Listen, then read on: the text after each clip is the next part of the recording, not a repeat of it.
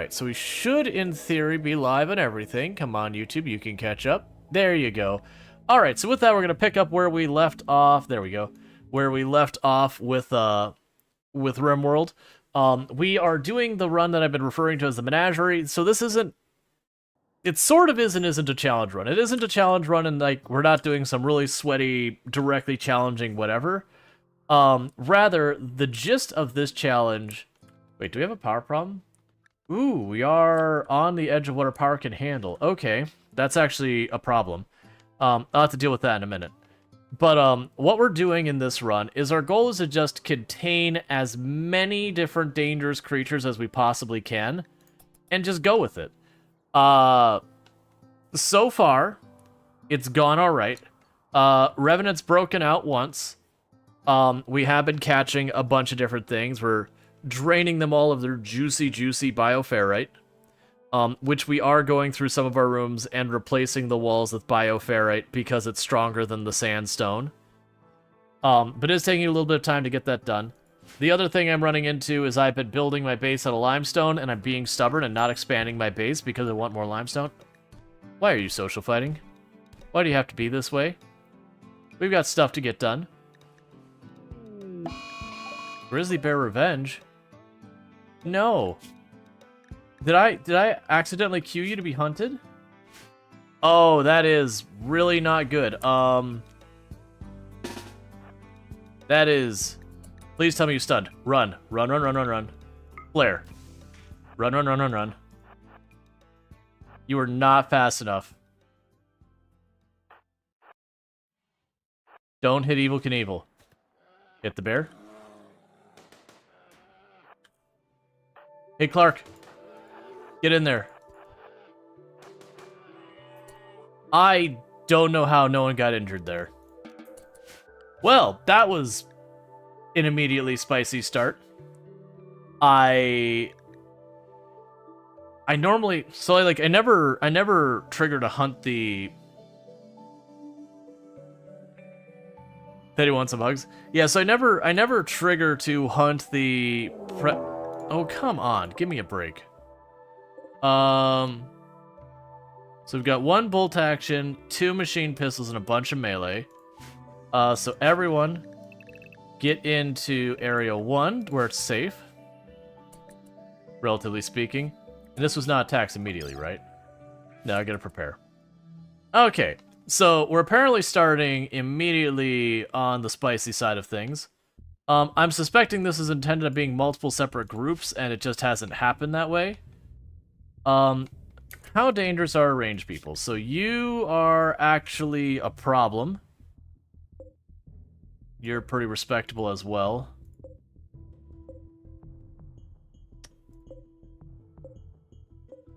So we actually, unfortunately, do have a pretty solid mix between the melee and the ranged. A lot of them aren't great, but, that is concerning. Especially since we just got in a social fight, so Usei is already badly injured, and Allison is relatively okay.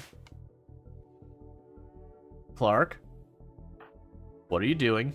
You're cleaning dirt. Let's not do that right now out here, okay? I think this is going to be one of those ones where we're going to throw the refugees into the fray as well. Because that's a pretty sizable group, 8 people. We definitely have them in numbers, but they do have some pretty competent combat people. So I am worried if I deliberately delay.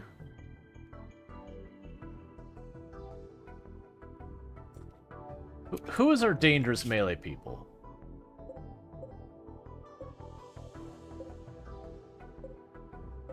Yeah, so it's Win and Voss. Win and Voss are the 2 that can do quite a bit in melee. The ranged are mostly not that bad. I mean, that bolt action's pretty scary. So yeah, we're looking at a pretty decent fight here. Definitely something manageable, but it is going to be one I'm going to have to be careful of. I'm kind of hoping between the 2 crossbows and just being able to hit at range, that we can pick them down as one after the other and not have to worry too much.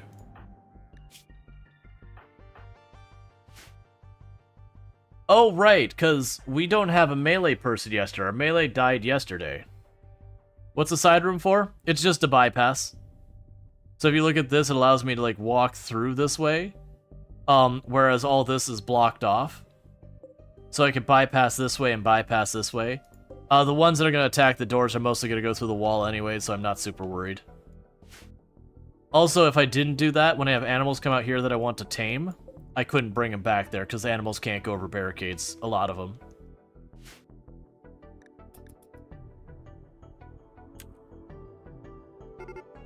Alright, they're starting their assault.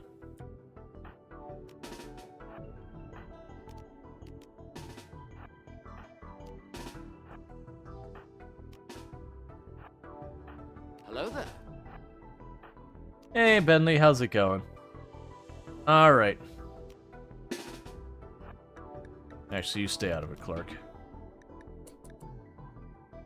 Okay, we're bringing everyone we can. We'll just see how this goes. We'll bring you all the way down here, so you hopefully trigger them to go into combat a little bit faster, just so they don't pile over each other as much. Yeah, my assumption is this is supposed to be two separate groups that I would have normally been able to go after individually, but just because of how things worked out. I am going to try to just fight this at range. Oh, get your chain shotgun here, Usei. Thank you JD2V0 for subscribing for 9 months. Heyo. Hey, JD2V0. I do hope you're having a good one. Thank you so much for the tier 2 sub. I really do appreciate that. Been subbed the channel for 9 months, so thank you so much again for that continued support. Really does mean a lot.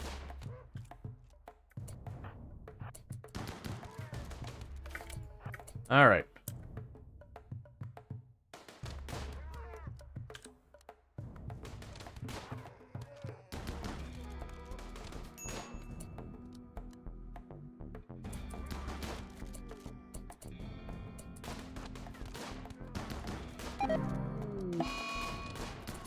Oh, that is not what you want to see.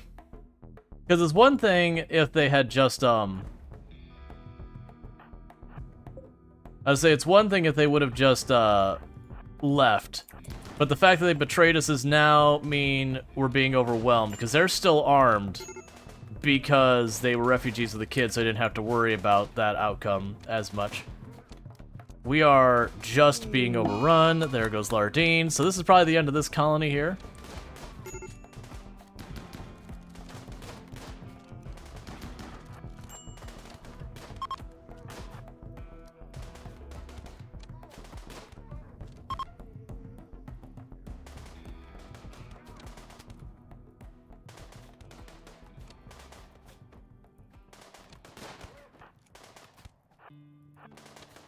Alright. Okay, so we did only lose one person. That's actually not that bad. I got worried. They fought each other more than I thought they were, so that when they started to just storm over the group, it was like, oh, crap. Okay, so Usei is badly hurt. Oh, Usei's just bruised. So Usei didn't die, so we lost... Wait. Oh, that's not who I thought it was. That's fine. So we got some guns here. So we only lost Lardine, so we lost our hauler. That's pretty annoying, actually.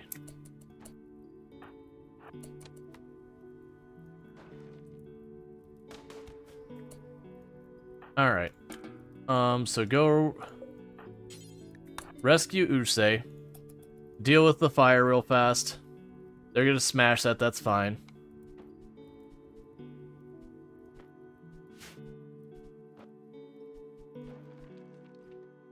Okay, is anyone else in danger? You took some pretty bad hits.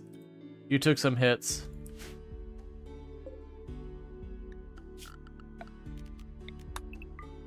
That kind of sucks that we got raided, and as part of it, the refugees turned on us in the fight. Luckily it didn't end up as bad as I thought it was going to. just by the fact, don't study the sightseer, do the medical, man. Luckily it didn't turn out as bad as I thought it was going to. I genuinely thought the moment the refugees turned on us, we were gonna get just, you know, caught in the middle, ping-ponged. Luckily they did turn on each other more than when it first happened.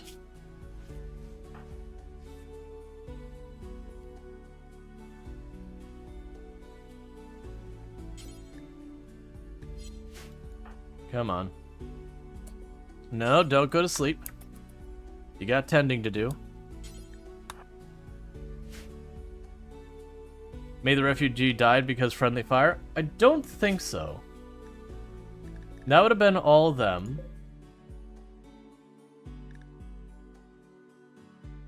The problem is I can't really tell which ones were the...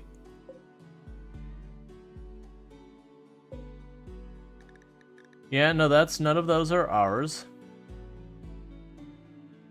None of those are ours.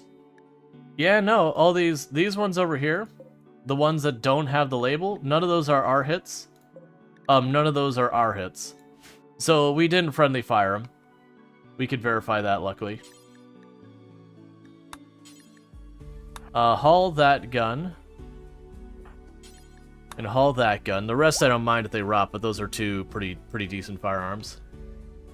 Oh, don't haul that. That's bio-coded.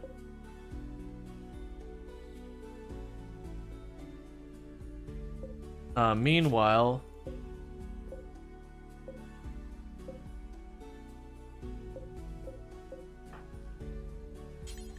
strip them so we keep the flare pack. Oh well, it is what it is. What happened to the child, though? The child was a refugee. They ran away.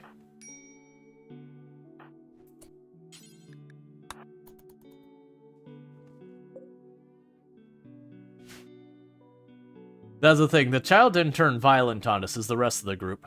Or they may have turned violent but didn't get anything done because by the time they got to the fight, they were already in retreat from, you know, casualties.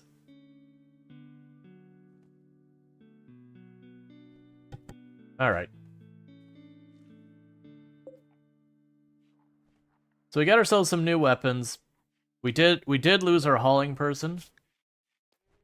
That also sucks because that was our kind optimist, which is pretty nice. Digested? Excuse me? Oh, right, yes. You're being digested by the tree. Right, it's a post-mortem injury. Okay, I was like, wait a second. How did you get digested in a gunfight? I don't understand. Right, I'm feeding them to the trees. So that's just RimWorld doing RimWorld things. Alright, so that does mean I am once again without a dedicated hauler. No, that's a lie. Oh yeah, no, I am without a dedicated hauler because I forgot that we lost our last stream we lost our growing person to a raid.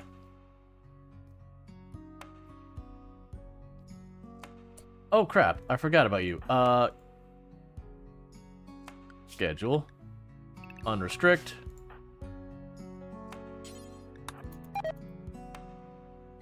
Because if we don't do that, we'll take a mood penalty for not helping people who need our help. Let's run down here. Give them the medicine real fast before they run out.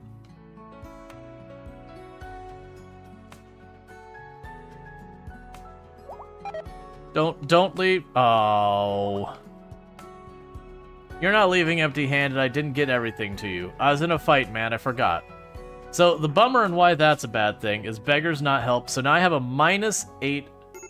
So I basically, because the refugees got hurt and betrayed us, we considered not helping them.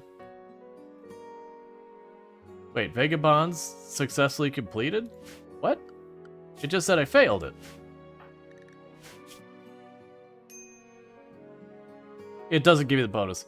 But yeah, because I didn't help them and I didn't help the refugees, I've got -16 effectively for the next, like, half season. So that's not going to help. Plus, we did suffer a death in the colony. So that'll be That'll be another 8 for like a season and a half. There's gonna be a little bit of struggle with mood management for the moment.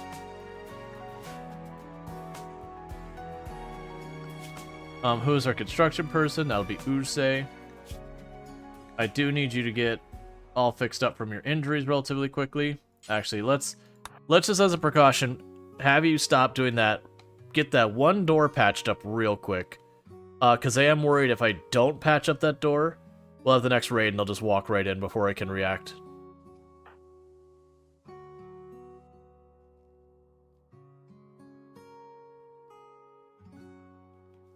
Would you mind moving your mic a little bit so it's out of frame? Or moving inside? It's the dead pixel situation. Yeah, no, I gotcha. You are going to break stuff in your room because the colonist is left unburied. Don't worry, we're processing the colonist. I need to get a freezer online so that way if I take deaths, you know, there is the chance I can resurrect stuff. Don't break the furniture, I don't have more limestone.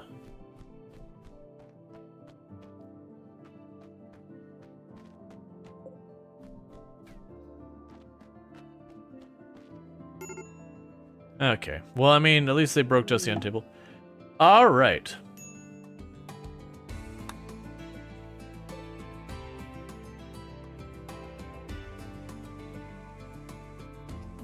So we did process the body. No, so the problem is if I make the microphone green, I've had people suggest that before, then this whole area gets cut out of the chair. And so it, like, then I'll just have people constantly calling out, it's like, why has your chair got a weird chunk cut out of it? There's a reason why you see very few people do green microphones. It's not never, but, yeah, it's exciting. I wouldn't want to deal with it, honestly. I would have to deal with people constantly being like, streamer, your microphone is making the chair look weird. Why does your chair have a hole in it? I just don't want to deal with it. There's a chain shotgun, so re-equip yourself. Just going all on it? No, it's not something I'm interested in. Like, very, very genuinely, it'll just be me constantly reacting to that. And then that becomes more of a nuisance than anything. Like, don't get me wrong, like, the problem is if I try and put it way out of frame, that could be an issue where it's not well positioned. Do you recommend DLC or mods? If you're new to the game, I would recommend not doing DLC or mods at all to start with. Just play the game as it comes, do a couple rounds like that. And then when it comes to the DLC kind of situation, once you've played the game and you're kind of comfortable with it, you'd be like, you know, I wish there was more. You've done either a couple wins or whatever, but you've played for a little while. Then grab one of the DLC, play that for a bit. Thank you for the follow. Welcome to the stream. And you, like, if you can catch them on sale, you can buy them and turn them on and off. But it's very much, you can be completely overwhelmed by the DLC very fast. Because each one of them, it's like, here's the game, and then the DLC adds like another layer and another layer and another layer. As far as buying the DLC, I would say when it comes to getting your first DLC, Ideology or Biotech is what I'd recommend. I would say of the DLC offerings, Royalty is the weakest. It's still good, but it's definitely the weakest of the four. And Anomaly in a lot of ways is the hardest, like most difficult. So it's kind of one of those things that's how I'd approach that. I just realized I didn't get that door. But yeah, so there's that whole thing. As far as mods go, generally what I would recommend people do is don't start with mods either, because there's a lot of times when you get in trouble where the game's behaving in ways that isn't clear, and you'd be like, man, it's really weird that this game made this decision, and you'll end up being like side effects from mods and all that. So you kind of want to just start with like no mods, and then when you start running into pain points, then it is one of those ones you can be like, okay, I don't like the way X works. Let me go grab a mod to fix that. This is one of those games that you can mod as much or as little as you'd like, and it can get very overwhelming. I personally prefer running mostly vanilla, but it does have a very strong modding scene. But yeah, and the DLC thing depends on your game, but I would generally recommend for most games, almost always most games, start with as little mods as possible, and then add from there. Like, you know, play the game a little as it was intended. Because I've seen so many people ruin their game experience because they grab, like, the 50, 60 different mods that people recommend, completely changing the game experience, and then they have no idea what's going on. And they also can't really look up how to deal with stuff because they've modded their game and now there's just not good documentation to help them learn.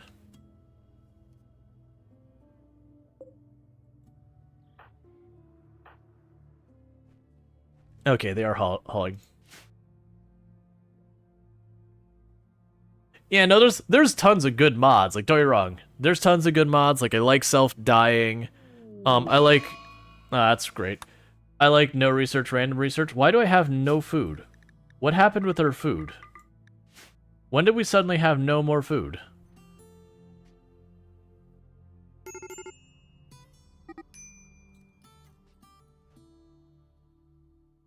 Yeah, no, that's, yeah, no, geological landforms could be good, but I would, even as much as, like, I have the mods I really like, I would still recommend early on playing as mod-free as possible, getting a feel for the game, and then adjusting from there. Yeah, I'd still recommend that. Also, don't be afraid to experiment and try things like, try an extreme desert map, die horrifically. Try, you know, a swamp map, get killed by disease. Try a tropical rainforest, get annoyed with mud. Try boreal forest, which one would argue temperate forest or boreal might be the easiest. Like, it's one of those ones that it's kind of 50-50 on, like, which one's easier or which one's harder kind of thing. People will definitely dispute that. I would say boreal is the easiest biome, even though you have the shorter growing season, and that's because of the reduced disease rate. Disease is one of those things that will absolutely wreck you in so many runs. Craven Horde, badly malnourished. They're gonna go bang on the furniture again, probably break more stuff. Wall lights is part of the base game now, so you don't even need it anymore. I honestly was never a big user of wall lights, personally, as a mod. Like, it's fine, there's nothing wrong with it, but I felt there was a certain balanced decision requiring you to take space in your rooms with the lights. My crops are dying from cold. Well, that's not promising. Go harvest what you can. And I guess keep hunting. Yeah, and I was kind of the same thing. It's not that I had any, like, opinion against the wall lights or whatever. It was one of those ones that's like, I could get that, but I just never really had a need. Oh. I'm straight up out of things to research in the easy anomalies. So with that being that, entity, maintain only, maintain only, maintain only, maintain only. Because I don't have a need for regular research anymore from the anomaly. Like, I'll get more. Would you please actually succeed in hunting? You're killing me here.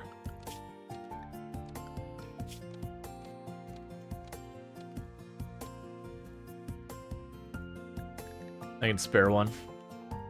Okay. Do I not have a cook? Is that what? No, we have a cook. Wait, why are you... Okay. That's fine. Alright. Okay, Night Dweller, you sleep well. Thank you for dropping in. I remember we had... wasn't it we had cold snap, then plague, then malaria, then flu. A bunch of raids happened and all that. Right, that's why our food is in a bad shape. Right, and then we had a weird glitch where no animals were showing up for like multiple seasons. Which I don't know what that was about.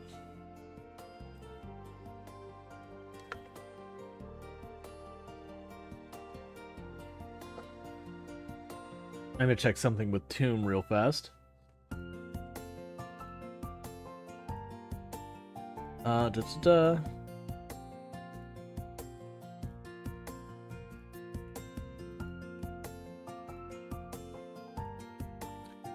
I'm seeing if Tomb wants to pick up dinner on the way home. Because we don't have any more of our factor meals, you know, handy until the next delivery. And we're getting a little scarce on the stuff in the house. I need to do a grocery store run tomorrow. But I didn't have time to do it today, and I'm dreading running out of caffeine. Okay, so we got a little while longer till our next conversion ceremony. So let's just endlessly talk to Randall Thor about their ideology. Alright, so we still got 4 days until the next thing. We got all the animals being hunted. We're really not doing well on meals. So we got to get that sorted out.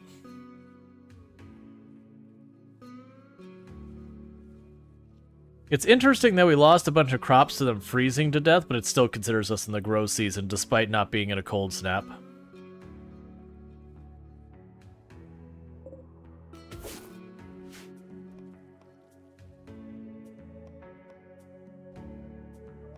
Another thing I should probably do here, and I'm probably overdue for this,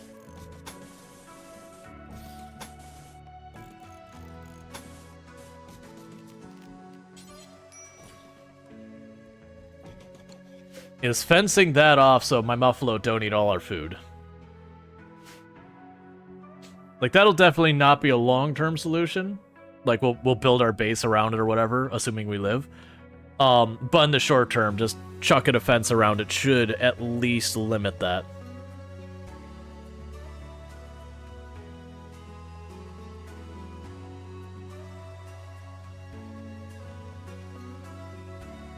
Okay, and then they just got to get the gate, and we are good.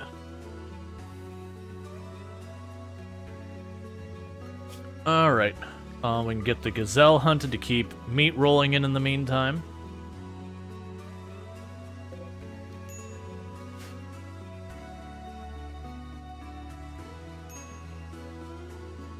And we're slowly getting bioferrite.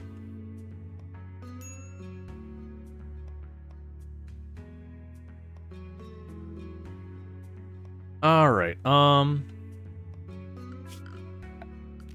what I'll do is... I already put lights in all these.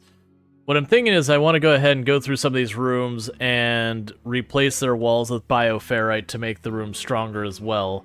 I just have to be careful, because for example, if I cut down this wall, it'll consider the Revan in an open room, like with an open door, and it'll just escape really easily. And then we also have to deal with the fact that I put lights on all these walls already. So let's go ahead and we're going to mine out the back wall here.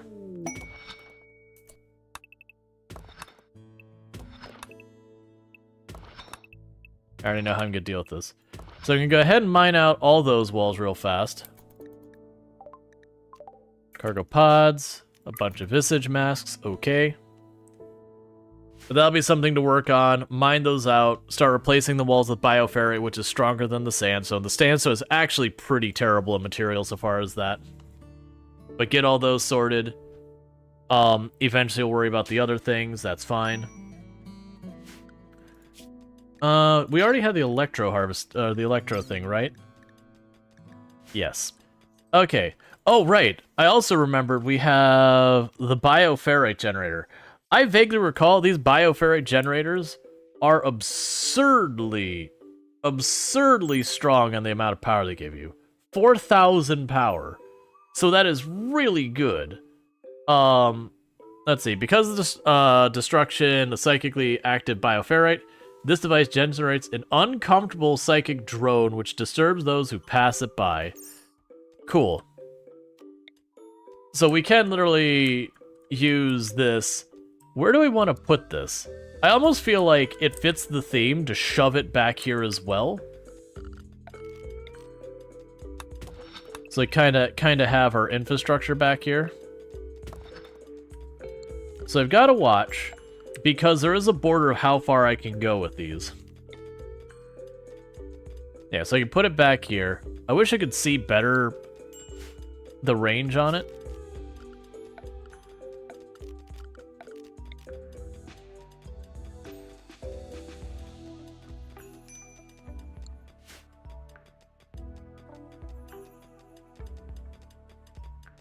Alright. We're just gonna let them carve away at this mound for right now, because I don't really have a whole lot else for them to work on at the moment. Because I wanna have them far enough back that I'm not getting like the psychic backlash. Let's so for building, that's the border. So let's move up a bit farther.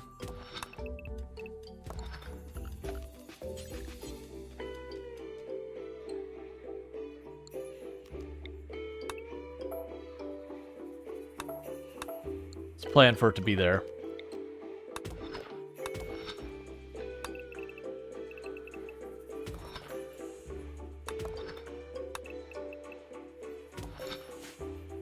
Check, make sure it's all inside the perimeter. Maybe farther up.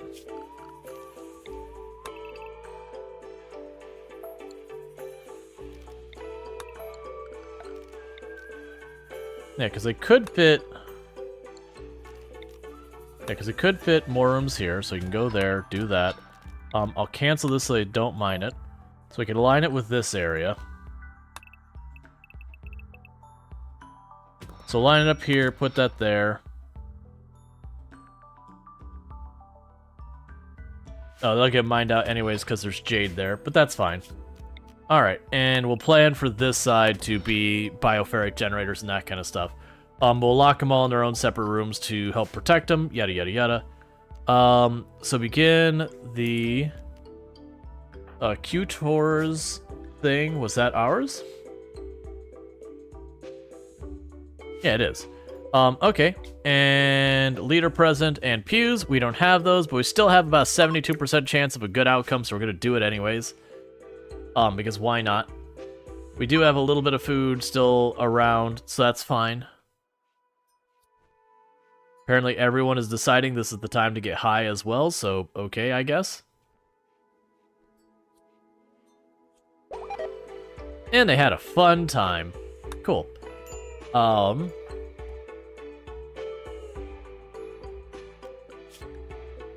Keep hunting all the animals you see, it's fine.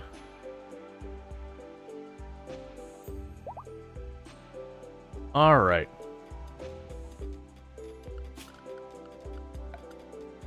So structure, bioferrite, straight across the back.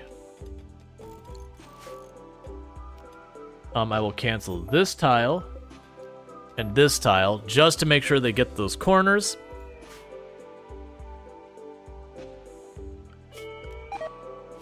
And then we're going to slowly do these rooms. The big thing is I don't want to accidentally use too much of the bioferrite, because we do want to make the bioferrite generator and all that. And I'm going to need to have enough bioferrite production that works. I'll need a light here.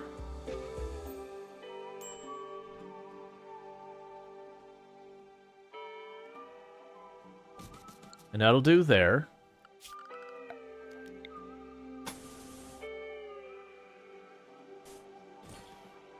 Oh, I didn't mine far enough this way.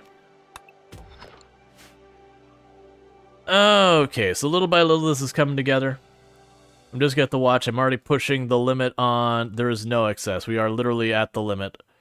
I can certainly turn these into power. The thing I've noticed with the electro generators on my own time messing with stuff is they do cause injuries to some of these, and some of those are fine. Like the Revenants and all that, they fully heal. But there's some of the stuff like the Shamblers, which don't heal. So you do eventually kill the Shamblers, like, destroy their brains and all that, so they, you know, they die on the table and you can't use them with that. And they really don't give you much power. It's like 100-200 watts. So there's just better things you can use with that.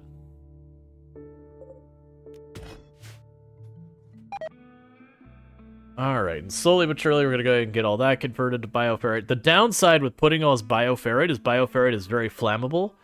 If we look at it, it's 75% flammable. Whereas like a stone wall has like 0% flammability. Like even comparing it to wood is 100% flammability.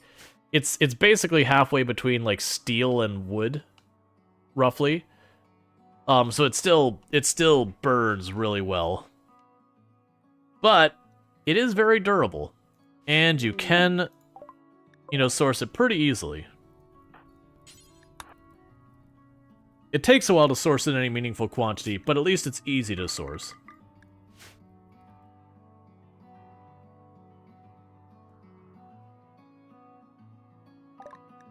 Alright, so go ahead and give up all of these poor quality clubs and all that. They're not worth hardly anything on their own.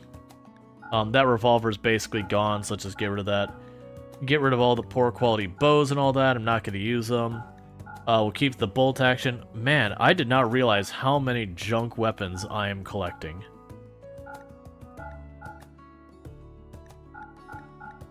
And worn out clothes. Okay, do you have stuff I can use? Not really. Not really in a lot of ways. Let's keep the machine pistols. And that. I guess we'll keep the recurve bow.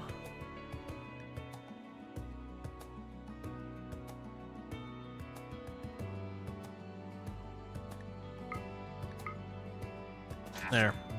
Alright, so at least that's something. Mostly I was just trying to get rid of all the stuff that slowly builds up. Alright, saving Clark.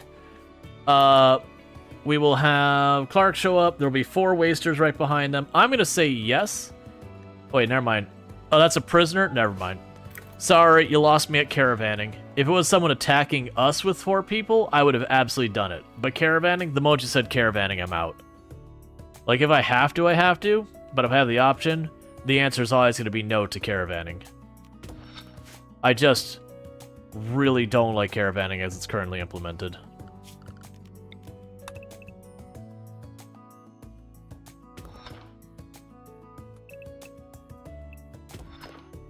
So I can mine all that.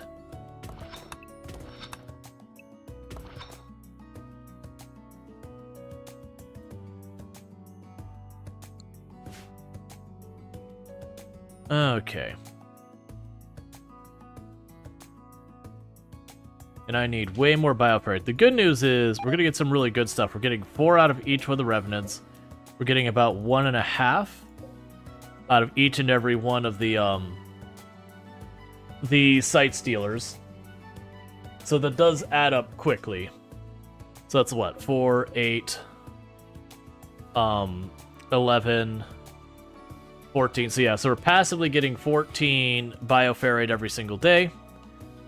And we'll just keep building that up more and more.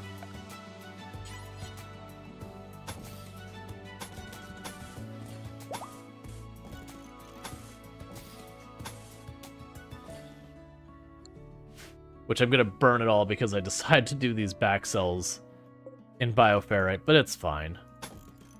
We'll get there. If I'm really in a pinch, I could cut down some of the Harbinger trees. Each one of these will probably be like 1620 bioferrite as well if I needed to. I don't feel the need to do that. It means every single day we get 4 or 5 pieces of wall. And as I add more and more, the rate we get bioferrite will just pick up more and more.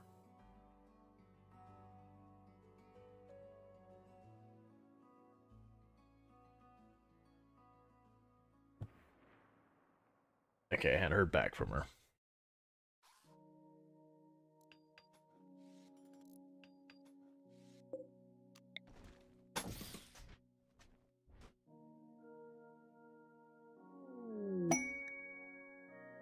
A masterwork Muffalo duster. Fancy. I actually don't care about the fabric situation there. We're good on a lot of that stuff. We are making a bunch of go juice because Craven Horde is a hussar, so literally needs go juice to live. That's fine. Yeah, they're just about to run out of bioferrite, so that is unfortunate. But if we get more spooky things to show up, we can keep the bioferrite flowing. There's also the idea we could sit here and do is go out of our way to draw more anomalies to us. That is a very dangerous game, though, right now. Because we're not, as a colony, our research is slowly coming along. I want to get the deep drilling and the ground penetrating drill going, because that'll give me a chance to scan for stuff like plasteel and all that. But we're gonna have to worry about that too. One nice thing is we're beelining through our anomaly research real fast. Like, I only have three more things I could research, 4 more things I could research right now. All of them advanced. So what I can do is ultimately turn off more and more studying of the creatures back here. And that will save us a lot of research time to potentially open it up to give Cookie more time to research our things. Because unfortunately we keep getting research. Sorry, Randall Thor's researching. I forgot about that. We switched that over. Because we keep getting more and more people to like, oh, we got our new researcher, and then they'll die.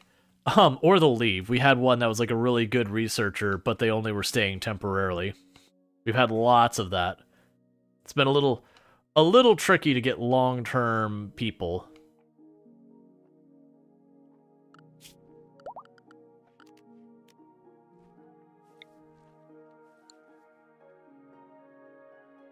I could also see dumping the ritual room back here too, for potentially abducting people, as a means of recruiting people and all that.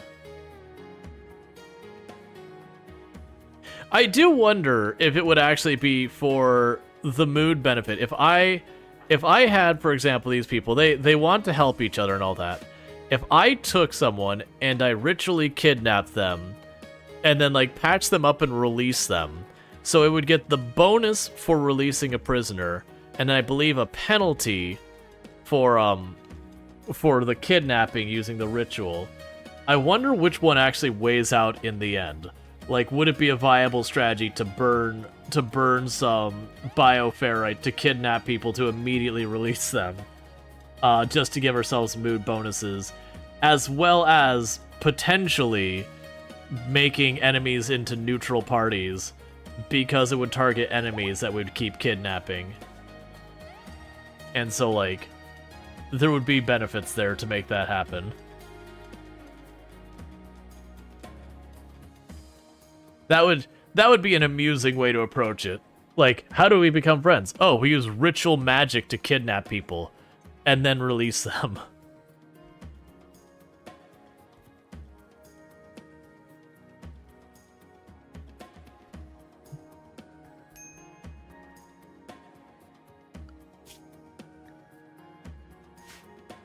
I also want to experiment with the atmospheric heater. I'm curious with the atmospheric heater if I could turn it on and off to basically make winter not a thing.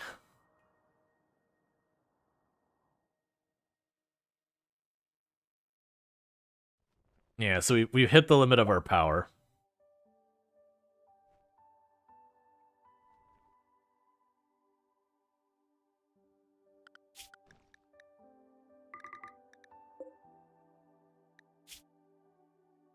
Alright, we've got a warg. Let's deal with that real fast.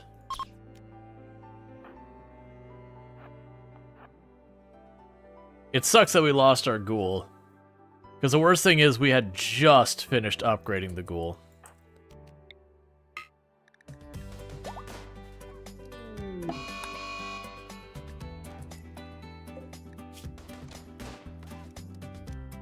Alright, we should have more than enough firepower to stop you.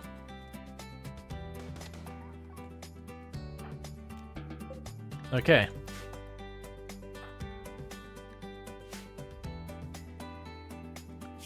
Because that way I could just go to hunting without having to worry about it.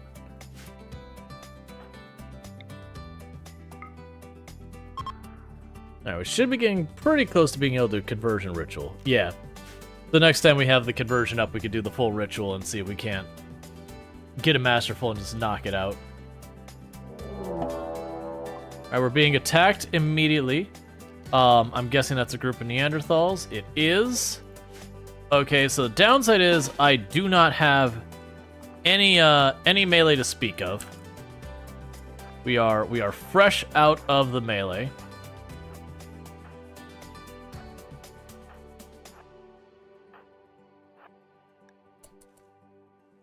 So we're gonna try and get people into position in time.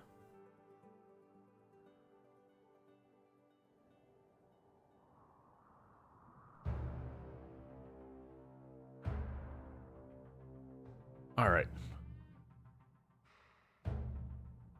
You are not going fast enough.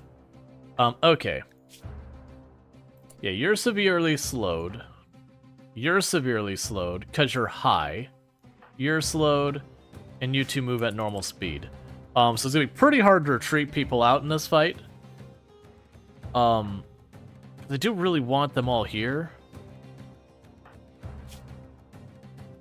That sucks. It also sucks it's one of our frontliners that's currently high.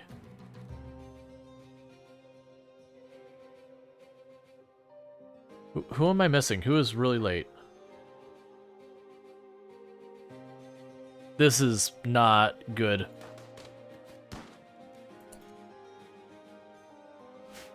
Let's just grab the slow ones, get out. Just leave. We're gonna have to do a rolling retreat, and you don't have the time.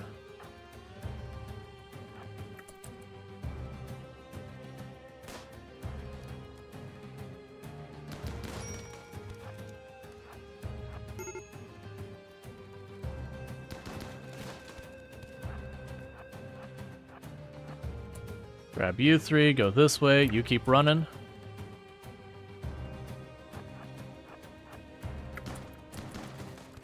Alright, they're switching target. So you start running.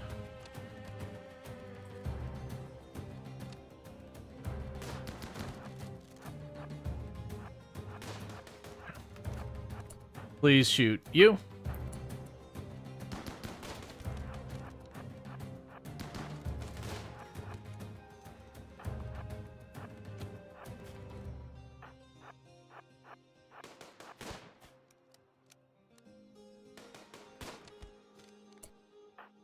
Alright, group up with the others. Morgan's just down there burning everything. Alright, so you're gonna go for that. Let's get you behind cover.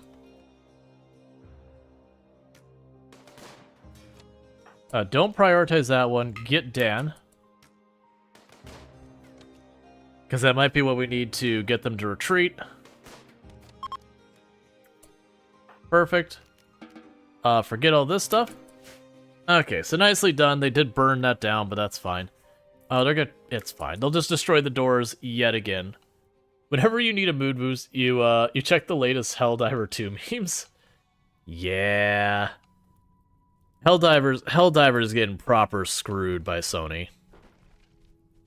You really feel bad because you could see the devs are trying to do everything right. And just absolutely getting screwed by their publisher. The worst thing is the number of people going after the Helldivers devs when it's like, no, it's really Sony's fault. You know there's some like contractual obligation that they have to use the PSN thing and yada yada yada. And they didn't handle the communications well. The fact that it was listed a whole bunch of countries, which is, for the record, on Sony, not on the Helldivers devs. That was one of the things that Sony's dealing with. That just all of that was the whole thing. Alright, we'll deal with that in a minute. Let's get the doors replaced, and then we'll go ahead and accept our next questionable thing. Meanwhile, what I'm probably going to do is I'm probably going to relocate that Sight Stealer over here. Just as a precaution, in case when we accept this thing. Selling to you, you want a bunch of t-shirts of normal quality. I'm not going to worry about that. I'm about to accept a unknown thing. You've already got that hulled there. Craven Horde is Doing fine. Yeah, mostly it's seeing how the communities come together to oppose what happened that makes me feel better. Yeah. I have found certain issues like that do reliably get people to rally. Like when people have like moved a game to like Origin that wasn't originally on Origin, like those kind of things, I've seen people will respond really rapidly and not usually in a good way. So far as like negatively, and I don't mean in a bad negative, like they're saying, hey, this sucks, why are you doing this? Alright, so with that moved, and the only reason I'm doing that is because I am worried that this could be another Revenant Spine. And so I want to make sure the Revenants are contained in the room, because for one thing, if you don't realize, so right now, all these 3 Sight Stealers are considered in the same space. If one of these breaks out, all 3 of them break out. Whereas these will, you know, this Revenant will break out independent of this one and this one because they're behind doors. So we are trying to make sure we contain the issue. Mysterious Cargo. I will take the Psychic Sensitizer.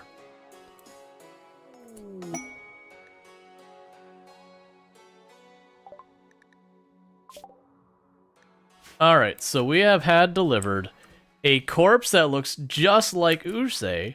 Neat. Please move that corpse to not be there. Because the tree is going to eat it, and then the corpse is going to disappear, and that'll be a problem. So we're going to go ahead and put right here. Storage. Critical clear. Human-like corpses. Only unnatural human-like corpses. And please move that... Oh. Please move that corpse out of that space right now. Because the big issue you run into is if that corpse gets destroyed, we have... we no longer have the ability to study it. Alright, Death Refusal. Neat. And we got that. So once we get one of our doctors gets inspired surgery, then we'll go do that. The game worked just fine without PSN. Oh yeah, no, the PSN thing is 100% about boosting the PSN numbers.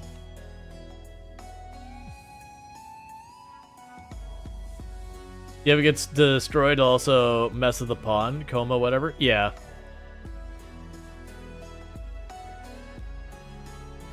Yeah, no, it's 100% only about boosting the PSN numbers. More than likely that is around, you know, just kind of trying to get those numbers up higher to, here, I'm going to move you back over so we can get the Bioferrite still. More than likely that's around, like, getting yourself into a, getting them to either have higher numbers to put Sony in a better position for negotiating contracts and yada yada yada, or, you know, some person at Sony is being like effectively graded on the metric of how many PSN signups or active PSN users they have, and so this is a way of forcing that number to be better for, you know, shareholders or bonuses or whatever. We don't know the like the specifics behind it, but it is Sony seeing that as beneficial to it for some metric data, whatever you want to reason, even though it is very scorched earth to the game itself. The thing I'm looking at it is, it's like, okay, do you want to like keep having people use you as a publisher?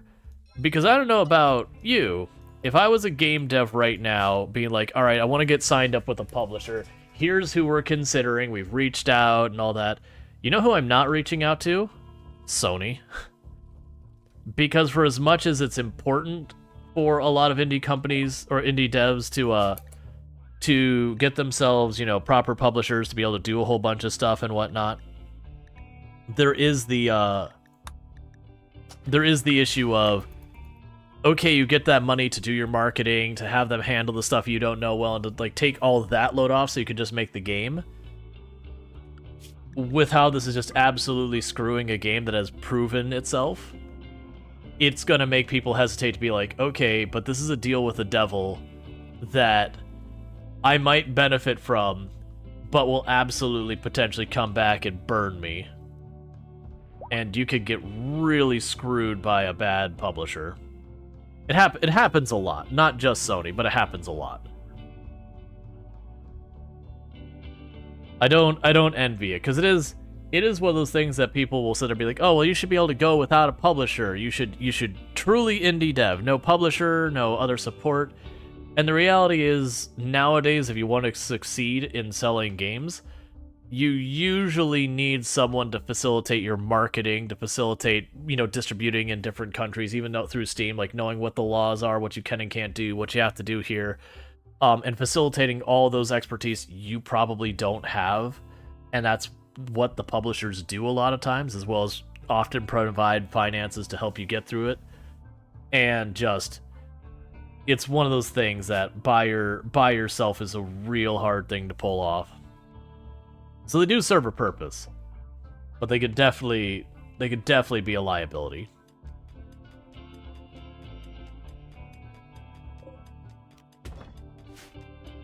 Like, it's kind of a sad reality, but it, also makes a certain amount of sense, is it doesn't really matter how good of a game you make if no one's ever heard of it, and the only way people hear about it is through marketing, and unless you know how to market, you're going to have to depend on the publisher or to hire staff in who that's their specialty or whatever. That in a lot of ways, the success or failure of your game almost depends more on your marketing than the game being excellent within itself. It's got to still be good. Like, it's still got to be good enough that the marketing has something to work with. But, a widely commercially successful game versus a game that, is good but just never gets off the ground is usually marketing. Alright, well, we've hunted all the animals on the map. Microelectronics just finished. Excellent. So the next thing I want... Oh, wait, I have to actually build the high-tech bench, which I don't have room for because I haven't made my room over here because we've been waiting on the limestone. You know what? We're just going to start putting him in the storage room. Let's see. Do thing. The thing is, they knew they were doing... So, I will disagree. Like, assuming you had full control of your situation, that you had like a bunch of different publishers lined up ready to accept you, then I would agree. But more realistically, when you're talking about a lot of these situations, is you'll be like, okay, who can we get to agree to publish? And you'll have like one or two completely unproven publishers that you have no idea how good they are, and then you've got the big name, and you're like, okay, but this big name can absolutely backfire on us. But the other ones can't provide what I need. So don't get me wrong, I'm sure they knew that there was liabilities that come with Sony. But if it's, you don't get to sell your game because you can't get across the finish line unless you have a publisher and Sony's the only one who shows up, then Corpse Obsession on who? You just moved the corpse. Okay, sure. Like, that's kind of the reason. It's like, it is one of those things that there's just nothing you can do about. The fact of the matter is, to be a successful game studio in this day and age, you kind of really depend on publishers and all to make it happen. All right, so I'm gonna have to toggle the power off on some of these bioferrite things because we are exceeding what our grid can handle. So I'm gonna try and power off some stuff that's potentially eating a bunch of power. We can turn this off for now. I want to turn it on later. But yeah, so it is one of those things that it's easy for us to sit on the sidelines and be like, oh, well, they should have made a deal with Sony. It's like, well, if the options are don't make a game or make a deal with Sony, or rather, make a game, but it's a complete commercial failure because you just don't have the support you need, or make a deal with Sony, the correct answer is still to make a deal with Sony. even though you are fully accepting that's not going to turn out what you will. Your investigation of the unnatural corpses revealed more about the body. An architect's shard at the core of it psychically links it with Usei. It will rebuild itself if destroyed and teleport any distance to be near with Usei. Senju Cookie believes there's a way to permanently destroy the corpse, but will need to study it farther. Study the corpse more to learn how to destroy it. Okay.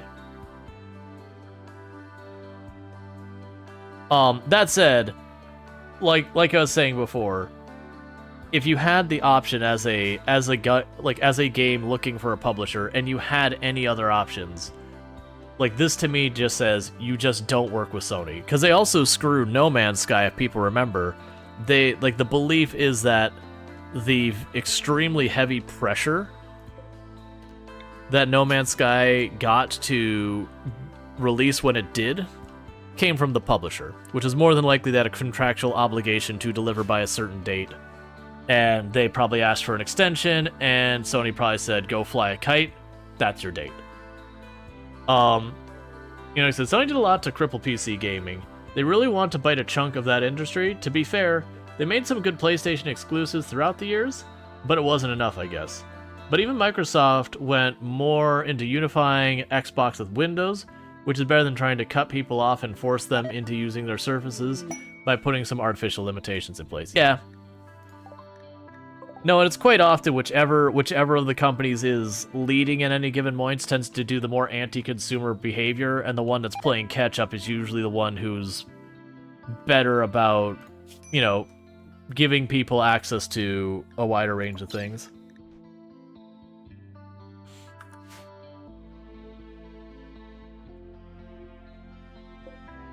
All right. Oh yeah, no, for the record, I am not a fan of Sony. This whole thing has made me, in the future, if a game is published by Sony, I'm gonna be far more likely to be like, I don't know. Which I did receive a Helldiver's key. I was supposed to do a dare drop with some others, and just, stuff came up and it didn't happen. And it was funny with the whole situation. Okay, I played less than 2 hours. Yeah, I should probably just refund that. I was like, oh wait, I didn't buy it. Never mind. There's nothing to refund. But it's yeah, I'm probably not gonna play this, especially with the situation, which sucks. Because I've heard nothing but good things. I know a lot of people really love the game, but it was just, it's kind of one of those things. Which, for the record, the developers behind Helldivers have literally asked people to refund it and to review bomb it and everything. So the publishers the devs themselves are saying, hey, please do that. It gives us more ammunition to go to Sony and be like, hey, you need to drop this. You're forcing this issue, and it is 100% killing us. Get rid of the smoke leaf, and once again we have way more stuff that we know what to do with, and they don't want to buy any of the stuff I actually need. I need the caravans to show up with literally anything useful, like books, components, plasteel, medicine that's actually worth something. I'll even take those little bits of medicine. So let them keep that fur. Let them keep the plain leather, and that'll do. So we're at 87. We're gonna trade them again so I can get 13 more. So let's pop over here. Get a couple more points at that. We'll go ahead and give them 100 here.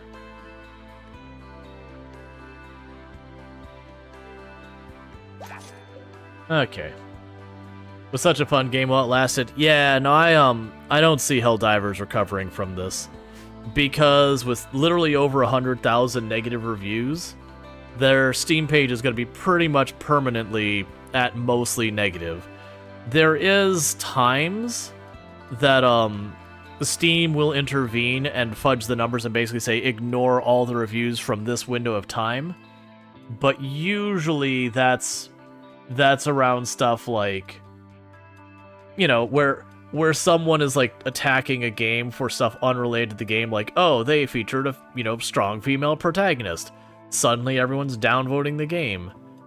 And, like, Steam has intervened in the past and been like, oh, this is clearly nothing to do with the game itself. Like, this is people just being trolls. Ignore these. But in this particular case, the fact that supposedly Steam is entertaining refunds well past the normal refund window. Steam has only done that a handful of times, and it's usually only when something is particularly egregious. Which would imply that Steam agrees that the way this has been handled is kind of unacceptable. Which I would agree with that as well.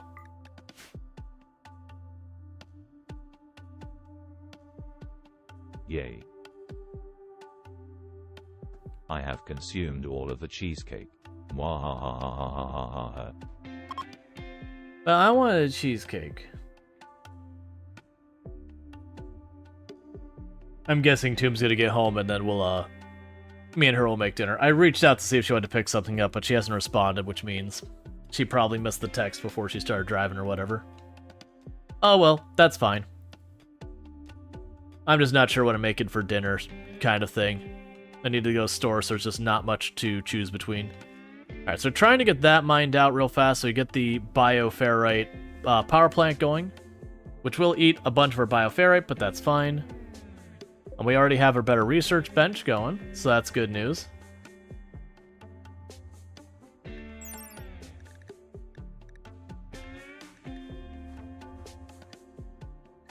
Oh, room cleanliness is low. Yeah, that's fine.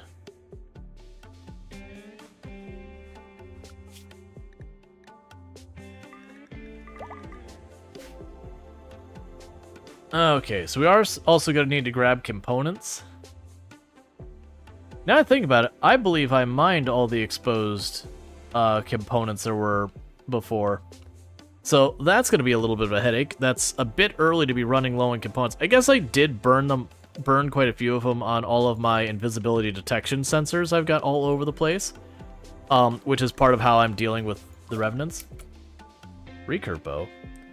Oh, I must have actually queued that up. Alright, so deep drilling is next. I'm going to set deep drilling, and then we're going to do the scanner. That way I could just, run the scanner constantly kind of thing. Whenever we got availability. And the idea is we're going to be looking for stuff like plasteel I'm going to need for all these doors. If I could find a spot with limestone, I could use that to keep building my base out of limestone. Not that limestone is particularly amazing or anything like that. I'm just being picky about everything looking thing. Alright, advanced rituals. Death refusal. I can't remember what the side effects were. But death refusal could be fun.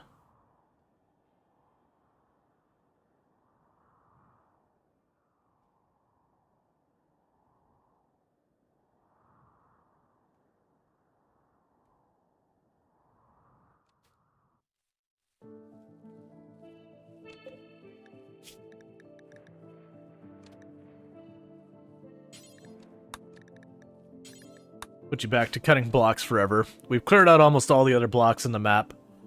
So I guess we just keep cutting the sandstone for now. That's one of the things I've debated, and I probably should, is like making a walking path back here. And then the same deal here, like make a walking path to go down this way and then over. However I'd have to do it. I probably should. I don't really have a good reason not to, other than, pawn availability. Here, let's do this.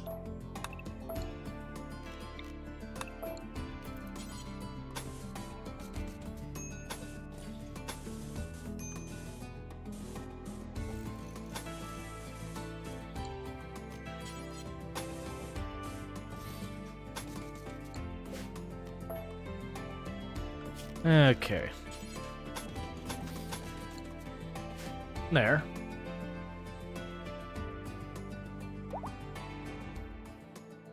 7-man annoying voice. Okay.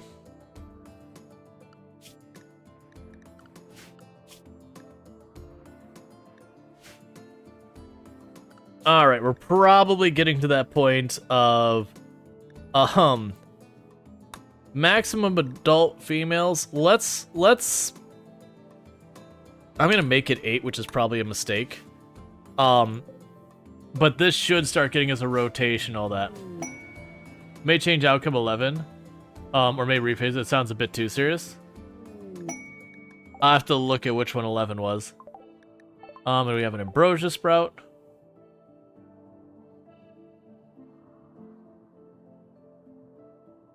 Gotcha. I mean, I don't particularly see a problem with it for what it's worth.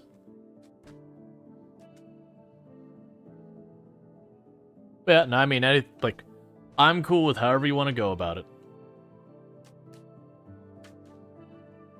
Okay.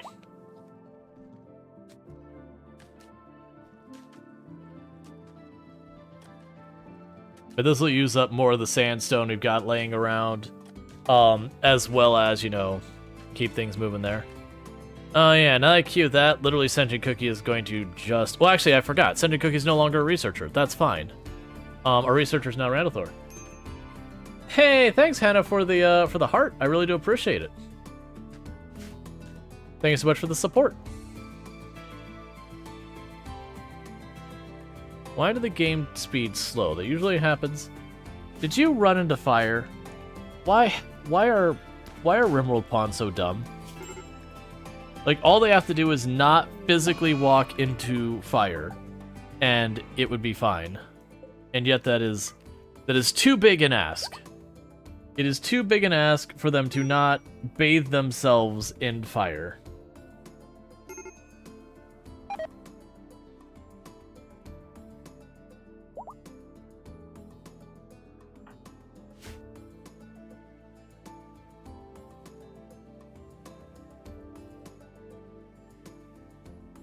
All right.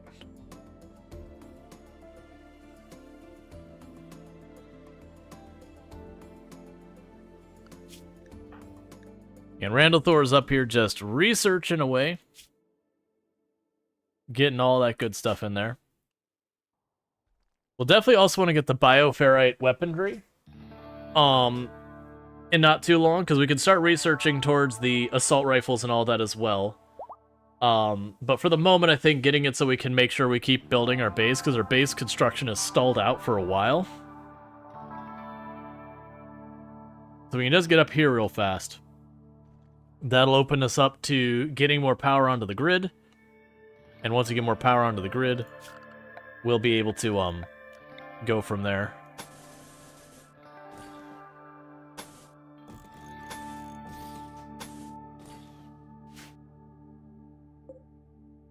Oh, you don't have a light in there. That's right, you did, and then I removed it because it was still a torch, and then we replaced the walls with bioferrite. Okay. Did we already do the conversion ritual? We did not. Alright, so as soon as the next day starts, let's do the conversion ritual for Randall Thor.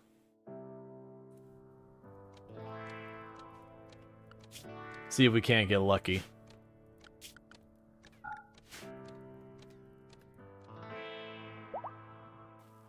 Alright, begin a conversion ritual.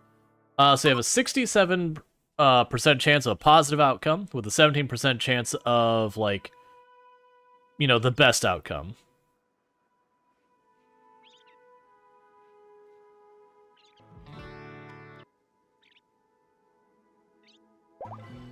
Masterful. Alright, I think that's everyone converted. Cool. That makes my life easier. Alright, so everyone's on the same ideology now, so I don't have to worry about that nonsense anymore. We are just hunting more and more and more. Who is our hunter, and what am I losing because of it? Oh, it's our cook. That's right, I literally made it so my cook and my hunter are the same person. Just that way, you know, I can just leave them going hunting all the time, building up their combat skill more and more and more, so that in a fight I can give them a really good weapon and just demolish. So we definitely want to give, like, our first assault rifle or whatever to Craven Horde. You know, assault rifle, light machine gun, stuff like that. Get that to Craven Horde because they will be a menace.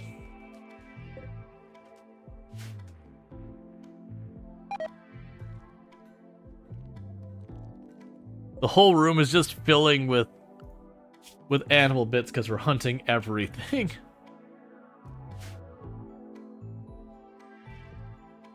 It's fine. Nothing to worry about there.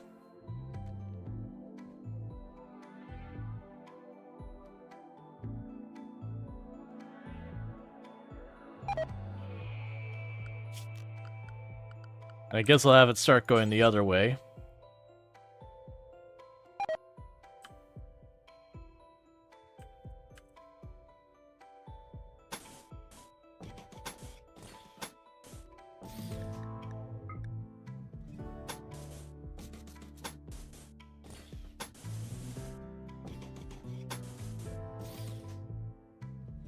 Okay.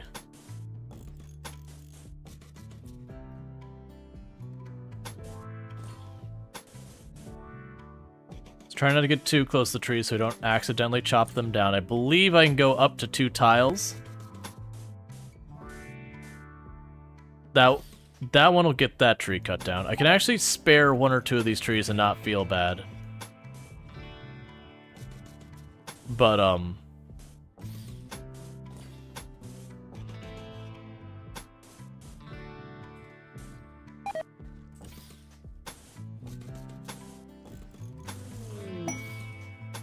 there. Yeah, so I'll probably cut down these 2 trees, so just what I'm gonna guess is gonna happen. That's okay, that'll actually give me bioferrite and that kind of stuff if that happens, which, you know, that's fine by me. Are you doing roofing? I'm basically making a road. It's gonna be a weird path because I got this big spot of mud in the middle of it that slows us if we run through it. So they probably won't reliably use the path. But, what I will plan to do is for right now, let's shrink that zone down to that for dumping the corpses in. That way if they cut down these 2 trees, we still just have the zone. Because I found keeping a ton of those trees isn't that big a deal. I don't care about that. Oh, I haven't generated the planet yet, again, because we haven't opened the planet map since we got there.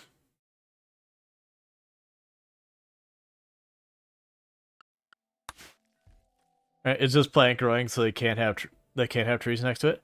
I believe with like walls, they'll cut down like walls like this. I believe often they'll cut down the trees too. They can grow in again. But yeah, either way, we'll just. I mean, ultimately, it doesn't matter one way or the other. But the point is, what that'll do is it'll make them path faster from one end of the base to the other, which will help with a lot of different stuff. It uses up some of the sandstone we got piling up as they expand stuff. I wish they'd cut down the trees. Yeah. Oh yeah, no, for a fire break, yeah, you gotta build roofs so they cut down the trees under it reliably.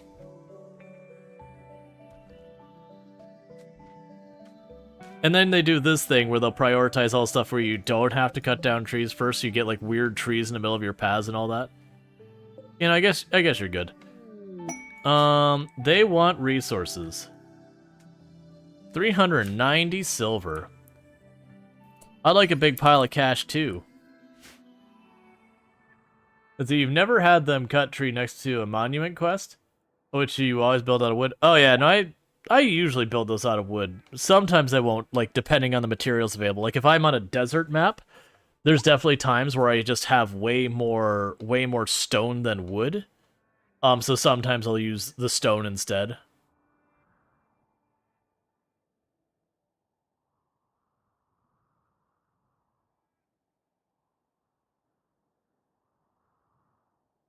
Or I've also built them out of stone if it's, near a wood wall that I haven't gotten flipped over. Sometimes I'll make it stone just in case it catches fire, so I don't get like the double whammy of a bad raid that burns down my defenses and then also triggers the negative outcome from destroying a monument. That doesn't happen very often, because usually I'll prioritize getting my walls replaced before we get to that point.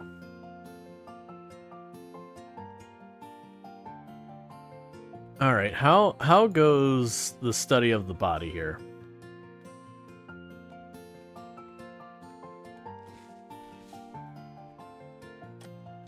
Alright, sorry about that.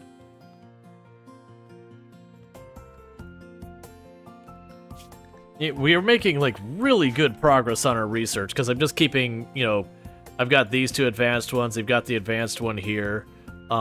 That's not too advanced yet. We've surprisingly not seen enough to get advanced out of that. But, we've been getting lots of things I could research for advanced. Like, we've had a Revenant, honestly, pretty close again. Alright, your investigation of the unnatural corpse has revealed how to safely remove the Architect Shard. Doing so will stop it from psychically tormenting Ursay, however, it will prevent farther study of the corpse. That's fine. I have actually gotten quite a bit of research out of that. Hey, Ursay, want to go kill your own corpse? There you go. Alright, what I could use, though, is more recruits. The game has been very stingy on my recruits front this run.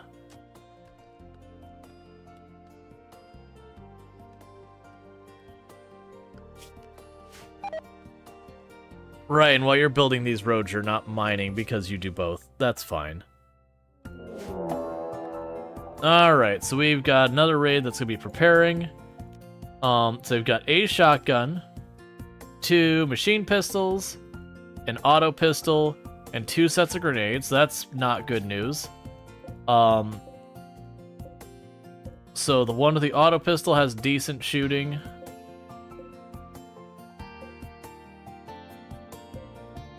Okay, so the only real dangerous one, skill-wise, is the auto pistol. Now, the downside is, of course, that we are dealing with the thing. Now, that said, I've got way more long-range people than they do. So, my hope is... Let's actually wait here for a moment. Yeah, okay, so my hope is that I can take advantage of this where we can run up. We can pop out here, get some quick shots, maybe drop 1 or 2 of them, and then go back to cover. Have you ever played any anything by Stray Frost Studio?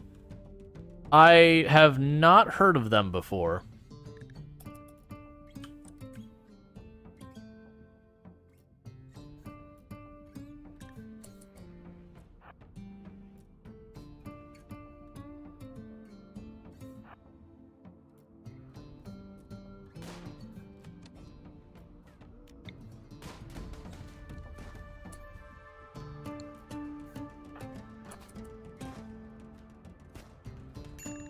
That's not working out for me at all.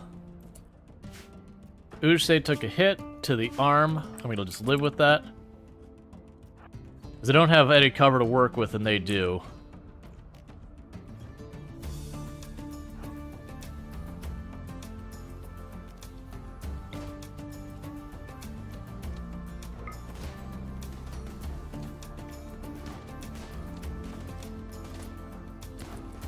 This is the way we lose people for no reason. This is dumb. Alright, go patch yourselves up. That didn't work at all.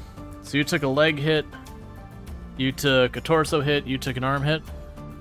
You're all eating stuff. Yeah, so this is giving them a bunch of cover. So if I were to do that, I need to make a cover spot over here.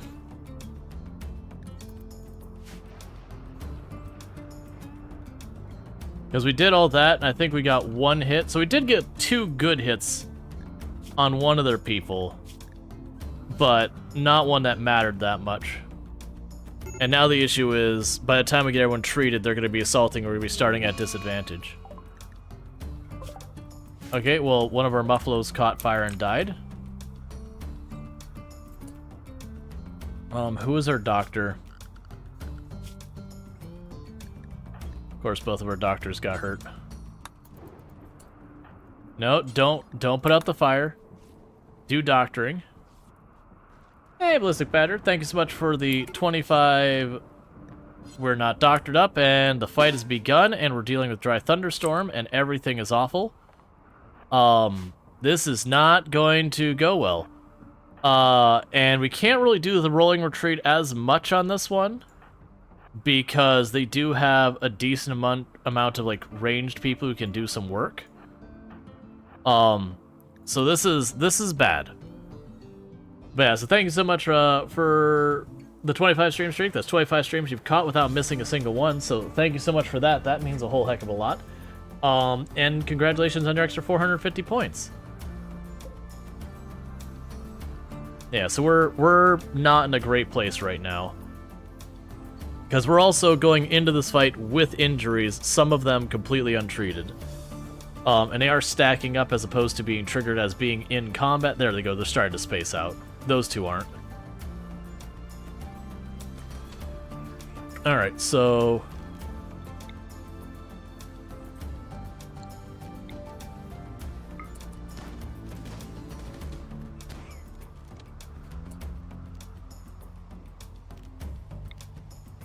Psychic Lance you.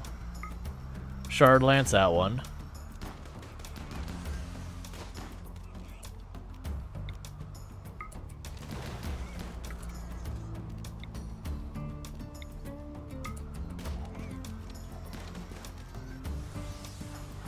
Run, Usei.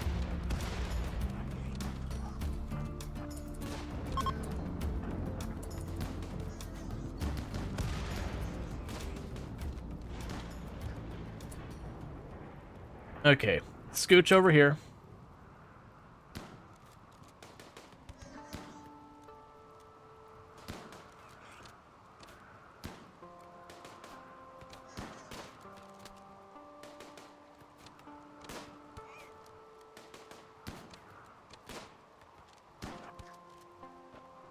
I'm trying to avoid having to rebuild that door again. Okay. So with that, get people out of here. How are people doing? You've got bad injuries. You've got bad injuries. So right now, Evel Knievel. Don't worry about the fires. Just get home. Is there anyone here we want to capture? I can't probably save you if I wanted to. So we knocked you out. Ooh, okay, yes. You are one of us now. Jeez, man. Hello. I didn't even look at who I was psychic shocking, but, Jogger Industrial Steadfast. 10 Doctoring.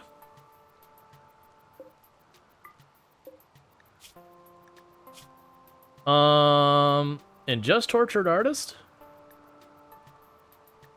Sure, why not?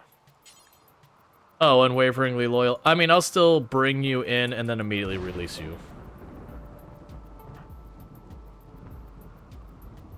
I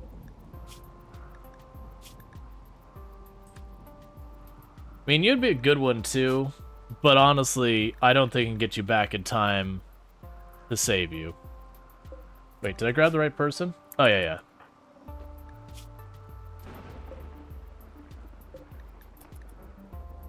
Alright.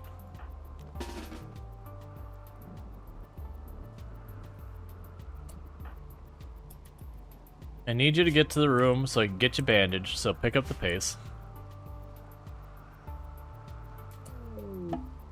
Alright, so prisoner, you're literally just getting released. That's fine. Oh, actually, though, your stuff is mine.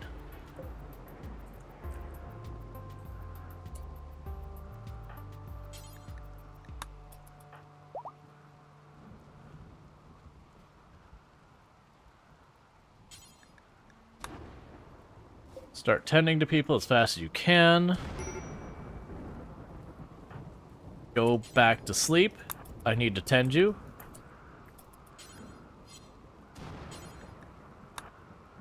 Alright. Does Airborne Kingdom ring a bell? I feel like that's... It feels like a game I may have heard of, but it's one of those things that, the name is kind of generic. Which does mean it'll be really easy for me to... Like... Oh, come on.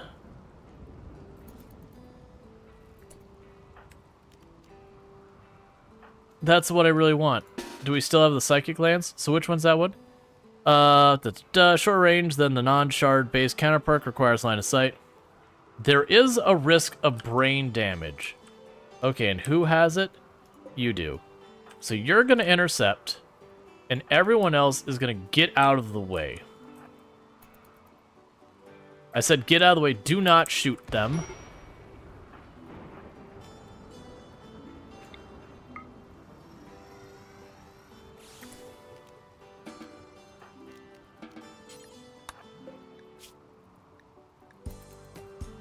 Because I want that...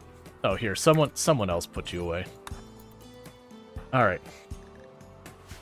Because that is a pawn worth burning the item. You played it, Airborne Kingdom? Gotcha. Gotcha, cool. I thought so, like, the name sounded familiar.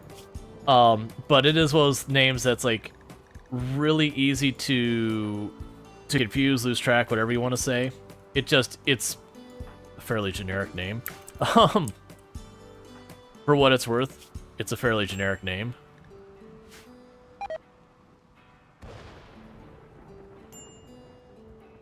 Isn't the 10 medical held back by the lack of thumbs?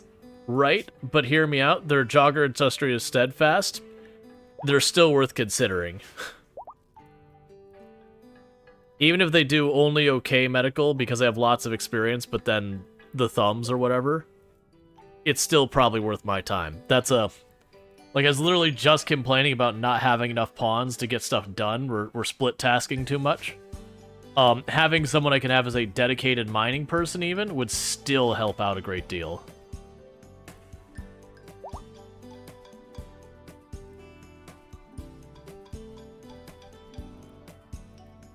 And apparently our Muffalo's decided that bathing in fire... I wish the pathing was smarter about not just running them into fire, because there's not... Like, the animals is one thing, but like your own pawns, you wish there was a lot more you could do about that.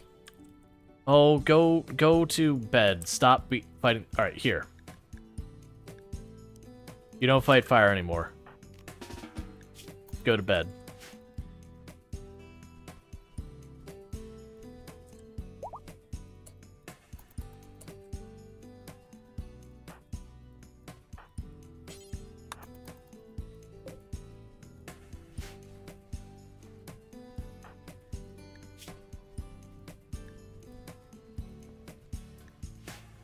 Okay.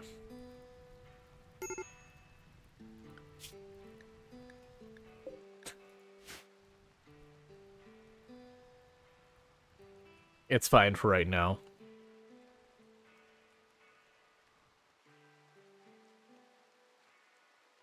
They're taking that one off the map, so that's good news.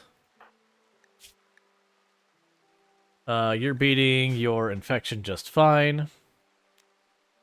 Once Ursay regains consciousness, I could just preach health Evil Knievel just to make sure we keep them locked in, that we don't have to worry about it.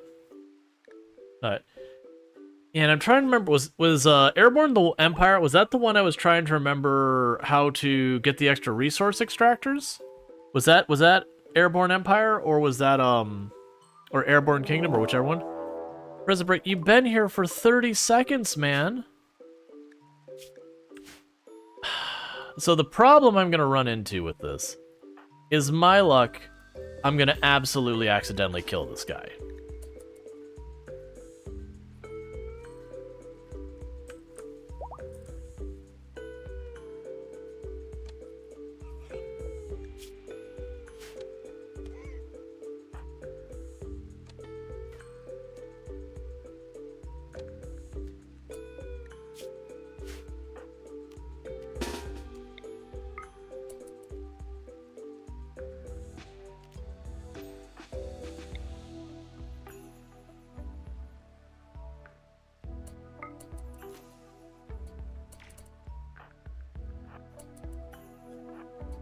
And I'm trying real hard to not do so.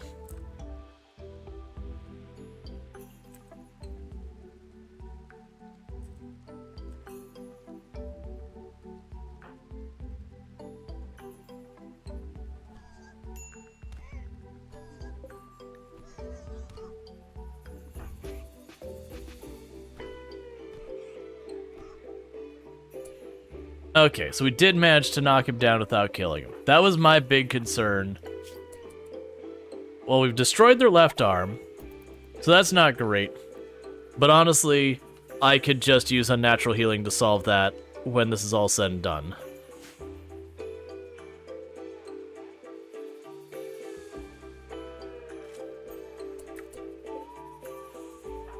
Meanwhile, tend to them before they die.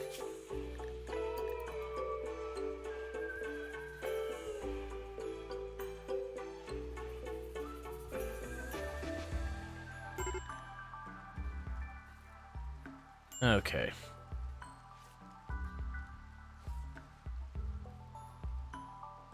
But we'll wait to do any of that until they've already been recruited. Because until they've been recruited, like, I could put all the effort into trying to do all that stuff just to have them leave anyways, so it is what it is. Meanwhile, what's your issue? You're malnourished because you're busy playing doctor on everyone. That's understandable. You started Naked Run? You think you got this down? No problem.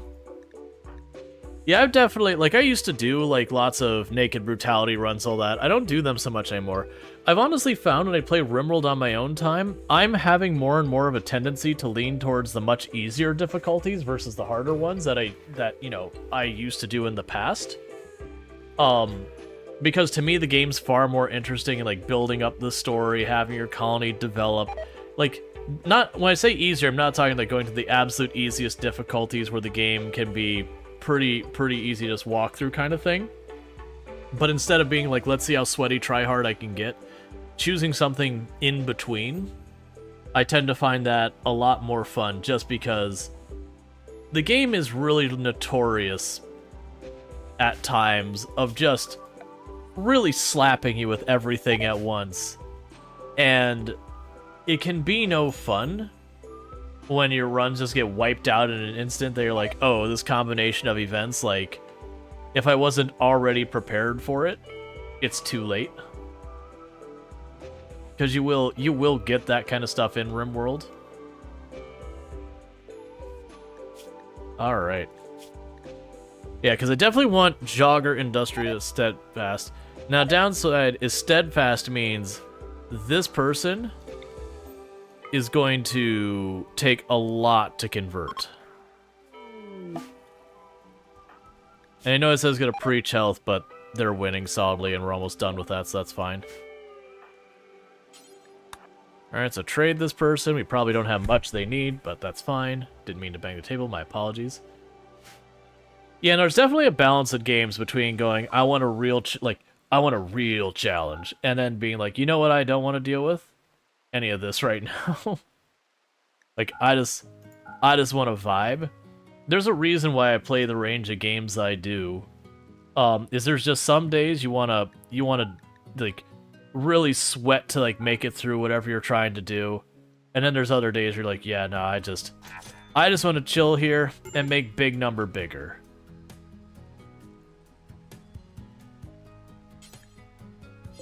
Oh, I see. You're not allowed out here. Let's fix that. Critical alert, medical emergency, because you had that, it's fine. You didn't make it too hard? Yeah, that's good. Like, that's, I also, with the Naked Brutality, part of the reason I would lean to that is generally I find with a lot of games, I do like the runs that take a while to work through, just like little by little you get through it. We're not gonna hunt what's out here. This warg and this Timberwolf, that is a lot of rolls of the dice that one of our people gets eaten running around out there. But that can also be perfect because they can turn on each other. And I've had many a time that you'll have two predators hunt each other and they'll both do enough damage that the one will die and eat the one will kill the other and eat them, but they'll sustain enough injury during that time that that they ultimately die too. And then you just kind of roll and be like, sweet, I get all the food and hide. Nice.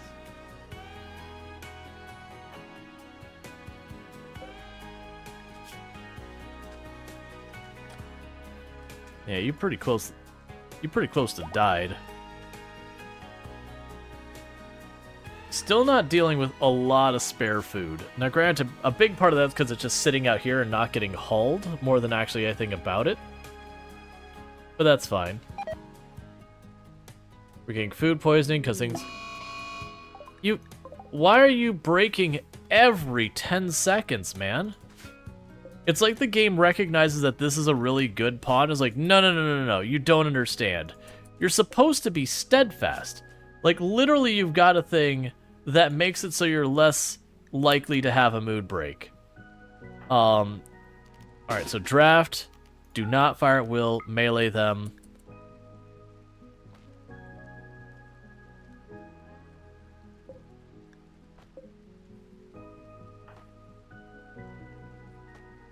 Honestly, I think just a stunner, that might be all it takes to drop. Yeah, I would say as injured as they are, just a minor stun would all be it takes to drop them down. We apparently managed to injure their liver by punching them. How far down are they? What negative needs they have? Well, I mean, they just arrived. Like, that's the thing. They just arrived. Their intense pain is their primary one. But yeah, like, they've got a lot of negatives and all that. But, it's just kind of one of those ones that, like, the fact that they've had a break, and then they've had a break, and they've had a break, it's like, dude, give me a minute. Like, that's from the initial fight they haven't recovered yet.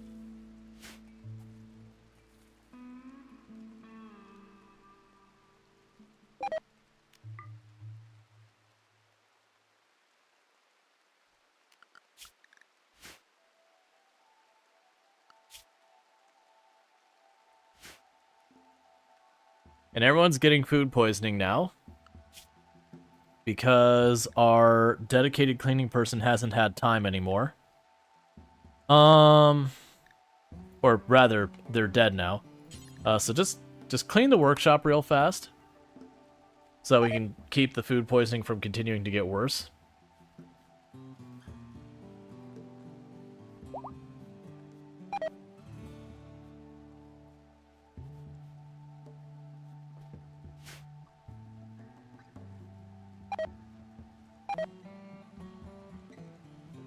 Oh yeah, and a whole bunch of these muffler are gonna die, by the way.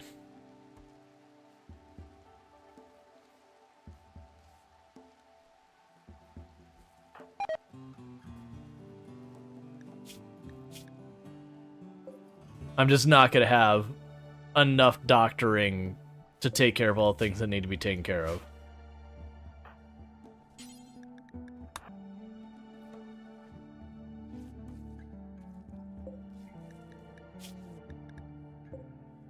All right.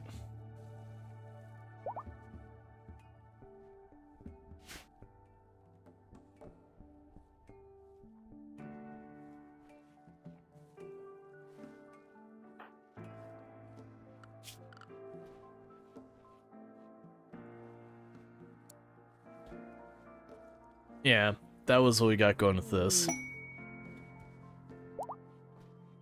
Prioritize that higher. Alright, so we got friends approaching. I'm gonna trade with them real fast.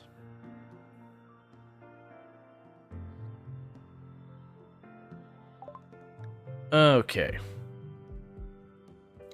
So, do they have things I want before I spend a whole bunch of time? Not really.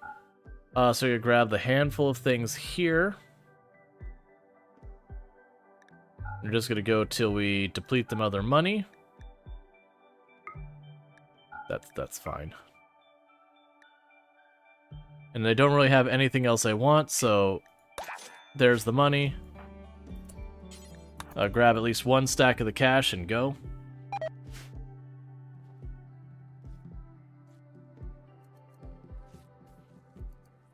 So the mufflers are gonna die. Oh, I don't care if they die. We'll just make them into wool and that.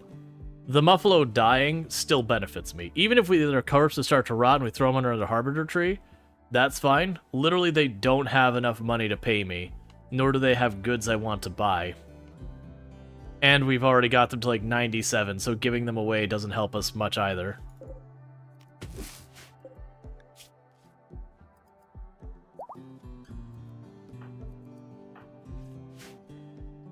Like, that's honestly been my issue with a lot of the trade caravans these days, is they'll show up and they'll have a bunch of food and I'm like, but I don't need food. It's whatever I need, they don't have it. Like, if I'm looking for plasteel, they won't have it. I'm looking for components, they won't have it. The ones that show up with weapons almost always have, like, tribal weapons. I'm like, this does nothing, why are you here? Like, I'm rocking chain shotguns. Why are you showing up trying to sell me pointy stick?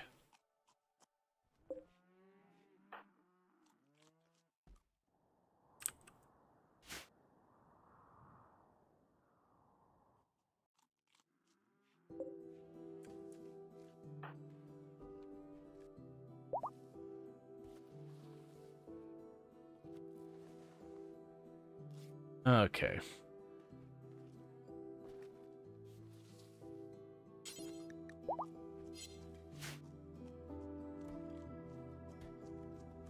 Yeah, I definitely need to get someone who could be our dedicated cleaning person again. It's just, we're in the situation we don't have many. Unfortunately, Evil Knievel, I believe, was doing that, but they showed up and they had crumbled mind that escalated, and there was just, I didn't get any opportunity to tackle it. We even tried to like do a run to get stuff. The Hussar won't do it at all because otherwise they'd be perfect for it. We'll do Mind Numb next to tackle breaks. So the Hussar physically can't do it, so that's 2 out. No Good Nick can't clean as well. Sentient Cookie is our crafter. I could honestly spare Cookie to do that for a while. This is our researcher, I definitely don't want to give them up, and Uche is our construction person who will clean after that. So I think I'm gonna have Cookie prioritize cleaning for right now, and then as able, they'll craft. That definitely means their ability to craft is gonna completely plummet to basically nothing. I am unconvinced. Like, I can see that Masterwork shield belt, but I got a caravan away and we're up in the mountain. No Mechanators? No, we're tribal start and everything, so we're still working our way up.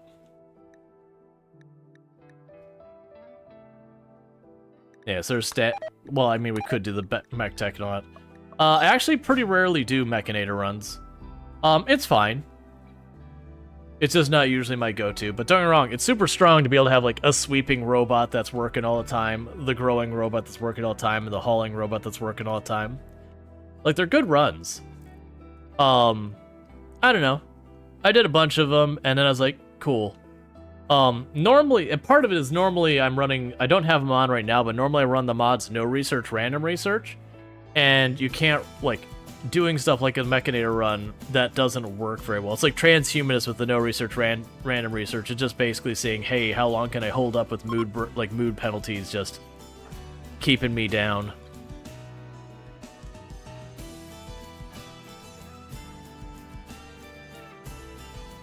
Oh yeah, no, that's the whole thing. I'm not running it at the moment. I haven't been running it much since Anomaly started. But it just is one of those things that I've gotten in the habit of running those mods, and there's certain runs that you can't do. Like, that's also the reason why you don't see me typically do the tropical rainforest and swamp and desert anymore, even though I used to do swamp almost exclusively. Is because I got that random research mod that I like so much. And it was just one of those things, I'm like, oh.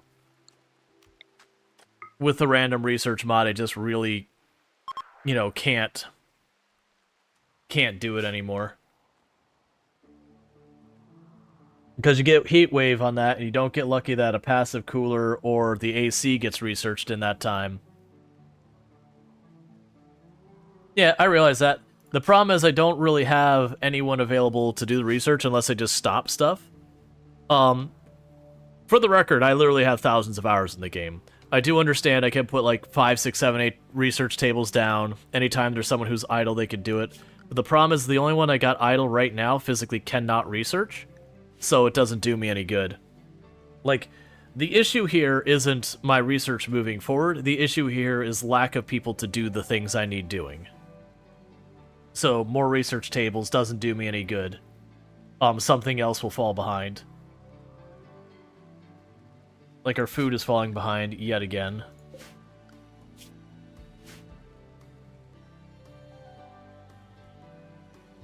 But yeah, like, to give you an example, when Anomaly stopped, my first 3 goes of Anomaly, which one was a lower difficulty, the other 2 were Tribe to Survive, and I did 2 out of 3 wins, back to back.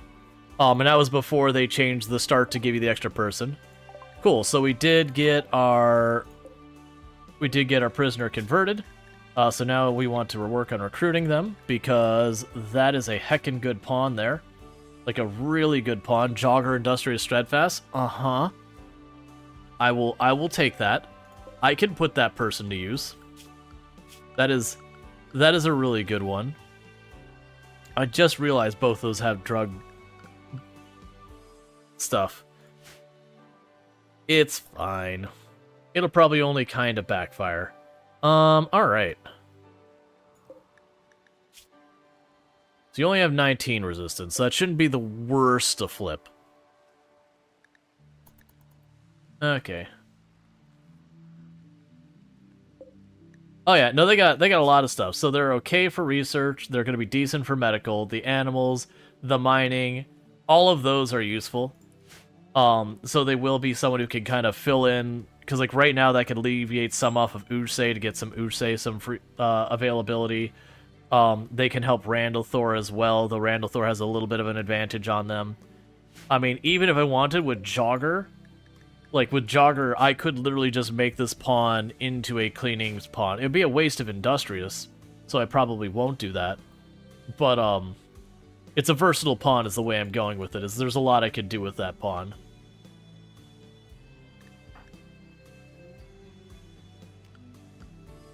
Why are you going... Okay, did you actually eat? Yeah, alright, so... I've been putting off going down here because we got multiple predators down here, but I need to start hunting again. I'm surprised at how much this... Oh, you know what? I'm not that surprised. I just realized how much of this is being dedicated to the production for the Go Juice earlier. Let's go ahead and cut off that part. And switch that over to food. That'll help a lot. It's rich soil, so we should be able to get some good mileage out of corn. Yeah, we could just leave them down there doing their thing. Because honestly... Yeah, so they're at the point that we're knocking down the numbers. Let's actually make that 6. Knock down their numbers a little more. Because we do have a fairly unreasonable number of Muffalo back here.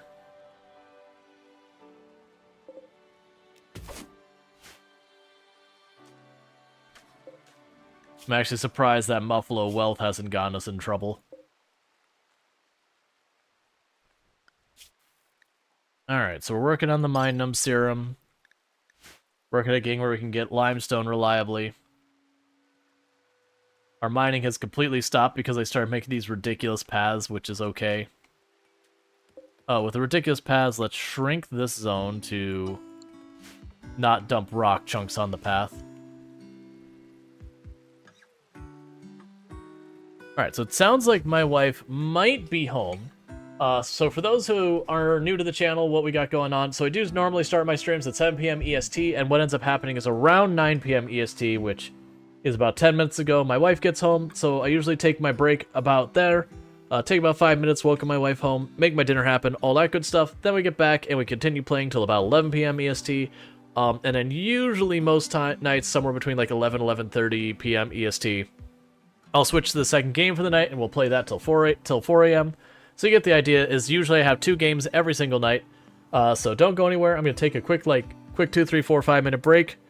Welcome my wife home, make my food happen, and we'll get back to more RimWorld. But thank you so much for tuning in, and I'll be back here in just a couple of minutes.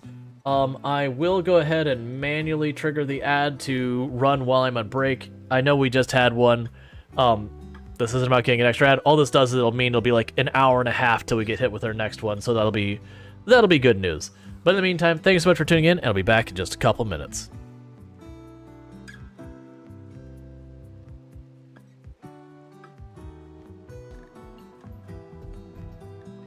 Yeah, unfortunately you got beat up too, so... Is it just like because I had an expensive colony earlier? It's like, no, we're just going to keep this going. Just, no, never let up. Just keep it going. Ambrosia addiction, why not? Let's add it to the pile. Disease gutworms, okay. What is this? Oh, good. Ducks joined. I actually would like the ducks. The ducks would be lovely. Rare thrombo. We're gonna leave those alone. They're gonna eat all my plants. It's deeply upsetting.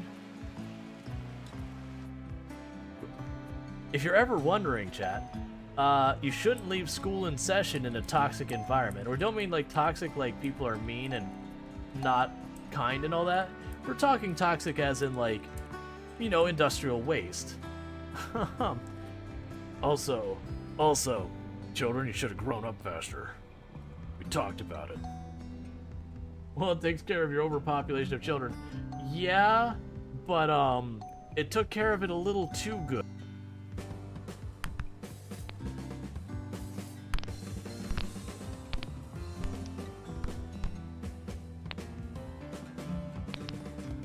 That's not what I want. Oh, that's sure, I'll take it. Yeah, I totally meant to do that.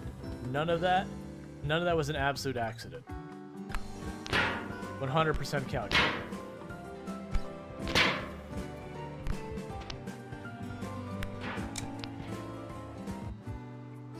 Door yourself. Ow! Okay, I understand.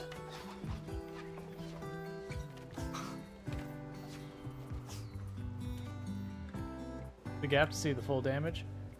Oh, they're probably popping through that gap. I'm just trying to get the ones that get all the way down here. This is gonna get you killed. I mean, I have to deal with it. It's just a shame I can't shoot them through it.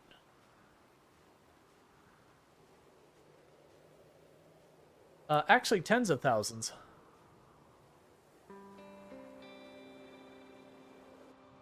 Individual groups or whatever like that. Oh, you legitimately scared the crap out of that. That's the first time I've been gotten with that in a long time. Whoever did that, you were well-timed, probably Cookie. Because this is legit a place that always makes me nervous. And I was looking at chat for a second, and the noise played, and I thought I had just gotten got. It's very rare that I actually get caught by that, and that was, like, I'm not afraid to admit when I do get legitimately caught. Well played.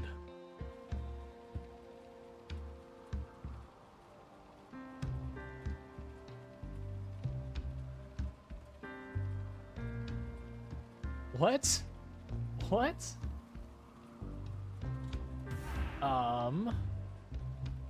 We just straight up got a mage blood from I don't even know where.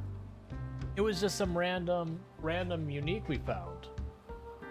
That thing's like... I don't know how to make you take off your pants. You know what we should do that our characters haven't done? Let's have a lantern. A sky lantern thing. We've done this, I think, 3 or 4 times in this run, and we have had not a single one that has been a positive experience. So, we'll see if this one's better. It's the first time we've had one with clear skies.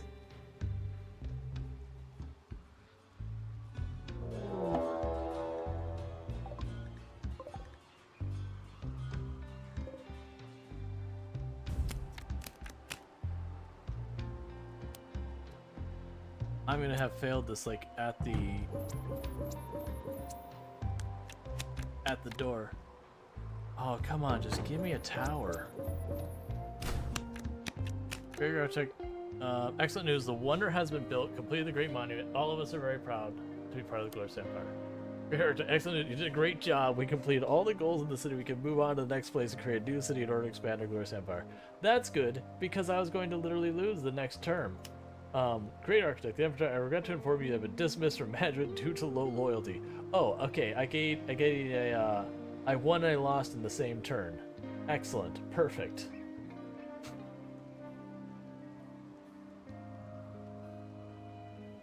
It's fine. This is the demo, by the way.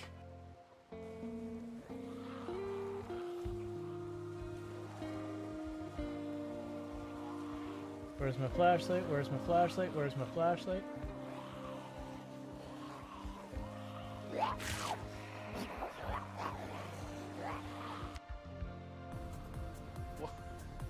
What is going on?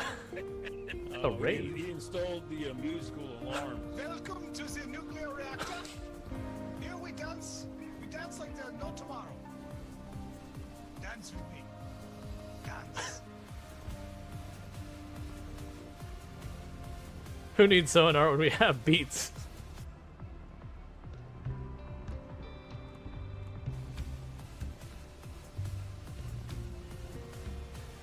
I mean, the accordion makes it. I had no idea that this sub was rated for Euro power. Well, it's not. No, that'll definitely overload the reactor vent and kill us all. I don't think I've had nearly enough drugs for these. That sounds like a you problem. I'm sure that looks better in Can I theirs, get like hit with headbanging. that sweet morphine? Okay. Oh, none of these are great choices. No, those are both real bad. I know. Ah, yes. More things. Any preference on which one you'd be like to subject to the most? What I'm gonna invite Obi real quick so he can come help us out. Sounds good. You know, Oh, we played this a lot. So something is getting messy in the physics calculations. Oh, I see a real problem with going this way. Hang on, we might need to go around. That one log on the right looks like it'll be a little problematic for taking through there. Just gonna go on a guess here. Friends, don't mind me. And you. I have been kicked from the server due to malformed packet detected as I'm being grabbed. Hey, you didn't That's get fortunate. grabbed. All right, well, let's see what happens I'll check when. it in. I said, we'll see what happens when I come back. I I was killed just the like- zombie that was grabbing. Oh, nice. On my screen, I'm like, oh no, I totally did not get that runoff on time for it. Like, don't get me wrong, abstaining would be the action of not voting. What are you doing, Tractor? You do you, AI. Yeah, let's roll the dice. 60% chance that things don't go terribly, 40% chance they do go terribly. Yeah, let's push the button. Boom. They died.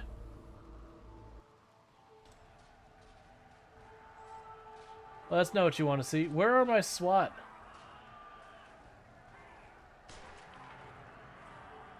Oh. How'd you get through the door? I was busy focusing on one of the prisoners over here had a shotgun. Edward over here. I was like, oh, I may not want to go there. How did you get through the door?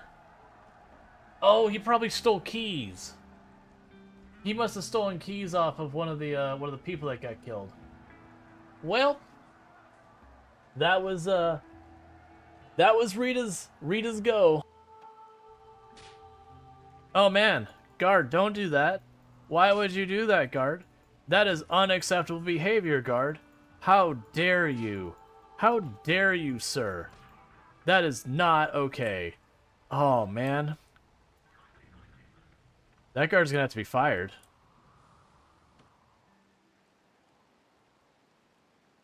They're constantly like, I'm hungry. I'm thirsty. And there we have it. Next clip. We got 48 beavers. 39 plus 9. 48 for the population. So another dare drop knocked out of the park. Okay, and I am back. The process is simple. All right, sorry about that. So let's see what I missed. Does anyone know what medieval game that was? Oh yeah, I didn't see what it was.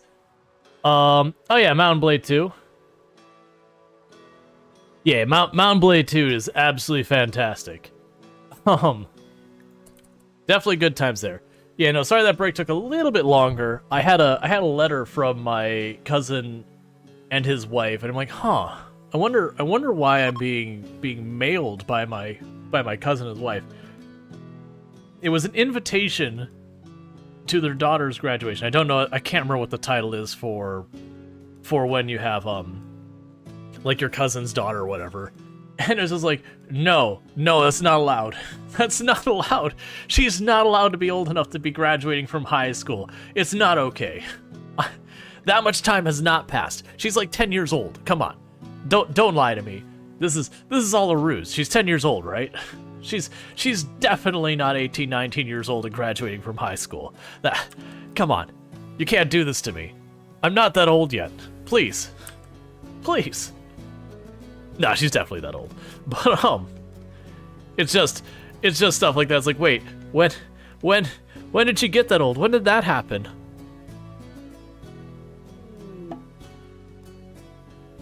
Alright. Yeah, time flies.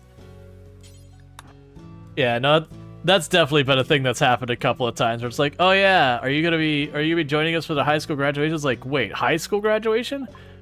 She's out of elementary school? When did that happen? Please. I need this. I need you to stop having them get older faster. We'll keep the bolt action. I'll probably want that. That's fine. And grab a stack of money on the way out. So I'm kind of hoping that the warg or the timberwolf will hunt the people and this will sort itself out. Settings turned down 600% HE. Can we just do that across the board? I do understand that means I would have to spend like 600% as much time in puberty and all that. But honestly, I'd be willing to take that sacrifice. That's what you get for fast forwarding the whole time. Yeah, and I'm just trying to get to the good parts, but I just keep fast forwarding because, every part has its pros and cons.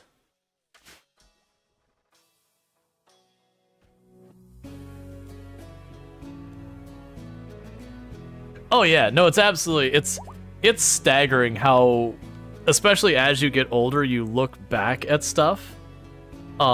Here, please haul that. You look back at stuff and think it's like, oh, that wasn't too long ago, and the people will be like, hey, just so you know, the thing that you're saying is not long ago was 25 years ago. And you're like, please, stop hurting me. I need you to stop hurting me. Like the Oregon Trail being 50 years old. 50 years old. The one you likely played in elementary school, if you did play like at school, I believe is 40 years old. But because there was one that was like punch cards, and I'm not talking about that one. There was one that was like punch cards where you'd sit there and say do this, and you get a punch card out that read out what happened. And then there was the next one where it didn't have a graphic interface, but it was text-based. That's the one that's 50 years old. And then they had like the graphic one that most of us grew up with, and that one's like 40-ish years old, if I remember correctly. Pirates of the Caribbean, 25 years ago. Same with Fellowship of the Ring.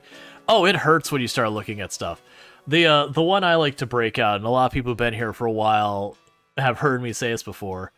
If you think back to the original Jurassic Park cinema release, the original Jurassic Park cinema release is closer in time to us landing on the moon for the first time than the cinema release is by like today. And it's not even by a little either.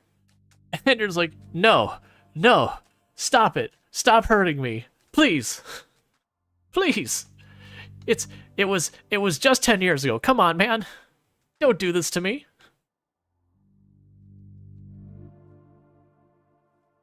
That was which of the Star Wars movie? I was talking to Tube, and she was like, "Oh yeah, that was one of the prequels." It's like, "Oh yeah, that was 2002," and it was like, "No, I know you're right because I could do the math in my head, and I know you're correct, but also, I do not accept this." It may be correct, but I am choosing to not accept it as correct. Because it hurts. You remember getting the Jurassic Park hand puppets at Arby's as kid meals? The original Star Wars is closer to World War II than modern day?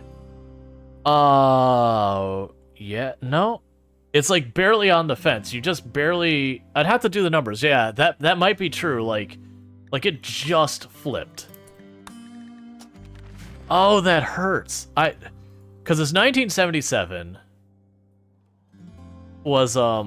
it was just called Star Wars at the time. Was the original cinematic release. And okay, yeah. 45. My brain was putting in World War I start date, which is the reason I was like, wait. Oh, it hurts. It hurts.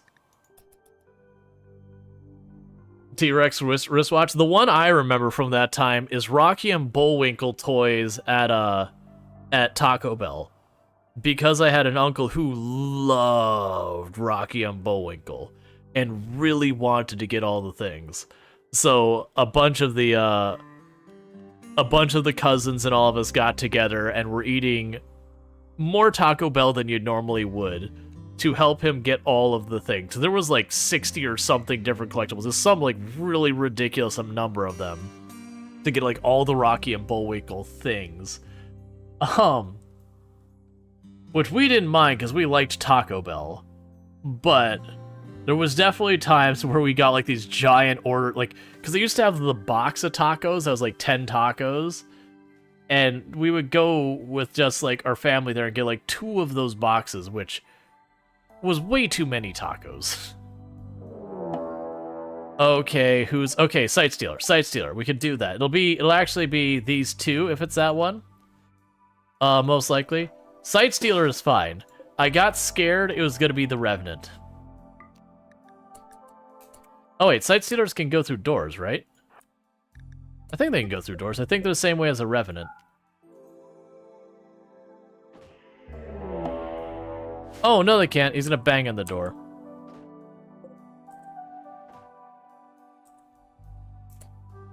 Oh, those were, yeah, those were soft tacos.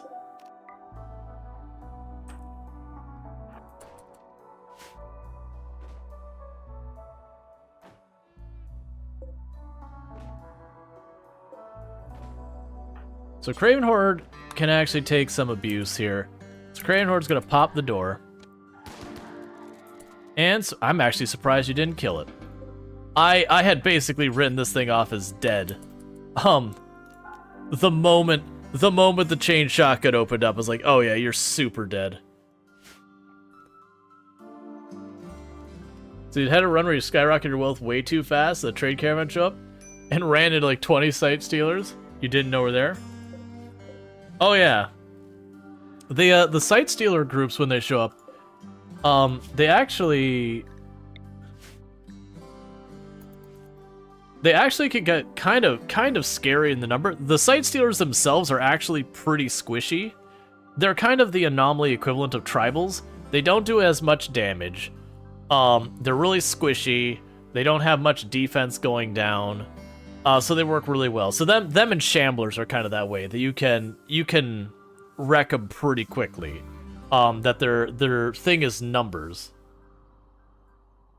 I mean, to be fair, actually, now I think about it, that's true of a lot of anomaly things. You got the Shamblers, their danger is numbers, the Site Stealers, their danger is numbers, and the Flesh Beasts, which they're a little bit weird because, you know, you get like the one big one, you split it off into a bunch.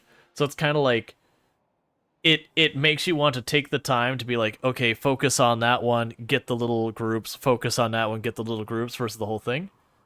Let's see. Kept going. Hey, Rual. Hope you're having a great day. What do you think the Anomaly DLC would be with the Medieval Overhaul mod? It seems like it might be super fun. I don't know the Medieval Overhaul mod because I run so few mods. So I don't really know how I can answer that, unfortunately. Generally speaking, I run very close to vanilla almost always. You feel like Shamblers can be very dangerous due to no pain. Yes. Like, their thing is, like, the Shamblers actually don't do much damage, but they take a bit to take down, and there's a lot of them. Yeah, I don't actually have no research, random research turned on this moment, but the others are all there. Hey, She-Wolf, how's it going? It's basically, like, only medieval technology, so no guns or electricity. Right, but I also have no context of how good they are. So, like, maybe you get, you know, maybe you get a crossbow and it hits really hard but slow firing, or maybe you get, like, better melee weapons, or maybe you get, like, plate armor that's actually really good or whatever. I don't have context to really be able to weigh in any meaningful way. I would imagine if you lost out on, like, the flares and all that, it would probably be absolute hell. Because dealing with the Revenant without access to some of that technology would be really difficult. And without electricity, you wouldn't be able to use the proximity detectors. So that's just another thing where it'd also be hard to pin down when the Revenant runs away where it went to go hunt it. Not that it would be undoable necessarily, but it would definitely be a really hard run. I imagine that's where so a lot of people really like the anomaly I was gonna say mod, the anomaly DLC, but there's been a lot of people who give like a lot of negative feedback about it, and that they'll complain that's like, oh my god, it's just so hard, how can anyone possibly do this? And I feel like a decent amount of that probably has to do with well, first let's just do this. A decent amount of that probably actually has to do with the mods they're running, that a lot of times just a couple of mods could change a run from being not that bad to being really, really difficult to overcome.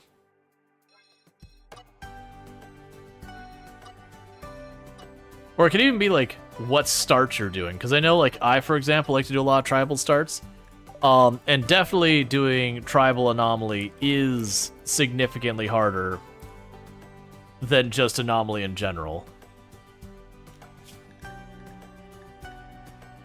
We're getting a lot of dangerous animals out there.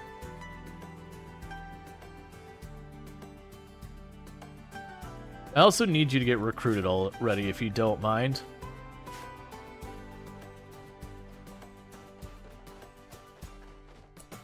Let's see, Tribal Anomaly is more sidecasting, though, if you go that way. You lower the difficulty from the normal to default of 100 down to 75. Yeah.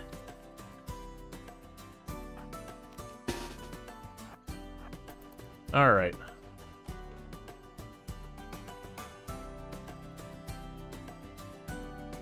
You know, I was actually mentioning a little bit earlier that for me, I've personally found that a lot of the times I will, there you go. A lot of times when I'm not playing on stream, I actually will lower my difficulty. It just could literally someone hit it. Like it's clear weather. There, thank you. Alright, so we do have 3 dangerous animals here, so let's work on getting rid of them so I can go back to hunting again.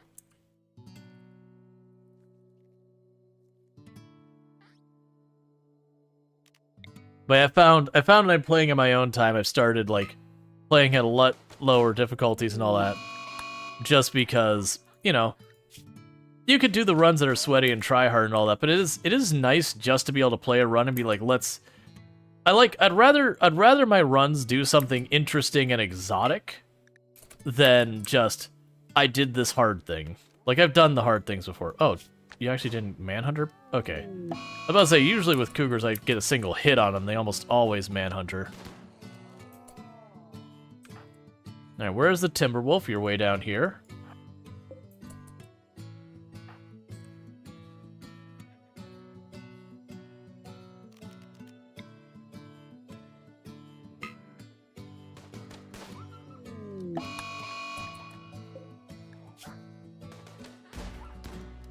Okay. And with that, we now can start hunting everything again. It's a challenge RimWorld is always taken as much as it gives. Yeah. Well, that's one of the things. Even when you put the game on, like this is one of the things with RimWorld. By all means, playing it on an easier difficulty is easier. That is how it works. But it's not one of those things that like, for the most part, unless you start going really low on the difficulties, it's not like the game ever truly gets easy. Usually what ends up... Oh, hi. Thank you. I love you. But it's not like the game gets like super easy. It just kind of is one of those things that, like certain things, if you drop it enough, it'll start not spawning a bunch of the threats, and then that gets a bit easier. I'm gonna assume they're just gonna go right here. Alright. So get you here. You there. Put you 2 in the back. Put you in the middle. Here, Craven, you can go over there. Because they're attacking immediately. It's better to adjust the settings for yourself, so you can actually play. Otherwise, what's the point? Exactly. But I also feel like, and it's not just RimWorld, I feel like there's a bunch of games that people feel very heavily pressured into playing them on very difficult settings. That, like, if you're not playing on the difficult settings, are you really a gamer or whatever? And it's just like, nah, man. I really need you to already be in this kill box. Holding it down. Let's wait to use the flare. Okay. Let's pop the first flare.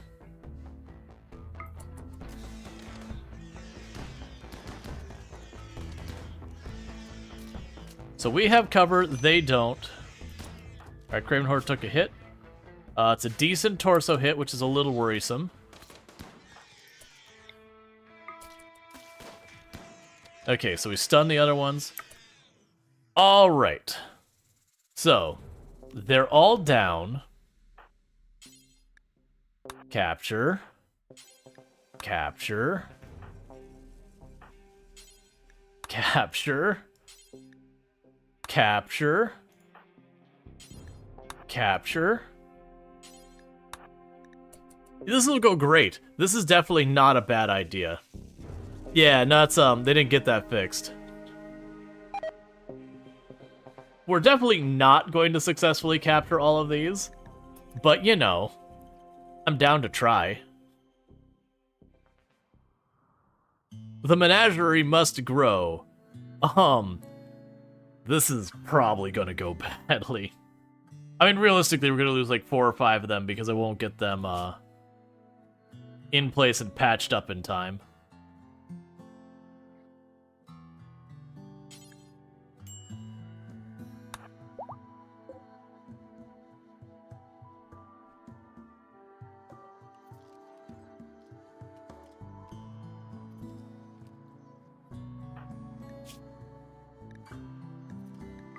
Allow self-tending. Alright. They're gonna start tending to everyone. It's fine. Oh. That did give me a new low-level anomaly research.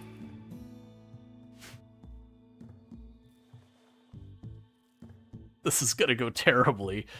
That is... They're not dangerous creatures. It's the fact I don't have doors on any of their rooms. So if these ones break, it's gonna be all of these ones.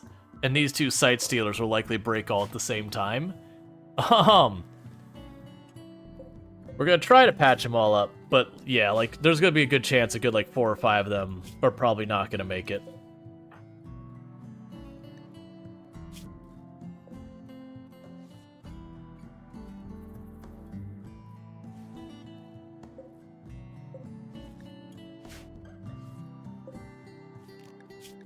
Entity will allow you to study these again.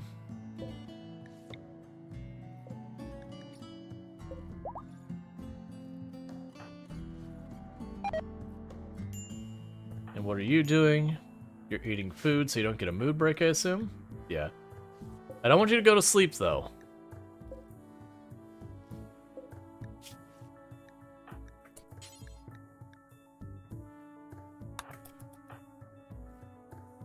Alright.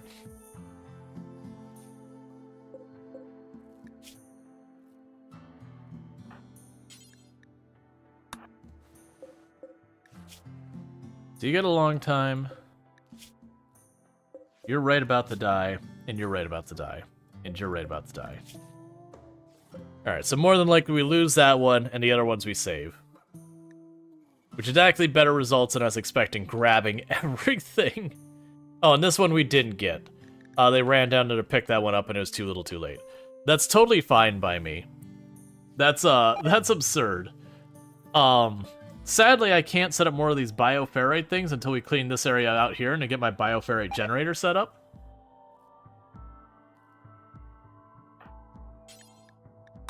Alright, can I even get that one in time? Yeah. Okay. So we got all but 2 of them. Definitely has mad scientist vibe back there. Uh-huh. That is what we are going for. Is I'm just gonna get more and more and more of those things, pulling more and more bioferrite, and just lean in on that absolutely wonderful, terrible idea. Oh, don't kill the boomloop. That's on me. Well, it's gonna die still, but we'll deal with that later. Forced Descent. You will give me a recreation book, some standings or whatever. So we are going to accept it regardless. That's not really a great position for you. I love when they drop in back here and you're just like, alright, they're behind my firing line. That's fine, so we're just gonna go ahead and take care of ourselves for a while. At 5 in-game hours, we'll run down here and get behind the cover here and see what we can do to deal with it. Alright, that time's already up.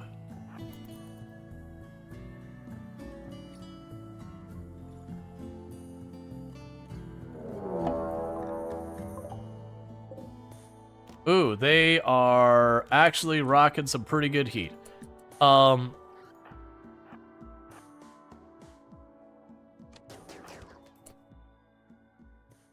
willing to drop a flare to help this cause, but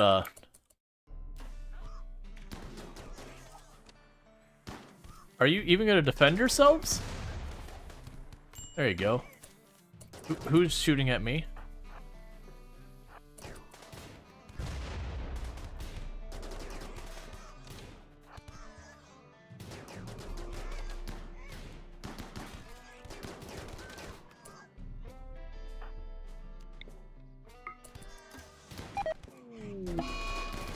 Failed the quest. I kind of figured that was coming, but hear me out. It's a good way to get goodies.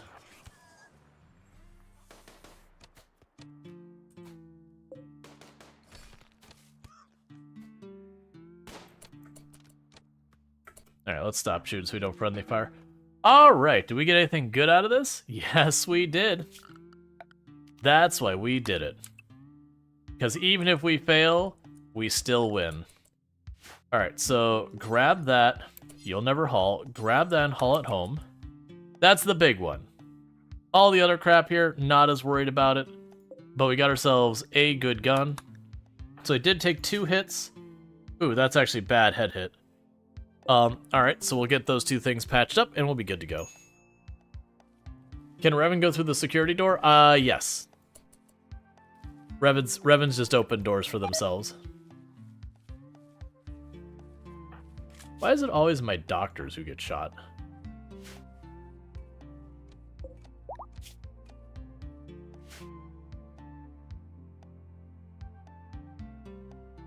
Okay.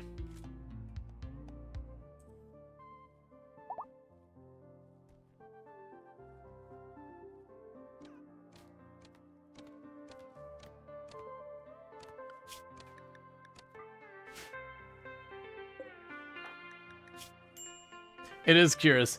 It'd be nice if we got a second person to heal so we could get those eyes fixed. This is why you always have your doctors in the back and out of the fight. Yeah, my luck is half the time when I get a doctor at the beginning of the game, they end up being a melee pawn so far as their stats. In this case, it's not the case. It's just, I don't have a melee pawn. We had a ghoul, but unfortunately, it did ultimately turn on us. And then I don't have a ghoul anymore.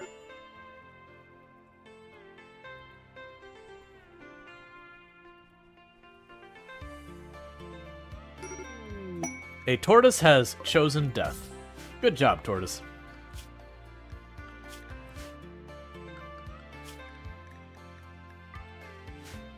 Alright. Why are you fighting a fire down here? What is down here that this is considered a home zone? Oh yeah, don't home zone any of that. Forget that. You don't need to fight fires down here. Those aren't flammable, that's not flammable, just let it burn. Like, I got a bunch of weird ones, like, all over the place because the sensors I need to keep from catching fire. But still, I mean, honestly, you're probably still my best bet for trading. Oh, good, you recovered on the way, so... okay. So take the worn out hat, and... I guess keep that. Oh, that's a masterwork. That's why it's so much. You still don't have anything I want though. That's That's still just getting back to my problem, is all the traders show up and they never have things I want. League of Rioa? Yeah, and they're already my ally. Oh, hey. Haul the money. Every time you make a lap, haul some money.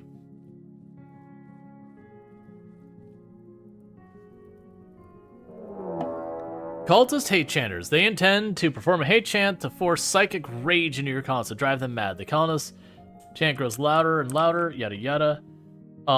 They are all melee, and we need to act right this very second. That's how this event works. Is with all these events, I've learned that the moment they show up, it is oh, that is a lot of them. How many did they throw at me? 12. Okay. Outnumbering me 2-1.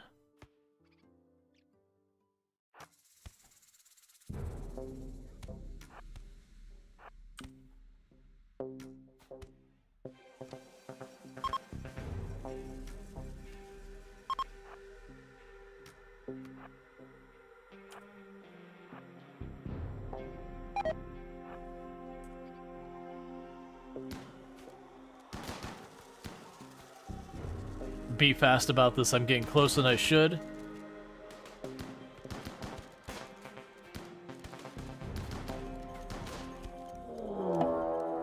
Call to start attacking. Let's back off. Don't wait.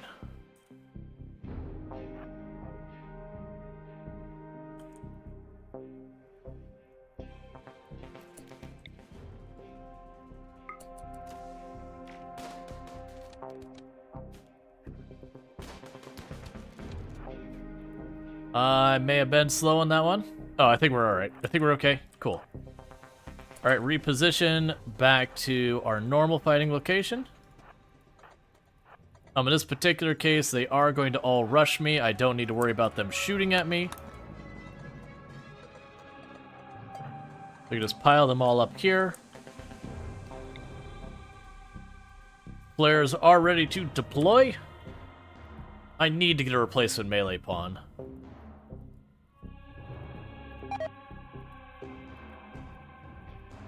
Let's wait till a couple get into the box.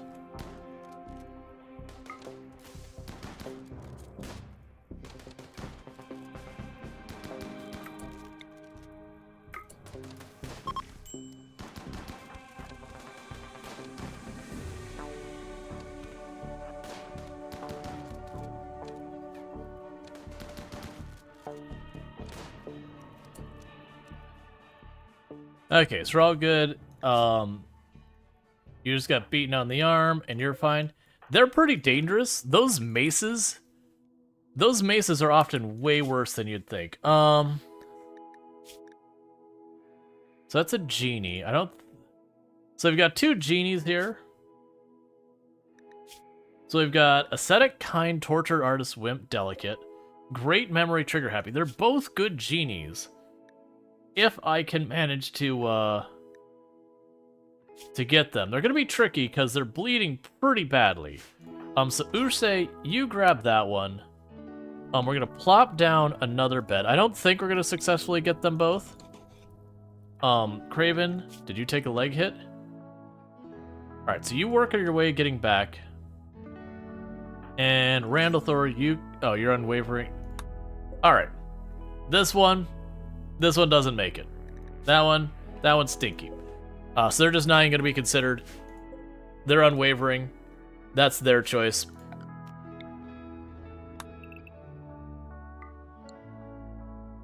Turn one into a ghoul. The problem is they're genies. And genies have delicate. So they would take extra damage. If we had like a Neanderthal is worth grabbing to make into a genie right away.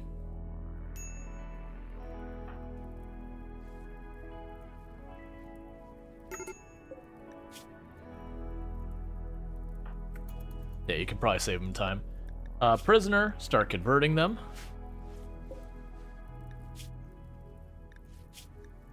But yeah, so 18 crafting. So that's basically a researcher.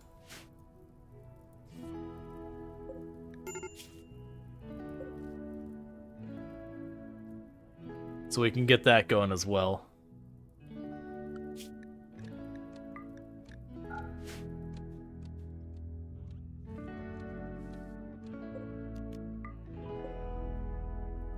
Getting lots of corpses piling up. Tantrum from observing a corpse. Did you at least finish patching up Alex enough? Yeah, you're fine. Don't destroy the... Oh, come on. Alright, thank you so much, Zorlod, for the 85 stream streak. Thanks so much for that. That is heckin' generous of you and awesome. I really do appreciate that. And I hope you enjoy your extra 450 points, so thanks so much for that. Disease infection in Alex's leg. That's fine, we're already on it. A bunch of our lights went off, probably because power reasons. Yeah, I think making this giant road has just been too much of a time commitment. Oh yeah, there's the light. I was like, had to destroy the light or... Oh, I bet you what's happened is because that vent got destroyed, now these are both running on full, trying to cool out the entire world. That'll do it. So we're just gonna have you quickly rebuild that vent. And then turn it off. Because the plan was to build a whole hallway here, and then we stalled out our construction materials. Alright, so we got both of those going. And we were making good progress with the ground-penetrating scanner. But the issue I've run in with that since then is just... I have so many anomaly things now, it's just eating up our time. Which I'll take them off of research once I don't have something at each level to research. It's fine. One thing I could do... Production, drill... And plunk that down right here. Medical emergency on you. Alright.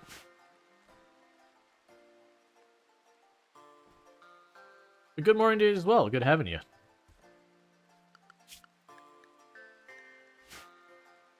Yeah, so we've got all the extra corn going in there. We'll get that sorted out soon enough.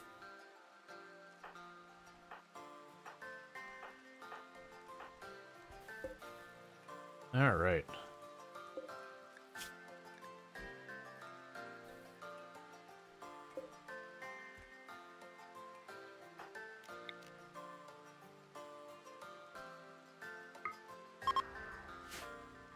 Cool. So we're getting everyone flipped. So that's all good news.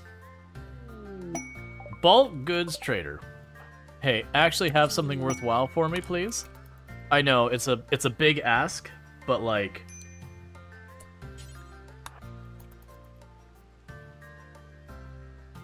It's just been a while. Alright, so, do you have anything I could use? Yes, so I could take that for making stuff. We grab the components, that's good stuff. Take all of these materials. I have more than I know what to do with. Grab the ambrosia. We can get the book for shields. A book for construction. Take the Muffalo mask. Take that as well. Alright, so that's actually a good trade. They didn't have everything I necessarily wanted, but I'm not unhappy with that one. As long as you actually carry something back, which you have chosen not to. There we go. Grab the book. Alright, good news. I could probably get them to be allied too. Here, let's trade them a second time, because we got the book into this building, and that's really the big important thing. See if I can't gift them anything to push this farther. Okay, so gifts. Psi-T. How would you feel about getting 48 Psi-T? Let's give you 15 Go Juice. Are any of these books ones I don't need anymore? Not really. I'm willing to just give you the extra clothes I've got laying around. Those will be bonuses as well. We can give up a bunch of Muffalo.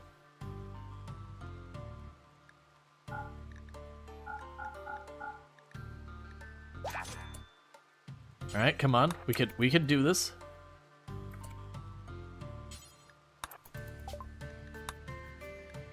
Alright. So we've got a whole bunch of them. We don't want to get rid of more of them, I don't think. The cloth, we can give up the cloth. have a big mountain of dye, and that should do it. Allies. Heck yeah. Grab the components. Cool, so we got ourselves a new ally, and we did clean out a bunch of extra junk out of our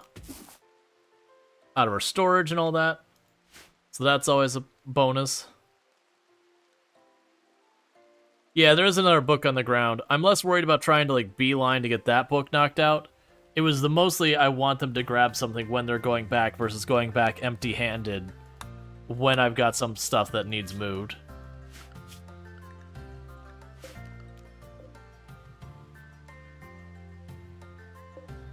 So once this first round of corn gets grown, our food should stabilize again.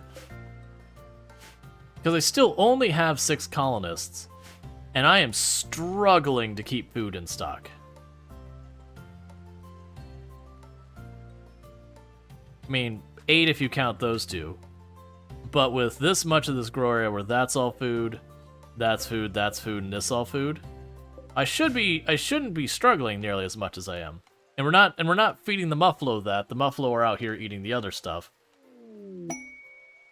Alright, conversion has already happened on Alex here, so prisoner, recruit.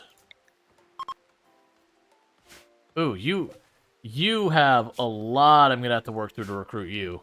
You had 61 resistance. That is not gonna be a quick flip over.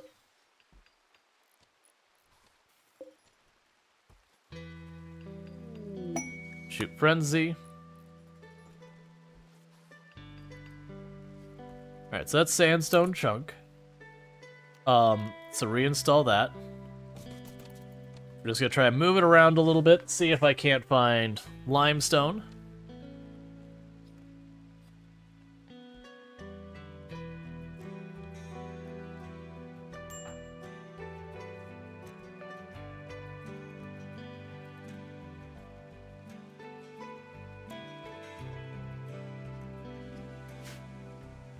Alright.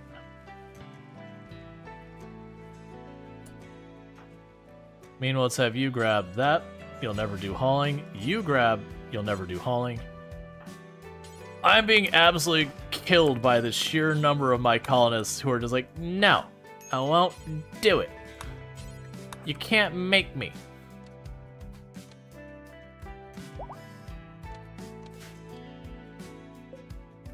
Alright.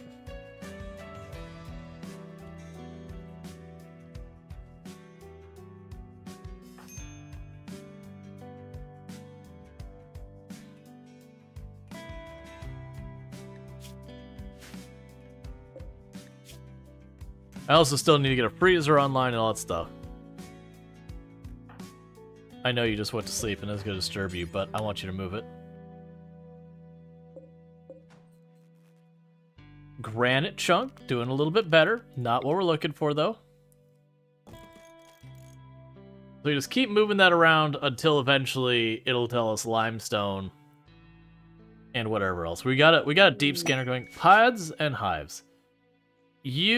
One hive for a light machine gun masterwork? Uh-huh.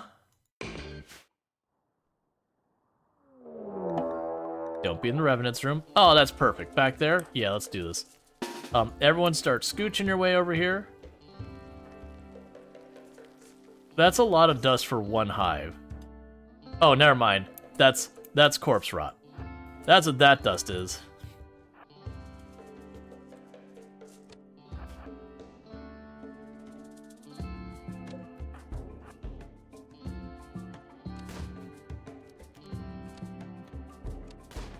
Why are you all so terrible at shooting?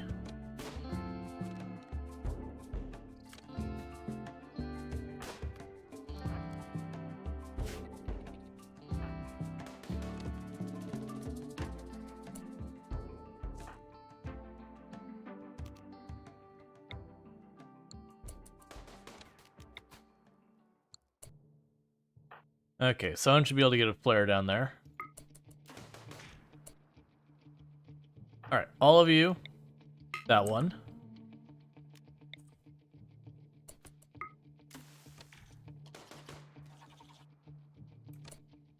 New target. That one.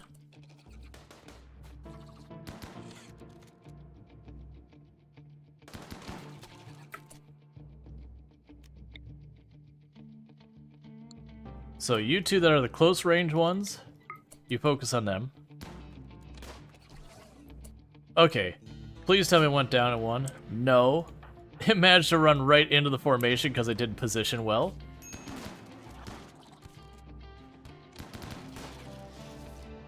What? Why are you not doing anything? Why are you literally just standing there? Please. Okay, that's fine. We didn't get messed up too bad. You got a claw there, so we got a couple scrapes and bruises. You run up here and deal with this thing. The rest of you patch that up. You get hunted. You probably need to be finished off.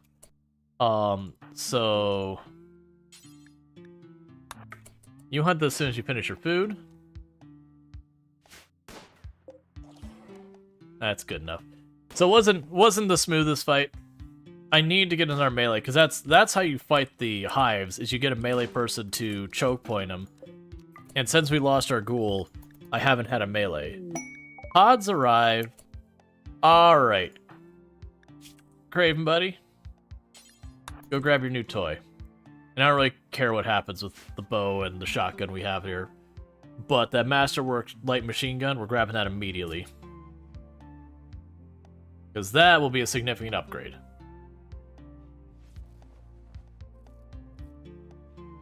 And everyone's patching themselves up and all that, and we should be in good shape.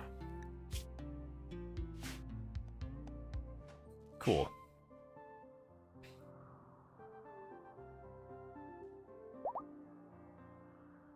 Quest failed, saving Clark, that's fine. I didn't accept it in the first place. For Anomaly, we're about to get Bliss Anomaly. Okay, so with that, we want to go to all these and say... Oh, I can't mass stop study them? That sucks. Maintain only. Maintain only. Maintain only. Maintain only. Maintain only. Maintain only. Maintain maintain only. Maintain only. Maintain only. Okay. So all the basic ones we just told them to maintain, don't bother studying them anymore. I don't have any more available beginner research to deal with, just advanced. So there's no reason to study those anymore. I gain literally nothing from it. Well, keep all that moving. How far are we? So we only need one more basic anomaly entity to show up. And then we will be good for the anomaly upgrade thing. Meanwhile, I need you to have more availability than you have.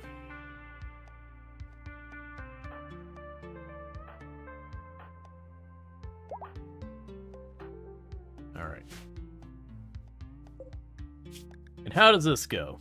You're about halfway to being fully recruited, and you're nowhere near it.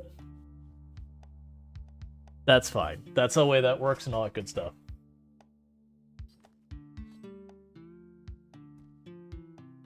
And this drill site, granite. So we'll try up here next.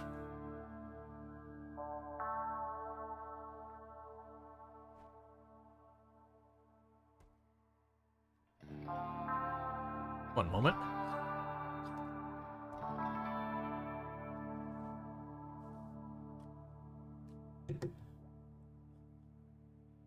Okay, so good news with this is we are getting close with Pog.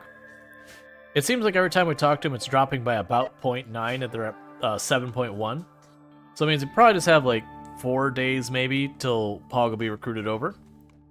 And that'll give us another person to help give us a little bit more ability to get stuff done around here. And we do already have a heavy submachine gun ready with their name on it, too. Actually, let's check. What are your combat skills? Yeah, we'll give you the heavy submachine gun since you're not particularly good for Well, actually, let's double check. Can't remember. Yeah, so you don't actually have any combat skills other than reduced pain, which is nice for melee, but not really that important.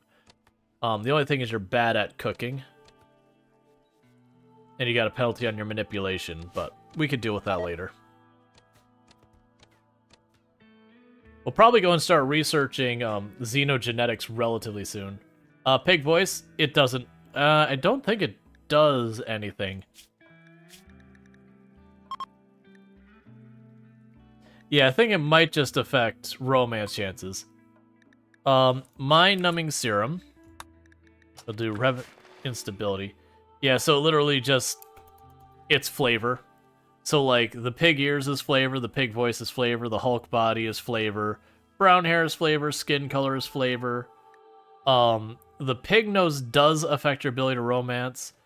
Fat body is flavor. And then, you know, then you start having the ones that actually matter stuff.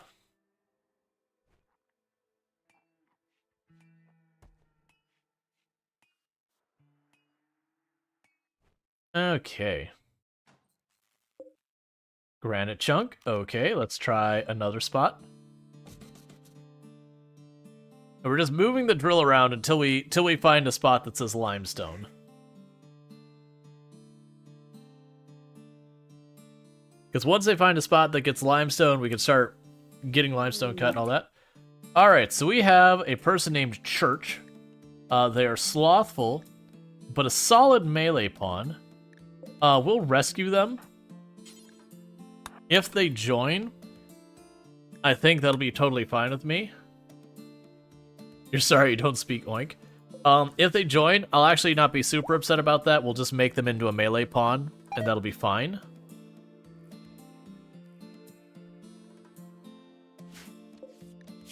Because they can help out with plants as well.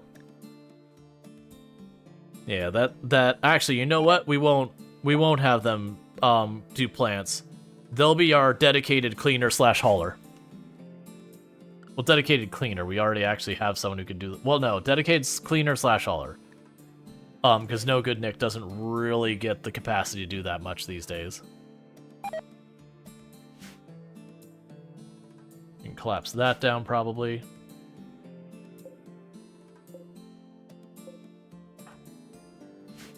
Alright.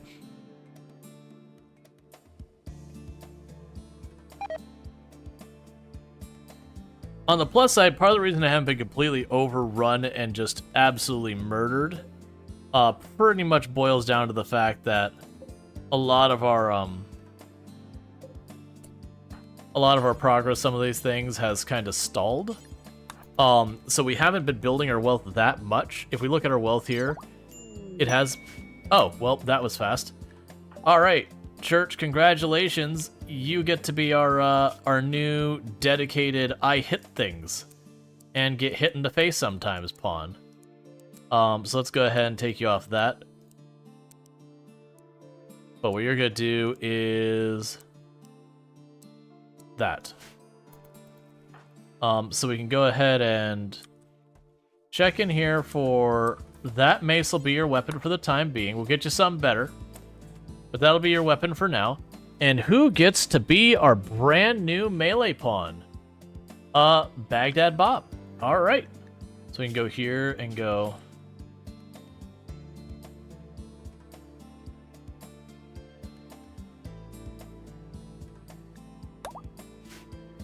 And get them all set up. Okay. So yeah, and I'm only doing that because they have a fairly high melee skill. They do have planting skill, but we're not going to worry about that too much.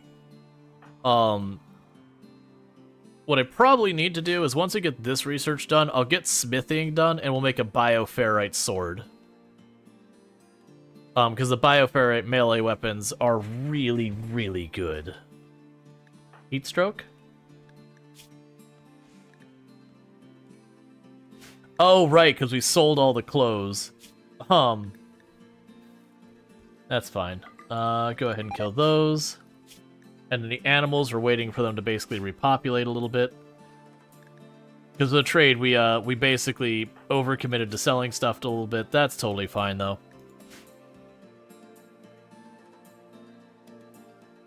Oh, do we move the drill again yet? Yeah.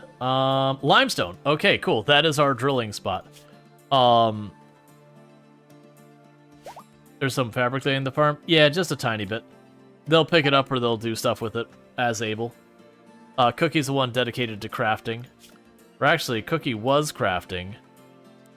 And then we had to deal with that.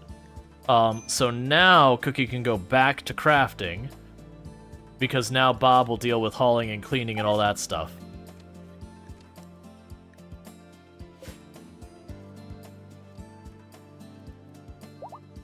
Because we haven't been making clothes for a while because I've had to take... Basically, I've been stalling on a bunch of stuff because something will come up and I'll have to take one person off of one task and shift them over, and then their previous task stalls out, and we keep repeating that process.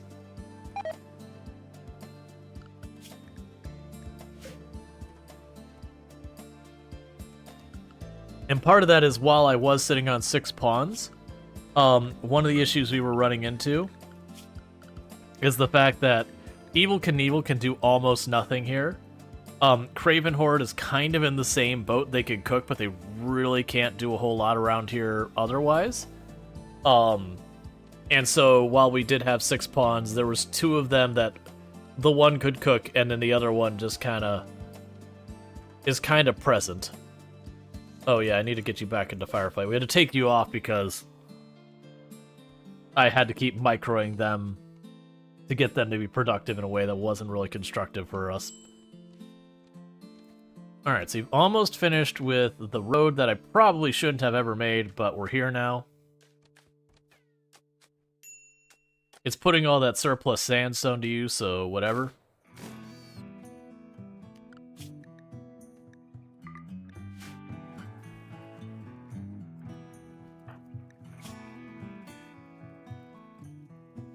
So we recover not too long. Entity escape. 2 Gore Hulk and a Sightseer. Okay.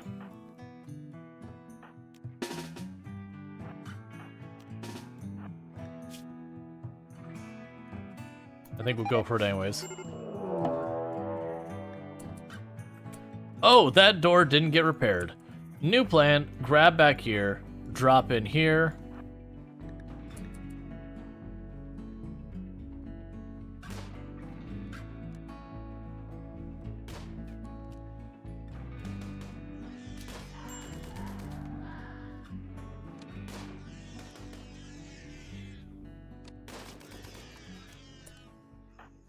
Okay, so Randall Thor took a good couple hits, so you go get yourself patched up. Capture.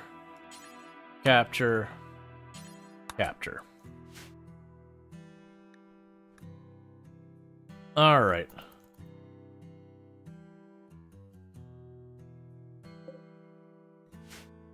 Get them back into their cells.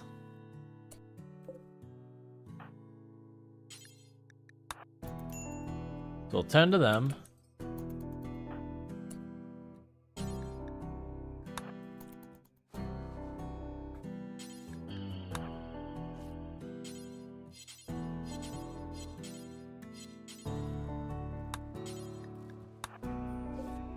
Okay, and maintain only, maintain only, maintain only. Okay, there we go. Does the light strengthen security or not? Yes. Entity escape. We literally just had this. That's not ideal. Get back out here. You need to hustle, Craven.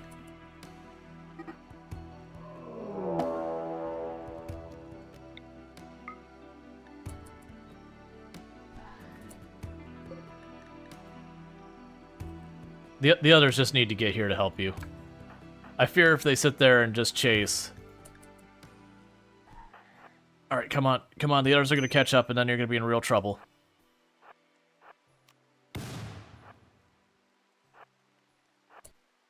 I wasn't sure if they're going to go for the shots, and I was worried about Craven being just Death Starred by 3 of them.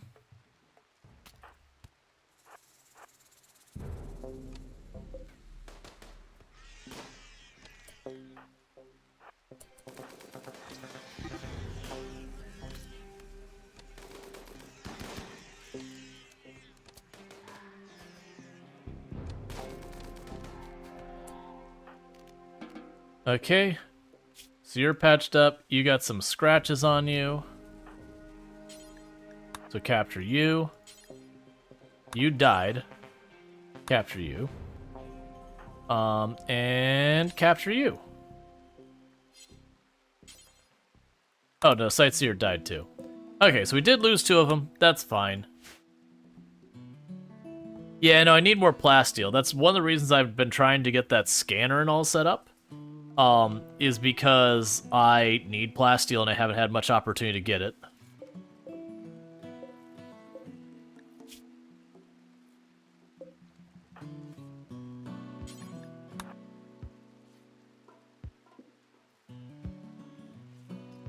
Because that's a danger, is because I don't have doors.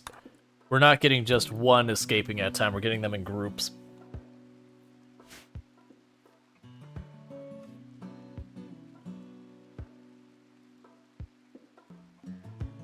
And I vaguely recall, I don't think you can move it when you build it. So let's go ahead and get... Oh, right. This needs to be built. So reinstall that. Get the orbital beacon thing. We're just going to plunk that. I'll put 2 in here. I don't like putting 2 in there. But that's fine. We'll get those set up first.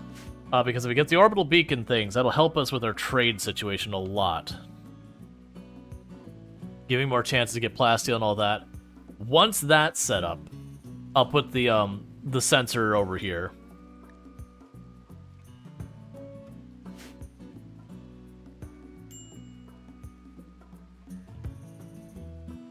But the issue is, I still need to get availability to mine that back area. So let's actually toggle the power off on that. Insufficient containment on the Sight Stealer. Because your door is, you're considered having no door. There we go. And finish treating it.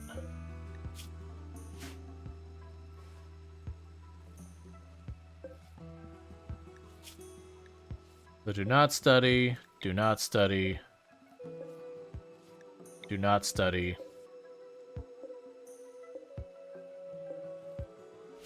Okay, so we have ended up killing a bunch of them. That is fine. Alright, you need to eat because you've been working so long that you're starving now. Alright, those are almost ready for getting more food here, which should help out with the food problem. Alright, so you were at 1.9 resistance, so you got 3 more ghosts. You're at 55, you got forever. That's fine.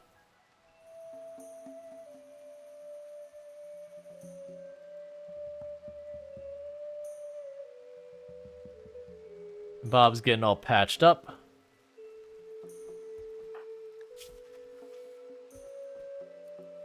Yeah, so he's still got a pretty bad leg injury they're recovering from.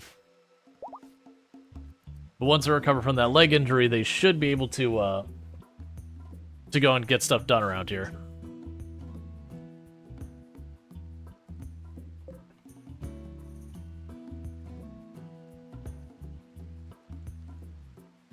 Okay. Yeah, so just gotta... I want to dig out this back room here. And then we're going to put our bioferrite generator in here. Once I have that, we can add more bioferrite extractors onto our stuff here to make our fuel. Insufficient containment, why? What is penalizing your containment so badly?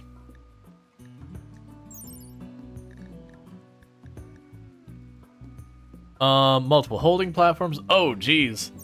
I did not see how many platforms are being counted against that. Well, you know what, friend? That's fine. If there's just too many of you, entity, execute.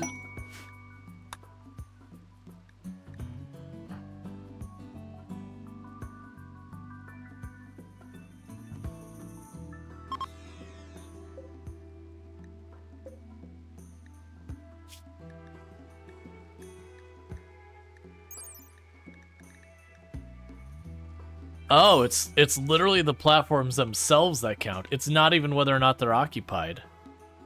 So that's a real problem. So they're gonna keep breaking out. We could, for temporarily, uninstall a couple of these platforms until we get some doors. And that should help it. As soon as I see that you're not doing something I want you to do, I'm going to have you pop up one of these. Yeah, you're already on uninstalling them. Okay, that'll be fine.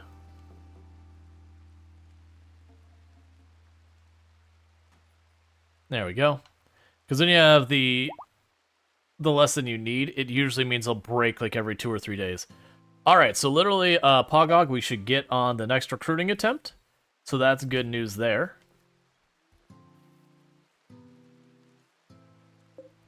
And then Pogog will become our dedicated mining person, which will help a great deal with a lot of things. Because we can mine this and then have them pulling up limestone, which means we'll have limestone for Cookie, and with Cookie having limestone, we'll get more limestone brick, and then we'll start to properly expand our base again. That'll start making wealth a bigger concern, and then we'll end up getting ourselves killed from exploding our wealth too much since we have a very defensive position, and so you feel like a superhero. I still need you to build that door, please.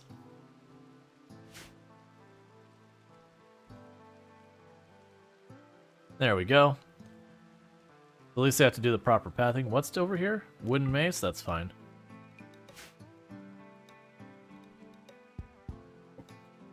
Alright.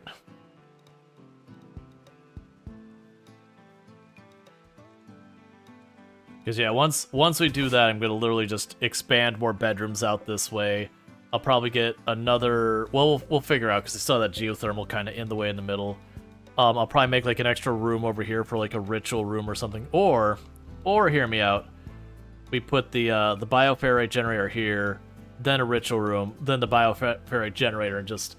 Again, the whole thematic thing is like this is supposed to be a normal colony out here, that what you see, but then hidden behind it is like the giant mad laboratory where we're keeping the things that go bump in the night.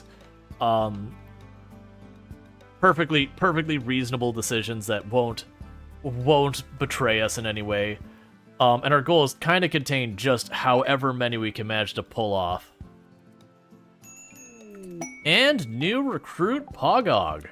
So let's go ahead and first of all have you grab the heavy submachine gun, and then we will draw. So here we go, White Jaguar.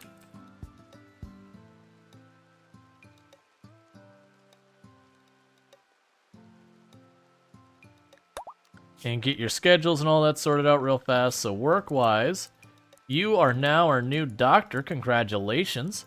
You can handle animals. You mine. That's what you do.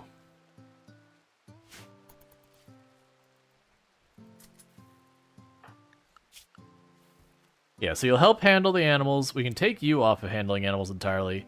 But yeah, so you mostly just mine. Chimera's approaching. And if we provoke them, they'll attack early. So we're going to go secure Area 1 only. Chimera's whole gimmick is they are tanky as all get out.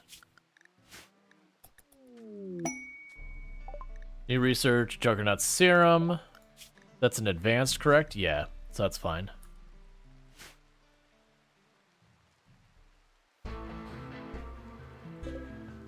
And they'll usually wait until there's a good opportunity for them to attack. So basically, I don't know exactly what feeds into that decision making. But a lot of times it feels like what they will try to do is they will try to wait until like you have a downed pawn or you get hit with some malaria or whatever. Something of that nature. And then they'll attack while you've got someone down. Like it even gives you a prompt saying, hey, it's going to wait till your moment of weakness. So unlike a lot of raids where like a little bit of time passes and then they attack, they'll chill for a pretty long time before they make their move if you're doing really well.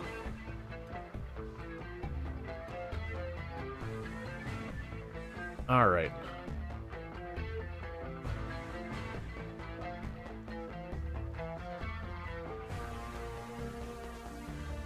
If we got the turrets, I could put a turret in these two spots to help try and force them to want to go in the kill box too. It's not foolproof, but they do a lot to try and manage that. Noose is getting pretty close to finishing that road that we started forever. White Jaguar is mining out the area back here. for, Alright, so the attack is coming. We got our melee pawn here.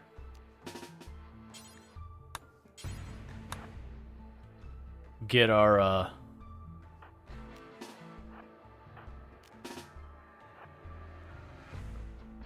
bunch of our ranged in here. Actually, with this group, let's not do it that way. I can grab all of our solid ranged, just dump them all as a group here. Grab the submachine gun, same deal. There's not really a big reason to scatter them out. Yeah, so everyone's set. Other than to just try and, like, when they get to close into melee, to try and slow it down as best we can. Alright, so you do have a body scar. It's not a significant one. As you can see, they have 120 health on their torso, but they get a thing that makes it so pain does very little for them. To slow them down.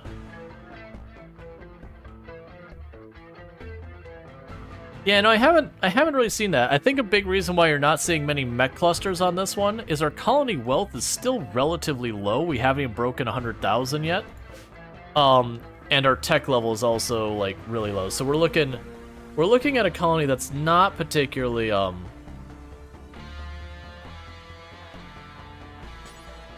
not particularly high value, whatever you want to say. All right, so let's go here.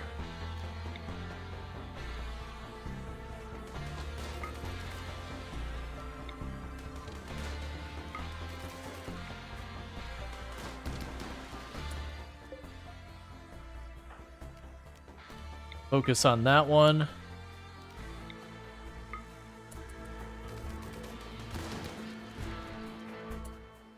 That's not good. I should have backed off already, and I didn't.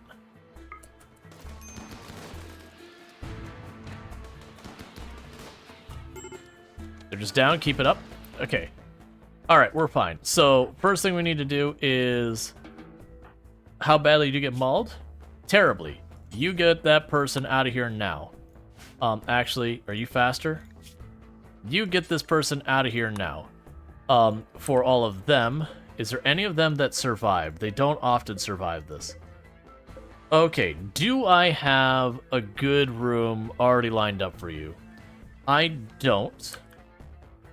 Do I trust that you will stay down? Yes. So move that one up there. This site stealer, you're gone. So sentient cookie. Are you not assigned to wardening? Who's my wardens?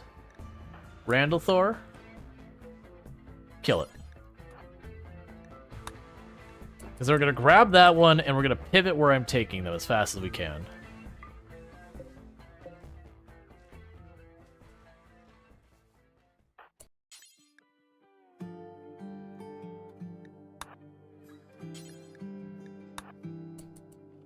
There we go. You have.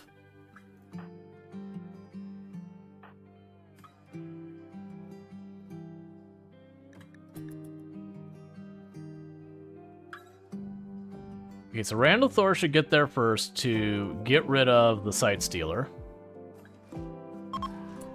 Okay, now we switch what you're doing. Where did you go with the Chimera? There you are. Select Chimera.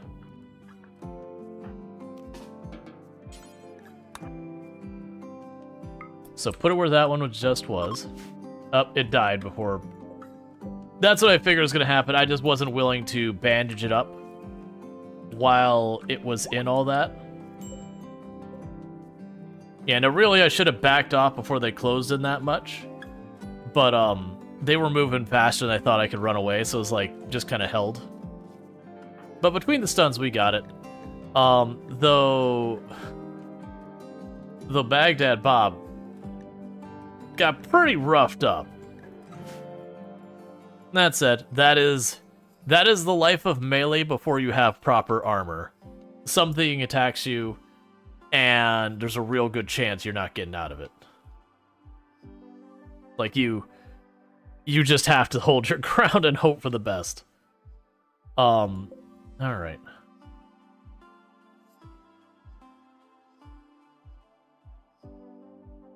So want to haul that. And you dropped your mace. Let's have you grab that, because I don't really have much in the way of good melee weapons right now. And we're waiting on all that construction to happen. Waiting on that to get drilled. That's fine.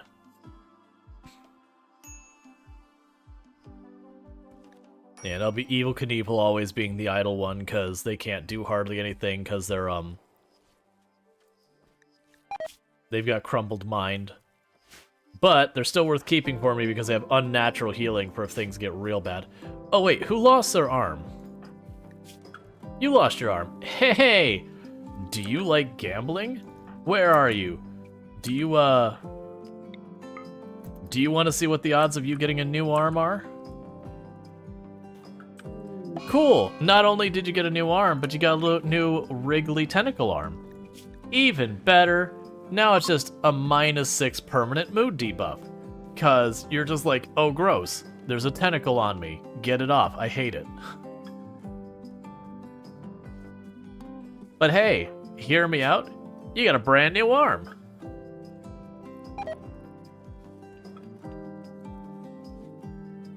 I mean, actually, that almost undoes the entire thing of Trotter Hands.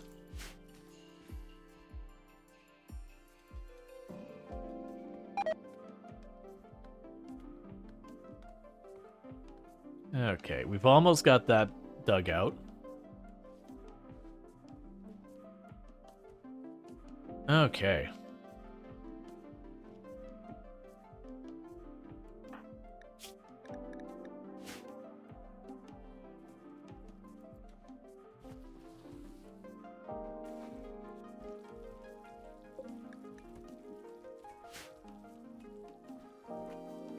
And our food is pretty close to us holding. There's just so many corpses piling up. Because we haven't... Oh, well, for one, we still have our own restriction from right when we had those attack.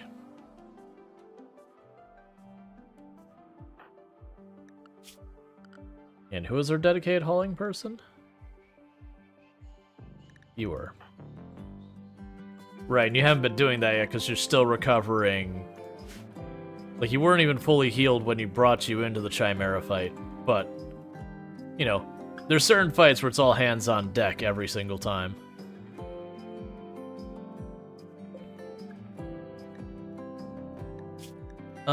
Don't keep entity corpses there. I'm just gonna move them over the tree anyways.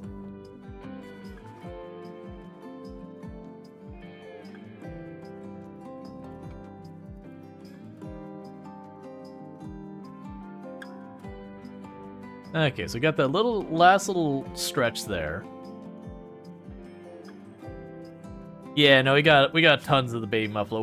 We had a whole bunch more Muffalo than this, but we traded a bunch of them away / ate some of them to make things work.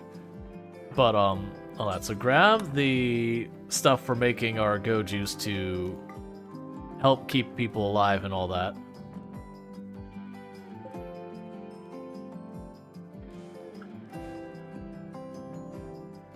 Because Craven Horde is a Hussar, so I have to keep Go Juice on hand for him. Which is part of the reason I have all the Psychoid Leaf out here, is for making the Yayo that we then turn into Go Juice. Which hasn't happened for a while, because for a while Cookie was... yeah, we'll keep it. A Boomalope? I'm down to keep a couple Boomalope. We're not going to get a breeding pair of those because I just don't want to deal with microing, you know, releasing them or not. Okay, so next research, I think we go for smithing. That way we can start getting our helmets sorted out and we can get ourselves a proper weapon. We want to go ahead and get the comms thing built.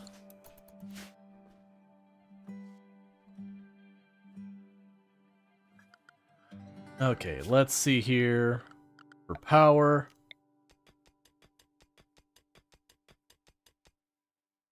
And I suspect these stack so far as their penalty, which is the reason I want to keep it as far back so when we're studying and all that, we don't get too much of a mood penalty. But we'll keep getting that torn down there. I'll get the one in, lock it back in there, yada yada yada.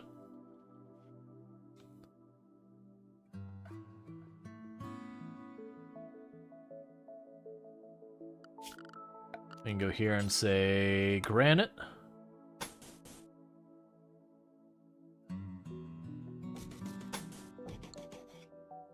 Yeah, it'll plunk it in the back there.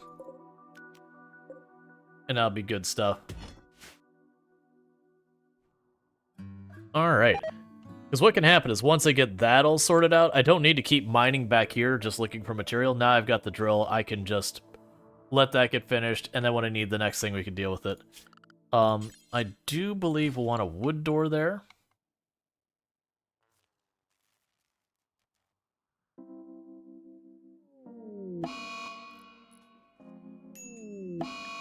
Disease flew on a whole lot of people.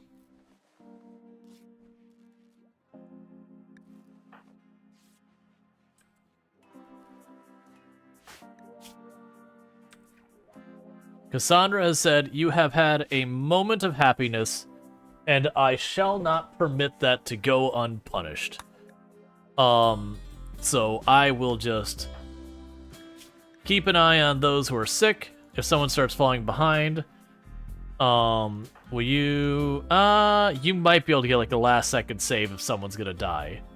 I don't know, we will. And we don't have an ancient danger that we're, aware of on the map yet. If we did, I would just run up there and deal with that. But we finally have what we need here, which is room for you. I don't have quite enough bioferrites stored, but that's okay. Alright. I'm gonna leave that compacted steel in place, and the reason why I'm leaving that in place is they're right up against the edge of the map where I can't build past here.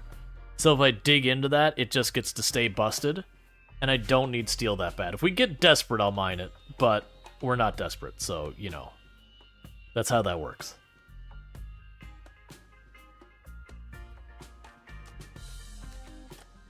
How close are you to being... Oh, yeah, so you're full. Eject the contents. You're full, eject the contents. You're almost full, eject the contents. You two have had yours turned off forever. You're basically full. So I've got more than enough bioferrite. It was just, we didn't have our dedicated hauler for a while. Please tell me you're treating people.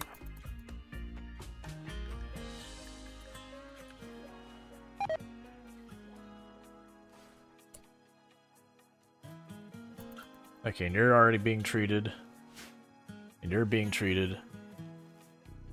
Okay, so how are we doing? So you are just a little bit ahead. You are a decent amount ahead. You're a decent amount ahead. You are a decent amount ahead. Okay.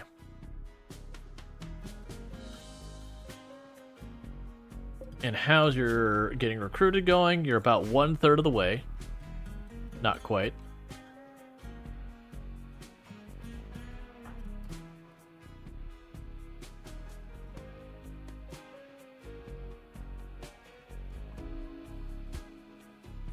Yeah, now we're using a bioferrite generator.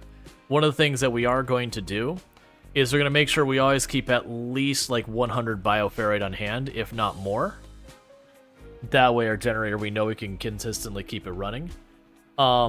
I should also get the geothermal going. I probably have all the materials. I don't really have an excuse, especially with this literally going right past this. So let's get that set up as well.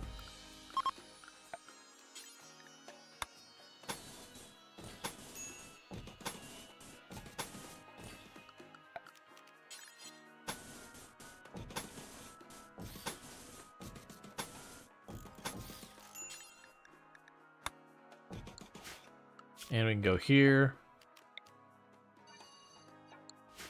Don't build a roof over that.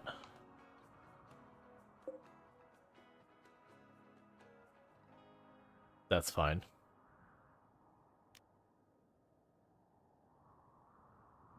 Like, even if I have to sit there and just, like, keep that turned off for now, that does mean the moment we start pushing our effort on our power, I'll be able to just run back there and pop it up again. So how are you? You're the one who's in the most danger. I'm going to say preach health on you. Like, just get ahead of that as fast as we can.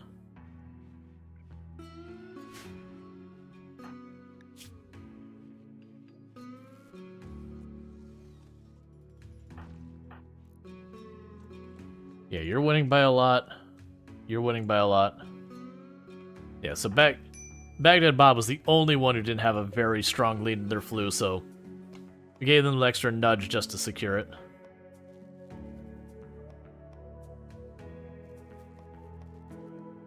I really need to get this sorted. Our power is like right on the fence.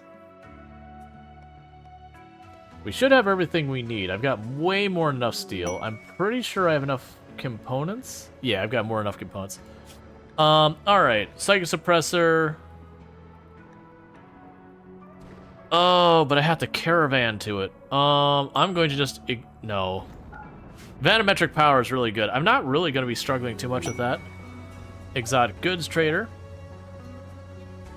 We can deal with that in just a second. Oh, one of the Muffalo must got struck by lightning with the time slowing down.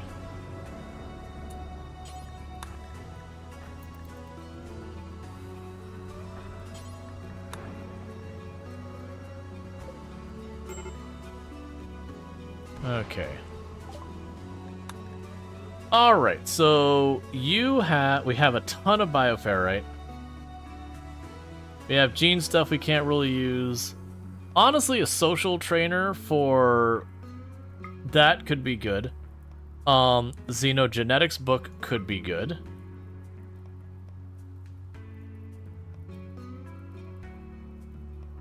We got a couple different books for... So the book I have on Melee is for level 8. That'd let me go up to level 10. We could do plants and social we've already got. I'm not going to worry about those books. I don't really have need for any of these. Shock lances are always a good time, but I don't really need that either. We already have a flat screen TV. I will take your plasteel. Take your advanced components and your regular components. So I took a lot from you. Where is some of the good stuff? Grab the book. And run restricted. What's your character like? Okay, so your character is a jogger who is industrious and steadfast. They are a pigskin. They have good mining, animals, and medical, and I've got them mining and being a doctor as well. You were missing an arm, and now you have like a tentacle instead of an arm because we use the thing that, you know, may heal, may tentacle. You never know. Alright. Why are people not being treated? Okay, you're already on it. Yeah, and that was the thing. Like, I was like, I could use a pawn, and we saw that pigman go down and went, oh, no, this person is staying. I actually burned, like, a whole shock lance worth of charges. Just because, like, no, this person needs to join us. Alright, so we have a person here who is a quest person that, they have death refusal, fast learner, void fascination. They're good with plants and melee. So they're definitely worth considering. The wary-looking drifter stretches his legs. He seems very tired. He has to stay at your colony for a while, at least until he's recovered his strength. As a former subject of a cultist ritual, Vlad has the ability to defy death. Black archotechnology courses through his body, allowing him to self-resurrect. When he does, his flesh reforms rapidly, replacing missing organs, healing wounds. The process is, however, imperfect. He may be very useful, but you also sense there's something he's not telling. Yes, join the colony. Who gets to be our person who, when they die, they come back? That'll be Luxray. Alright, so let's get your work assignments going on.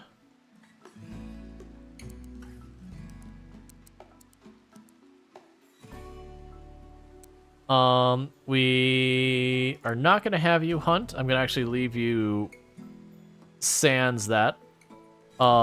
You can help out with plants. Is what you'll do around here. We already got you scheduled for a little recreation.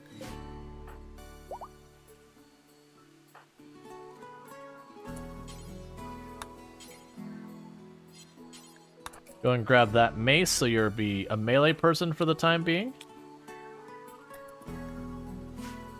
Okay. Oh, and Usei. Use that. Haul that. And you haul those. Because that should mean we start getting some more doors set up. Because we got that extra plasteel we traded for.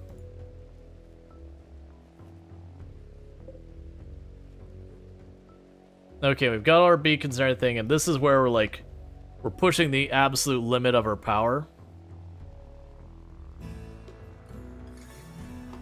Which is why I'm trying to get some of these other construction projects done. Did you not grab the weapon? Did I actually cancel that on you? Oh, wait. Why is there a chain shotgun lying here? Oh, I gave it to the wrong person. I see what happened. I understand. I was like, wait a second. Why are you unarmed, and why is there a chain shotgun there? Let's see, can the body of the dead anomaly be used for anything? Oh, you can butcher them just like animals. They just give you meat that people absolutely despise eating. So you can also get leather that people, unless they're inhumanized, they hate wearing. So they still have a material value, but generally speaking, there's lots of negatives about it. Okay, so research screen, machining, go for it.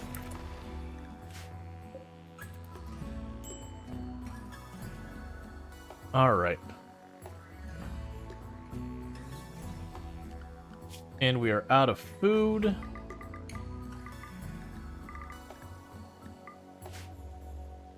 I mean, we're out of cooked food. What do I have you to make? Make more. Because we are starting to build up our numbers more, which is got its pros and cons.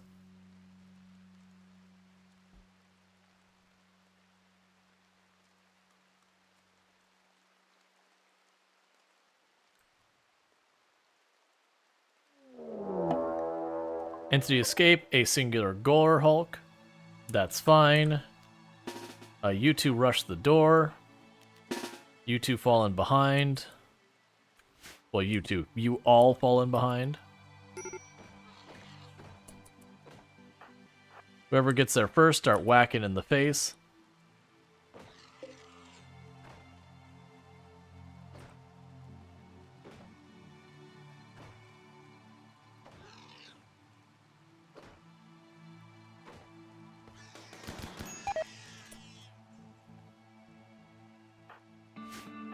Okay.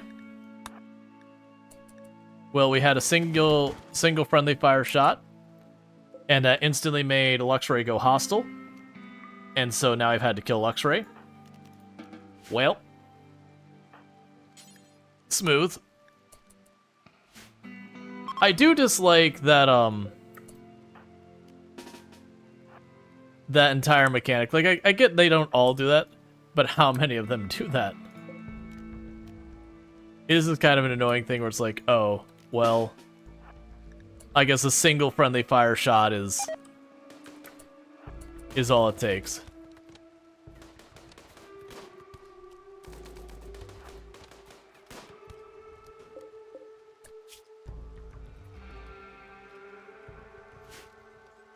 So what's it say with the death refusal sickness?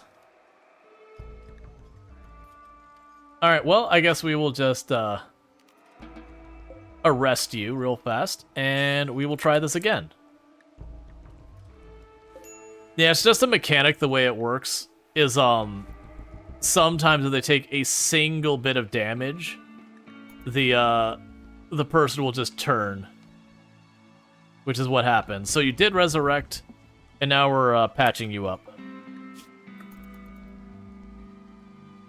it'll just try and re-recruit you.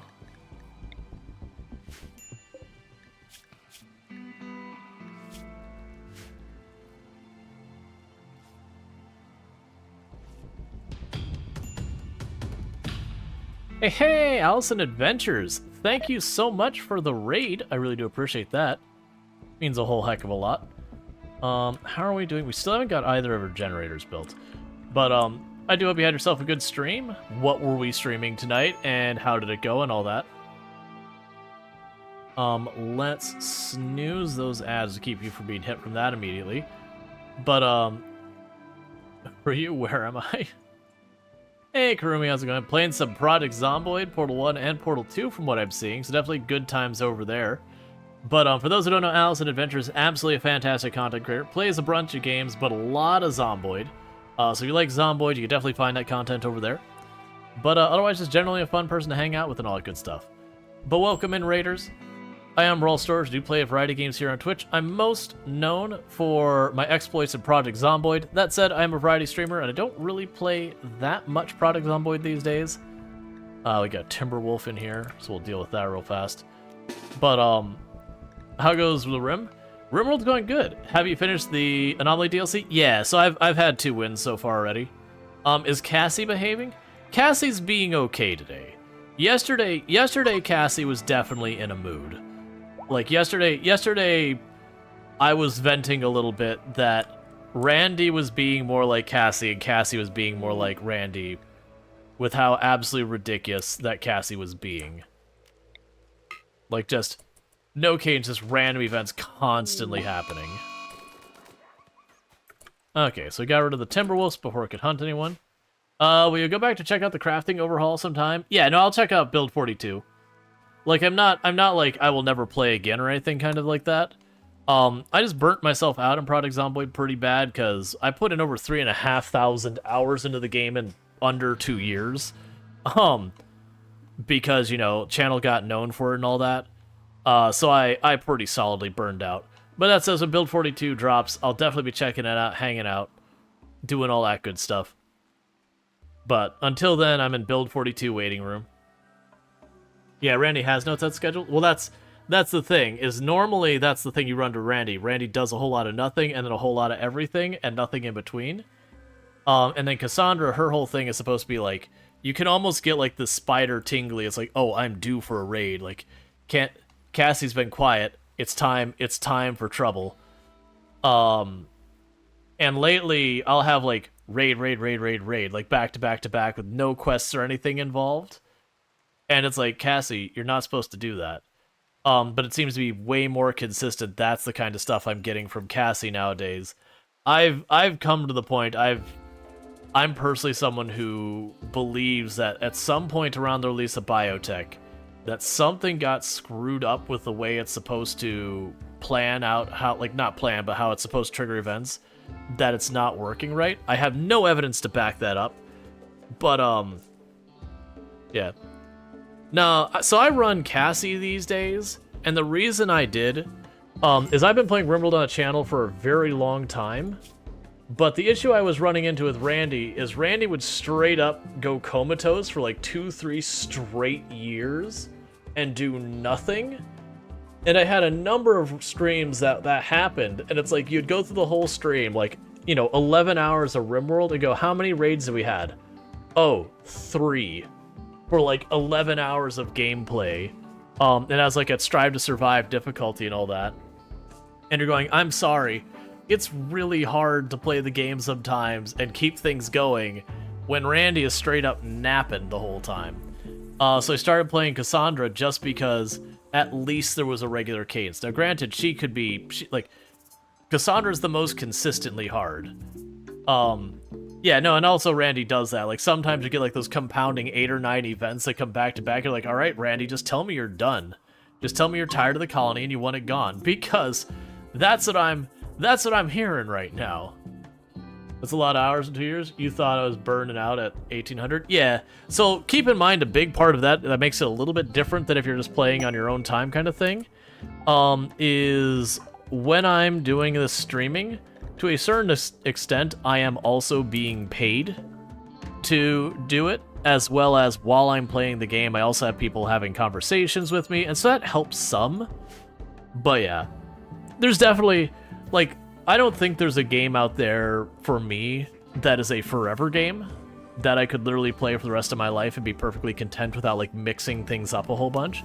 There's definitely games I've had that I played 10 plus years where, you know, I'll play a bunch for a while, take a break, play a bunch for a while, take a break, and do that kind of thing. But yeah, as far as just like going, hey, Kildrix, thank you so much for the absolutely ridiculous raid. We already got a shout for the South Adventures. But yeah, for how's it going? I got a raid and run? No problem. Go get yourself some food. Thank you so much for that raid, Kildrix. For those who don't know Kildrix, another fantastic content creator on the platform.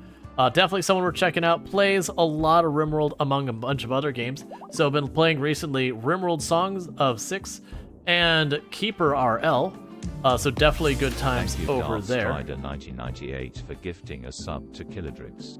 And thank you, Dark Strider, for gifting a tier 1 sub to Killadrix. So Killadrix, you now have yourself some nice advertisement previewing as well as access to the emotes, whether you wanted them or not. So thanks so much, Dark Strider, for that support. But yeah, so yeah, by all means, go grab your food, do that kind of stuff. But hey, Alana Rama. Once we get this shout out done, we'll go ahead and get the next one out for Alana Rama, who's another fantastic content creator on the platform, fellow member of the Halcyon Frequency stream team, another person who plays a whole lot of RimWorld, as well as the occasional other kind of good games and all that stuff. So definitely worth checking out. If you like RimWorld, by all means, check all these people out. We just got Revenant Invisibility, so we'll do just the next one. That's fine. But yeah, you know that RimWorld has been popping off recently? Oh yeah, no, the anomaly update has been excellent. I actually, to be fair, when I started stream, I was kind of making the whole thing where it's I was making the comment. I kind of have been tempted to go to the ratio of not anomaly content and be like, I just want more anomaly. That with how much the anomaly kind of changes the equation and does all that, it's kind of shined a light to me in a lot of the way when you play like the regular content, how so much of the normal content is enemy walks on map, they walk at you, and then they get to whatever their respective range is, and then, you know, you fight. Obviously, that's oversimplifying and being unfair and all that kind of stuff. But by how much variety there is in the anomaly content versus the old content, it really makes the old content feel like they should have done way more with it, kind of thing, which Thank you, is being Dr. unfair. Pop, for gifting a sub to Karumi_Periwinkle. Hype train is go. Thank you. Thank you so much, Zakali Puck, for gifting a tier 1 sub to Karumi Periwinkle. So Karumi Periwinkle got some nice advertising previewing as well as access to the emotes, whether you wanted them or not. So thank you so much for Zakali Pop for the support, and I really do appreciate that. And also, for those who haven't, I already did like the thing where I said, you know, Alana Rama is fantastic, but in case you missed it, Alana Rama is fantastic, and if you like RimWorld, you should definitely check them out as well. Kildrix is great for checking out RimWorld. Alana Rama is great for checking out RimWorld. We also have Allison Adventures rated in here a minute ago. Very excellent for Project Zomboid. Definitely all people you should check out. But thank you for kicking off that hype train and all good stuff. And thank you for those follows. Welcome to the stream. But yeah, so what we're doing on this particular run is I do a lot of challenge runs. This one's not really a challenge run in... Thanks so much for the 100 biddies, Senshi Cookie. Ooh woo. I really do appreciate that. So this one isn't a challenge run in the typical sense, like I don't have like the pollution maxed out, or I'm not running 500%, or no pause, no pause, or whatever. Our goal is to just build a menagerie with as many spooky, awful things locked in there as we can possibly get away with until we die. And just to escalate and escalate and escalate until we hit that point that we can no longer contain the menagerie and for everything to go Thank sideways. you, Alipok, for gifting a sub to Alana Arama. And thank you, Zak Alipop, for gifting a tier 1 sub to Alana Rama. So Alana Rama, you now have yourself some nice advertisement free viewing as well as access to the emotes, whether you like them or not. So thank you so much, Zak Alipop, for yet another sub to support channel. I really do appreciate that. But yeah, normally, yeah, the SCP Foundation run that, basically. That's also we have a couple arbitrary rules I've given myself. My main colony must be out in the middle open area. I'm not allowed to build it into the walls, whereas containment is in the walls. So we're just kind of doing this. This is like, looks like a perfectly normal, nothing to be suspicious about here colony. And do this. Yeah, no, I have won 2 runs. When Anomaly first came out, the first 3 runs, I won 2 of them, and the one that did die, it wasn't even to Anomaly, it was a Yatkin raid. I went up, they set up the siege stuff, I went up, hit them with 1 shot, and then they rushed me. And I wasn't able to get to the door in time. I was not expecting a singular hit and then being like, nope, let's go. So I just got caught out in a bad position, and misposition got me killed. Alright. But yeah. Basically, we mentioned this, or if you'd rather not talk about it. Did you make the 3-month goal? Oh yeah, no, we're good. Yeah, we did qualify for the tier 1 of the Plus program. But yeah, no, I usually mention at the beginning of the screen, but yeah, we did qualify all 3 months. We do officially have it as of beginning of May. So I've got like the whole thing where Twitter's like, congratulations. I mentioned it on like the social media, like I mentioned social media that we hit it, and Discord and all that stuff. Entity escape. 2 Gore Hulks, because I don't have all my doors built yet. Alright. So we're gonna get you here. Just pile everyone in behind. I'm not too worried if I kill a Gore Hulk. I literally don't have any of those things. Well, thank you. I really do appreciate it. You died to 120 mech raid. You couldn't hold them back. Caught you at bad time. I mean, to be fair, that many mechs holding it back. All right, so they got the door knocked down before I got close because it was already damaged from the last 3-ish times that they broke. It is 2 Gore Hulks, so they should go down pretty quick. Yeah.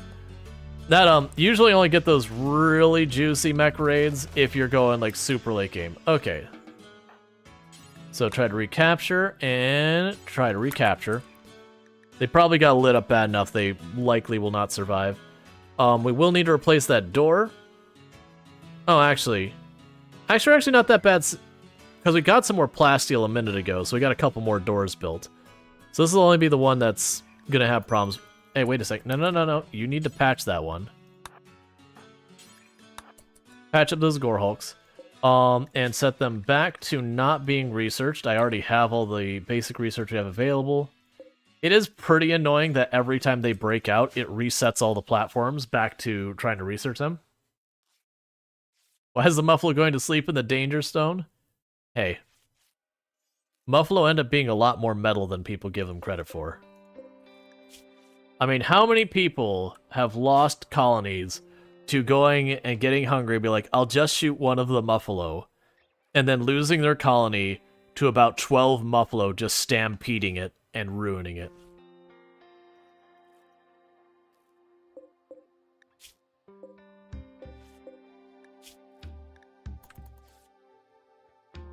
Because it happens to a lot of people. Alright, insufficient containment. Yeah, because the door got destroyed and I don't have quite enough plasteel to build that door yet. So you finish that. And then build that door. Before we have another breakout. There we go. I think everyone once went, I have a small team, we could kill a Thrombo, and got absolutely demolished. Oh yeah, no, that's the thing, because they'll be like, all right, that's fine. I've got this pawn, and they're just gonna kite. They're gonna kite the Thrombo. It'll be fine, and the Thrombo like. Thank you for the 100 biddies, Ionek. I really do appreciate that. Beep indeed. And then like they don't move the character quite as fast as they should. Then the Thrombo whacks him once, gets him in the leg, and you're like, oh. And then, or they do the thing where they get their, like, ranged group, and they'll be like, okay, this will be fine. And then you realize one of their people has, like, a peg leg or food poisoning or something. And so the others scatter, and the Thrombo just obliterates that person. And they're just not going any back from it. So thank you for triggering the hype train here. So what I'm gonna go ahead and do is normally I would do a game switch around now. I'm gonna keep going forward with RimWorld. We got a whole bunch of people who rated who have all been doing RimWorld, so we're just gonna push forward with more RimWorld. But what's gonna happen here in just a second, since we did just finish that hype train, is if I can get one of my mods to let me know how many Lego pieces I owe, I do a thing where for every sub and 100 biddies, I've got a Lego kit over here that I add a piece to for that.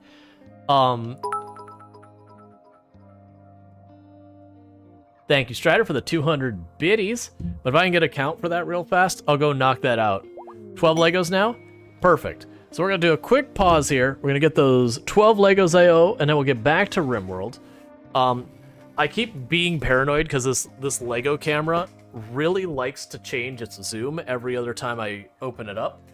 But yeah, so we've been working on this Lego kit for a while. The idea is I have like one piece added per thing, so this will be one. So it does take a while deliberately. 2. And it's meant to be a thing that takes forever, just for fun. Alright, oh wait. I'm sorry, you're not a 4 long, you're 3 long. 3 long, what's... Yes, that's 2. And we've got 3. 4. And 5. And then that goes here.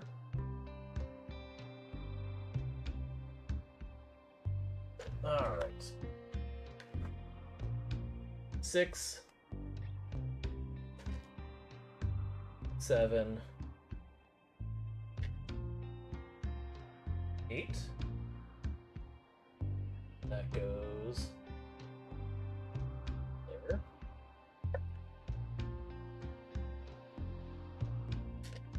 9. 10. 11. I am running out of pieces.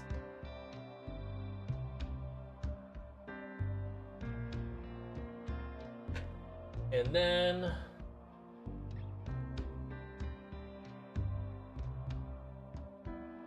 12. And we are real close to done. That is all that is left for the whole kit. That and there's a handful of tires.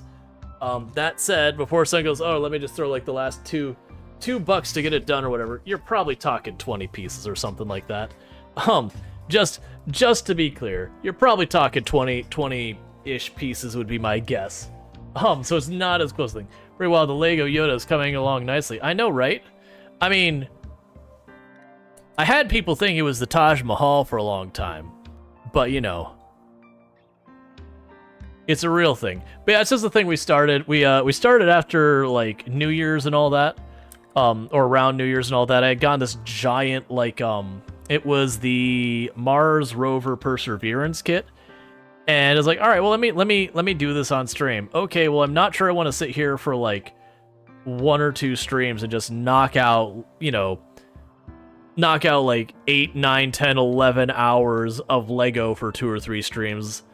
I don't think that would do particularly well on my channel. Like, there'd be a bunch of people who'd be into it, but there'd definitely be a lot of people who wouldn't be. And so it's like, all right, well, let's do something to make it more interesting. And it's like, all right, well, we'll do it with subs and bits. Like, I need more incentive stuff for that. That'll be good. And I've also tried to make it clear that the intention isn't to, like, get someone to, you know, fork over a bunch of money to get it done all at once or something, because it would not be reasonable. The idea is that way, as people sub and throw bits, they get, like, a little extra something each time. Of course, I had people like, you should make it 1 bit per part, and it's like, no, man, I would literally lose money on buying the Legos. Legos are heckin' expensive. Legos are real heckin' expensive. That's actually part of why I got this kit. It was a kit that people had recommended, and it was like, hey, you know what? Like, dollars to Lego pieces for the kit, that's actually pretty good. Shadow Shuttle. Oh no, do I want to deal with the Sanguiphage? I don't think I do. I don't want to. Because for me to realistically do that is I'm going to need to get a blood bag. And generally when I play RimWorld, the way I kind of approach it is that, like, I approach it... Oh, here, let's get the packaged survival meals going at some point, too. I generally approach it as... most runs, I will deliberately not do awful things. I generally do that, says. Legos are actually pretty valuable. An unopened set that contains a rare piece can appreciate in value considerably. Yeah, I'm just not the kind of person who's like, I'm going to buy a bunch of this stuff to hold on to it for when it has value.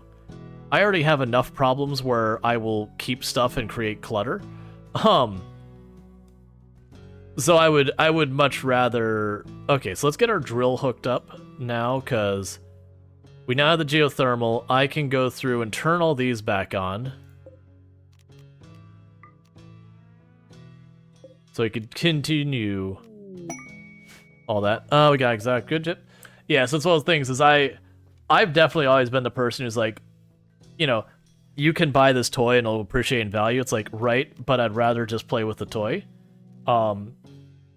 Which I totally get people using as like an investment and all that. It's just not me. Alright, so what was I doing? Oh, it was the ship. Let's go call the ship and see if we can get some good stuff. Next project, Rual does a full restoration of a 1997 Honda Civic for bits and subs. I have a story that you're actually not as far off of something as you might think with that. I could fill in some story with that, but we're about to get hit with an ad break, and unfortunately, like, when the raid showed in, I did snooze it as much as Twitch would let me, but I currently have... I'm not allowed to snooze another ad break again for 38 minutes and 32 seconds, so we're kind of just along for the ride. We don't get really a choice in that matter. So I'll tell the story after the break. Just remind me to talk about my Honda Civic. That's all you need to let me know. If you say, hey, tell me about your Honda Civic, which I don't own one now, but tell me about your Honda Civic, I'll remember. Because Goldfish Brain, I will 100% probably forget. But while the ad break is going on, I'm going to take a quick 2 seconds to use the restroom and all that, and all that kind of stuff. Rual, look at chat and come back, Honda Civics. The problem is, chat will likely move during that. But I can take 2 seconds. I need to use the restroom real fast and all that, so thank you so much for tuning in. As a reminder for the people who came into the raid, if you are enjoying tonight's content and you've not followed, don't forget to drop the follow. That way you can find your way back, because I do know a bunch of people will flip when ads happen. It is what it is. It is Twitch these days. If you don't have Twitch Prime, you're getting ads. I'm not saying it's a good, bad, or otherwise thing. It is just the reality we live. Alright, so I'm going to take a minute, quickly use the restroom. I'll be back here in a minute or two. So, yeah, did I say Twitch Turbo? That's what I meant, Twitch Turbo. That's what I do, is I get Twitch Turbo and I sub to people I directly want to support and all that stuff, and can afford to do so when I can. Alright, we'll be back in just a minute, so thank you again for tuning in.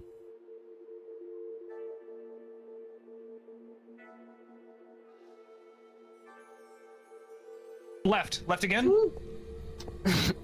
Keep going. Keep going into the garage. It moving. Oh, you are too find late. Some Tupperware or hide behind the truck. Oh, you're Either safe. one. It's not hunting anymore. Oh, Okay. oh, Pank got away by like It's hunting We're by nothing. ourselves, or it's hunting like really fast. Someone now. should clip that, because Yeah, like Pank had there's a like crucifix in there somewhere, 2 I inches imagine. between I them. just, put one, I just put one down in the kitchen. Okay. Sadly, Rhetorical's not getting much chance to, Oh, good. Rhetorical's making smoke leave. We have the children. We have the child making our drugs for us. Excellent.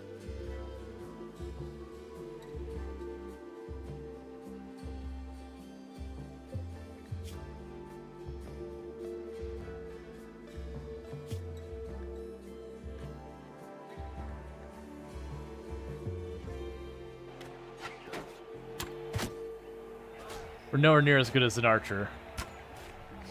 Oh good, our person won. I was a little bit worried they were going to lose, and I'd be in this weird...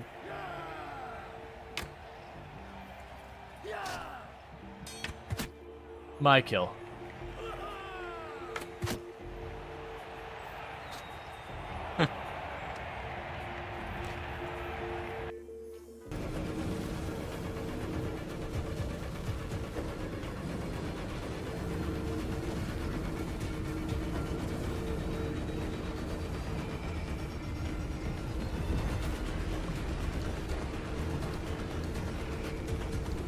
I was waiting for there to be like a med kit in there and just like med kit myself back up.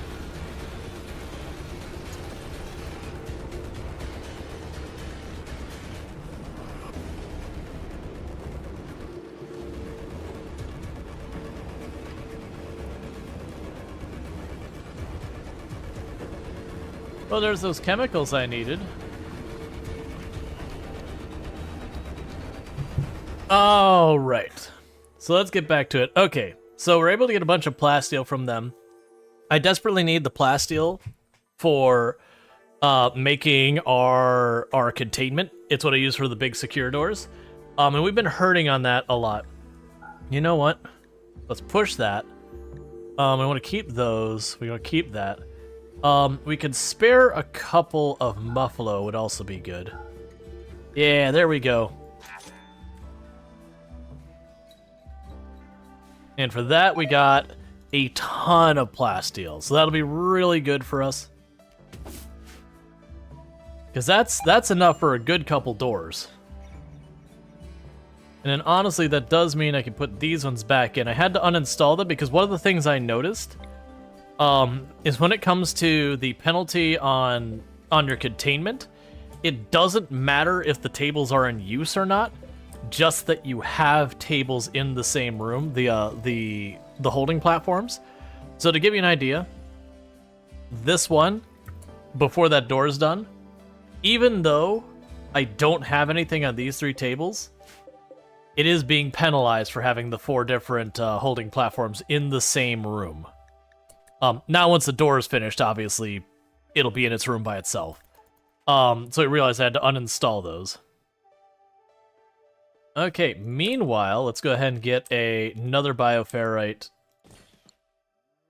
extractor here. And I'll go ahead and put one up here as well. And you might be going, it's like, man, you got 2 revenants in there. That's probably, like, revenants aren't that big a deal once you research them. To be fair, I've fought multiple of these revenants. I have not researched them past the first research. Either of them. So what do you do with all this? So what do I do with all this? This is literally just the goal of the run we have, is just to hold as many of these. Honda Civic. Right, so restoring the Honda Civic. So if we go back to high school me, my first car was a late 80s Honda Civic. And this was a cheap car. A really cheap car. Like, I bought it for a couple $100. A real cheap car. The car had rear-ended a school bus. So the front of it was trashed. So like the hood of it was all crumpled and like spray paint gold. The trim piece that goes over the grill, I believe that was, I can't remember, that was the black. It was either black or sky blue. And then the front where like the grill and all that was whatever the other one was. And then the rest of the car was that like ugly bronze that was like really popular in the 80s because it would hide dirt. It had the word for a female dog keyed into the top of the car over the driver's side door. None of this happened while I owned it, by the way. I bought it like that. So it was a little bit of a restoration project. A little bit of a restoration project, to say the least. I made several trips to junkyards because fortunately that year, like, it was like the 87 and 88 were effectively the same car. They had like 1 or 2 differences that no one cared about. So like going to junkyard being like, okay, well the frame is damaged, you know, go to the junkyard, get them to hack the front off of a car, you know, weld it back up at the house and everything.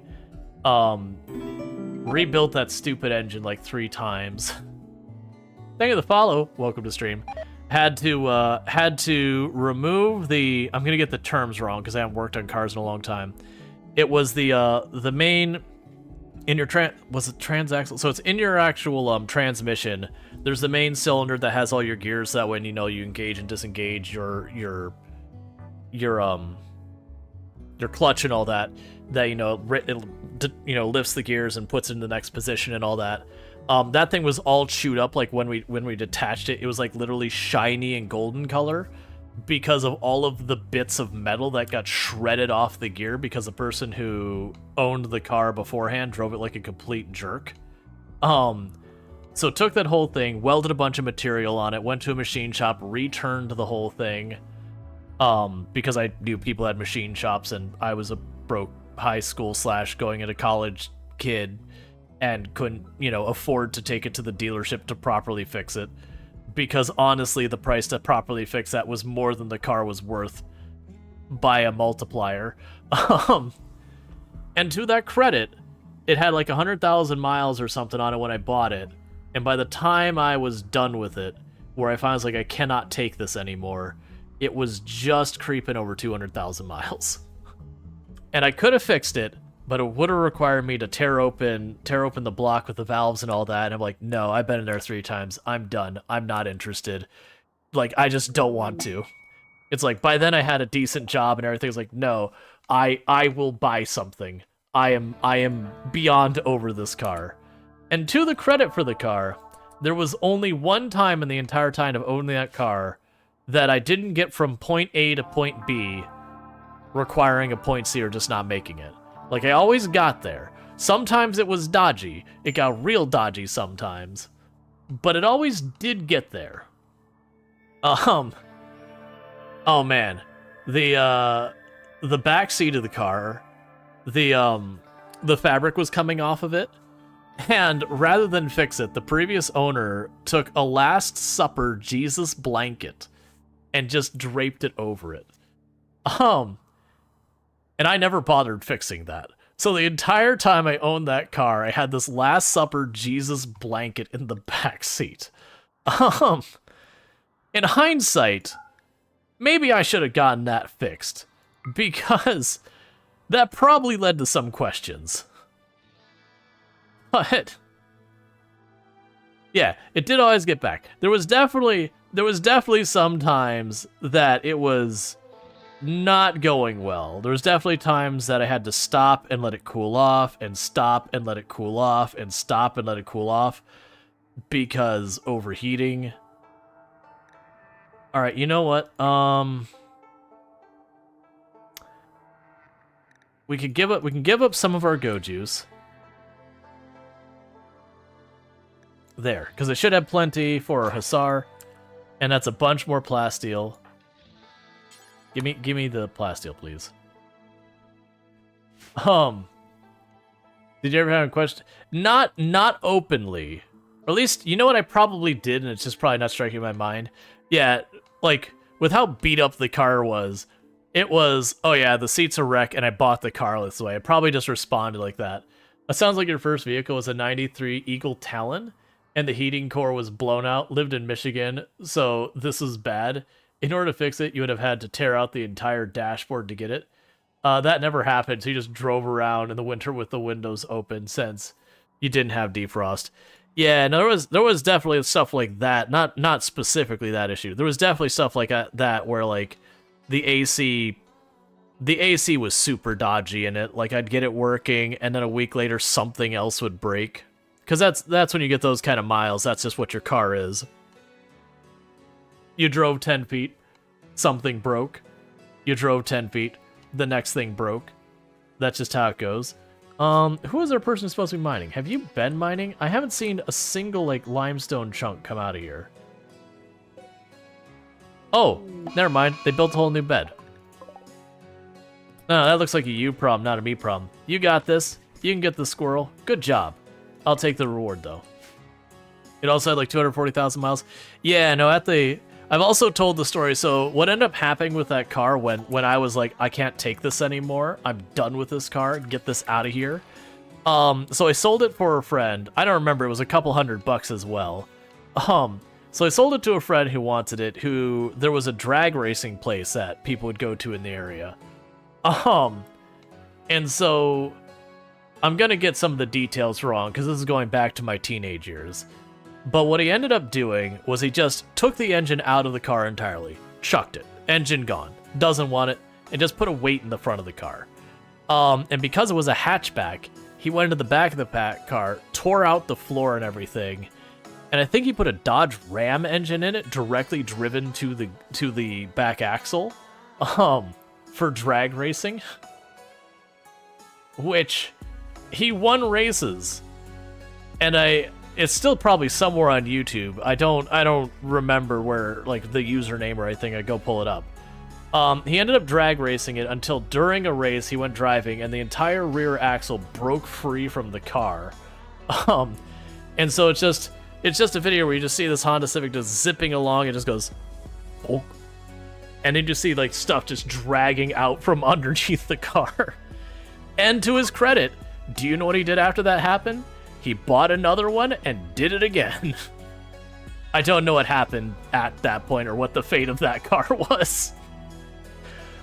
It's almost as if, hear me out, the frame of a Honda Civic was not designed with the idea of putting a big freaking V8 truck engine direct drive to the axle on the back of it. It's like when they engineered it, for some reason, they just didn't decide to take that into their calculations. He could have straight up died. Oh yeah, no, half the people who went to that drag track could have straight up died. It wasn't even like a good... Oh, okay, so that's gonna be Neanderthals. Alright, I'm not super excited about that. Alright, so we got one who slowed down, two who slowed down. So the reason I'm not excited about that, I actually have a couple of people... So yeah, so you're slowed down, you're slowed down, you're super slowed down. Yeah, so the big one is we're probably gonna want to keep Evil Knievel just out of this.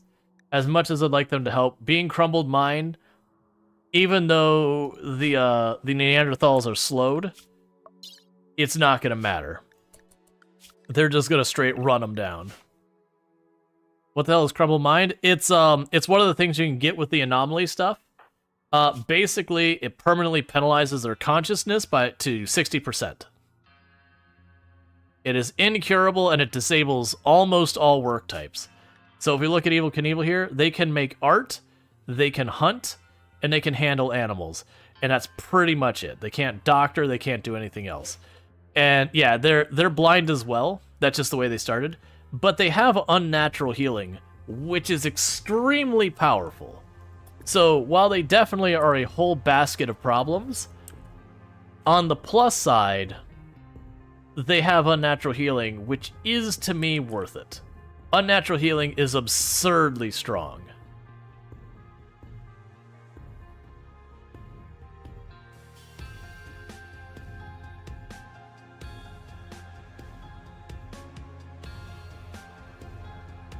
Okay. So I'm a little nervous, because this was probably meant to be two separate groups because of the style of map, though it's mashed them into one. And that is a lot. I'm gonna probably have to knock down, my guess would be 5 to maybe 6 of them before they'll retreat. That's a big ask, because they didn't seem to have too many serious injuries. And that melee skill on a lot of them is getting pretty dodgy. We got, what was it, 3, 4 of them that were over 6 melee skill on Neanderthals who have a bonus to melee damage. That's, they're a bad time.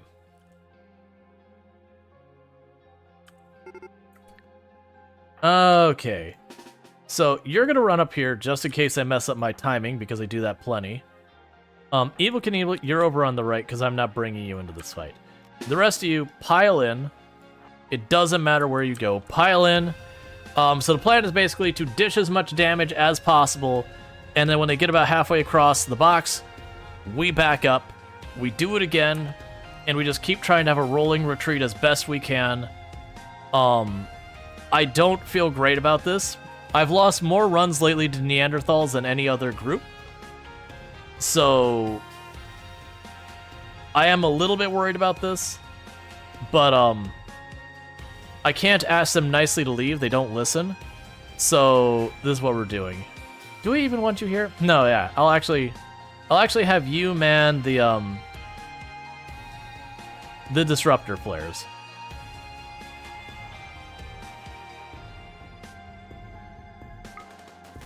First flare out. Second flare out. Third flare out. Okay, time to start backing off a little bit. So we're gonna run them back here.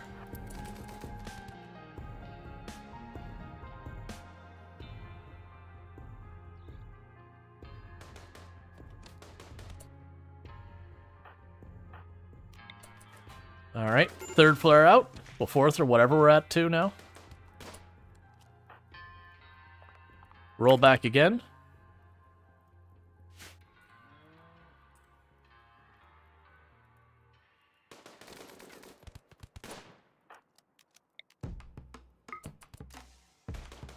Okay, they're still resistant to the flare. I have to wait for its diminishing return to clear. So we've got Rat pretty slowed down. There we go. Yeah, so it's supposed to be 2 groups. So we have successfully forced the first group into retreat.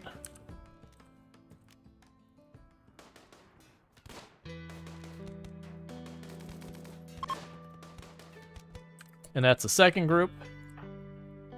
Oh, did you actually kill the one that was running? Cool. Nicely done.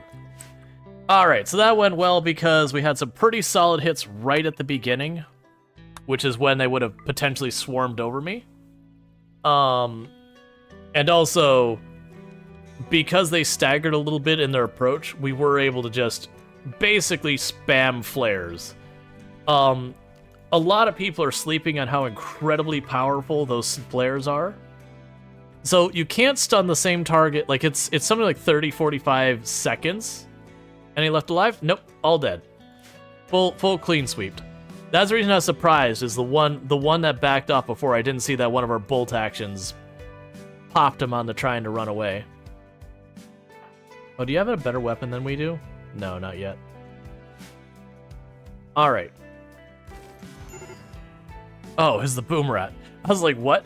What just exploded? I keep accidentally queuing up killing the boom rats.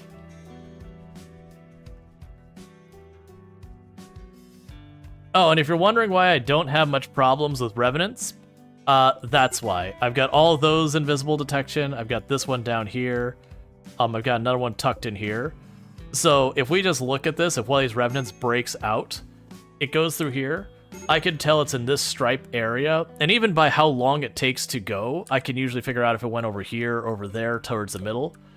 And because I have like a bridge straight across here, I can see like if this one goes up, then this one goes up, I know it's down here. If I see this one, then this one, I know it's down there.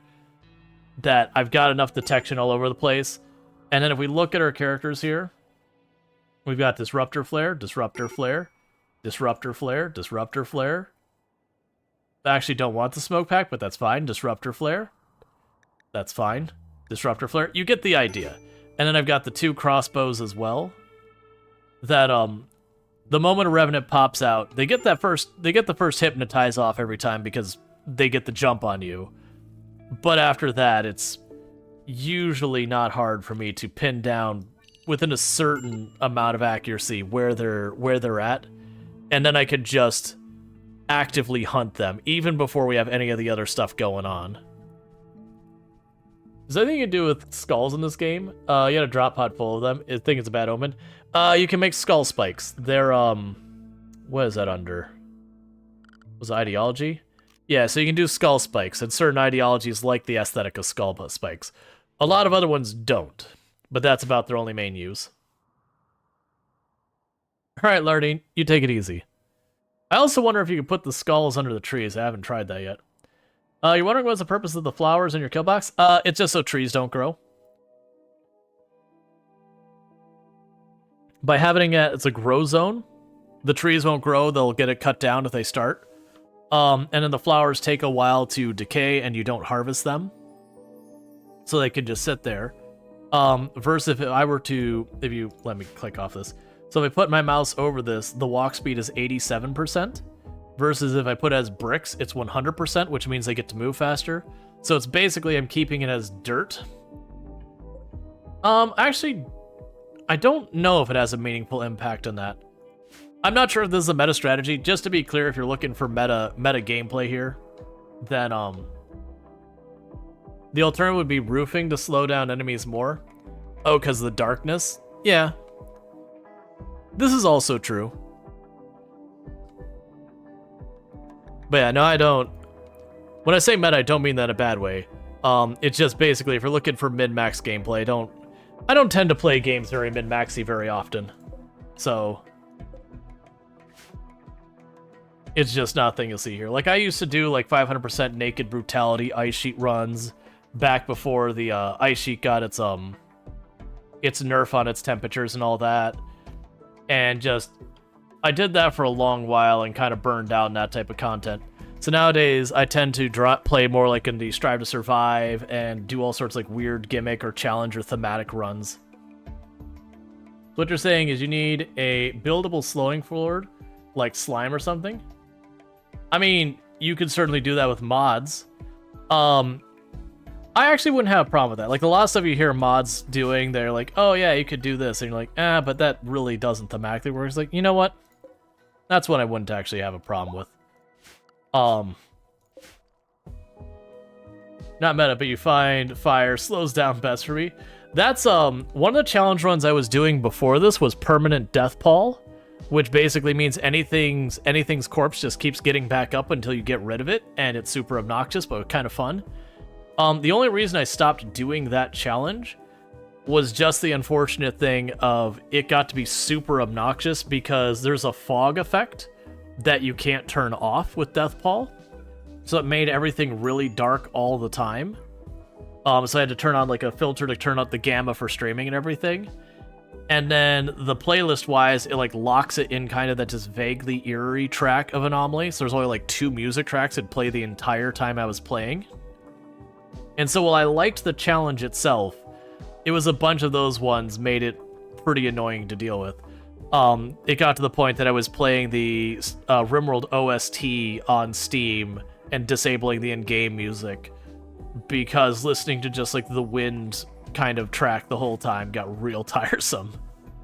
Like the challenge was fun because normally I use very little in the way of fire weapons because while they're extremely effective, they also are a liability. All it takes is you not catching one of your people turning and shooting past the rest of your team, and suddenly all your people are now on fire. But it kind of forced me to do that because that was the easiest way to deal with the bodies, is instead of having to go out of your way to like Molotov the bodies after the fight or bury them or butcher them or whatever, that if you just used flamethrowers, you know, the bodies were already on fire when the fight ended. But yeah, because of those side effects, though, it wasn't great. The one I want to change is they do have where in the scenario editor you can turn on unnatural darkness, which is the Noctil event. The issue is it never really goes to the pitch black situation. It just stays dark. It's effectively like a permanent eclipse. So it kills all your plants and all that because there's no sunlight at all. Like literally the whole map just becomes dirt and mud after like a season and a half. But it never goes to the pitch black, because I liked the idea of having a run where I'd start with like a tribal start and I'd put down like the little torches in my area and I'd be trying to just live in this little area that I'd slowly try to expand out with the darkness hurting me and all that, and where I wouldn't be able to see where raids were coming from because you can't see. Alright, so we have re-recruited Luxray. Luxray was one of the people who shows up who, what was the word I'm looking for? They'll be like, hey, I've got special powers or whatever. And unfortunately, they got a single teeny tiny graze of friendly fire and immediately turned on us. And so we killed them. But they do have death refusal, so we patched them back up. Or sorry, so they resurrected, we knocked them down, and we recruited them. So... oh, did you... yeah, so you forgot all your priorities because you did technically die. I mean, didn't just technically die, you did die. And let's see. So you are a dedicated hauling person. You're gonna help farm. And I think that'll be good. Okay. So basically you wanted to play Don't Starve, but in RimWorld? Yeah, no, it's like I liked the idea. That one I didn't try on stream, luckily, because I wanted to see how it would work. Because some of those challenge runs, you get the idea, it's like, that sounds like an amazing challenge, and then you try it on stream, and you push the start button, and it's just, your character's instantly getting hit, and by the moment they get that first torch down, like, you know, they're just demolished. You definitely find in some of these games, you'll come up with a challenge run and go, oh, this isn't actually feasible. Like, maybe it's not technically impossible, but also, it's not realistic. Like, it's not a challenge to overcome. It's, did RNG put this close enough together that you can plunk down? Yeah, or some kind of light. Yeah, no, or like with some of those challenges going, okay, you know, you might need that one little thing to get you over that very first little bump. Thank you for the follow. Welcome to the stream. So, like, for example, you could have it where when they land, they just land already with like a battery and a light. Like whatever you look at and go, that's the minimum I need to do that. Nicholas forced approach. So we're gonna crash a shuttle.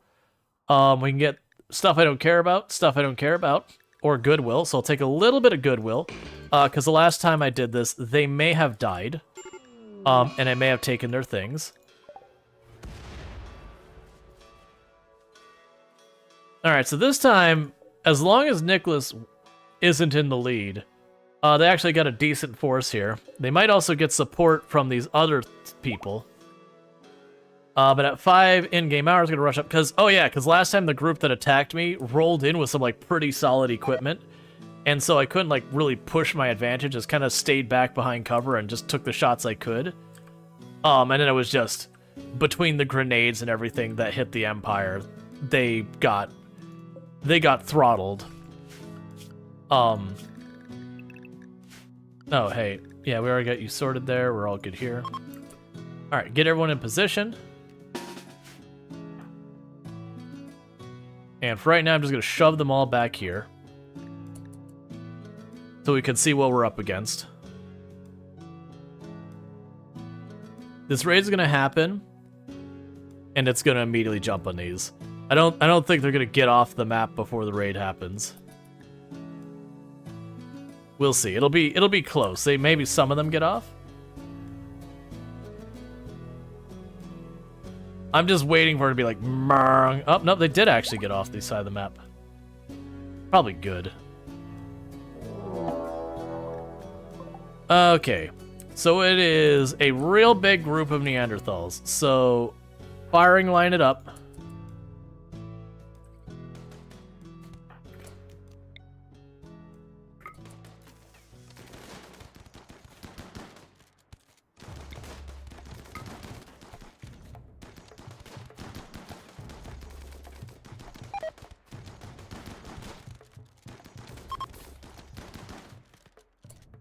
Nicely done.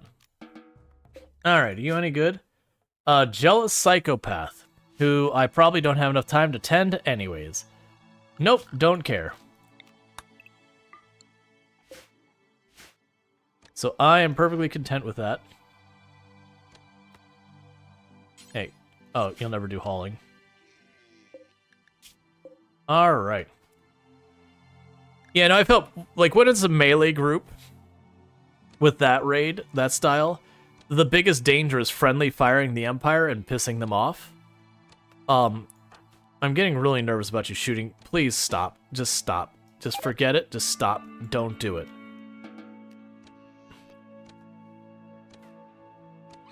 There you go.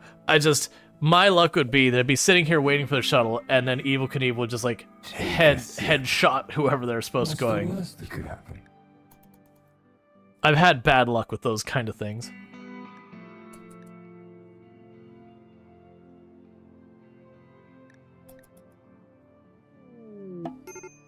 Alright, the return shuttle has arrived. Cool. And we got a bunch of standings that took us from negative from the last time where I have Evel Knievel doing that just in the off chance I get lucky. And, well, actually, not even get lucky, that I get my hands on some bionic eyes. Which I probably should be beelining for. Because they're terrible, understandably, because they have no eyes. We can do all that. Let me go ahead and get that stretch in real fast. Alright.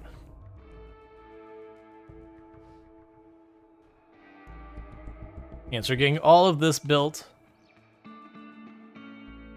So one thing I'm gonna do that I'll probably regret is probably smooth all that out.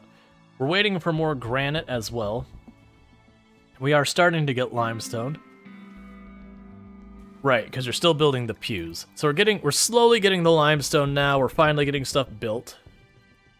That's a lot of stone. I mean, yeah. Yeah, so I need to get granite going as well. I wonder if I can mark, so that was that. Granite was down here. I probably shouldn't do this. I'll get 2 drills going, and the reason I'm going to do 2 drills, I'll keep the one stuck on limestone for building, and I'll have the other one will be the mobile one that, like, when I find a new material, I'll go for that. That also reminds me I need to go to MISC. Ground penetrating scanner. I'm going to drop you off here. I'll run this around the obelisk, or that real fast. That way, as our people have some more bandwidth for research, they can start looking for more plasteel and other materials I'm going to need.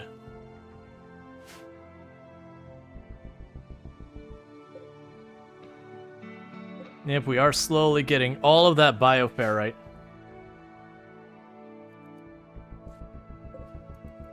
Okay, and I can't move that. Let's not build that there. We're gonna build a duplicate, but we'll, not duplicate, we'll build another one, but we'll try building up there. We'll move them around a little bit, because I'm gonna want to build in this area. So orders, remove plans for that. You're still building all this over here. We can go ahead and start getting our structure for the next building down here. So you were 10 wide.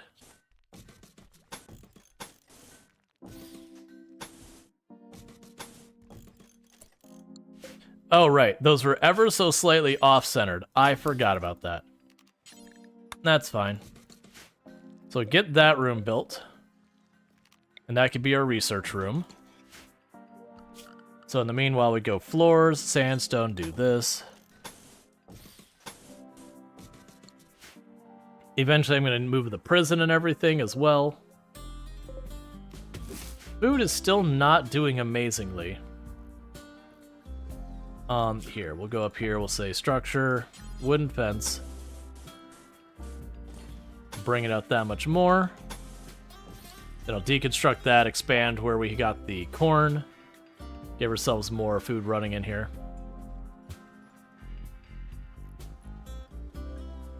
Ben Ages said you built the base up? Oh yeah, no, the problem was we didn't have a source of limestone. Everything here is just sandstone. And even though strategically it doesn't matter that much. Aesthetically, the idea of having my building be a hodgepodge of like 2 or 3 different types of stone for just the walls alone, you know, wasn't about that life. So we were literally waiting on getting the drill turned on and having someone to spare to that. Alright, got Timberwolf in here. Let's just deal with that now.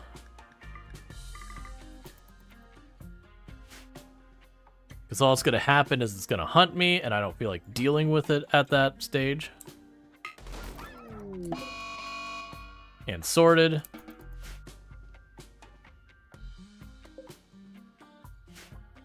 Okay.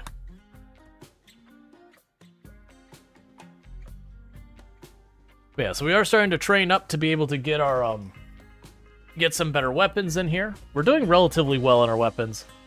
Juggernaut Serum is done.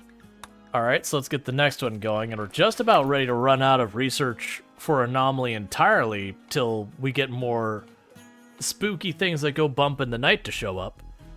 And how are we doing on our overall power? We got plenty. Thank you Marcos PLS for subscribing for 3 months. Thank you, Marcos, please, for the Twitch Prime sub. That's 3 months you've been subbed to the channel. I really do appreciate that continued support, so thank you so much for that.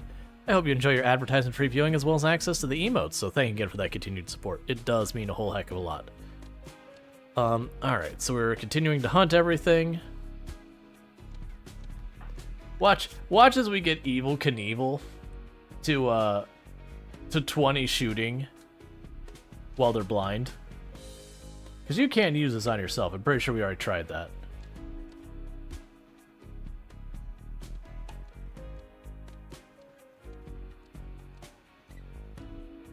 Yeah, so you have something that can be healed. Yeah, you've got an eye scar.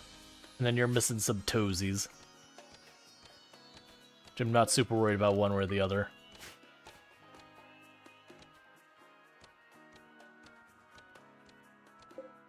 That's fine, I don't care. Alright. And what are you currently working on? You are holding... Oh, right, you're building the bioferrite generator. Which I'm mostly going to leave turned off, but whenever we get to the point that I need more power, I can just switch it back on. What is Unnatural Healing doing? It's basically like healing mech serum, but it can have side effects. Side effects like growing a flesh tentacle. So like, for example, White Jaguar is missing their left arm, and so instead of getting a new arm, they got a flesh tentacle. Which in a lot of ways is better than a normal arm, but it does have some drawbacks. It is extremely powerful. One of the wins I had in Anomaly was because I basically had two people with unnatural healing, and they were just trading back and forth healing anyone and everyone who took damage. Luckily that was the one we were doing Inhumanization, so they didn't mind that they were all Frankenstein's monster. A normal colony, that's a hard one, because if we actually look at our mood, it says Flesh Tentacle, -6 mood, get this thing off me.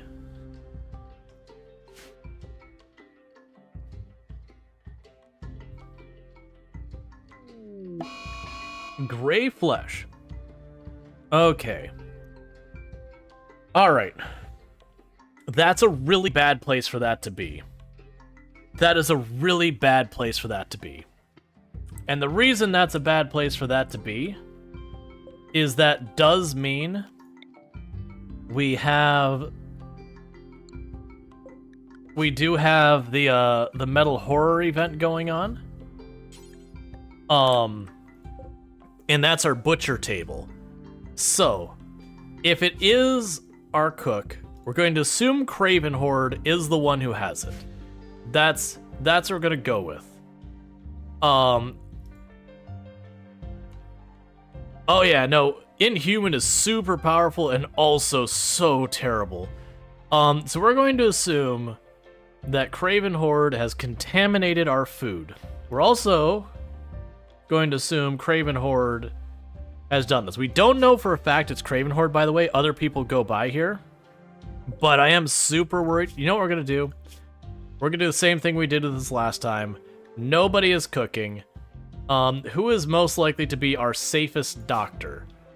Who would be the most out of the way that they wouldn't likely go by here? I actually don't... Ushze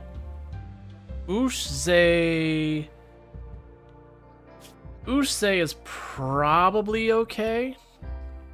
So Ushze is now our one and only doctor, and we're just gonna do without cooks. And the reason for that is this is the metal horror event. Basically, someone in our colony has been infested with a parasite that has taken over their cognitive function. And while that's going on, they are a significant liability and will attempt to infect others.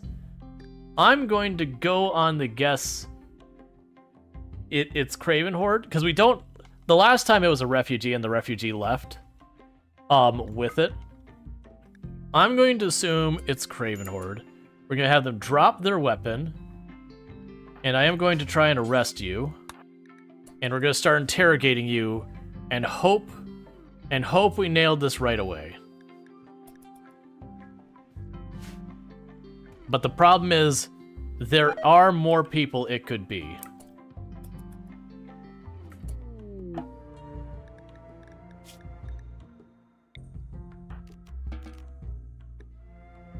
Let's see, you have finished analyzing the Great Flesh. Its carried biosignature, Toxinite 5Y. Randall has made progress in learning the identity of the biosignature in living subjects, but needs more samples to complete the work. Until then, surgical inspections will not detect it.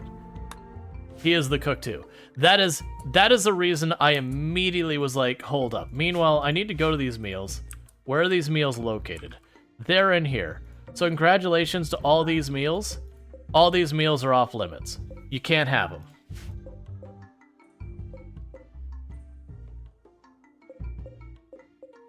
Oh, here, I'll just do it this way. Because food is one of the primary ways that they spread this.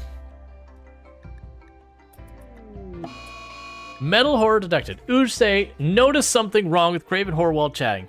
Craven Horde has exhibited a combination of unnatural behavior, strange vocal sounds, and barely visible metallic worms in the eyes.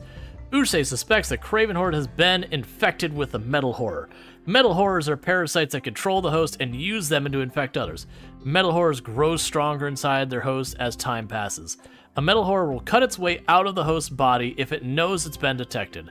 The process is horrifying, but generally, the host survives. The only way to confirm this person is infected with the Metal Horror is to study the Metal Horror's fleshy leavings to identify its biosignature. Then use surgical inspection operation with a trusted doctor. Once discovered, you can use surgical inspection operation to cause the Metal Horror to emerge its host. Be prepared to fight. Alright, so it's time for a little change. Because I don't know if you can spread this here, but I want you to pick up...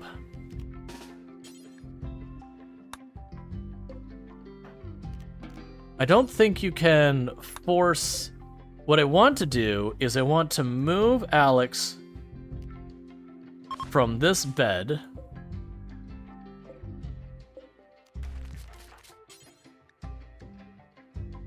Okay.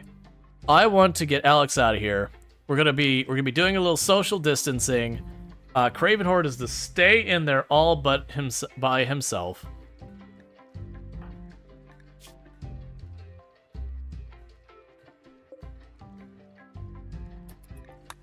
So we may have gotten lucky and caught them right before all that. Let's see, just one mental breakdown to get some sweet forbidden meal. Yeah. The good news is it's sitting in here. It's not refrigerated, so it spoils in only a couple days. Do I have a second person who can cook now? Not really, not without just getting food poisoning. So we're living the raw food life. Does it matter if Craven eats the infected meal? Probably not. I just don't want to take my chances with it. I mean, like, Craven's infected. So this time what we're going to do is we're basically just going to wait on that. I am going to keep needing the food to roll in. We're just going to be dealing with eating raw food and people being upset about it. Not much really else to do about that situation, honestly.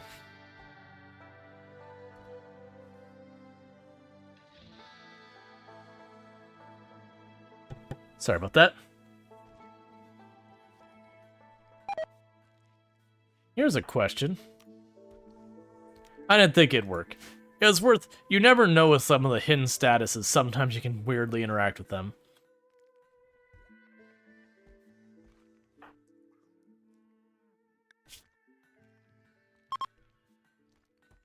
A gestating creature, yeah.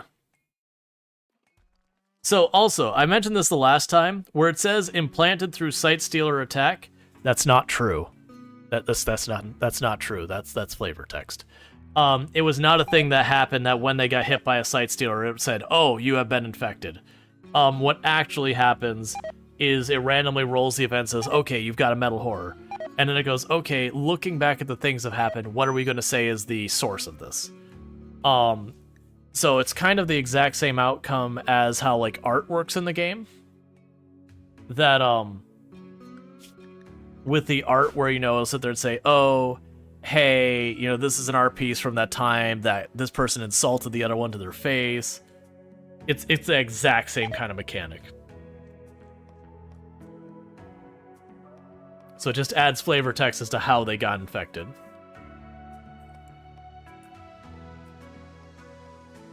So downside is we are getting through our food fast.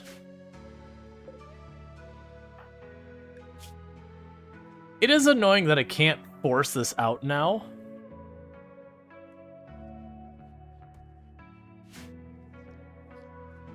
But that's fine.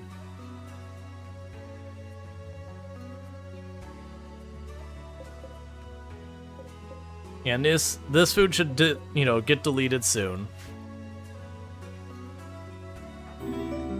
Actually, let's change prisoner to maintain only. We're just going to give them food. And thank you for the follow. Welcome to the stream. Yeah, we're going to maintain only. We're not going to interact with them any more than possible. It's a shame because the way it's communicating game might make you avoid having to cook or doctor to avoid them being infected, but it doesn't actually reduce the risk. It's a shame because the way it's communicated in-game might make you avoid having your cook or doctor fight to avoid... Oh, yeah. No, I see what you're saying. I misread it the first time. I was like, what? Yeah, no, it's, the flavor text, because it'll sit there and say, like, oh, it got brought in from, one of the people who visited your colony, or it got brought in when an enemy hurt you, or it got brought in through, like, contaminated food. Like, it's got a bunch of different messages it'll give. But, like, again, none of them are actually what happened. So it is just one of those things. So yeah, so I'm feeling really good about this. Metal horrors are not the most dangerous enemies. It's just this event, if you're not on top of it, can get you in a lot of trouble. Thank you for the follow. Welcome to the stream. Because it is one of those things that, like, say for example, I didn't get lucky, because that one I got lucky that was a particular tile. That's not that no one goes on it, but Craven Horde specifically spends the most time on it, so it's just rolling the dice with the highest odds. No,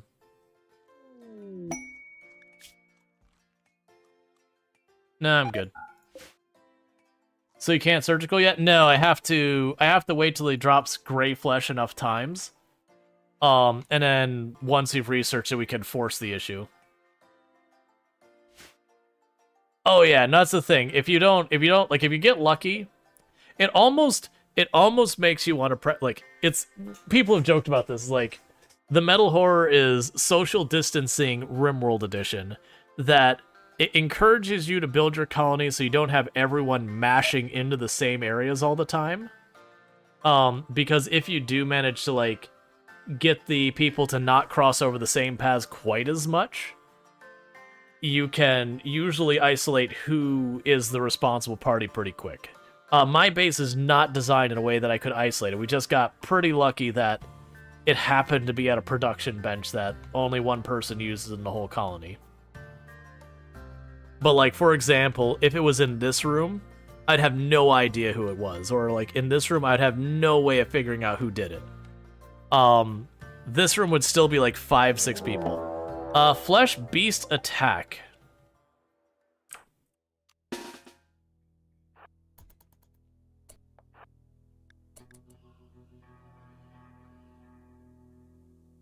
What would you do if you had no idea who it was?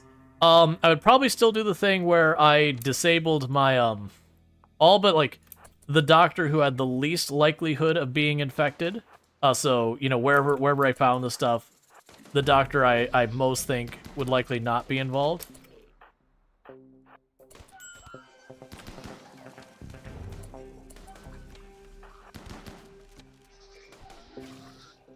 That's what it's afraid of. You go after this one.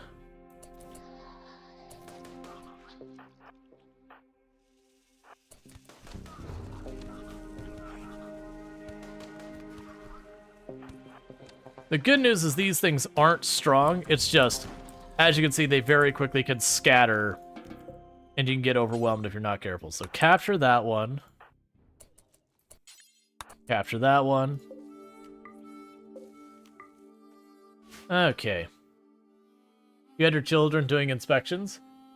But yeah, so basically what I would do is I'd narrow it down to one doctor, and if necessary, I would stop cooking food entirely, and that's all about going, okay, what can I do to reduce the number of people who could potentially be infecting people? And then you just hope whoever you choose to do that stuff isn't the one who's infected.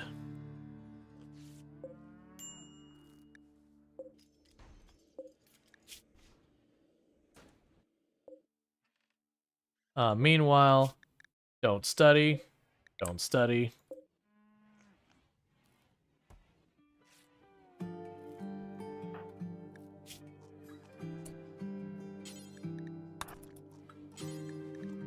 So this would be where things get extremely dangerous. If Usei, for example, was infected, this right now would potentially risk infecting these other three.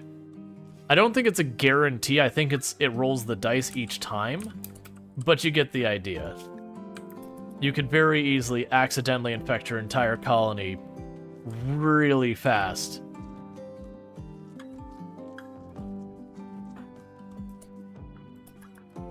I also believe there is the idea. I think it's if like a certain percentage of your colony gets infected, then even if you don't reveal it, they all just burst out and overwhelm the remaining people.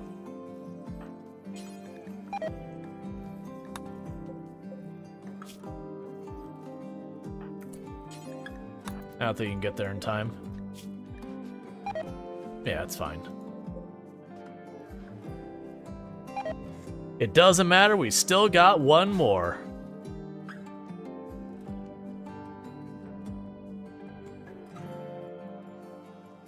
It becomes a game clue? Yeah. Yeah, that's what we're waiting for, is the next thing where it's like, gray flesh. Starvation on Randall Thor.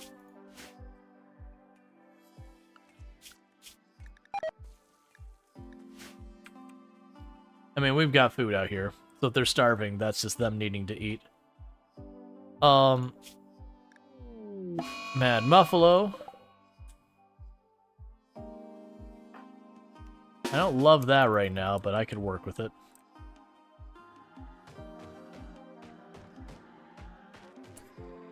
Well, this actually work out okay. Because with it standing there, I should be able to shoot at it.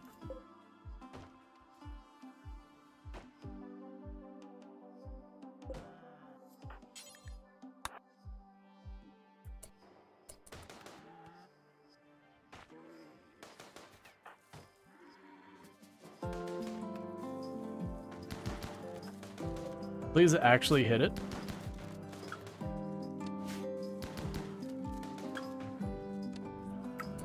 Okay, there you go. Alright, so that's a little bit extra food for us, so that's good news. They keep eating wrong berries, though. Well, it's, literally any berry in the game, it's just an RNG chance to poison you. It's kind of like where you can eat food that would normally be safe, like rice or whatever, and get food poisoning. It's not necessarily that you're eating poisoned berries. You could be eating contaminated berries. You get the idea, that something got on them and that the thing on them is the problem. Helldivers update, they're not doing the thing?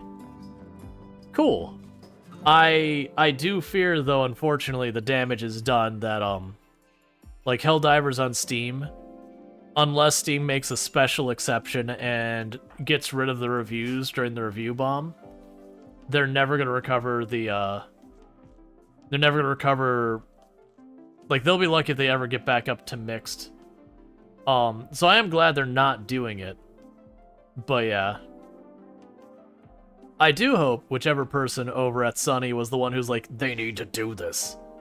I do hope that, as well as things that, like, not necessarily, I mean, I don't know how much is involved with all that. Not necessarily they get fired, but as well as things, it's like, hey, you're no longer responsible for these things at the company. Like, you clearly can't gauge the impact of your actions. Alright, Greyflesh, I really need you to do your thing.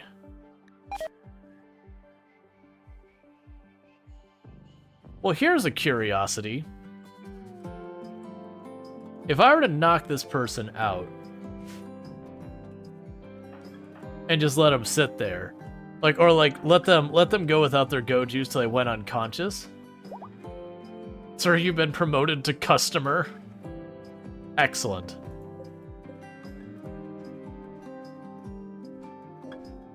Okay, so toggle this off. Do not refuel it right now.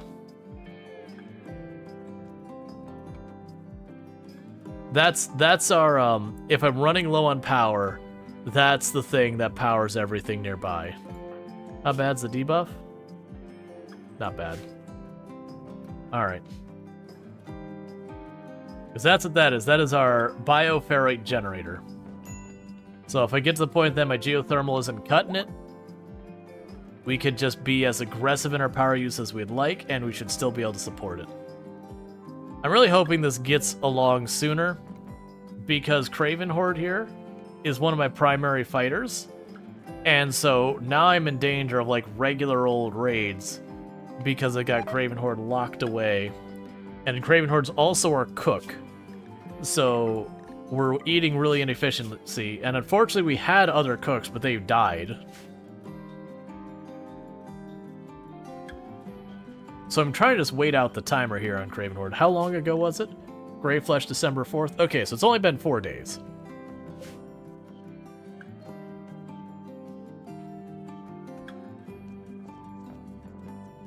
Wait, where's your other light? Did it get destroyed at some point? Is it better to eat raw food or inexperienced cook? Probably an inexperienced cook would be my guess. And the reason I'm saying that is at least the food to be more efficient, even though you would still get food poisoning. I don't know that for a fact, though. That's just my guess. Why are you inside my room? So you're gonna need to open that door. Okay. It's because the door got blocked open and then it just let itself in.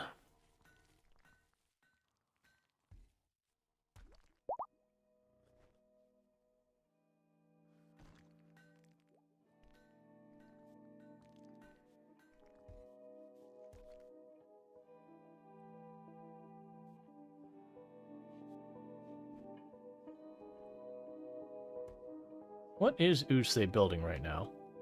Oh, they're building like all the secure doors, and that's fine. Yeah, you keep doing that. That's fine.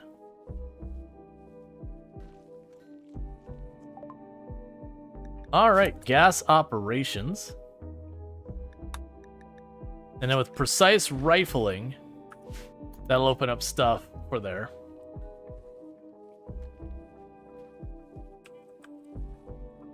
But yeah, now for me, because I just want to don't want to go through, I'm not going to actually train up the second cook and all that. So for me, I would just continue letting them, you know. Oh, that's actually really a dangerous combination. Food poisoning plus crumbled mind. So 60% consciousness and then 50% consciousness. If you're missing any blood, that kills you because of your consciousness getting too low. Or if they're high or anything else that impacts consciousness, that would potentially, you know, do you in. Hold that door open.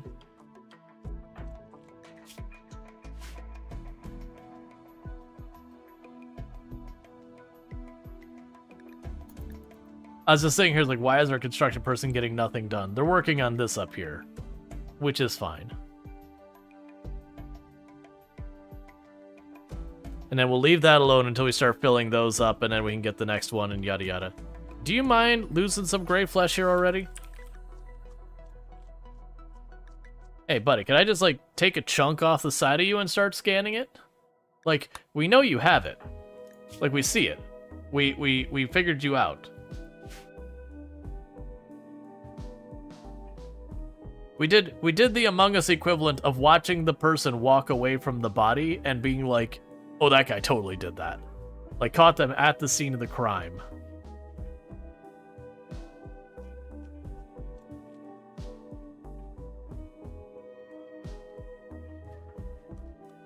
Okay.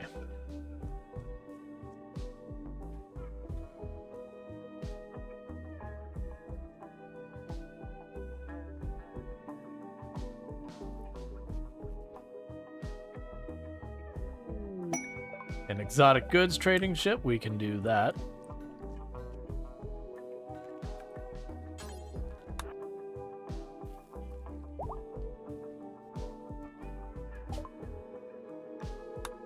Alright. We can potentially get some Glitter World medicine. First, let's see what I have that I can give you. We can give you a Garlean seed. Not much. Not much, unfortunately. It does appear that, unfortunately, they really don't want much from me that I am willing to part with. I mean, actually, I take that back. I can give them a bunch of Go Juice. And that'll probably do good. Alright. So we could grab the mortar book and let them just research mortars on the side. Not gonna worry about the crafting book, I don't think. I don't believe I have a telescope, which would be good to get one of those. That'll work. We'll hold that. Hey, Suey! Thank you so much for the raid. I really do appreciate that. I do hope you had yourself a good stream. But what were we playing today? I'm going to guess probably Stardew. But for those who don't know, Suey, an absolutely fantastic content creator on the platform. Been playing a lot of Stardew Valley lately. So good times over there if you're looking for that. And thank you again for so much for that raid. I really do appreciate it. But yeah, so definitely good times. Well, welcome in. How is your stream and all that? If you got a raid and run, I understand. Super appreciate you know you're always welcome here and all that. But welcome in, raiders. Been playing some RimWorld. Been a pretty solid night and all that. Also been playing a bunch of Dismantle lately. I was gonna play Dismantle tonight as well, but we've just had a whole bunch of people raiding from the RimWorld community that's like, okay, let's just stick with RimWorld. We can grab, like, maybe I'll start stream with Dismantle tomorrow and then switch into something else later. Yeah.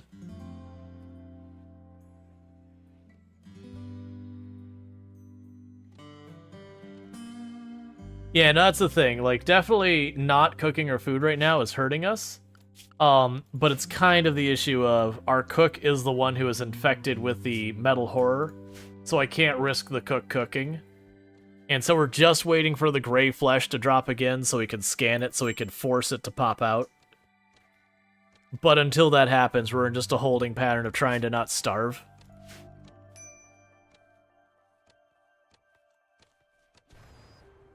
Okay. This has been overdue. Storage, raw materials, stop keeping the steel in there. And also, storage, stop keeping the stone blocks in there.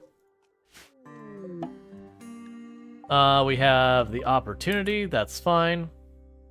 We can do our speech. So we have a 73% chance of a positive outcome. Could you move the bench into where the infected person is and have them cook in exile? I could, but the issue is then they will put their infection in the food, and then I'll have lots of infected people. Because that's the reason why we're not cooking. Oh, good. Boring event. Excellent. Oh, we're due for an ideology flip. Yeah, no, it can spread through doctoring, it can spread through proximity of being around a person a lot, and it can spread through food, which the food and the doctoring are the primary ways. Alright, so I don't think I would change any of our memes. We already have 3. Is there something else we want to add here? I don't think I have another role we can add, so let's not worry about that. We can add a ritual. That's what we'll do. Let's do a sky lantern. I like the sky lantern. I just want to see what it is. Ancient complex, that's fine. Whatever. Alright, good enough. But yeah, so by not cooking, we're getting a penalty. But yeah, so until this is sorted.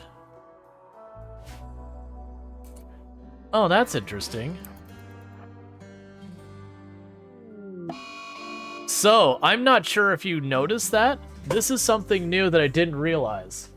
I mean, when I say new, it's just something I didn't realize the mechanic. There was a texture on the ground that the texture was labeled gray flesh, but it wasn't actually, like, the object wasn't there yet. So apparently, you have to see where the ground has gotten dirty from gray flesh before it reveals the thing for you to scan. That actually makes it a pretty good counter where if you literally isolated all of your colonists into their own spaces somehow, you would never do the connection. Alright. Has finished handling the gray flesh sample, carried the biosignature, has made progress in learning how to identify this biosignature in living subjects, but needs more samples to continue working. Until then, your surgical inspections will not detect the toxinite. So, I still have where the ground... See, there's like that little splotch right there? That it says gray flesh there. Let's see if I walk back up to it if it reveals again.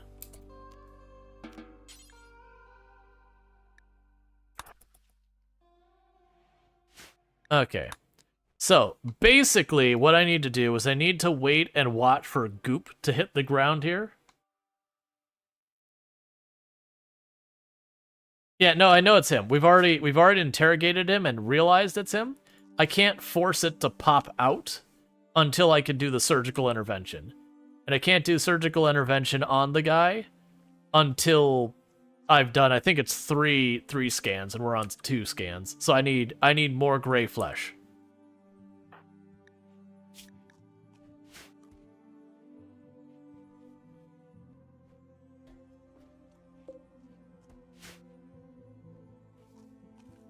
What I don't know is how often or what triggers him to leave gray flesh behind.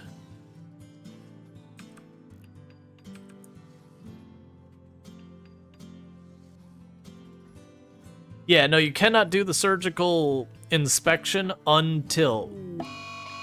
until we get to the, Oh, and you're actually respectable in a fight.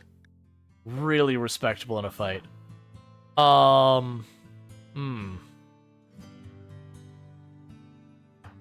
No, that's the whole thing about this one, is immediately it does nothing.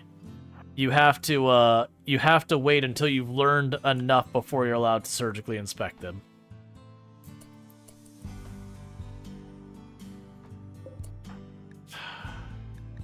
Oh, Luxray can do it. Hey, Lux, buddy. I'm gonna go ahead and we're gonna run everyone over here, just in case things go bad.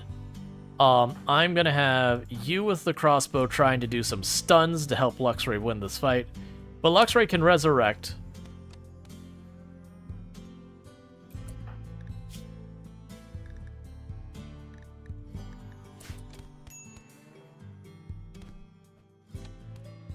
Okay, we got it.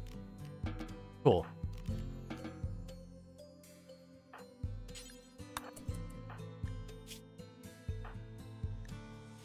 All right. But yeah, no, there's other ones that you can do a surgical inspection immediately, and learn about. So like when you have the person who shows up who has like, oh, you can tell they're not telling you something. Sometimes you could do a surgical thing right then and there and learn what their issue is. Like, you know, find out they have like the organ rot thing or whatever else is going on. But the metal horror specifically hides until you get enough research.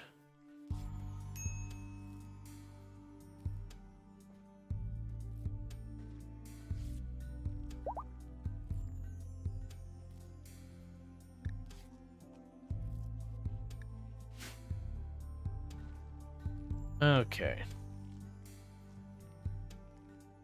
Yeah, so it's not been that long. It's actually been only 6 in-game days since we got the first warning. So it might be every 5 in-game days or something like that. You know, with some RNG, I'm sure, around it. How are you doing? I'm doing pretty good.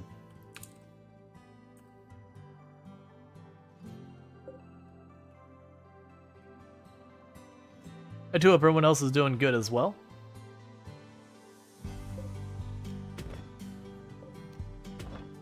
Alright, so we've got all that being moved.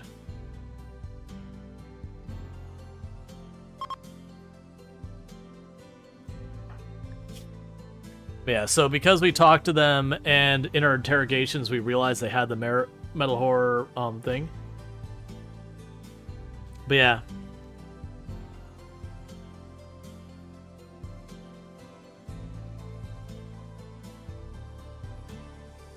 All right.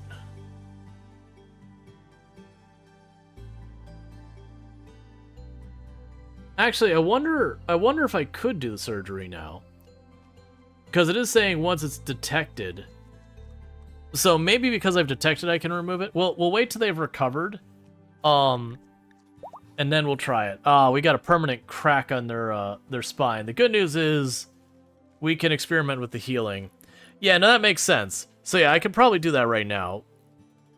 It's just normally... This is the first time I've actually managed to detect them through interrogation.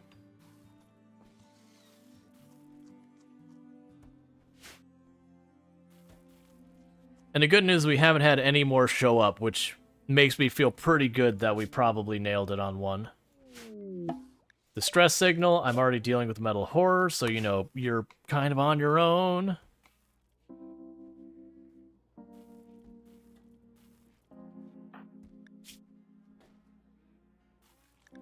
Okay, so you're about to heal. Operations. Add bill.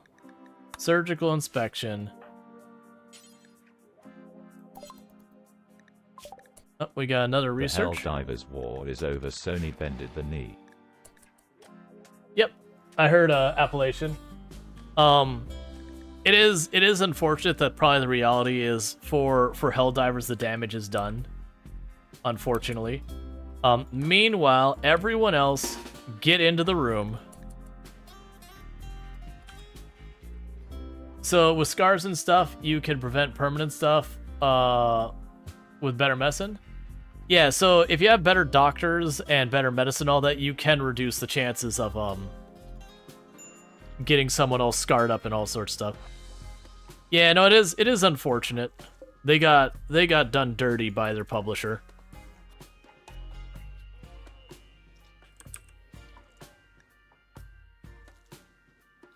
But the issue is, I'm hoping in this particular case, I'm hoping Steam will do... They've only done it a couple times with review bombs.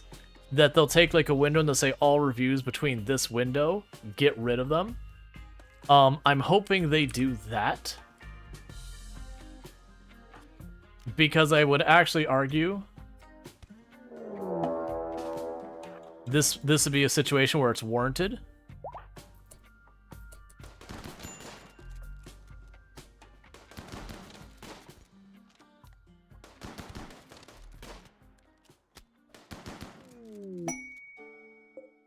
Okay.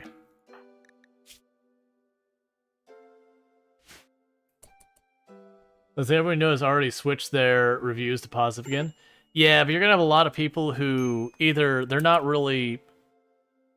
super present with it or whatever, that are just not gonna go back.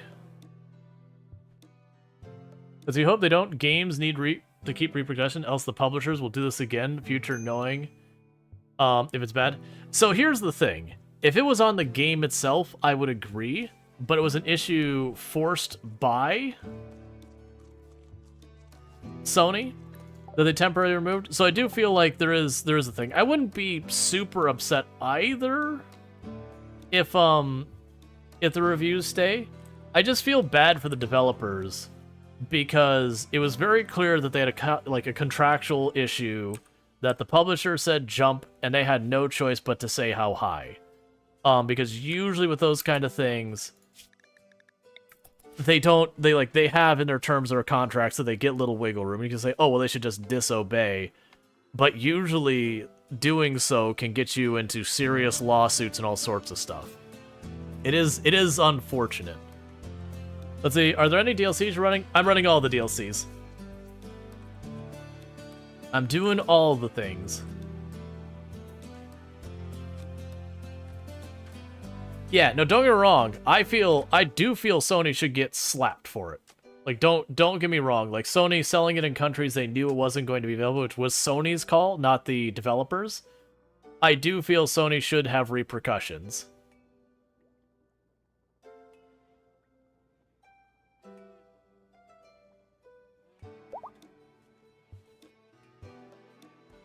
When you help run conventions, there was times when the venue told us to make a change, even though we knew attendance would hate it. You have zero choice. Yep. Yeah, that's the thing. Sony should absolutely catch flack. My hope more than anything else with this is that when Sony in the future is trying to get like others to sign up, whatever, to have them as a publisher, that people are like, nah, I'd rather just go alone than use Sony as a publisher. Because if we remember, like, if you remember No Man's Sky and the entire debacle and all that kind of stuff, that was basically Sony there as well, who was like, hey, you know your game's not ready? Well, that's too bad. Your deadline's this day. And don't get me wrong, they had marketing things they made mistakes on. Hello Games wasn't innocent there. But pushing it out when it wasn't quite ready, that was a Sony move.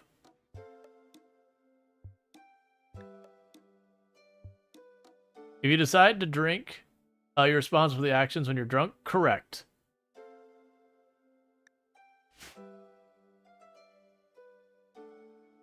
Like, don't get me wrong, like, I get when you sign the contract, you are going to be on it. Because if you remember when Helldivers first dropped, you were required to have the PlayStation sign-in. Like, that was what was happening at the very beginning. And then the servers basically caught fire, people couldn't get on, everyone was frustrated, and so they temporarily disabled... Alright, so I just got... Okay, I think we're good. They temporarily disabled the Sony requirement to kind of alleviate the server load issue. Gotcha. Well, my understanding was that was, from the very beginning, it was supposed to be required. Okay, so with that, we now have our cook back and our other doctors. Gotcha. Because my understanding, and this is again looking back, was my understanding was from the beginning it was supposed to be required. Whether or not it was supposed to be. And so that was the whole thing. And I'm not defending Sony here. Like, Sony absolutely screwed everyone involved.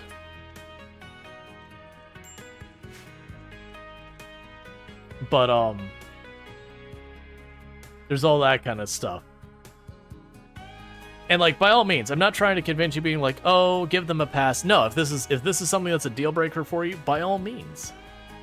But for me, I've just seen way too many times that what ends up happening is you have like a publisher or someone you have a contractual obligation or a higher up or whatever screws you, and then you're the one who catches all the blame. And I do hope that's not the case here, because very clearly the major offending party here is Sony. They're the ones who said you've got to do this. That they shouldn't have been made available places that lose access there? Right, no, actually, I agree. 100% Grand Admiral, but that's Sony's call. Sony's the one who said, these are the markets it's going to be sold in, here's the price that we're going to sell, you're going to be selling it at, here's how we're marketing it. That's the publisher's job. That's not Helldivers itself, not typically. I obviously don't know their contract. Yeah, no, that's all good. You didn't bring it back up, it's fine. Now, I will, to go with that very last Lardine, I will actually say I don't agree with games being able like, oh, we had somewhere in the print on the page two areas down that you're going to need this thing or whatever. I don't agree that's enough, because it's the same thing with like terms of service, where they'll have the terms of service where they're 40 pages long and they'll use legalese and all sorts of stuff. No one reads it anymore. Like it's literally been a meme in popular media for a long time that people don't read it because there's just too much crap in there that you can't keep up with it. It should be one of those things that when you go to sign up, like at that moment, it's like prompt, hey, just so you know, you're going to go buy this game. It is required to, you to sign up with Xbox or PSN or, Origin or whatever. I've honestly gotten like really pissed off when I bought games in the past, and the first thing that happens when I run the game is some third-party launcher loads up. I'm like, why are you here? What is your purpose? Like, I already have a launcher. I don't need Origin. I don't want Origin. All you're adding is another thing for me to get compromised, or have performance issues, or to have crashing problems, or to have overlays I can't disable, or all these other issues. They do not have at the top bit of the page like some games. Origin, AUN's one. I don't know, Marximus. Full disclosure, they gave me a key. I did end up playing it. I was supposed to be playing with some other people, and just things fell through. And then I didn't turn around.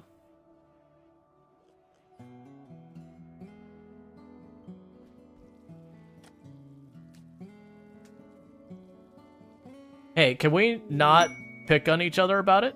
It's fine to have disagreements, but, like, we do have one of our things about, like, hey, be kind and all that, be respectful and all that.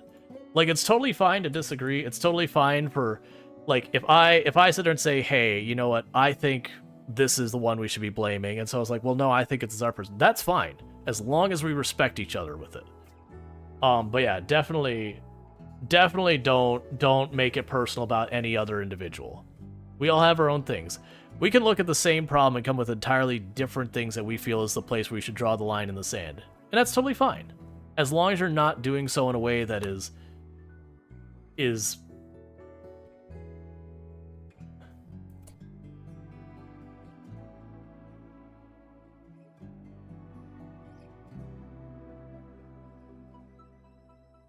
yeah, so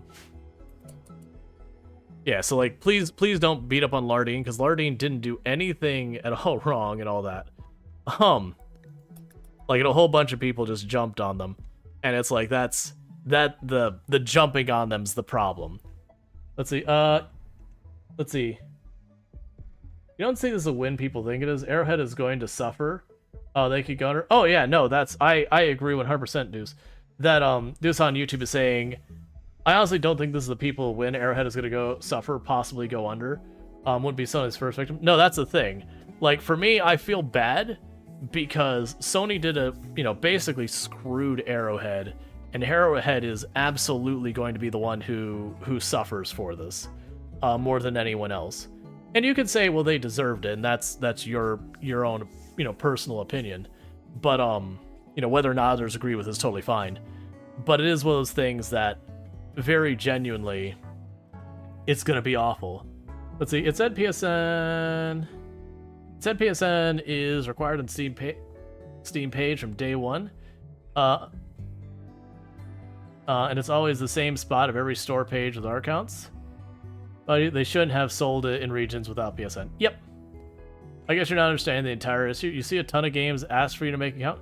So the big problem, She-Wolf, is they were selling the game in areas that legally do not have access to PSN.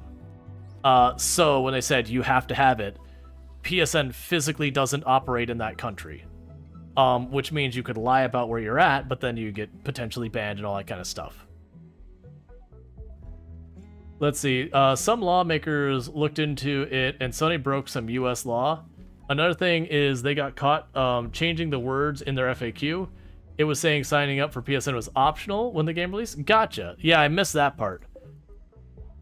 But yeah, I know if they literally just flipped it, that is one of those things you do run into. But like for example, going back to like the publisher agreement side of things, if I have a contractual obligation with the publisher and they say, hey, you need to do this kind of thing, and it could be one of those things that are really, really awful.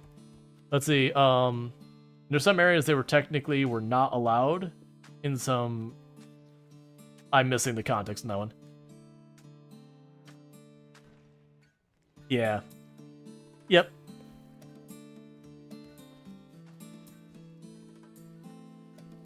Gotcha. So, like, my understanding was from the beginning it said it was required. I didn't see that they had changed it, like, retroactively kind of thing. But again, that's on Sony's side. That's the thing I'm trying to get across here, is that Sony's making those decisions. So effectively, Arrowhead is a victim in this as much as, you know, as a lot of other people. Because, like, think about it this way. You might lose access to a game, which sucks, and you should be owed your money back, and yada yada yada, and all those things. Whereas when it comes to Arrowhead, they didn't just lose access to a game. They lost basically a good chunk of their business. Like, that is going to severely damage their reputation and everything. Let's see, your next game, those contracts and license are such a pain in the butt, especially if you make a mistake. It sucks so bad. Especially end up having to pass on getting screwed to your customers too. Yeah, so I'm not a game dev, but I've been a dev, and I've absolutely gotten nailed by contracts having like little things in here, like, but that's bad for the customers. Everyone's gonna hate it. It's like, yep, but you got a contractual obligation. And the thing is, if you say, well, I'm not gonna do it, it's like, okay, well, they're going to like literally take you for hundreds of thousands of dollars or whatever based on, you know, the scope of the contract of all that, or take control of the thing you worked on, or whatever the terms are. Like, really a mess. Oh yeah, no, don't get me wrong. Arrowhead definitely didn't do a good job in communications. That they do own. That is on them. That when it came to communications, they definitely botched that. That's why you don't work for the man. Yeah, that's the challenge though if you're gonna go into game dev these days. I've talked about a number of times that, do you know what one of the most important things about when you're trying to sell a game as a small studio? Marketing. Your game almost takes a secondary seat in importance. And, you know, people be like, oh, no, that's, nah, but it's like, it's the unfortunate reality, though. Like, it very unfortunately is kind of the reality that, like, marketing itself will make or break game. Oh, yeah, no, it's the CEO came out there. And again, if you're unhappy with the game, whatever, by all means, no one's trying to convince you. It's like, no, you have to love it. No. It's just, it's kind of in the don't yuck someone's yum where, like, yeah, this whole thing was a disaster, this whole thing was a mess. I'm more of the just be careful where you're assigning blame. It's really easy to assign blame to other people who got screwed.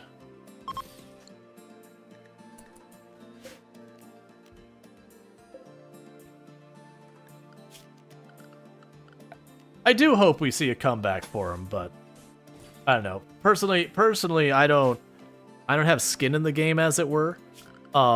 It's just I didn't end up, like, as I mentioned, I was given a key for it, with the intent on playing it with a group of others, and just, you know, scheduling things, making it not happen. No. Marksman says, you need at least twice as much money for marketing to what you spent on making the thing. A game we worked on was 15 million dev art, etc., and stupid licensing stuff. And in the end, we ran out of money and couldn't do the marketing, and it failed, and the company went bankrupt. Yeah, so I don't think there's a hard rule about, like, double. It's so much as marketing is expensive, and it is part of it. I've talked about, you know, whenever I'd have people pop in and are like, no, ads are terrible, they don't even work. It's like, you're wrong. Like, very objectively, if you don't think ads work, you are just blissfully naive, unfortunately. because I used to work at a company that we would have the call center part of the floor, and you'd have those days where you're just like, man, there is not a phone ringing in this place, which means there's a whole lot of people getting paid and a whole lot of $0 coming in the door.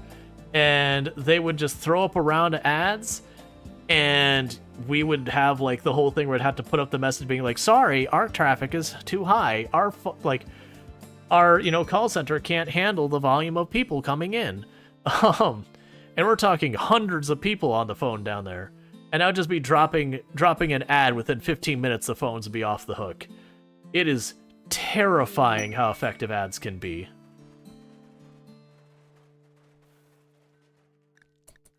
You don't know how ads work? So the big thing with ads is right ad, right time, right person. So basically, like, if you are looking for something, like, you're like, oh man, my keyboard's not working. I really need a new keyboard. And boom, you get hit with a keyboard ad right then. The chances of you clicking through on that keyboard ad are pretty likely. If you're sitting there and you're dealing with some other thing like, oh, I'm having this issue, I'm trying to find a lawn service and I can't find a good lawn service here, I don't even know where to begin looking, and then you get a lawn service ad pops up, you're probably going to go through with that group. And there's that kind of things. It can be on much larger things. And like games, there's been plenty of times that the right game at the right time. Imagine not mowing your own lawn. Oh yeah, no, absolutely. I imagine not mowing my own lawn. I don't mow my own lawn anymore. The cost of maintaining my mower and all that, for as cheap as I can pay someone to do it, it's not worth my effort. And that is as someone who used to service mowers for a living. I used to be a preventative maintenance technician, where I would take people's mowers when they went to take them off to shop and repair them, and I would do it. You will be amazed at how much the money adds up on just keeping a gas engine running. Oh yeah, no, electric mowers, like when I worked at the electric mowers were garbage. They were terrible. Now they're good. But back in like the late 90s, early 2000s, those electric mowers, pretty awful. The battery life on those things did not exist. And mowing with a giant cord, not something I'd recommend. Or you'd have people do like the extension cord and the extension cord and the extension cord, and then their cord would overheat and bad things. But yeah, so that's kind of the thing. Is like ads can absolutely work. That's kind of the big problem you run into with a lot of ads though, and why. Like, if you got ads that were relevant and that were covering a topic you cared about and all that kind of stuff, you probably wouldn't mind nearly as much. But that's the issue. That's not what you get. You get a bunch of these ads, you're like, this doesn't even apply to me, like, I'm way too old for military service, and yada yada yada, or, like, you know, whatever the beef is, like, or selling a car, it's like, look, man, I'm not in the market for a car right now. Stop telling me about the car I'm not gonna buy.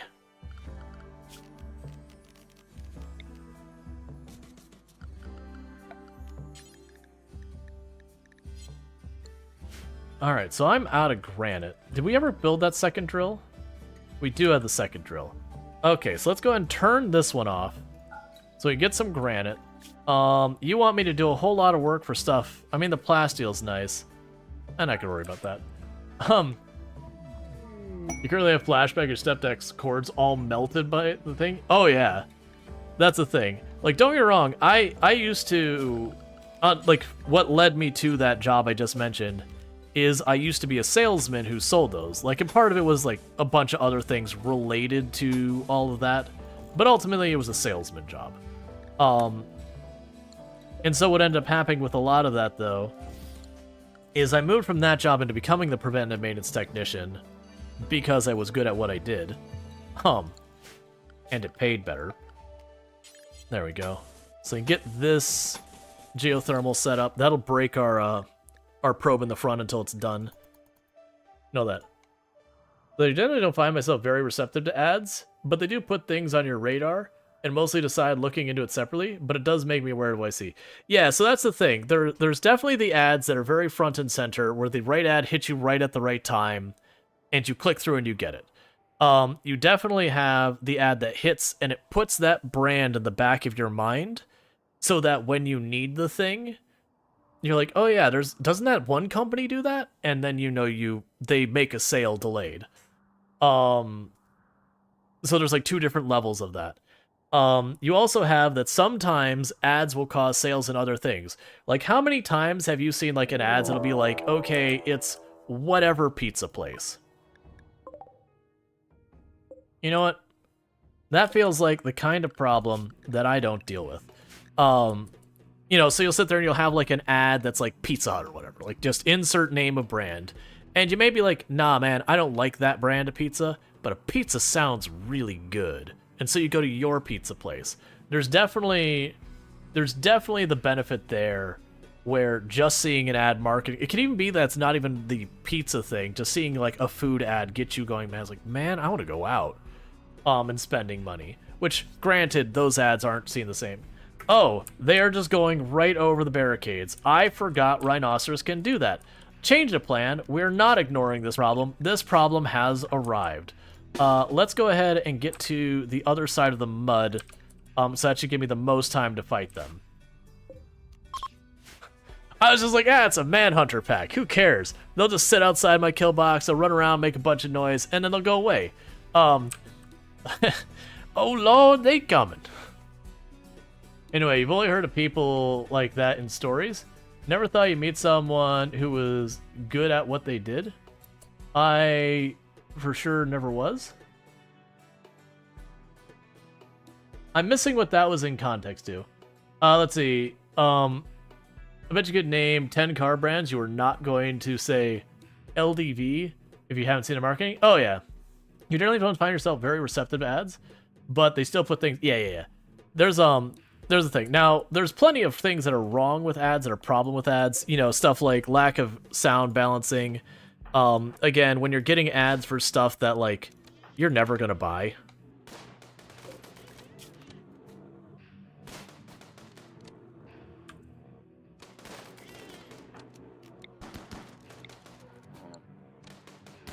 Well, I was all ready to sit there and hit him with a flare, and I was like, oh, he just landed a solid stun. Our medical ads, car insurance ads. So I personally sit there and, I am of the mind that medical stuff shouldn't be allowed to advertise. That's something that should be an interaction between you and your doctor. Like, you shouldn't be able to go to your doctor and tell him you would like to get these pills.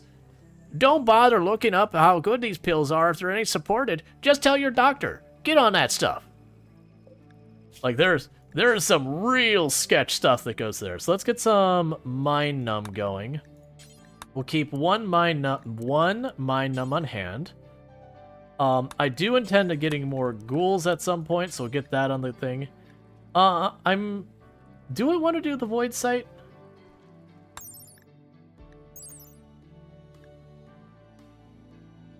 Yeah, no, the Void Sight makes people crabby, and I don't need it.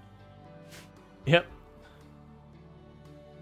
Yeah, no, that's the thing. But there's a catch-22 when it comes to that kind of thing with the ads. So, like, there's that. I personally don't feel you should be allowed to have military ads. Recruiting military ad kind of things. I personally don't feel like that. That is a decision that you should be making with, like, advisors and stuff like that. Going like, hey, does this make sense? You shouldn't go on it because they're blasting some patriotic music and then waving a flag and showing a whole bunch of people like running and doing stuff. It's like, no, that is one you should sit down with someone who's like, let's look at your finances, let's look at your prospects, let's look at your things. Does military service make sense to you? And sometimes the answer is yes. It's not always, but you shouldn't do it because the marketing's good.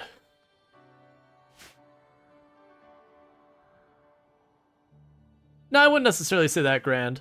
There's I've known people who got okey doked by the military. I've also known people who, very genuinely looking at what their situation was, it made a lot of sense for them to go that way because being able to afford college and, you know, they would have to go to college for what they wanted to do wasn't a prospect they were going to be able to reasonably do. And by going into the military, they basically put in time to get the education that they wanted. So there's certainly places it makes sense. That said, I do feel like if the reason you're joining is marketing, that's a problem. Like that's you not making the greatest decisions. I also feel like it's one of those things that 18 years old, you shouldn't be allowed to make those decisions, because there's a certain level of commitment you shouldn't be able to make at 18 years old. Like, if you can take some ridiculous loan that's going to indebt you for the rest of your life, then maybe that's something that there should be more than someone who is legally an adult. But let's be real, like that's the thing when you're looking at age, when it comes to like the age of maturity and having a better understanding of what consequences are, and all that, that you still aren't fully aged until like it's around 27 that you start like really settling in that, like, okay, basically you've got a good understanding. You almost have to live your own in the world for a little while before you can make informed decisions on certain things.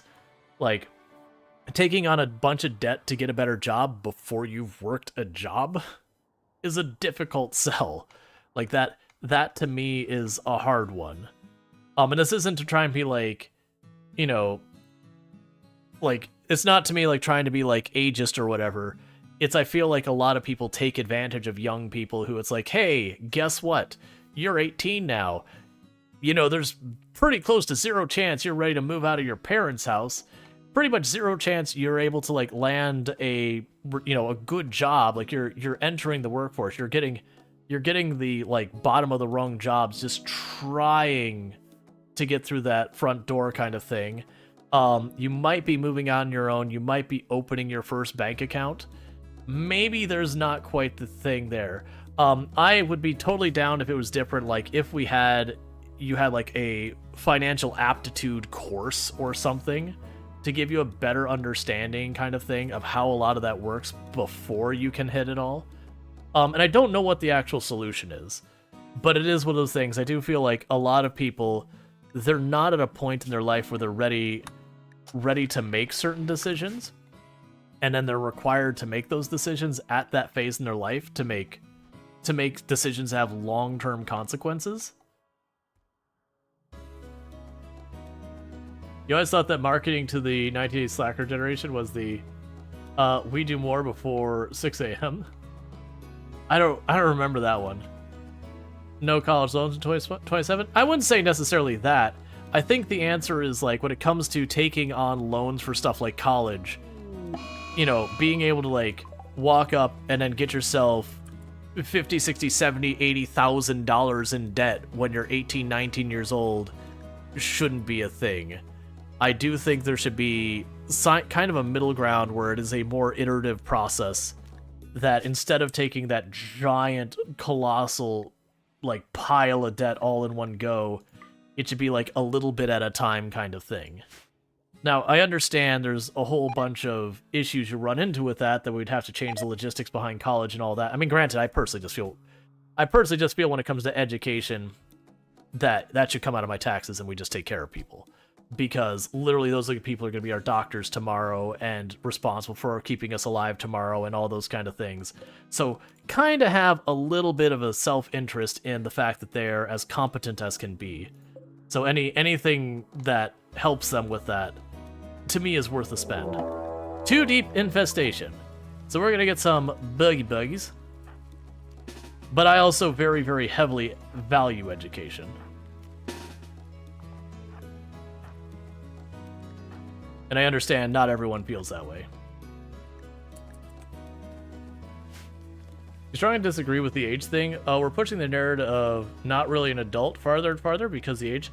Yeah, so the thing is, for me, it's more about the experience you going into that. I'm not trying to say like 18-year-olds shouldn't be able to make meaningful decisions.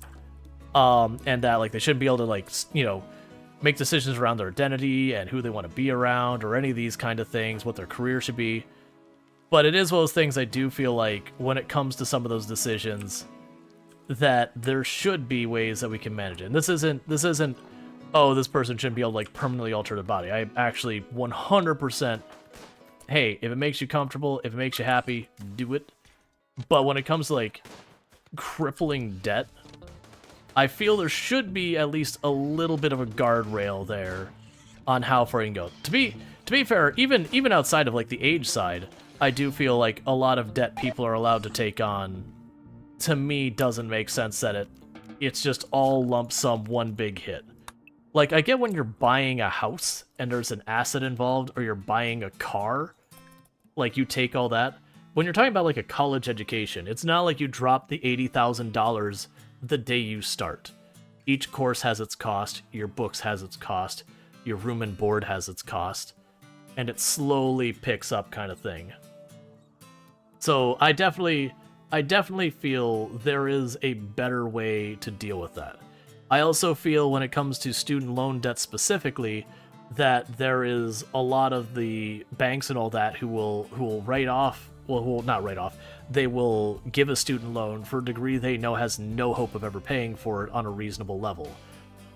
Like as much as I don't want to badmouth on like marine biology degrees or whatever, do you know how many people get hired in marine biology a year? Here's a hint. It's low double digits in the entire US. Within that discipline. Most of them go on to like general chemistry or general biology stuff. I'm not saying they shouldn't offer those, but allowing a person to take like $120,000 in student loan debt for a job that has very low prospects, I do feel like the algebra being like, you know, when you buy a house, they're like, okay, well, your house is an asset on there where if I don't pay my loan, they take my house. They obviously can't take your education back. So there does need to be some balance there.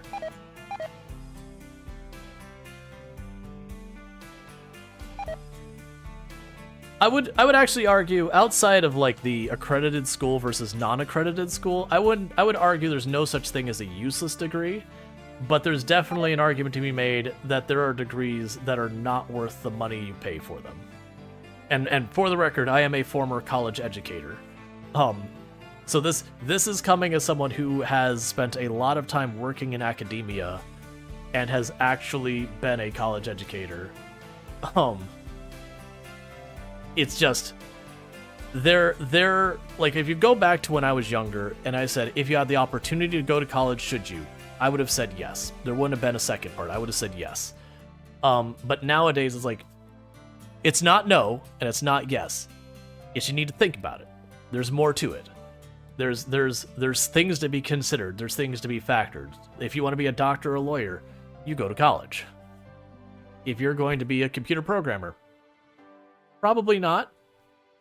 Very genuinely, probably not. It's not going to hurt you to go to college. It'll definitely help you get your leg up on that first job or two. Like that is true, and it can actually help you get an edge in some jobs. As we get farther and farther in your career, it becomes less and less relevant. Let's see, again, you disagree. There's a reason why the military doesn't care what degree you have outside of very specialized technical trades. It honestly doesn't matter. Are you saying you disagree on the value of a college degree? I would definitely say these days I'd probably recommend trade schools a lot more than I would have in the past too. You went to college, got your degree, and instead of continuing to higher degree, you left and went to trade school, and is fortunate enough to career out of the trade school. Yeah. Any undergrad degree is worth the same, in your opinion? So there's two things I'll go on that. So one thing you have to watch, and this is more from the US perspective, just to be clear. We have multiple types of accreditation. You have not accredited at all. Do not do that if you're going to a college. If you're going to a college that's not accredited, you are being scammed. Like, just, there's not a second part to that phrase. You are being scammed. Because the paper you get is literally worth less than a blank piece of paper, because you've ruined a perfectly good piece of paper. Then there's regional, and there is federal accreditation. And I always get them backwards, where one of them is the thing that basically says you have met all the criteria on kind of the federal level based on the guidance and yada, yada, yada. That one has value. And then you've got the smaller area accreditation, and those are a hodgepodge and usually not good. those are usually those schools you hear about that they operate for 10, 15 years and then they get shut down. Those are usually the one that get the not as good accreditation. Now, as long as you're getting the good accredited ones for college, this is talking college, university, not trade school, then yes, as long as it's properly accredited, generally getting that document, whether you get it from a big name or a little name, it's fine. It'll carry its weight. It'll have its value. Now, I'll definitely say there's certain disciplines that having a college degree is really not worth that much, and then there's some that it's really big. And that's the reason why it's like, should you go to college? It depends. It's complicated. Let's see, I hope you can add to this conversation. If you're not going to college, you can learn craft trade like electricity, welding, car mechanics. You went to an occupational center and learned it for free. Gotta exist something like that in your country? Yeah, so that's when I'm talking about trade school. So in the past, we used to have apprenticeships, which would fall under that, and similar around that kind of thing.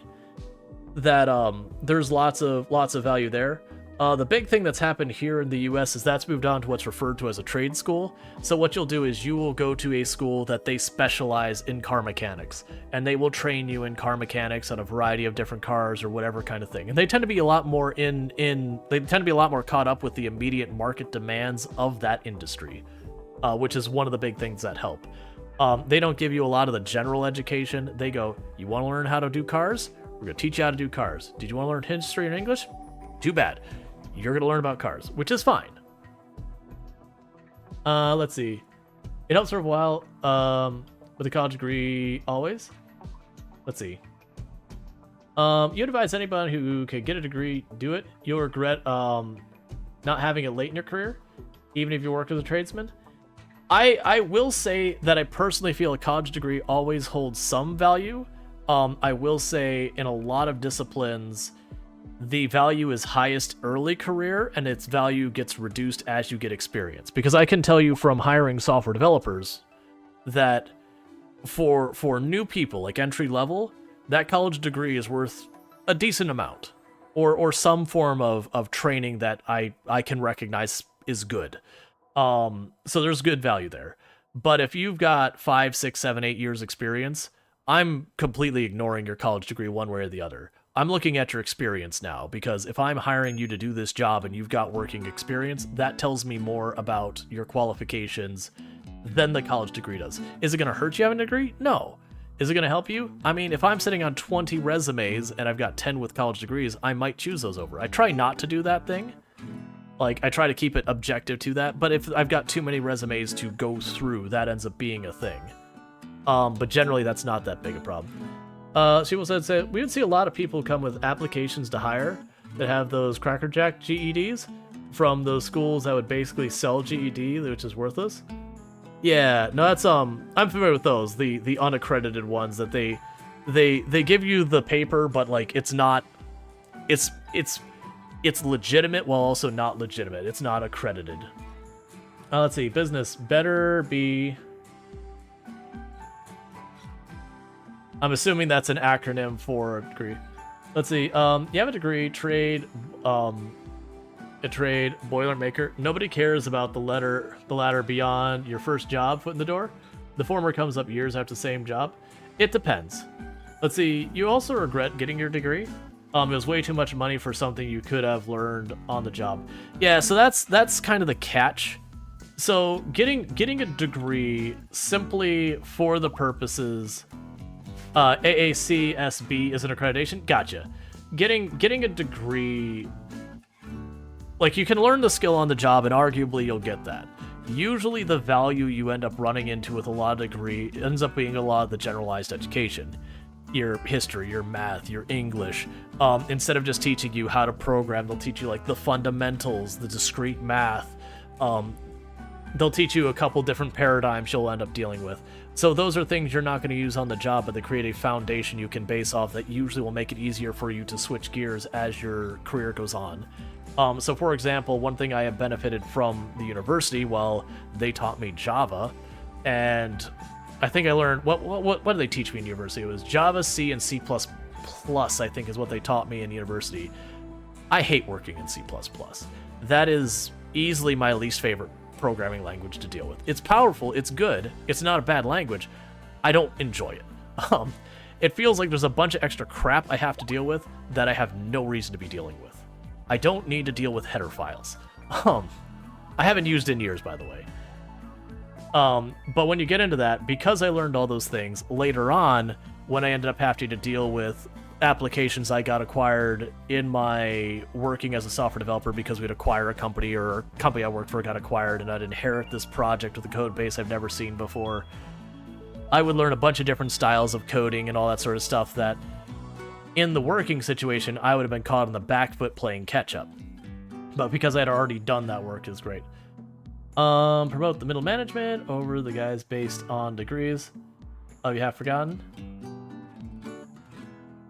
I mean, different companies operate. There's definitely lots of stuff when it comes to... Like, I've seen so many software developers get promoted into management, and it being the worst thing that ever happened to them. That it was just not something they enjoyed. They felt like they had to do it because it's worth more money, yada, yada, yada, and were absolutely miserable. Smelt weapon if it is bio-coded. We already got that set up. I should get some chairs in here.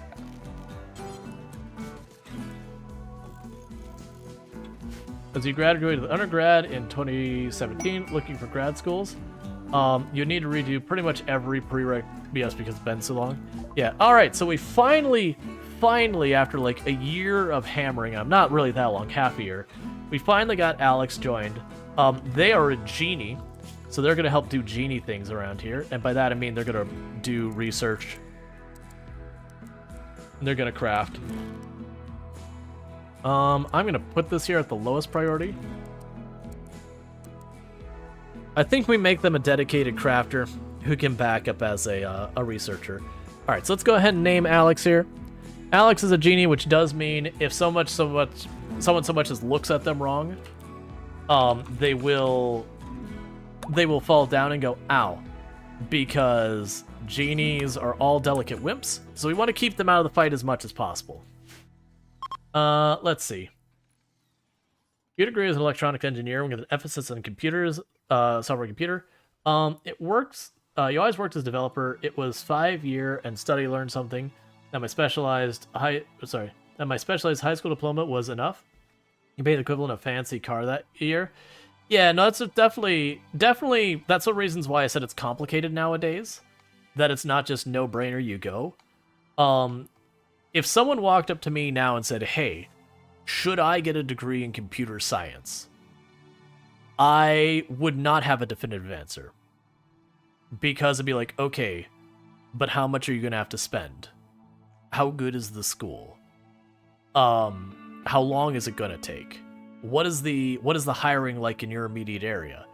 Because there's definitely a lot of situations where right now you'd be better served just taking the job and going.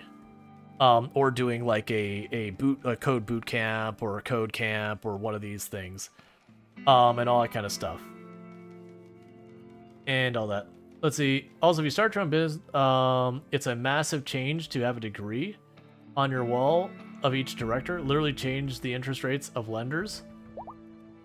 I from working with business, I can't tell you the last time I've had a lender walk into the office to meet me there versus meeting them on some location. Unless I'm like giving them a tour for the office and all that.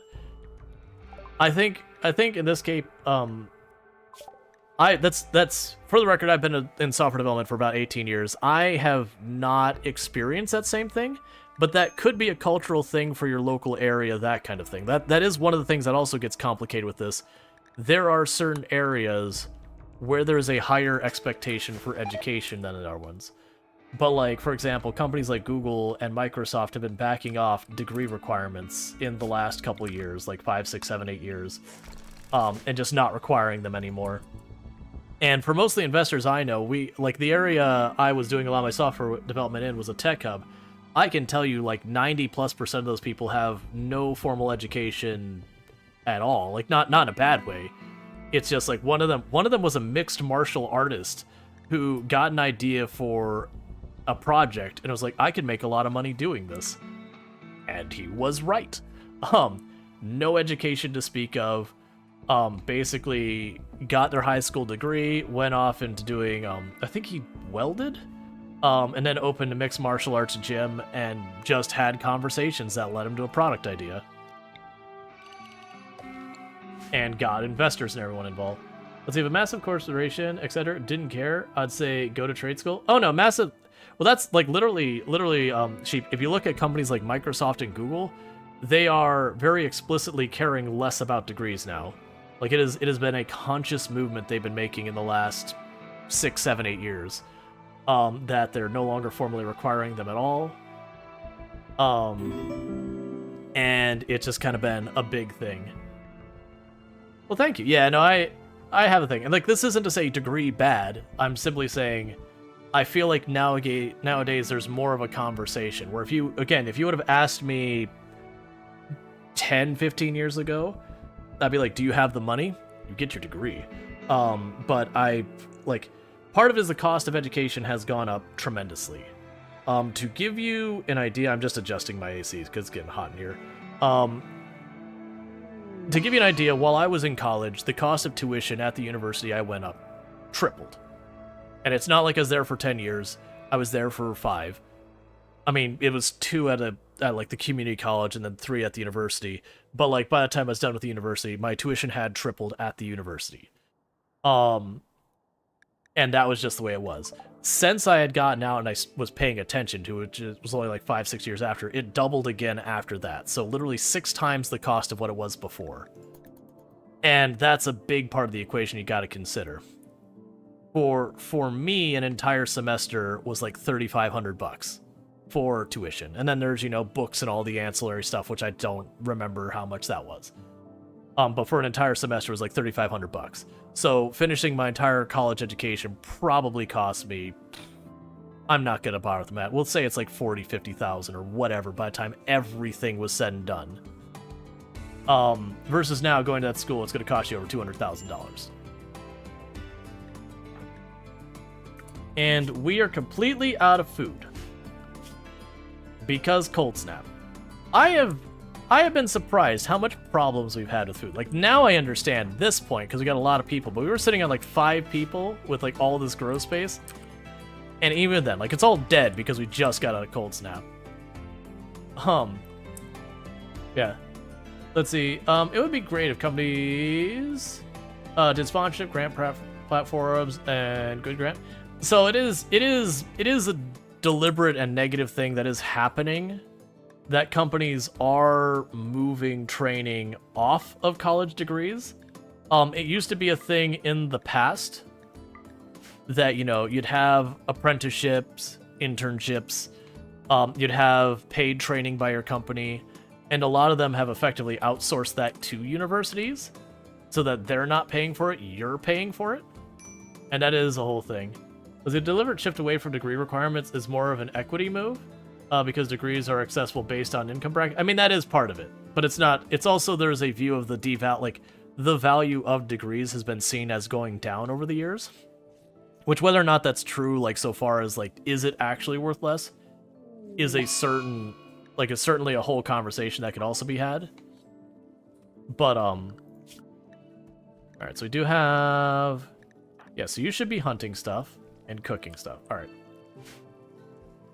And your job degrees actually hurt? There's a stigma with people having degrees, but are usually bad at the job? I haven't heard that yet. Like, I know there's companies who feel that way, especially in the startup area. But I also don't particularly care about companies like that, because those are also the same companies that run to people's like, no, you learned a Microsoft technology? No, Microsoft is awful. And you're like, are you using Google tech? And they're like, yes. And you're like, dude, man, if we're going to be real, Google's the new Microsoft, Microsoft's the new Google. Google done gone bad. They literally removed their slogan, don't do evil. Why did they bother with that? Why was it even an effort? They literally are firing their own people, laying them off, because they're like, yeah, we don't want to support military software at our company. I used to deal with that crap all the time in software dev. People who are just fanboying over whatever the latest tech is. I'm like, you're using that technology that's been around for a while. It's like, yeah, and it's like 90% of the market share. Why would I not learn something that's 90% of the market share as someone who's working in that market? That seems like a very not smart idea. Why would you pigeonhole yourself into a technology that released this year and is not even fully released and is being advised to not be used in production environments because it's not ready yet by the people making that software? Why would you do that? What? Google's dropped support for it? Huh, that's kind of interesting. That feels like you wasted a little bit of time of your life. I say this as someone who also learned Silverlight, which absolutely burned me. Absolutely learned Silverlight, 100% waste of time. Because, I mean, actually, that's not fair. The biggest part of it was the XAML, which went on to live into other coding frameworks and all that. But definitely felt like Will was like, all right, here's this new tech. I probably got to pay attention to it. Learned it and was like, well, they killed that. Never mind. You can't hear military technology and just can't think of the worst. Oh, the ship was still using Windows XP. Oh, man. I've talked about the digital billboards. So I wrote the software. I don't know if it's still running there now. But if you go from the airport to the Las Vegas Strip for a period of time, and it may still be my software, I don't honestly know. Thank you for the follow. Welcome to the stream. I wrote the software that would cycle the different advertisements on it. So basically, like, because the way it used to work is you would literally go to the thing, you'd plug into it, and, like, put files on there, and do that. And it was a whole mess.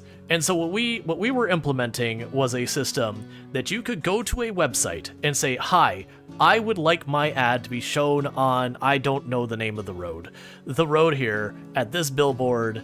I want to show it, like, I don't know the marketing side of it, but, you know, show it from these time frames and this type of thing for this duration, yada, yada, yada. Whatever the thing is you care about for all that data. And I was the one who's writing the code that say, okay, show this image for 13 seconds, record it to the database that showed for 13 seconds from this time to this time, you know, in this order, you know, put the scheduling, all that stuff. Why aren't you butchering them? Because Craven Horde is hurt from a social fight. So we were going to manually make them do that, because of course they got into a social fight. Because I'm still working with one cook in this poor place, because here's a hint, if you show up here and you're a cook, you're dead. Not because I want you to be dead, because Cassy will show up and drop a meteor on your skull just to make sure I don't get a second cook. She has been absolutely evil to my cooks. Being a cook in this colony is a death sentence. It shouldn't be, but weirdly, that's just the way Cassy's riding these days. And where did all my components go? I had 40. Did we have a tantrum that destroyed them and I just totally missed it with the conversation? Yeah, and that one living cook had a metal infection. Yup. That did not help our cause. I wish I had researched fabrication. Because I'm pretty sure... We got... Okay, there's 4. We got 4 on the map here. Go haul those home. There's no more components on the map. So I have messed up. What am I making that is using all the components? I don't think it was a tantrum that destroyed them, and I didn't sell them. They weren't outside. Oh, was it literally... No, I mean, each one of these wasn't that many. And I'm not making guns yet, I'm making helmets, and it's not flak helmets, it's just regular old helmets.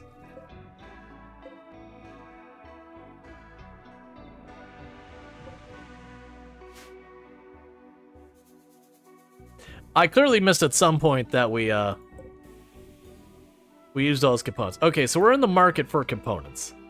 I have been focused on the conversation, totally missed that our components vanished at some point. Alright, meanwhile, we can go ahead and go over here and say... I don't think I actually need another one of these.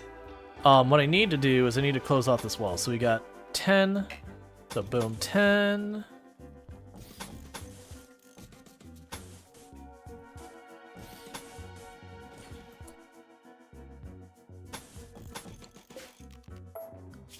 Because then we'll do here is we'll set another line of rooms. I'll probably get some vents going and all that. We can smooth all this out. And this can be our ideology room. I'm gonna go ahead and scooch this over here.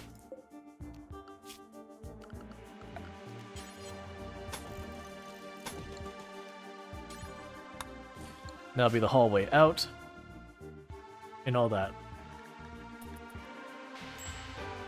Hey, we're having good conversation, so it's fair that you're not paying attention to the colony.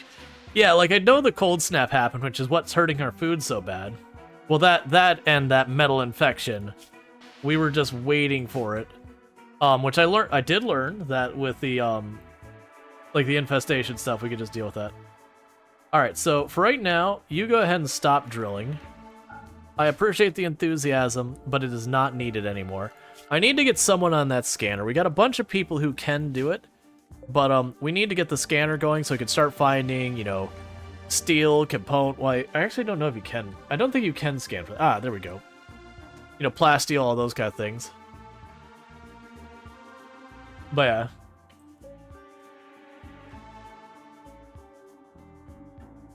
Yeah, so now it's just a matter of cooking, because this is still like a fueled stove. I never got it switched over to electrical. Disease flu. Thank goodness you left my cook alone. Did you leave my growing person alone? Good. They left the cook and the farmer alone. So, honestly, I'm not that worried about that. That's the big one. If they would have hit the cook and the farmer, I would have been a little salty, because that would have certainly made it a problem. Yeah, no, four or five people would be pretty standard for this. I would expect if you were to say like, hey, you're getting hit by plague, how many would you get? I'd be like, probably 4. It's usually about half. Like, if you were to take half and kind of like round down or just nudge it down, it's around there is usually what disease will hit. I don't know the math behind the scenes that decides it all, but it is usually in that ballpark. Do I have these set to not build a roof? Let's double check that. Because that's a mistake I've made that is a real bad time.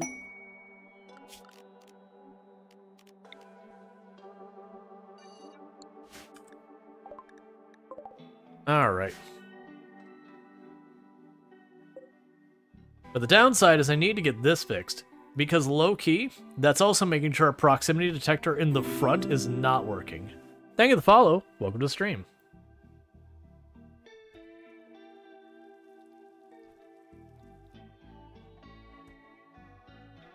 Because these actually have ACs tucked in them. So my plan is once I close this off, I'll open these vents. And it should mostly cool this entire area. I might actually put an extra vent here, into these rooms and have it handle all that.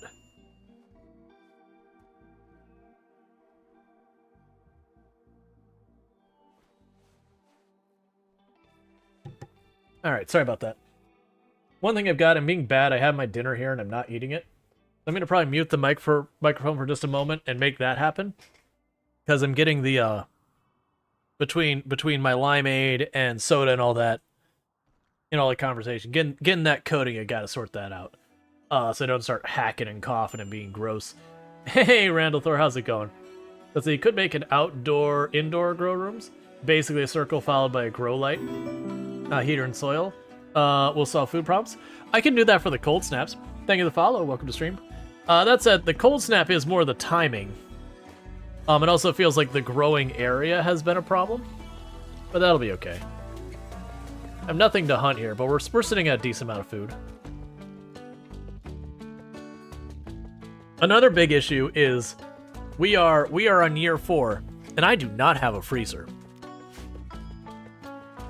But that's because a lot of stuff, construction-wise, completely stalled out for a long time.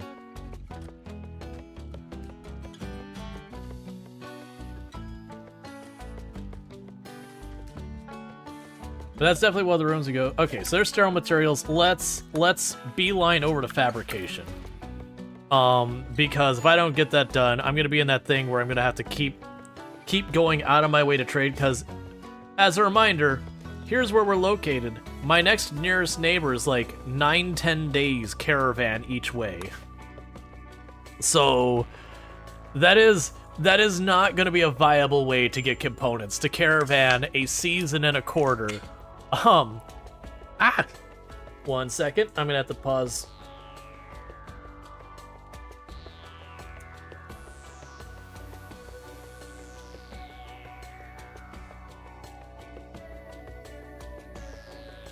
Stop foaming.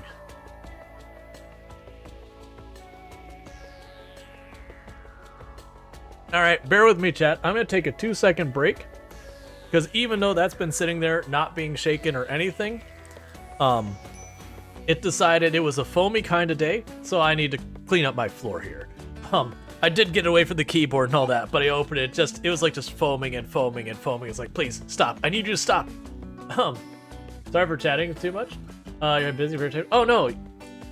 Here's a hint. Like 90% of the people on Twitch just lurk. They might say a sentence here or two, but they lurk. You're literally in the majority by lurking, so you're good. So give me a moment. I'm gonna go ahead and put up my away screen. I gotta clean up my mess here, and I'll be right back. So thank you again for tuning in.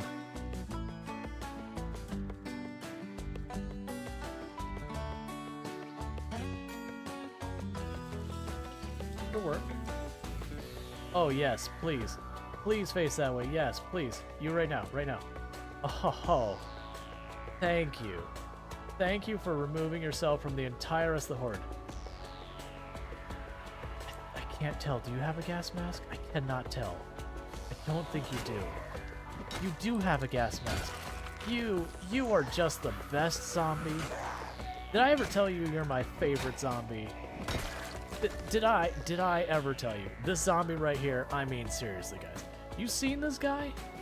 Best zombie in the world. Straight up. Even brought me a snack.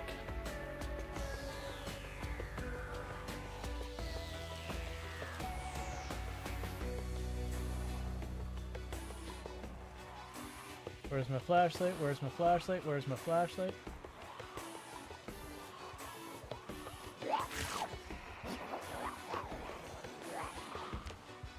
Scratched. We're okay. Well, we're probably okay. Where is my freaking flashlight? Yeah, I don't know about anyone else, but if you have a colony where you've got 12 kids that you've raised there, definitely MVP parent. Because that is a lot of kids.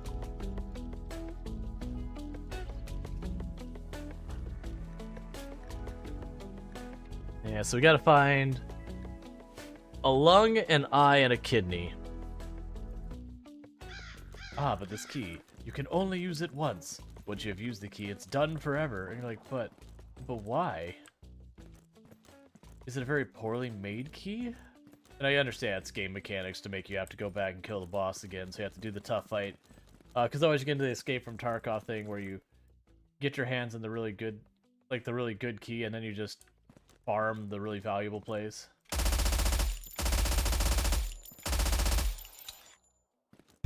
Okay. Full damage. So, sorry about that. It's just one of those things that they're like a new soda they have at the grocery store that's like, it's the caffeine-free one. I'm mostly drinking because it's all I've got left. I need to do a store run tomorrow. But I just opened it, just like slowly started foaming. I'm like, okay, and then it kept going. I was like, wait, stop. And by the time I realized it was going too far, and I could have done preventative measures, it was already too late. Luckily, it's just I've got a floor mat under my chair and all that. It just spilled on that, so it just got put on plastic. So I just need to grab a towel and clean it up. But it was just one of those things. It was like, wait a second, I need you to not do that. All right. So I think. Oh wait, we already have an ideology room. Okay. I definitely feel like.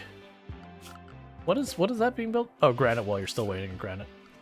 I definitely feel like I want to make the ritual room back here. That's gonna be our ritual room. Why? Oh, you have blue. Okay. So you're winning yours. You're not winning yours by much. So preach health you. You're winning yours very solidly. You're winning yours pretty well. You're winning yours solidly. And I also just remembered, you got that cracked spine? I forgot about that. So let's help that cause. Hey, Craven. Did you ever want to not have a cracked spine? And maybe a tentacle? Oh, I forgot I was making bioferrite helmets and all that because I had the spare bioferrite. Well, it fixed your missing toe. I guess we'll do it again. It's fine.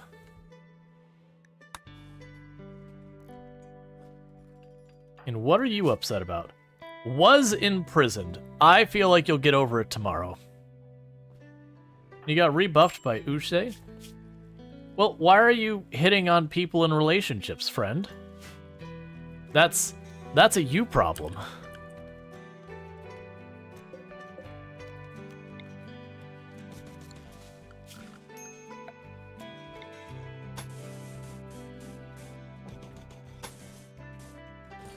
All right. One thing I'm also going to do is that's going to be our hospital. So we will change this into sterile floors, which is going to use up some materials. So we've already got our production room. Yeah, so we got our main production room over here. We got a secondary production room. Oh, right, we're going to make a science room, but I've already moved this in here, so this kind of just became our de facto science room. That's fine. Not too worried about that. Let's see. What am I making that room? We've already got our break room. I don't have my genetics lab. We'll do that as well. I feel like, thematically, the genetics lab also belongs up here. But practicality, it probably doesn't. Prison? This is true. I am literally deleting my prison. Yeah, that'll make a good prison. We can add some bedrooms up here that are just regular bedrooms. So let's go vent and vent.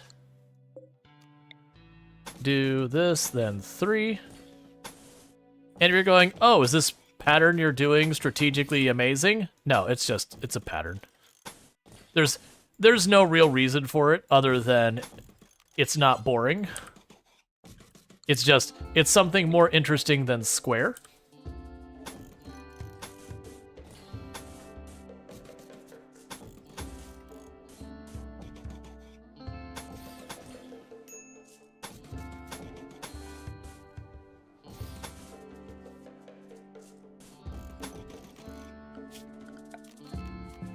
We can put it up here and here.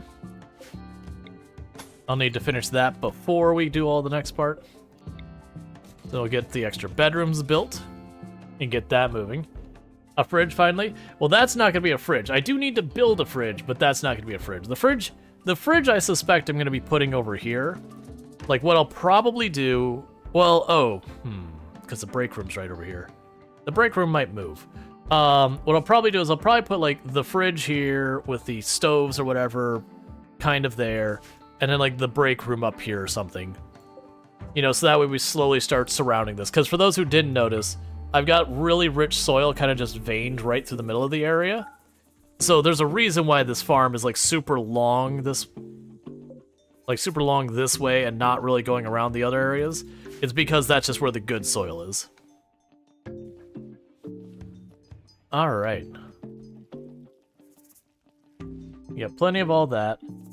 Oh, yeah, so you're already going to be doing that for the drilling and all that. That's fine.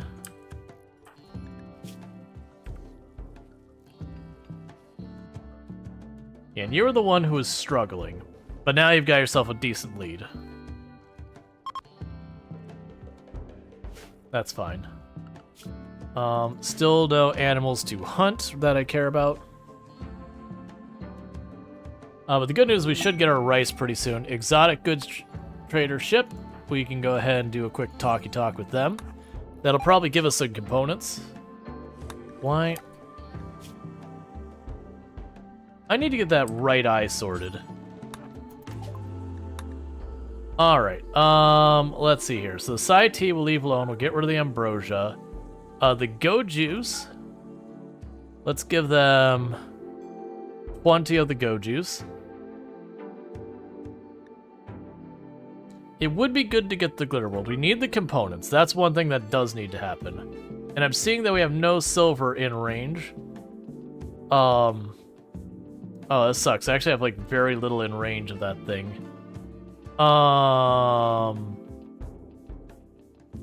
Take the Sci-T.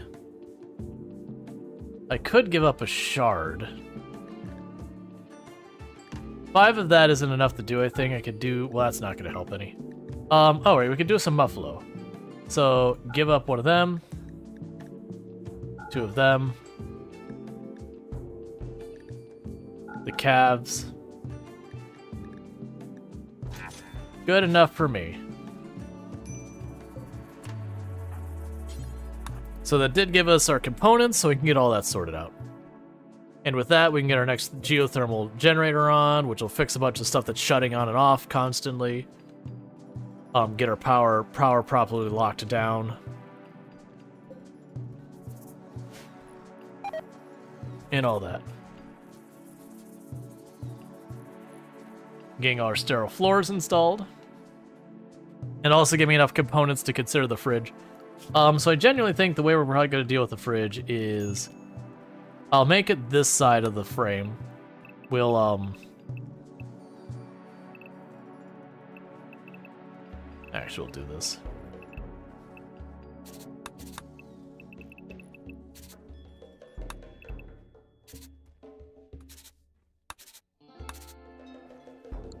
That's overkill.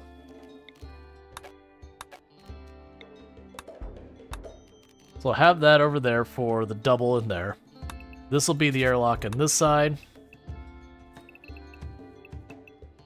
Let's be obnoxious with this. So you can do this over here. And then over here we could have where, like, we have our interior facing air conditioners. So that inside the space is where we're doing our cooling. Then maybe what we could do is down here.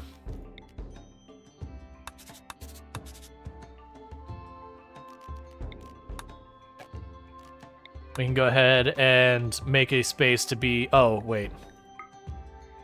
Yeah, so I can't put it right down there.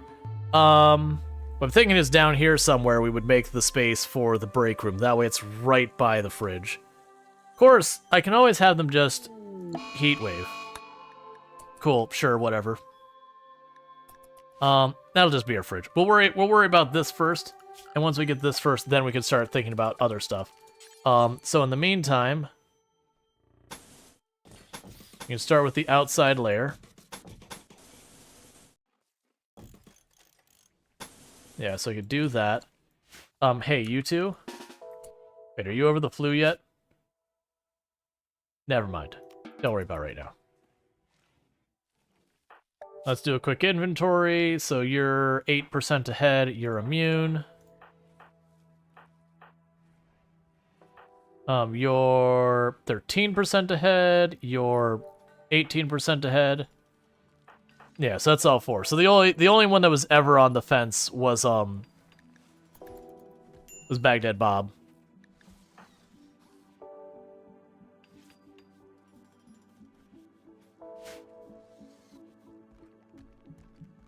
All right. And our hospital's getting a proper nice floor. We're going to get people out of here. Oh, right, the prison. That's what we're going to do with that. We're going to make that into a prison. And then we're going to get more bedrooms going on here. Oh, that should not be... All right, we got brain wipe researched.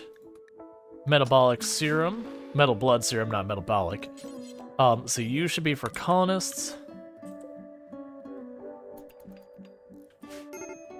Medical emergency, that's fine. You're right about to be immune anyways.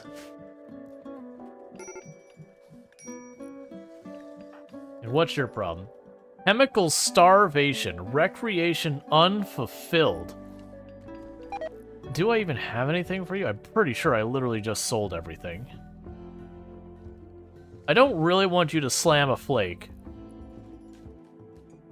It'd work, but I feel like I'd really rather you do a Sci-T. Something not quite flake extreme.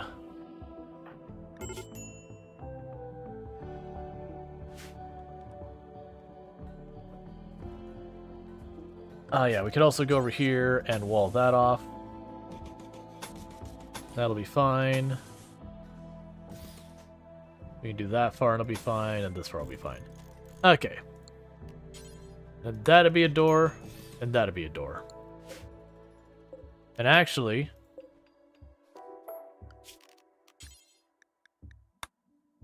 even though I don't typically do auto doors, we're going to make them auto doors. Because why not?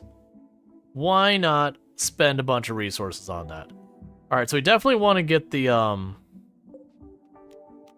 turn that back on. We definitely want to get the granite all built and whatnot. And have that. I also totally forgot I was going to, and I still can, but not here. Can I make this here? I probably can't, right? No. That's fine. Let's go over here, production, electric smithy. Furniture. Because I want to replace their maces with bioferrite swords. Because those will be really solid.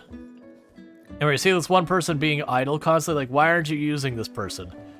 That's Evil Knievel here. They've got crumbled brains, so they can't hardly do anything. But they have unnatural healing, which is really strong, so worth keeping around. But they can't research, they can't haul, they can't do hardly anything. They basically walk around here to go to people and be like, be cured! And then they go back to just doing whatever. Alright, so with that we can go furniture, limestone,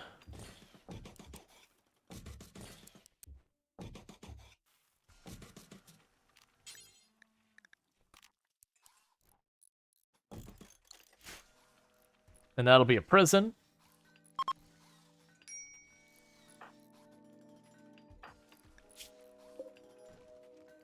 Okay, so meanwhile, you two go smashing that. You know what I miss? I miss our ghoul. I miss our ghoul who could just be the machine that I'm like, oh, you're hungry? It's like, or not, you're hungry. It's like, oh, the ghoul doesn't have anything to do? Go smash that piece of junk we don't need. Those are good times. It's a shame he turned on us and we had to murder his face. That was a sad time for the colony. It's like losing your mascot. Oh, come on, autosave.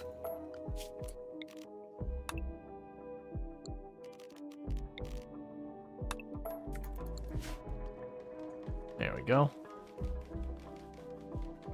And then you'll notice I didn't give these ones an AC despite keeping the pattern. I'm not going to need that much of an AC. Speaking of which, we can open these up now. And those ones I should close. And I actually will. Because now that's going to go ahead and help cool down this entire hallway. And I probably should put more vents here and here. And there. And there. Help cool off that whole space. I don't really have a good spot for that. So I can get all that sorted out. I'm surprised that we're just not getting any time on the research to do half of this. Yeah, so it should help with the heat wave, keep the temperature a little bit more managed. Ancient structure, that's fine, don't care.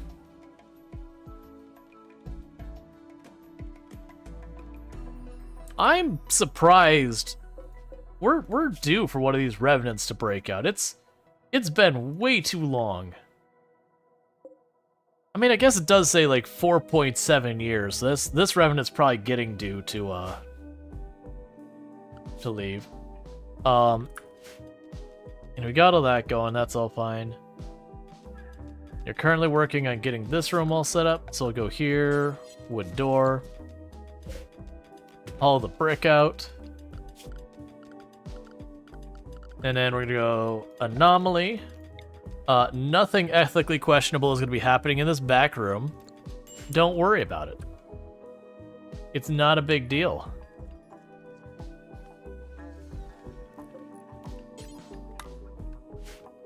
Okay, meanwhile, clear you. Preferred. And I'm going to say medicine on you. Actually, you're going to be important, and you're going to be critical and critical.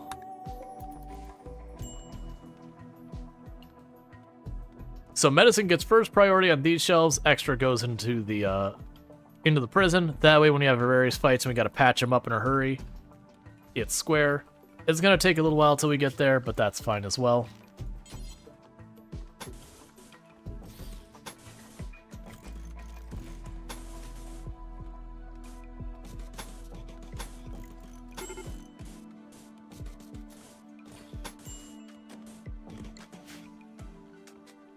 Alright. And then I'll probably build more bedrooms along here. I don't think we're going to be able to use this geyser in a meaningful way the way I built this. But that's fine. I'm just going to like funnel it off into the air. Be done with it.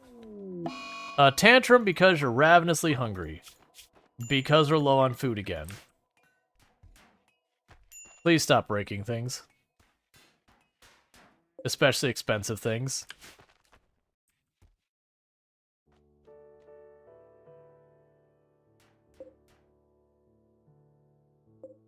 Still just waiting on that to grow. Alright.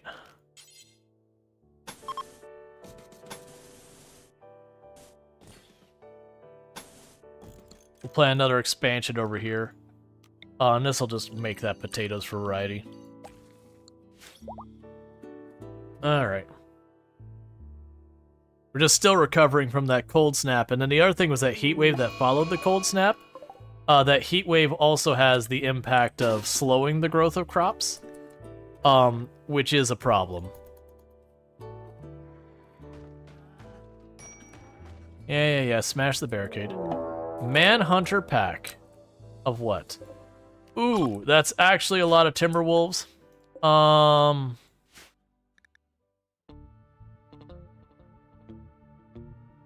Get off my screen so I can do stuff, please. Alright, poke that door. Shoot them fast.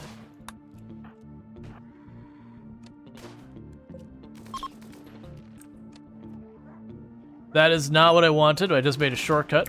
Okay, everyone out of that room.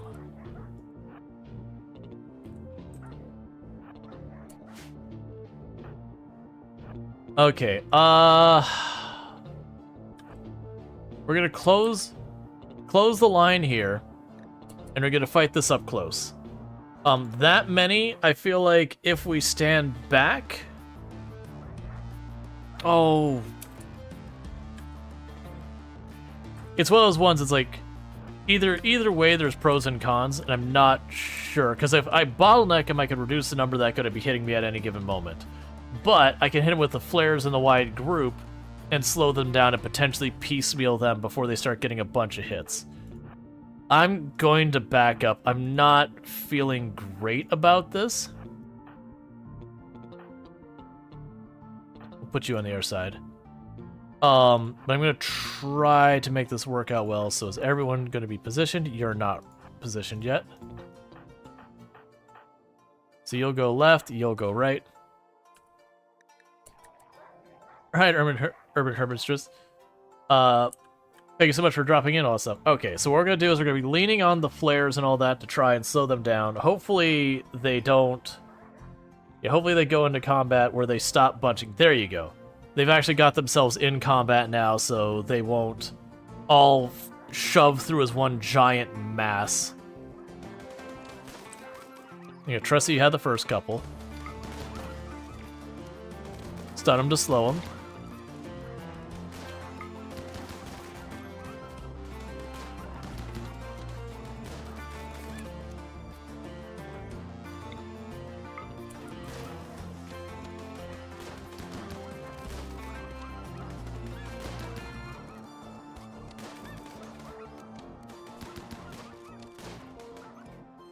Alright, so that didn't go too badly.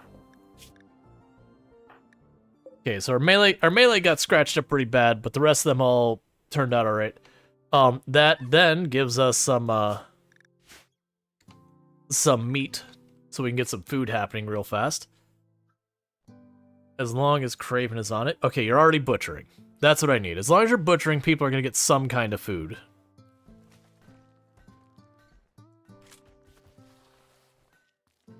Oh, I gotta tend to you because you're bleeding. That's fine. Don't sleep. Get back to butchering. People are actively starving, which means no sleep. Get those couple of good bodies. Butcher them real fast.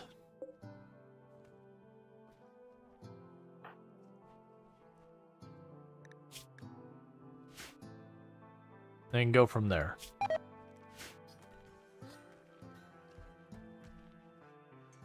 Little food poisoning, that'll certainly help our cause.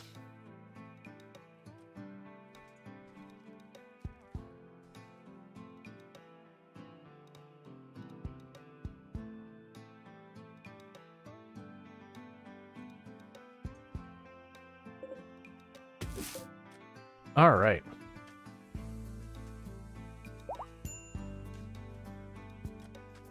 And now you're sleeping. So unfortunately, that's not going to last too long.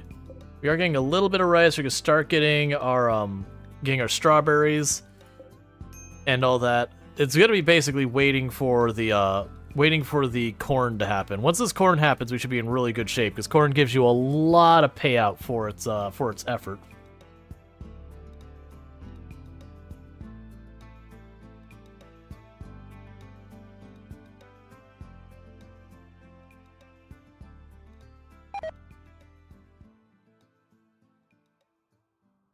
Okay.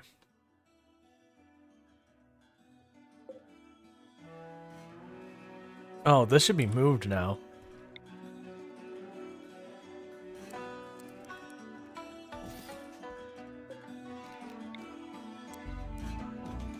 Put bookshelves on either side of the research bench. Which actually give me room for one more production table in there. I don't think I have a particular need for any of them. Like, I can make the art one, but honestly, I haven't been doing art in my colonies nearly as much in a long time. Like, it's good. It improves the beauty of rooms a lot. Alright, so good news, you're getting all that planted. We got some food stacked up. Get a couple more animals to hunt.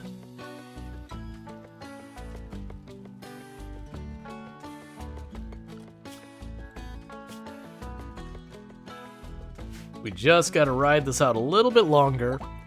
Till we get our crops back in, will be good. Oh, Evil Knievel went down? When did you go down? Somewhere, there was a weapon that got dropped. And I don't know where. There you are.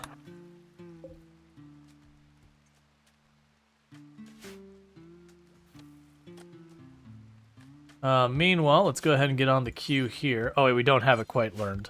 We'll get there. Bioferrite weaponry. Am I not researching you anymore? I'm pretty sure we're not. I actually don't care that we're not. Because I'm still working on this. We need to get one more. I haven't been doing the void provocation thing. It's just been letting stuff show up. We're going to lean more into the void provocation as time goes on.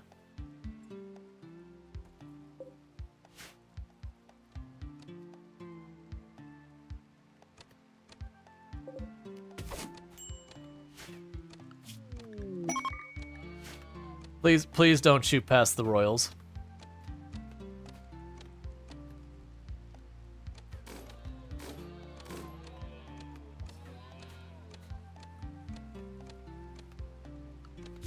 All right, I'm putting a stop to this. I've been letting this happen. Well, no, there's literally nothing else you could do.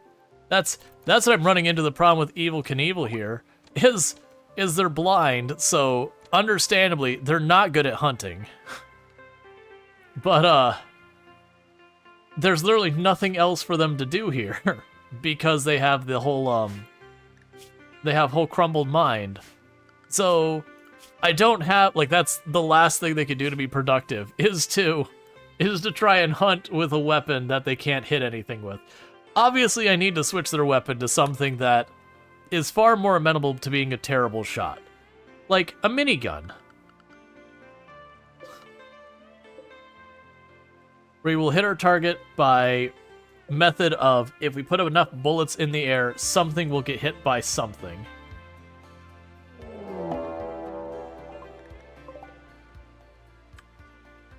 Huh. Well, we got some mechs on the map, all long-range mechs. So schedule, stay in area 1.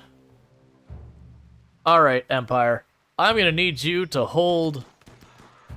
Does blindness matter for throwing grenades? I believe it will impact it. I just don't know how much.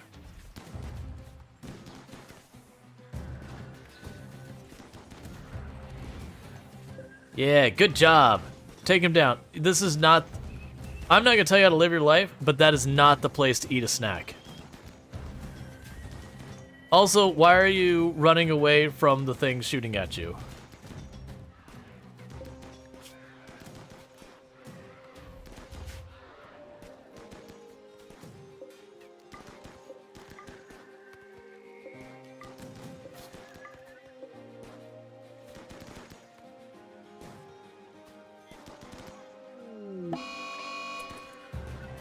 Actually, that works out.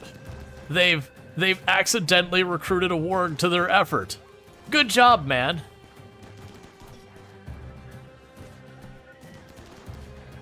Good job, Fallen Empire.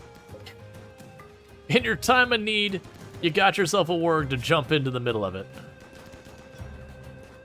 I'm really surprised they haven't lost more people. They're literally carving away the stone wall over here, little by little. Good job, man. I appreciate your valiant efforts this day. I even more appreciate that I was not punished in reputation for all the death you just suffered. I also appreciate that you left me some food. I was getting kind of hungry.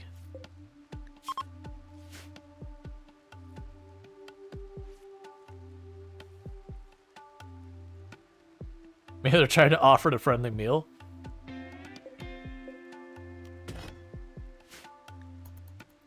Just straight up free meals out there. There we are, got that all fixed. Yep. This door needs to be fixed. This door missing is not a big deal. It's slightly inconvenient, but it's not actually that big a deal. So the good news is we're gonna get more components out of that. We're gonna get more materials out of that. So that's all good news.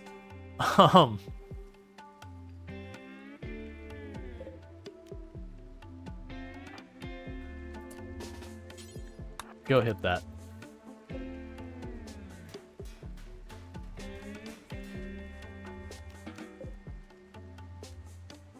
All right.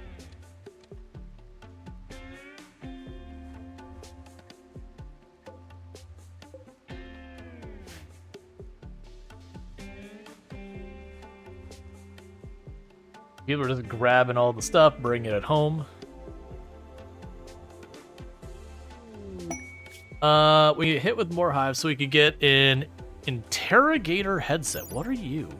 An advanced headset-mounted computer signaling array that dramatically enhanced the mechanator. Oh, it's literally just the mechanator one. I just, for some reason, didn't recognize the name.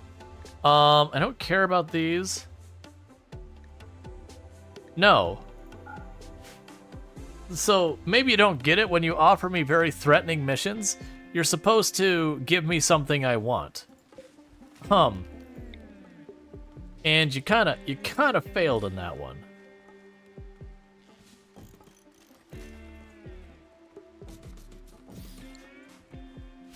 All right. Again, pretty close to getting that flipped. Why? Oh, you're taking apart the mechs. That's where the plasteel came from. I was like, where'd the plasteel come from? Or what? I was thinking they were using a plasteel for some. Okay. So they've got granite. So let's toggle you off. And toggle you on.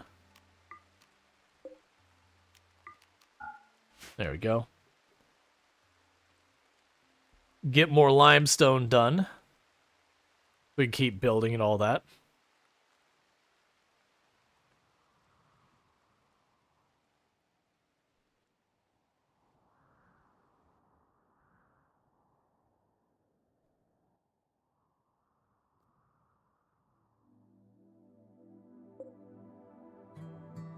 Yeah, so good news that's hooked up. I gotta get that walled off. The first regular raid is gonna walk over there and just smash it. Or a drop pod raid or all the other raids. Inspired taming. Is there an animal I want to tame? Not really.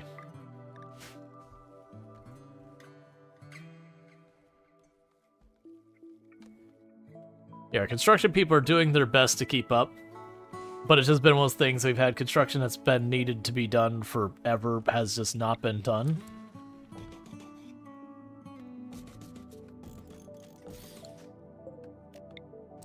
So they're playing up with years worth of missing construction. And that'll be a whole thing. Alright. That room's closed, so we could designate that open and that open. And that'll be good. We'll finally get the people out of what's supposed to be our hospital. And we can eventually get like medical beds in there. We'll probably do a layout similar to our prison. It's not a particularly large hospital. It might even be one of those things that maybe I have to get myself a second hospital. So like have like this be the internal hospital and like put one over here or something like that. We'll see. But right now, I don't really need to deal with that. I do like that was supposed to be a breacher mech raid. It's like, oh no, a dangerous breacher mech raid. Oh yeah, you won't haul. Dangerous breacher mech raid. Oh darn, I better get ready. Oh wait, never mind, the Fallen Empire just took care of it.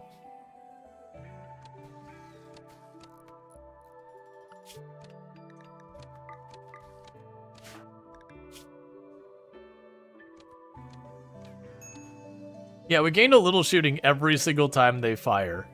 So Evil Knievel's actually getting a high skill in hunting and all that. So it is one of those fun things that's like, okay, if we take the time to get them some cybernetic eyes, I could actually see them being just going from completely useless into a fight to suddenly being one of our better fighters. Alright, so let's go to you. Oh, are you ready to do the thing again? Where are you? Ezekiel? Go to Craven. Alright, Craven. Let's get that bad back of yours sorted out, alright? That cracked spine. Oh good. A flesh tentacle. But on the plus side, they now no longer have a cracked spine. Okay, so give me the components, give me that. Take all of these ridiculous mountains worth of materials. I don't really need the steel. Long blade biosculpting, I'll take that book. Recreation you can keep. Take all these worn out clothes that are piling up everywhere.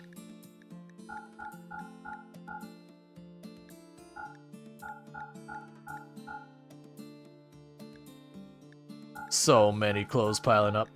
I also need to be working on getting our people flak. I should have gotten flak by now, and I'm playing a dangerous game by not having it. Oh, a slate billiards table. That could be fun. Alright, so no more need for any of those books. I don't need the steel. We're definitely not going to be able to give them all of the buffalo wool or whatever. Let's take the packaged meals. It's a shame they don't have... I don't want to drop a bunch of meat. Let's grab some of that meat. Yeah, you can't afford that. What about here?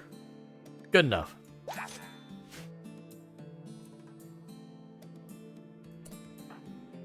And of course you're carrying nothing, because that's just what you do. But I accidentally buy the chocolate? That's fine, whatever.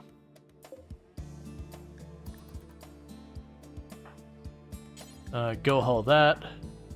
Go haul the components. Okay, so with that, we should be able to have, Craven Horde should be able to run up there and take care of that. Yeah. Unhappy about their flesh tentacle. It's fine. Disease Plague. I think that's... Okay, so it did hit one of our doctors this time.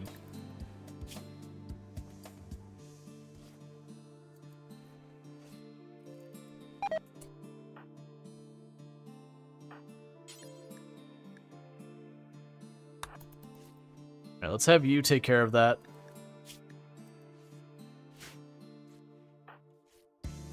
Okay. So we are dealing with that. We need more industrial medicine as well. I've got some glitter world we got sitting around. Yeah, so you got a little bit of a lead. You're slightly behind. A little bit of a lead. Slightly behind. Hey, Tankard! Thank you so much for the raid. I really do hope you had yourself a good stream. But welcome in. What were we playing tonight? How did it go? And all that good stuff. Why are you not cooking?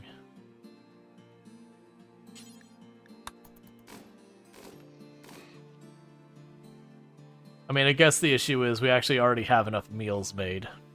So that checks out. Do I have the package? Yeah, we can go ahead and add package survival meals on there as well. Just to prevent some spoiled goods. But welcome in, Raiders. I do hope you had some good stream and all that good stuff. But what are you playing and all that good? But thank you again so much for that raid. I really do appreciate it. Alright. Stationeers. Gotcha. Good times. Alright, how are you doing? So you're winning by a good couple percent now. You are winning by a couple percent. And you are winning by a really good amount. And you are barely winning. Alright.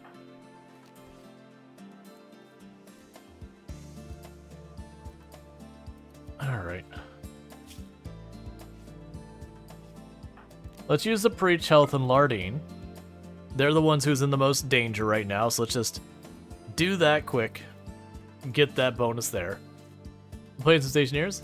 Building a fuel mixing system? Nice. I still haven't played Stationeers myself. I need to at some point. I've heard good things. It's just, you know, there's always more to be played out there. And... right, I'm still researching Anomaly. That's why I was like, why is that not getting done? Okay.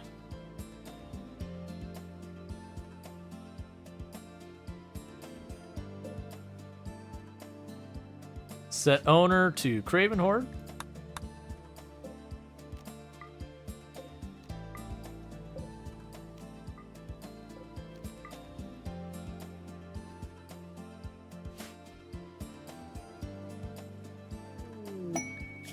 Young Vagabonds, and they want a really decent amount of money.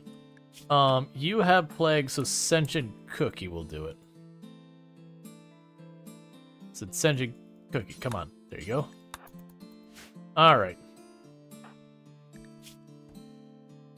Okay, so let's check. So you are winning by a lot. Barely winning. Let's go ahead and say you're going to blast yourself with a glitter. And you are winning by a ton. And you're winning by a lot. So the only one who's on the fence is Usei. We're going to go ahead and jump right up to Glitter World. Just to make sure.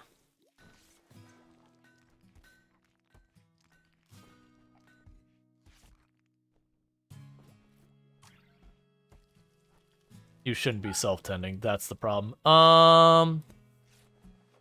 You know what time I think this is, chat? Do you have this ready? You're not going to be ready in time. Please tell me you didn't just die because of that.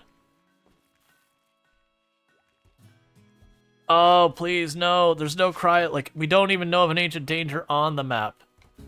Usei, buddy, no.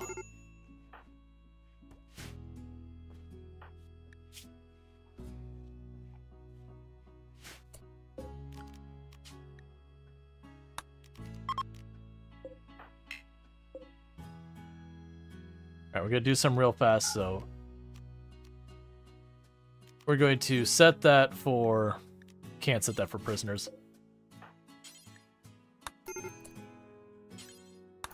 I want to move them to an actual medical bed, like a bed. It'll give them an ever so slightly better chance. Where are you? Please. I think it's no, we're losing ground. Ursay's dead. I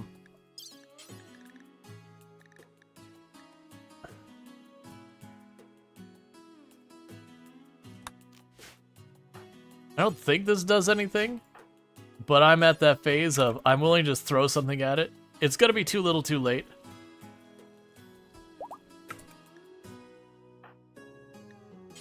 Go back to sleep.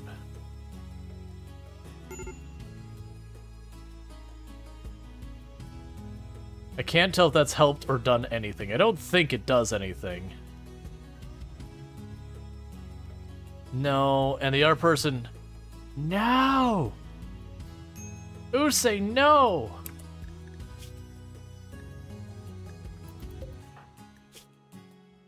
You've been here since the beginning, and there's nothing I can do.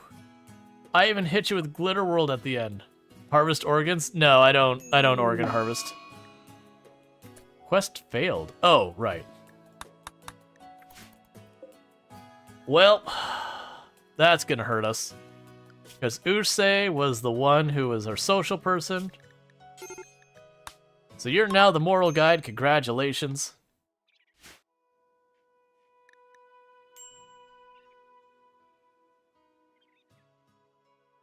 Because we're going to need to deal with that right away, because Cookie is going to be pretty upset about that.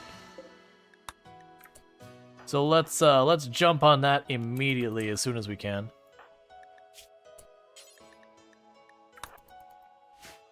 And our freezer's not built yet, so there's nothing I could do to preserve the body. So Usay is just gone. And that was our construction person. Our only construction person. I can put Craven on construction as well. I don't want No Good Nick to be working on it too much. We can put it as a priority 2. It is what it is. With how many diseases I've gone through without losing anyone, it was bound to happen. The issue and why they died is I forgot they had self-tend on. So even though I used Glitter World to try and save them, they got a 20% tend with Glitter World. And that was when it was said and done. And then because I had just gone to replace the arm, I didn't have the unnatural healing ready either.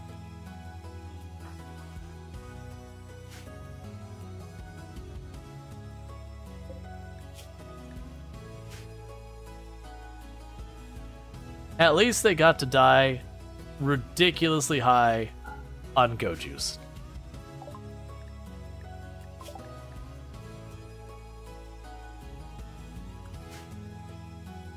Well, I guess we're done researching you for right now. Till we get another entity to go. We have an Aurora. Got more animals to hunt. Actually, you know what? Don't worry about hunting the animals right this second. Just let that be what it is out there. Don't care. Well, that sucks.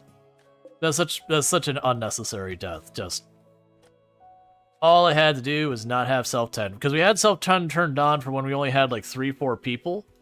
I had to deal with that. I just forgot they had it. Well, all the others made it. Unfortunately, we lost Usay. Usay, who was one of our main doctors in our construction pond, and one of our only people with any social skills, so was our moral guide. And it was the only person in the entire colony. It was them. These two were married. So yay! Sentient Cookie's really upset. Cool.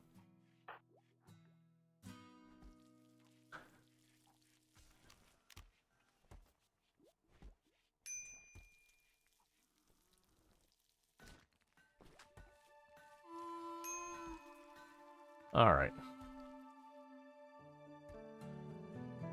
Yeah, so now the other two people doing construction are doing split duty on it. Is there no point in burying her? No, I'm feeding the trees. See, the head's already gone. It's being quickly digested. And now the body's gone. We just have our meat-eating trees eat it. I could bury her and then hold a funeral, and that wouldn't be necessarily the worst, because then I could do that for the, you know, if it goes well, get a mood bonus for it. But, nowadays, it's just because of how fast the trees can churn through corpses, it's just like, nah, just feed the trees. We just want to keep growing the Harbinger tree forest. Bury, hold funeral, dig up. Feed tree. Ah, yes. That'll help everyone. I'm not worried about it. Like, the only one who's really struggling right now is Cookie, who's actually surprisingly keeping it together. And we're just gonna go ahead and console them and see if we can't take the debuff. Can you still do a eulogy without the body? I believe you need a grave, or I think it's either need a grave or a what's the word I'm looking for? Sarcophagus. I believe you still need a grave or a sarcophagus to do it. Like, they don't have to be buried in it, but you do have to have one of them to do it. I'm not too worried about it. Like I said, I'm just gonna console them in a minute. There's a pretty good chance we will pull that off.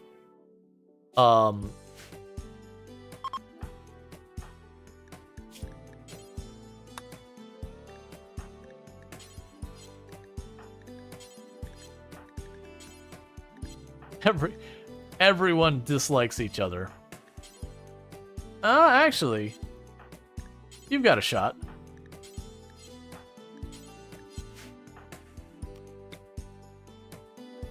%74% chance that we could get you over your dead spouse. And we failed.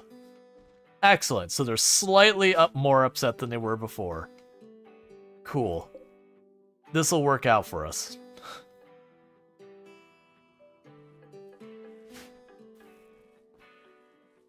Alright. We have a proper prison now. I was actually hoping, low-key, that because this character had a fairly, you know, has a chance, that we could potentially just hook up with Cookie and have the new lover buff or whatever it is override the, not override, but mitigate the funeral or the, you know, having their spouse die, which is pretty messed up, if we're gonna be real about it. But at the same time, not entirely unrealistic.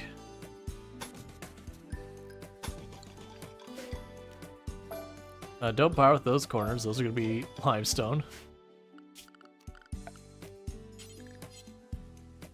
Everyone deals with problems in different ways. And that's just one of the possibilities, I guess.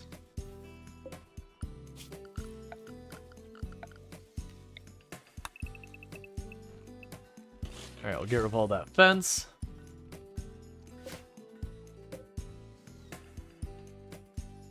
Yeah, so we are getting construction done by the other two, so that's good news. Basically, anytime I've already got food made, it'll be fine. Our storage room is getting very empty. Oh, we're finally to this stage. We're also not getting these fences built. We have the wood, it's just not enough construction people.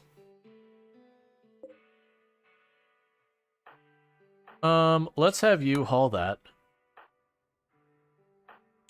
And have you haul that.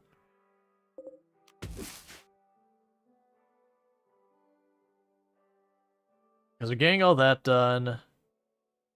You got it all sorted out. So, anomaly. Hey.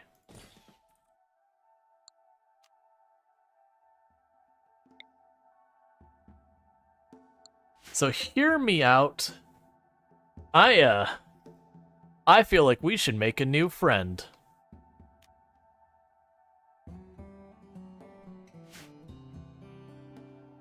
Let's go see if we can meet one of our neighbors.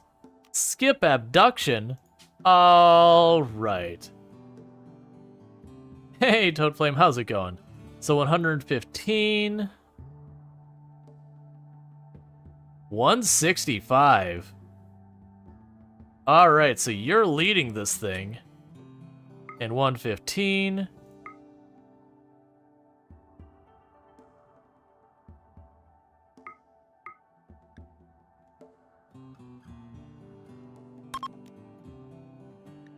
Alright, everyone. It's time to go meet the neighbors. Let's invite them over for sugar, whether or not they wanted to be here.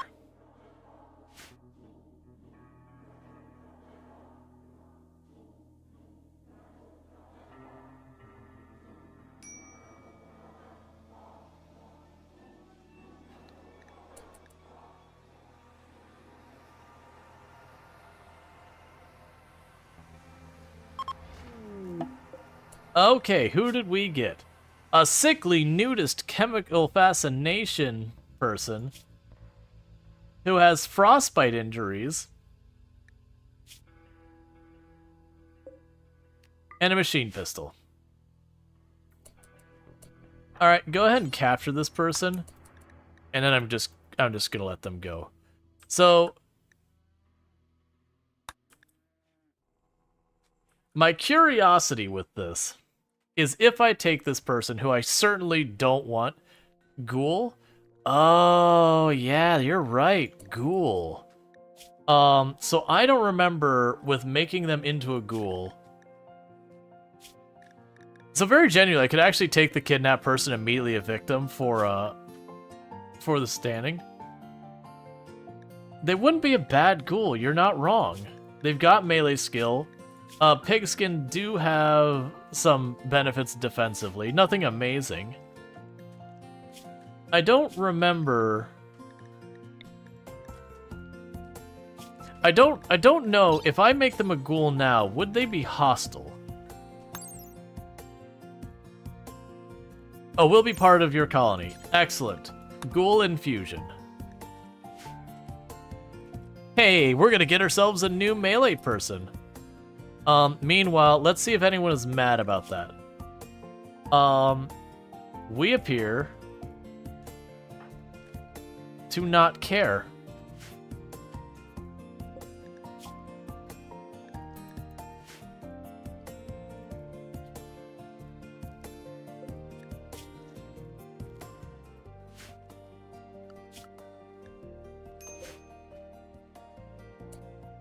And there is Butters the Ghoul. Alright, so we can go ahead and draw a name for our brand new ghoul. Okay, so we got Khan right here.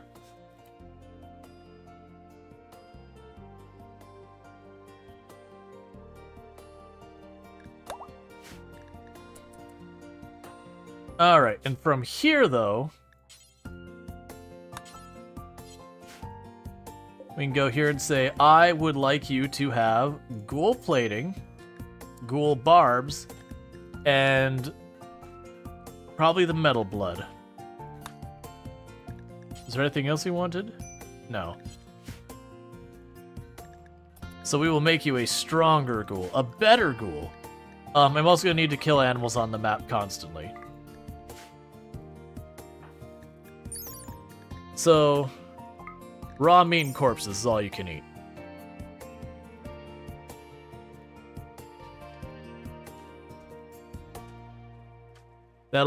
That's the trick with the ghouls, is keeping them fed.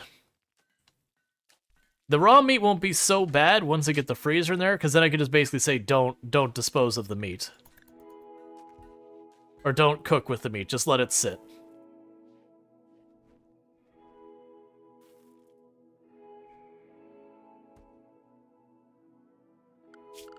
Meanwhile, what we could do for this is you're waiting for this. I'll go security.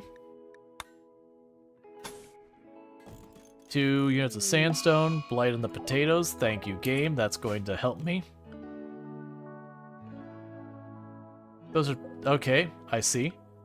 So schedule work. Everyone is on 1 for cut.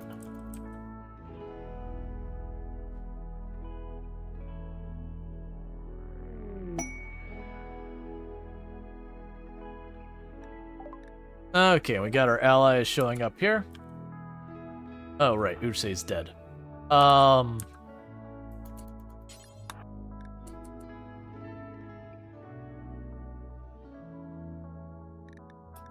Yeah, for those who don't know, I've got my bot. Whenever someone brings up cannibalism, it just replaces it. The only reason that ended up becoming a thing was just it didn't matter what game I was playing, because I play RimWorld. I was just getting endlessly bombarded by cannibalism jokes, and there was eventually a point I was just like, look, man, I'm tired. I'm so tired. So I set up the bot so that, you know, it would handle that to make it in kind of a little joke, to be like, hey, you know, kind of appreciate not having to talk about it all the time. Because it'd be one thing, it'd be like playing something like Farming Simulator or whatever. People are like, yup, guess you need to do a cannibalism. It's like, please stop. Just stop. It was also funny because I introduced the bot to being able to do that while we were playing Kenshi, which literally has a faction called Cannibals. It's just a fun way of, like, shifting the joke away from that. Like, it's fine, like, because RimWorld's gonna RimWorld. But, it was the fact it was bleeding into even things that made no sense.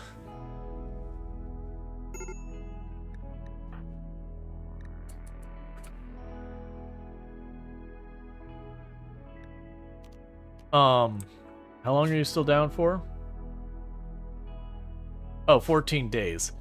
Well, you see, Ghoul, buddy, pal, broski, I don't have meat right now. Look, who's my hunting person? Raven Horde? Like, what I need to do is I need to get this caught up. Why is, like, no one waking up in a meaningful time? Get to dealing with the blight, please. Why is everyone, like, doing 2 seconds of work and then stopping constantly? It's not helping my cause.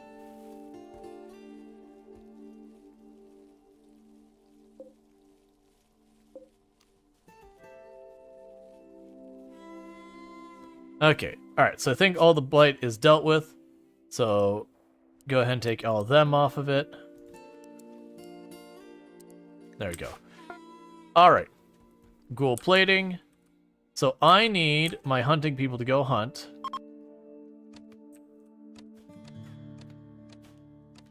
Would you look at that? Even blind managed to hit one of them.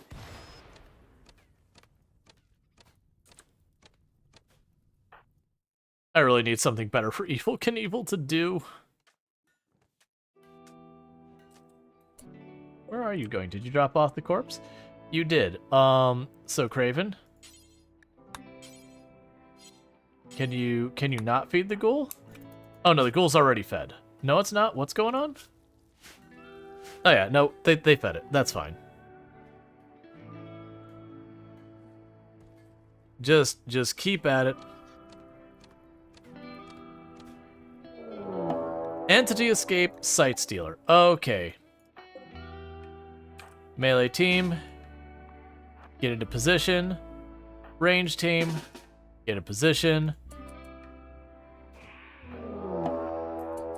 I forgot, we actually have all the doors in place now, so I don't actually have to deal with it that way.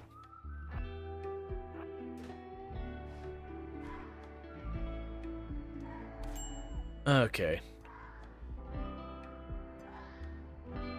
Cool. All sorted.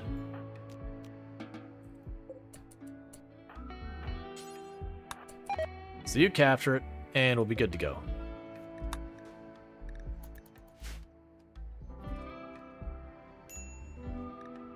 Alright, and I'll just leave it to be studied. It's fine.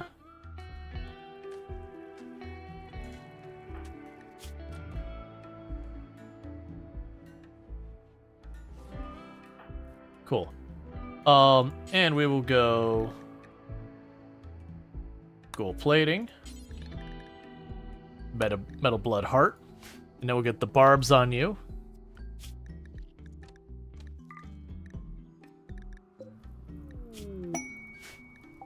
Cool. Okay, so we've got almost all the corn ready, so we're about to get an obnoxious amount of veggies going on. Yes, those are vegetarian. We have the survival meals being made. We'll definitely put the survival meals off the roster once I get the freezer all sorted. Are you still drilling? Go ahead and turn off that drill again. And just help with other things.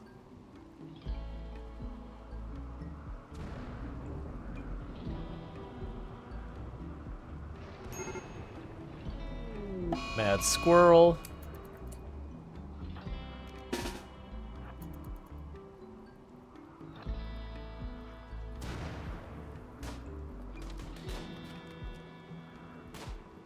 Where are you going, squirrel?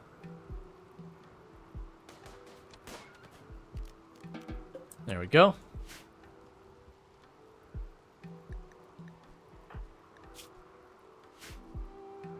All right. So we're doing pretty good with all that. The inspired training is all gone.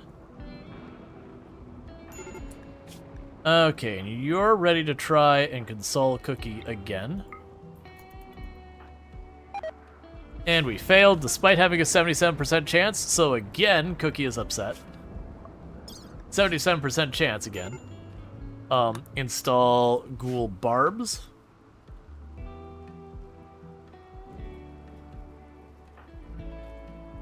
So the ghoul is strunk.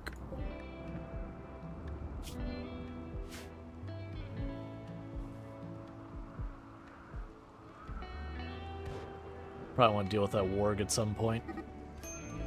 Don't social fight. And don't social fight the cook, please. If you're gonna social fight anyone, please just not the cook. I need the cook to not be injured.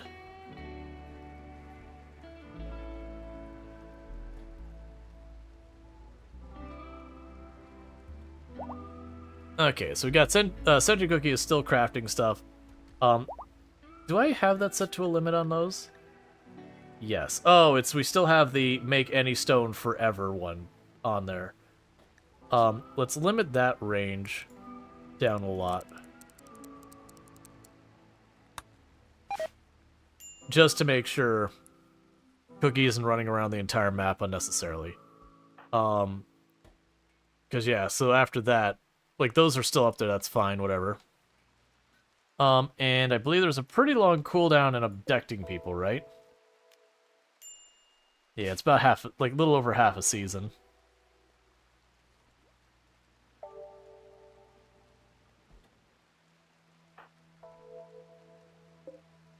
Alright.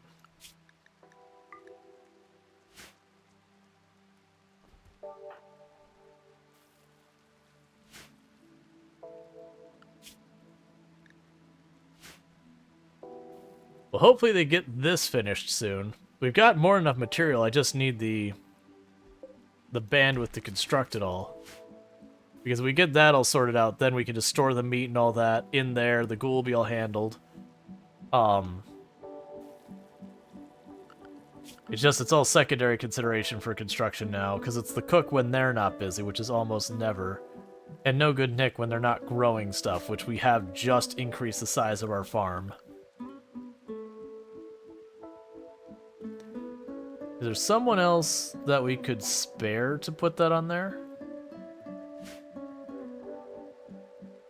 I mean, we haven't had anyone idling, really. Like, the only one is Evil Knievel because they can't do hardly anything. Ghoul starvation, I know. We got people hunting who are going to deal with it.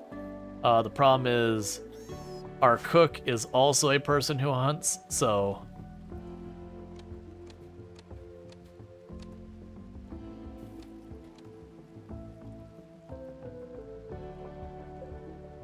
Let's do this. Oh, you can't choose simple vegetarian meal. At least I don't think I saw it. Nope, that's fine. I can go in there and say don't. Infestation.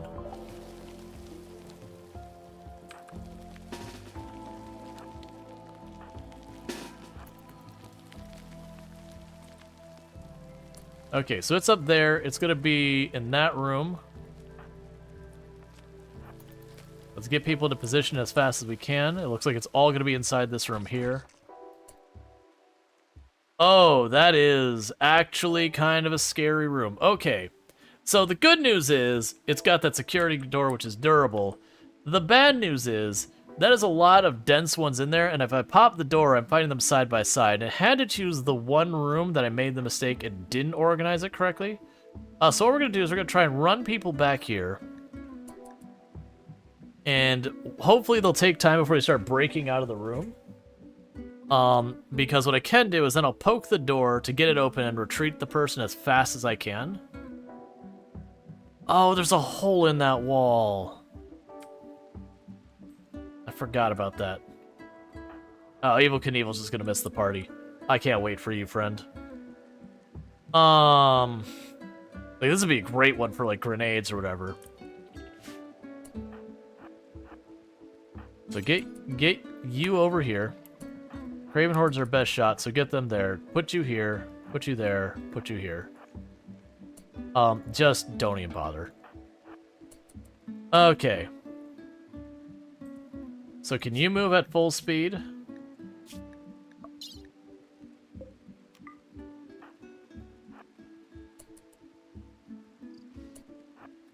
Run.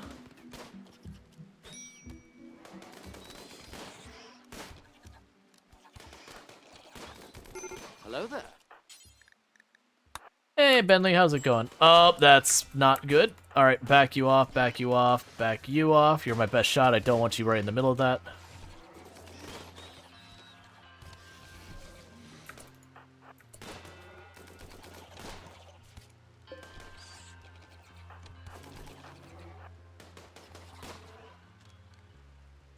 All right, one to go. How badly are you hurt? Real badly.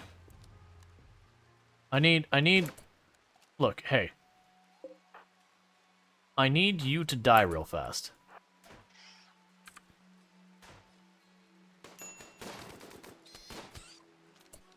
Okay, so all of you... get out of here. You... grab them and get moving so that we can patch them up in a hurry. Sentient Cookie, you're in okay shape. Run into the room and start dealing with this. Same with you, no good, Nick. So you deal with that, and that should deal with this problem. I'm doing alright.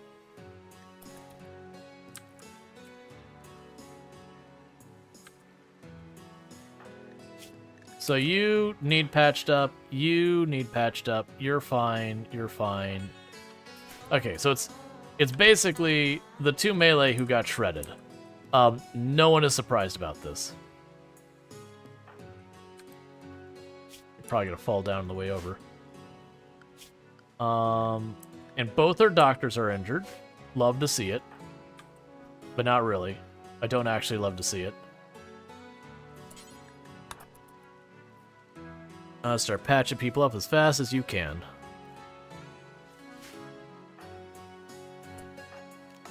Alright, they got that sorted out, so that's good news as well.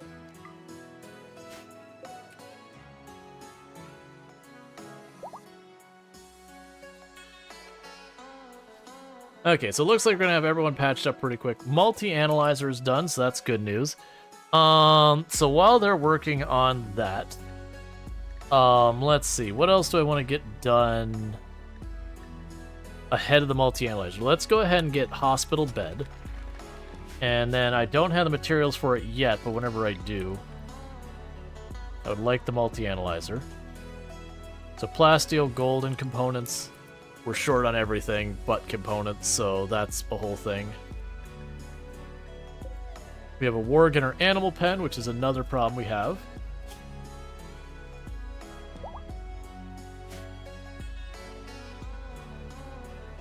I should be able to deal with that warg relatively quickly and relatively soon.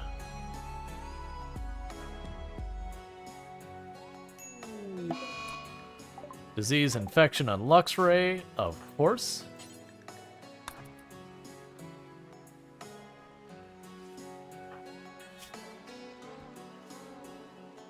We got a good 10 to those, so that's fine. Alright, so we're making good progress of trying to get everything under control with this whole disaster that is mounting and been going. But that's fine. That warg needs to go because it is going to hunt us. Let's wait till the rain is gone. We'll go out there, we'll kill the warg real fast, and we'll move on with our lives.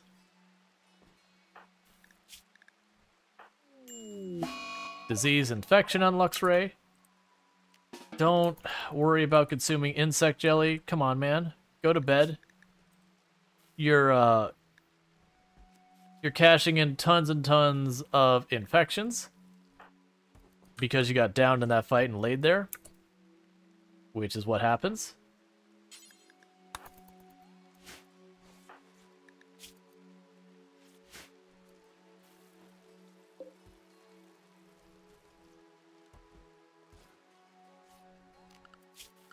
Lardine is crafting. Oh, right. I totally forgot we made Lardine a crafter.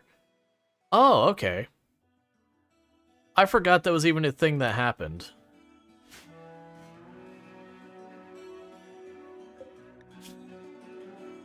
But that'll be fine, because we got most of our stuff crafted for the moment.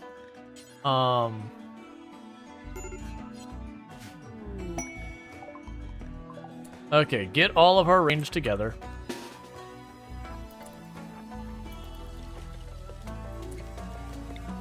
Shoot the warg.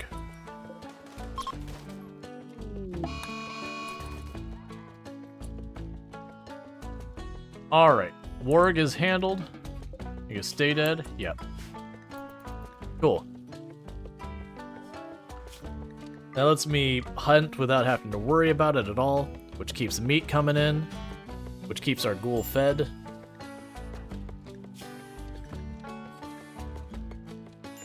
So the good news is you're solidly winning against your infection.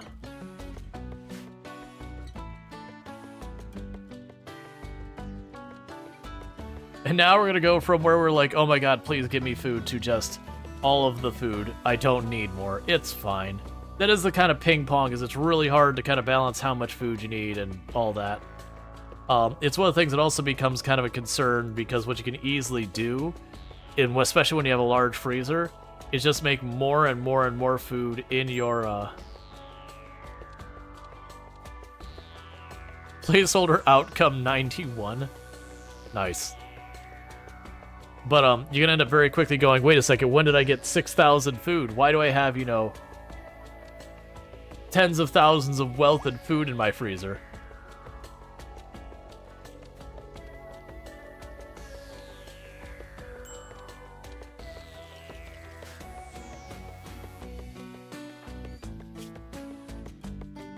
Alright, so let's have you go grab your mace.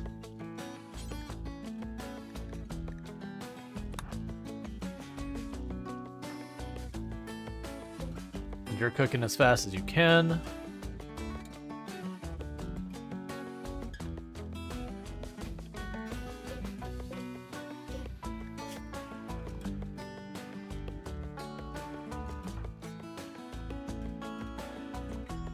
Alright.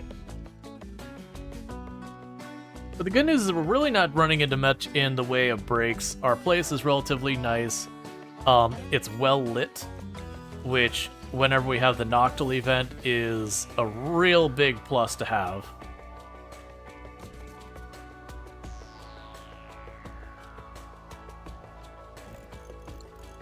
Our power grid's in good shape. We're using mostly geothermal power. I am building everything. That's just our big bottleneck right now, is not a construction people. And you still have 10 days till you're able to get back up. And then we'll kidnap someone else. I mean, recruit someone else. Recruit. That's the word.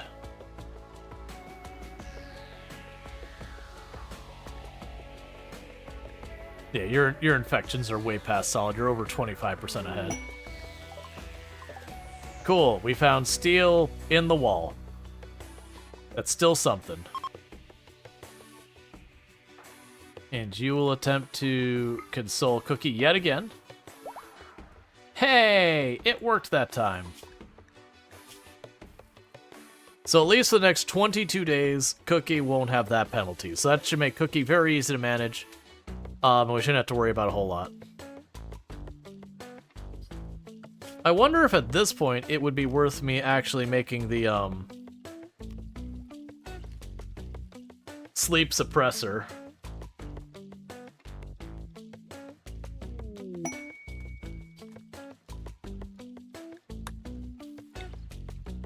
Because, like, the downside of the sleep suppressor is it's not very big.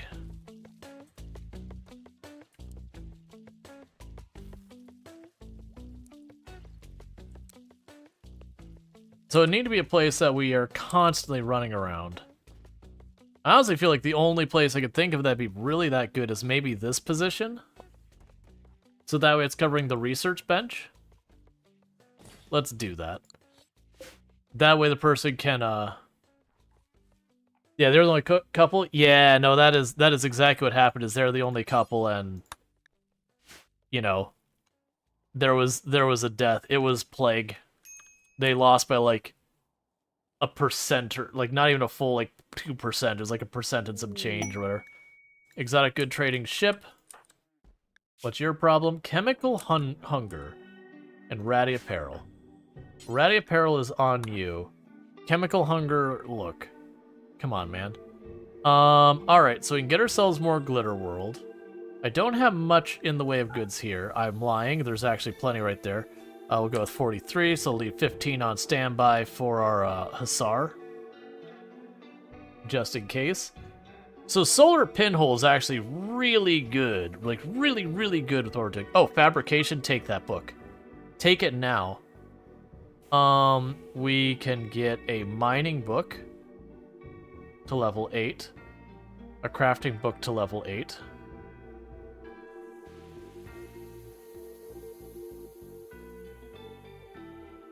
We don't need the bionics. They don't have the stuff down here I don't need. Alright, so we don't have our gene stuff set up. I probably should get that. We'll get the plasteel if we can make it work. I just don't have much to trade you, though.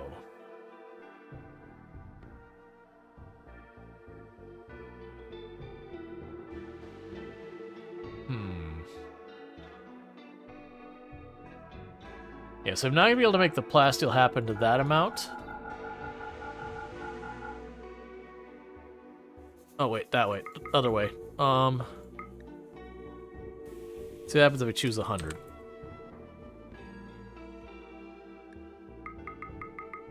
I'm going to buy all the plasteel I can. Wait, do they have gold as well?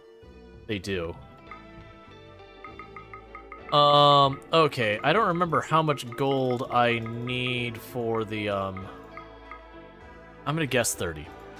Okay, everyone drop what you're doing. Who's our construction person now, or who is capable? Craven Horde?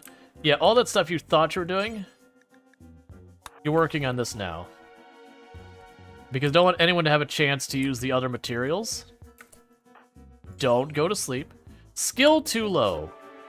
Please don't do it this. You. Okay, cool. I need you to do this right now before anyone has a chance to use that gold or any of the other materials. I don't mind if it doesn't get done now. It just had to get the materials grabbed. Because otherwise you'd use the materials for other things and that'd be a problem. So with that, we can start researching fabrication. Nice. Yeah, so finish hospital bed, we'll go to fabrication. And then we can start, you know, doing our stuff as well. Because I'm going to need the fabrication just to deal with that. Emergency approach. Stuff I don't care about, not really enough to matter. I'd rather take the Goodwill, honestly. So there's the Goodwill. Shuttle has crashed. You didn't bring much to the party this time. You should have brought more friends.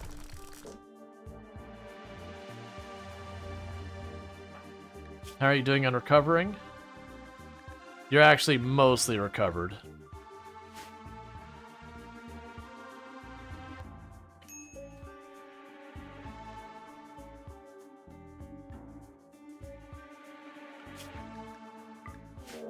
I did not get my people in place in any type of meaningful time.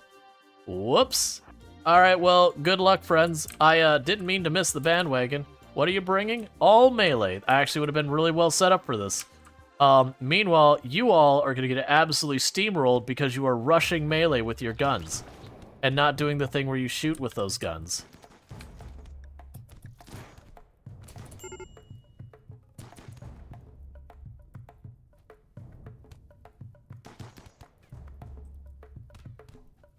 Luckily, those ones running back actually might buy me time to get in position.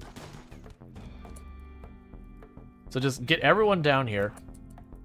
Do it fast, do it now. Because we might actually be able to save this.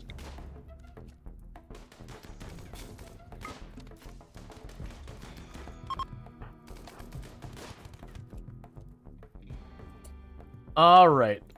I am surprised that didn't go worse.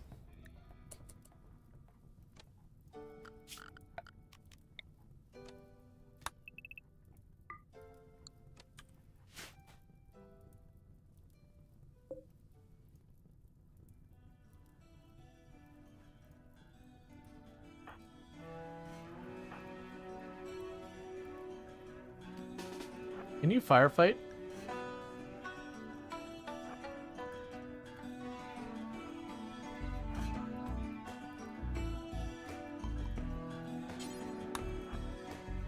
Because Evil Knievel can't haul or anything like that.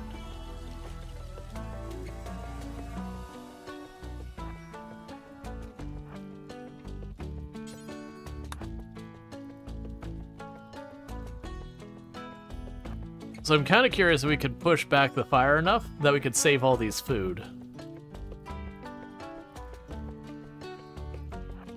You don't have to push it back long. I just have to push it back long enough for the stuff in the back to burn.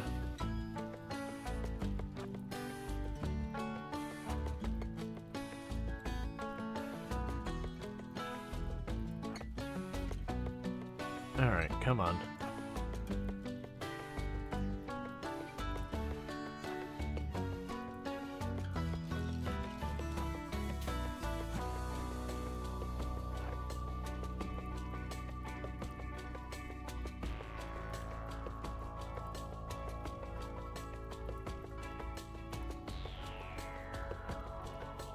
Why are you running into fire? Lardine, buddy. Okay, so we don't have the simple research to do any yet. Where are you going? Smelting a weapon, and you have walked through several fires to do so.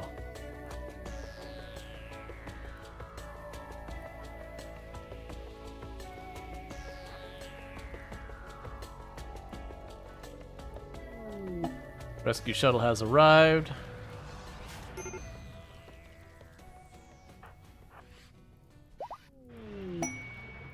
Cool. So we got ourselves some standings and all that, so that's good news.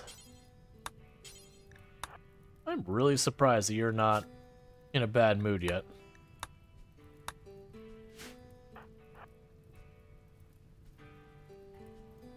Okay, so that one's... Okay, so we've got rain going on. You can get out of here now.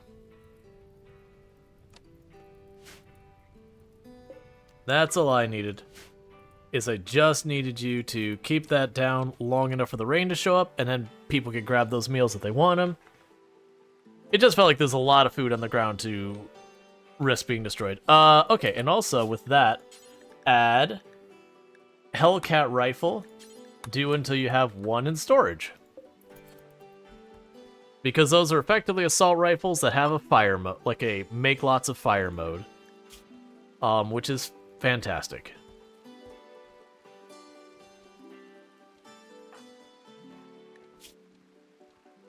Okay, you're almost fully healed. We still got all that going on up here. They still have this all to do. Alright, so it does look like progress is made. Construction is still not going as fast as I'd like it. And that boils down to people not having enough availability. That I need someone to focus on it, and I don't really know who I'd even do this with. Because you're researching. And Luxray is growing stuff. If I take if I take too good nick off of growing stuff, we'll wait till we get some more grown stuff caught up. All right, we got an exotic goods trader. That's okay. We'll just use psychic powers to abduct another person, and we'll get something good out of it. Okay, in the meantime, let's see what we even have here. Alright. We'll start by what we can sell. Which probably isn't much, honestly. I don't need these. Still researching those. That's an intelligence book. We don't need that. All the other books we're still reading and all that, so that's fine. Not to worry about the skill things they've got here. You can take the seed. I do want more plasteel and bioferrite, so we're not going to sell those. The shards are kind of hard to come by. We'll sell the insect jelly. I'll take the glitter world.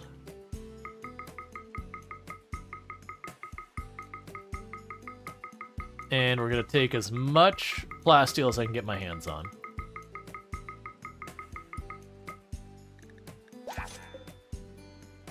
Cool, and he did grab the medicine. Alright. So I managed to keep things going with trade and all that.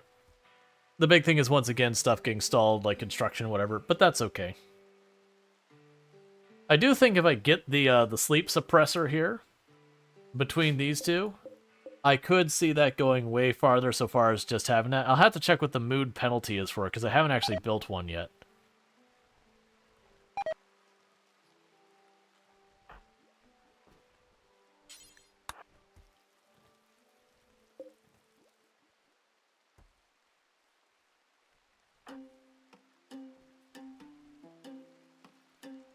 Alright. So they're almost caught up on the fields.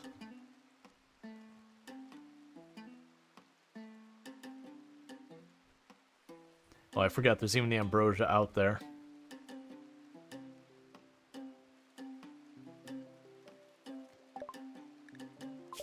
Hospital bed.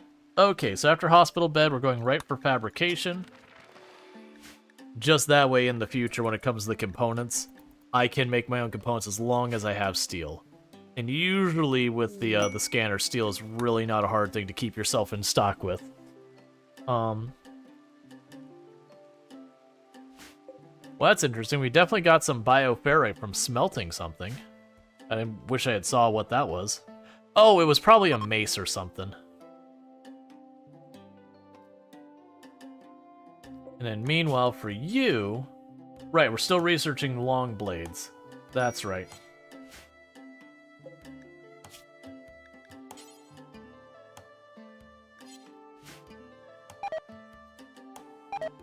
I'm still surprised these revenants haven't broken out yet.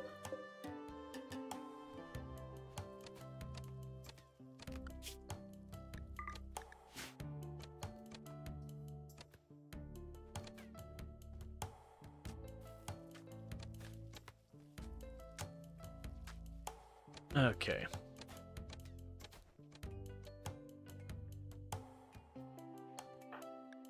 Be good to have you out of the bed, because that'll be one less, like one less person I gotta be worrying about there. Oh, wildlife. Cool.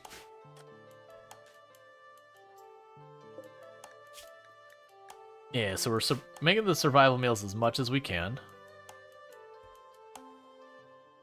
Which will also help just by having less food rot. The downside is it does mean the cook will spend more time cooking and not constructing, which... classic issue.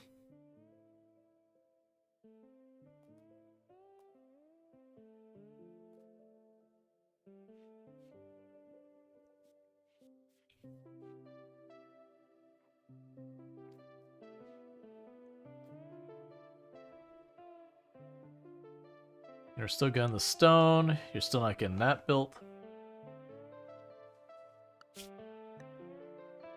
The animals are doing fine, so that's fine there.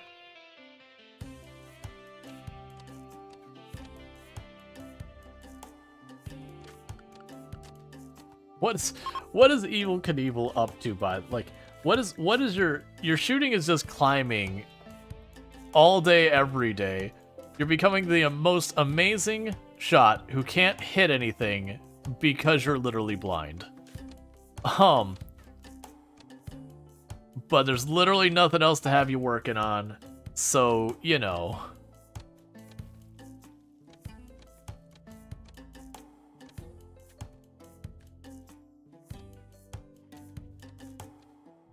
Is there anyone else who needed major healing of some kind?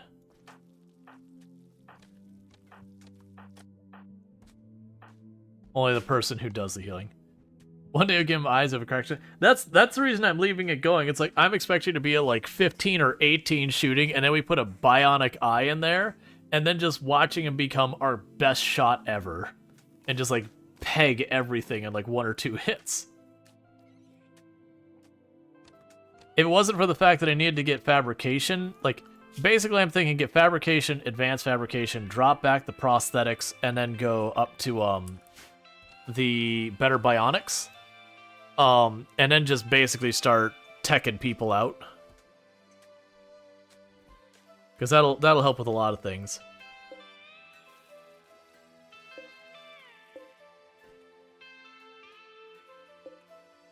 Alright.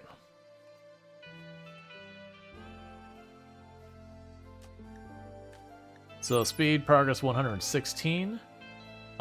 Indoors, reading bonus. Gotcha. If I get a hold of an architect, honestly, these days, I don't get a hold of very many archotech anything, so far as, like, limbs and all that. Once in a while, I'll get a hold of them.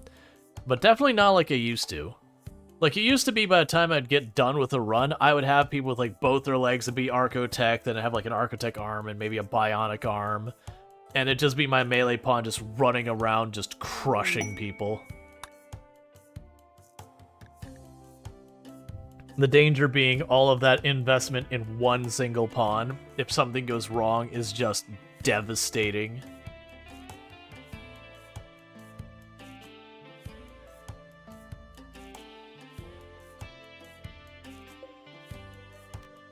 So I got one more day till we can do our skip abduction.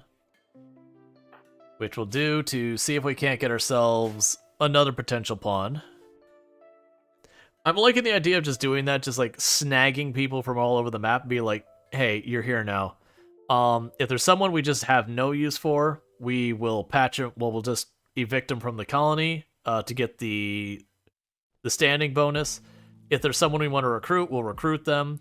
If there's someone who has good traits for being a ghoul, we can look at them being a ghoul.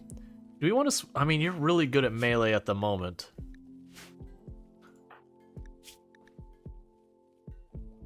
Yeah, like if I get a group of ghouls, we could switch them over to trying to be ranged versus just that much... I mean, they really are just kind of good with melee. Those have, like, the ghouls be the front line, and then they'll be the... You know, get in there, you know, cause some mayhem.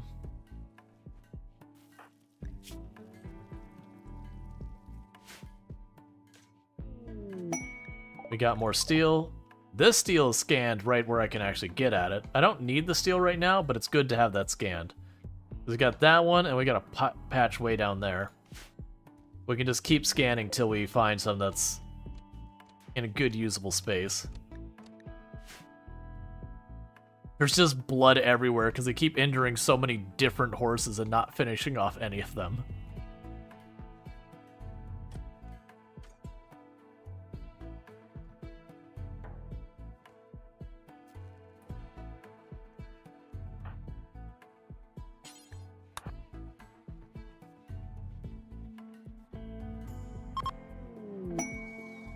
Masterwork Hellcat Rifle.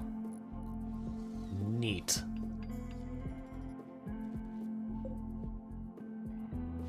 So let's have Lardine grab that. Animal disease plague. So some animals are going to die. But yeah, so we're just going to go and slowly get everyone switched over. Basically, we'll keep the 2 crossbows and probably the masterwork light machine gun for right now. but everyone else will get them switched over to the Hellcat. Because in a pinch with the Hellcat, I can slap some slap the flamethrower thing on it. Okay, skip abduction. And who was there? Was one of the people in here who had an absurdly high amount. Yeah. You do this. 115, 115.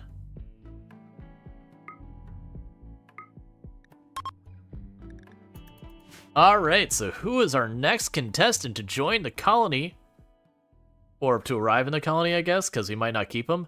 But who is our next contestant to be brought to the colony? Oh, I used Evil Knievel. I shouldn't do that. I'll need to remember in the future not to use Evil Knievel because that penalty is pretty rough. Oh no, Evil Knievel's fine. Never mind. I just gotta be mindful that Evil Knievel only moves at 60%. Alright, so we have a Delicate Waster who has only skills in combat. You, my friend, are not going to be happy about this stay. And you're unwaveringly loyal.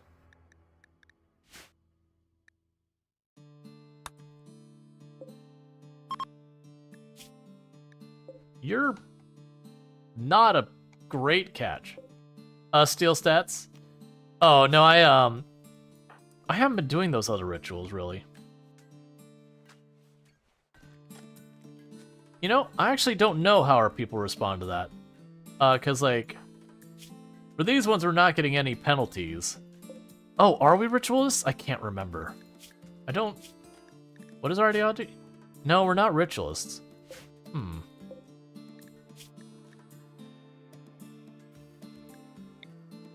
You're not going to be able to get up for 14 days.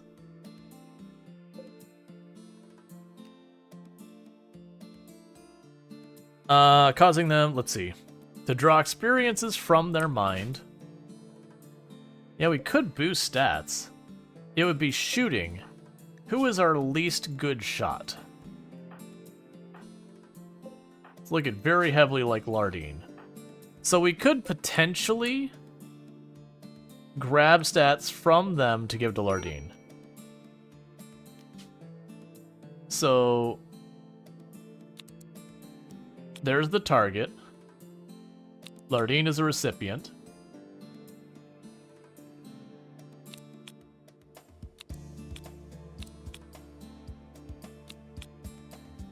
So we would get 19,000 XP. Sure, let's do it.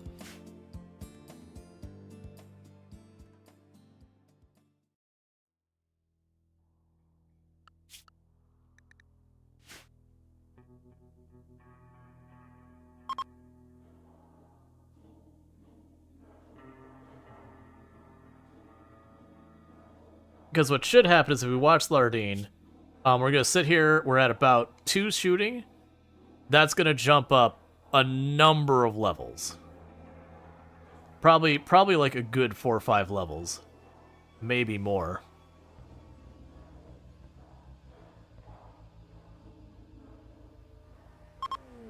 Yep, 4 levels.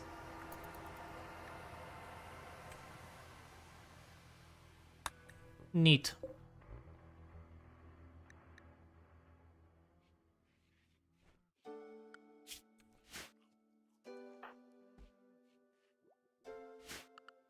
Alright. What are your pawns thinking about? That is the curiosity. They don't care. I don't get why. Oh, here we go. Here we go. So, yeah, so we're taking a -3 for 6 days.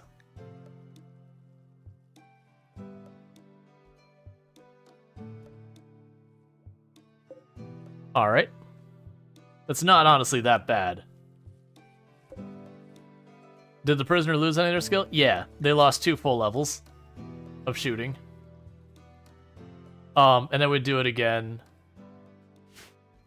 Does Lardine have a penalty? No, it didn't look like it.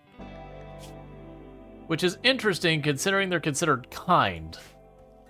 Like, kind doesn't have anything specifically with that, but it's interesting that, like, we didn't get a penalty, but some of the others did, because all of our people should be the same ideology. Yeah, all of our people are the same ideology. So it is a bit weird. Yeah, no, so the whole thing is where you take stats, because it takes, you know, based on how much they have and all that. So, like, the next time I do it, it'll give me melee. So I could really deliberately use it. I don't think Conrad as a ghoul can. Because they can't. I'm pretty sure they can't. So I could use the others. I'm not too worried about that. We're just going to go ahead. We'll have our skills we got. Because it also takes a shard, and I don't have many shards. Shards are actually pretty valuable.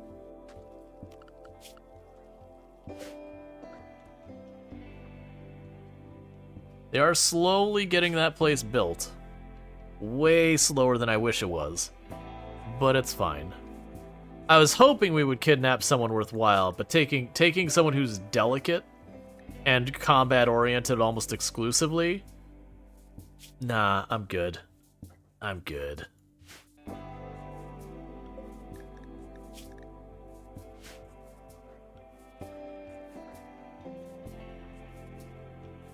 Let's go here and say do until 50. That way we do keep some raw meat and all that until that's done. Because that'll free up Craven Horde to do more construction.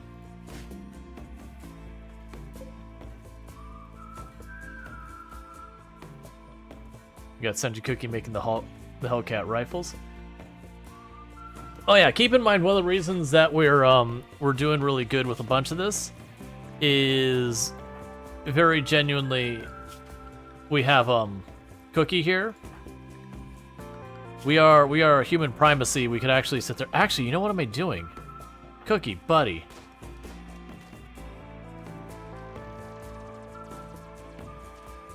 You know what I need to be doing with you? Social, assign role, production.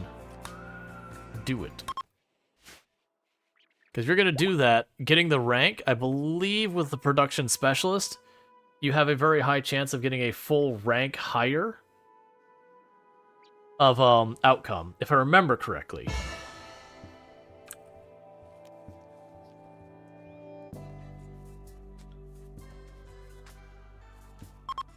Yeah, boost construction and all that stuff.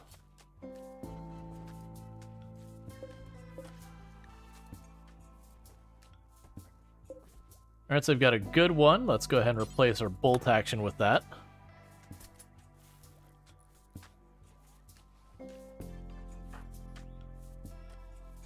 Let's get ourselves another Hellcat rifle.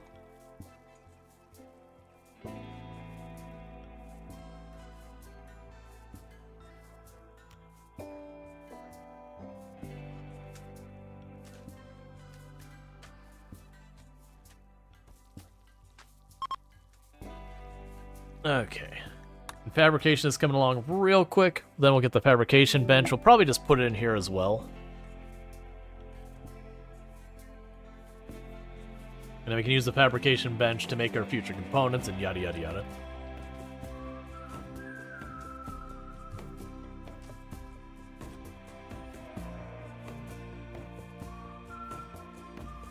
Okay.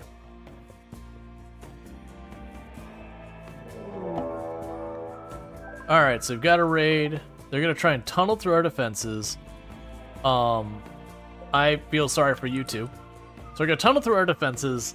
So this is going to be the kind of raid where we'll just meet them wherever they poke through. We're not going to overthink it. Usually they'll hit a bunch of different places in your defenses. Are you impids? You are.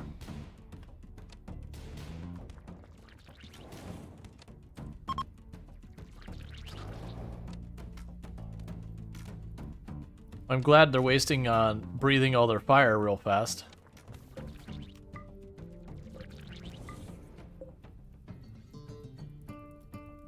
Oh, that kind of sucks. Oh, it looks like they're going to prioritize on that side.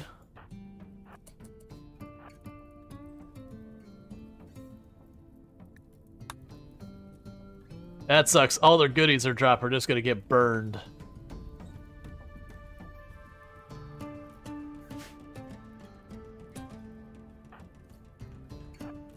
Okay, I want to deny them cover while having it myself. So let's grab back here, scooch across this area. We'll get people behind trees as able. They'll poke through here.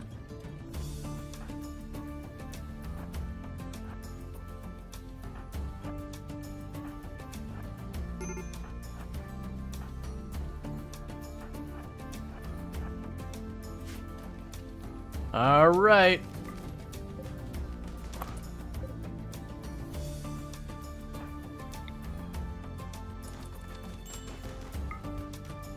Wifey.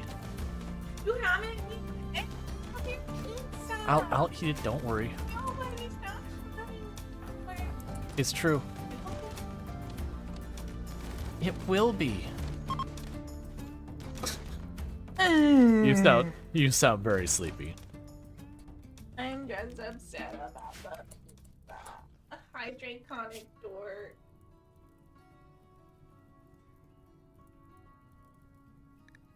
What's up? Love you. I love you more. I figured that was what was happening. Remember how much I love you. 2. More than 2. Whoa, whoa, whoa. Two is a real big number. 2's a lot. Two is a lot. You gotta at least keep it realistic. No, I love you more than 2. All right. You sleep well. Great night, Draconic door.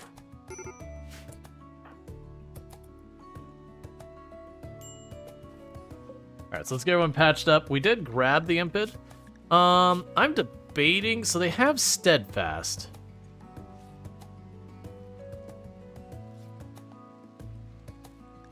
I am debating it. So Bloodlust means we'll get in lots of social fights. But they have crafting and social. I'll consider it. We'll work on converting them and I'll consider it. And the pen's not enclosed because they smashed the doors.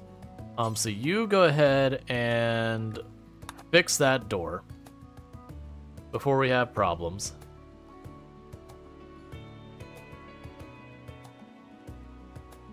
Yeah, that went pretty alright. They walked out, they had basically a fairly open spot. Only one of them is able to find cover real quick.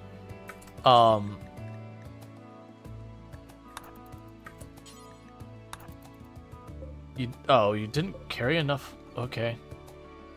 Like, only one of them was able to find cover in any meaningful amount of time. We tagged the flare on a bunch of them to stun most of them. Only one of them did manage to close the range as well. Oh, where's that warg at?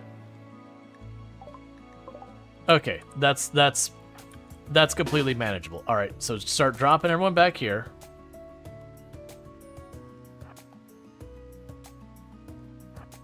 No good Nick did reach the road here, so they're going real fast.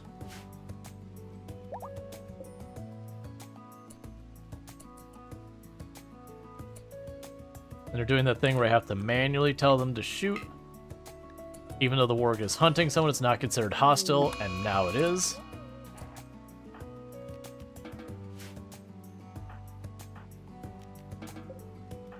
Alright, so I need you to finish that door. That's what I need from you. Finish the door and then you can eat.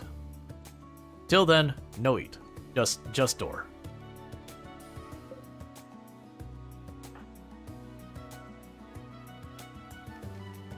Cool. And I just wanted to do that way they couldn't bypass the route in and just get into base before I can get in a position to defend myself. Alright. What are you working on?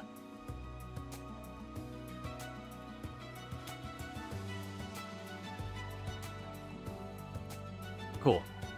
So we're getting ourselves a bit more capacity on a lot of these things.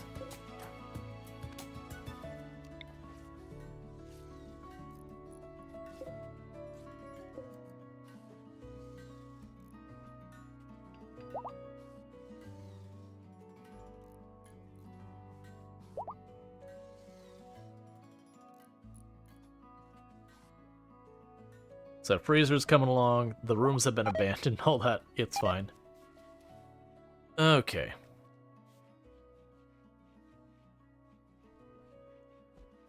Because I also wouldn't mind getting an impid, because, I do like doing a lot of the stuff with the biotech, like the messing with, like, the gene manipulation and all that. And impids do have some decent genes you can grab from them. So it is good to have, like, a Neanderthal, a Hussar, an impid, so you can, like, mishmash stuff together to make your designer character.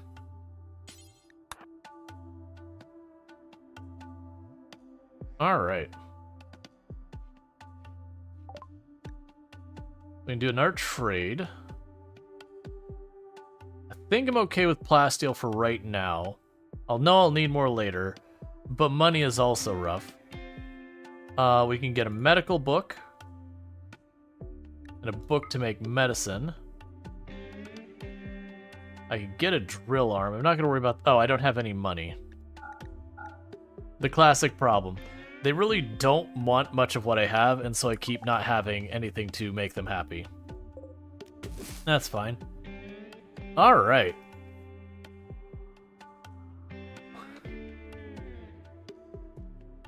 I also forgot, I was going to do this a while back. Furniture, floodlight.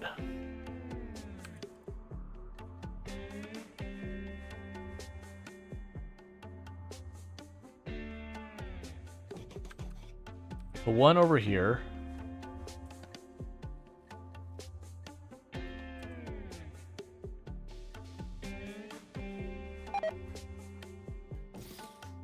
And the other there.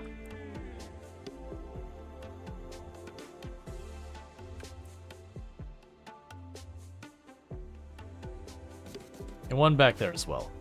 Okay. So get some floodlights set up so that we can keep things everything. Is this straight anomaly scenario? Or anomaly in the background? It is the anomaly scenario, so we did start with a ghoul and 3 people, and we have awakened the monolith immediately.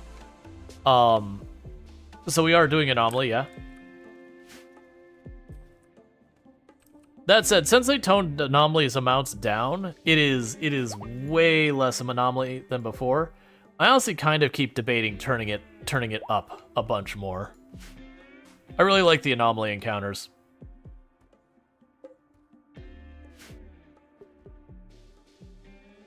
Versus now I feel like you have to really lean on void provocation to get any meaningful amount of anomaly happening. But on the same token, just with how fast these things are researching, like if we look at our anomaly tree, I've got just about all of that and that done until we bring more stuff in. Which is fine. Because I'm trying to stabilize some of my stuff, like getting my freezer built and all that, which has been entirely longer than it should have because of dealing with various challenge stuff. Because we are slowly growing the menagerie and just putting more and more back there. Oh, we actually have Sentient Cookie is also idle. Oh, okay. Honestly, we'll do a Sentient Cookie. We'll give you a 4 in construction. Thank you for the follow. Welcome to the stream. And Evil Knievel's just gonna be idle because it can't do hardly anything.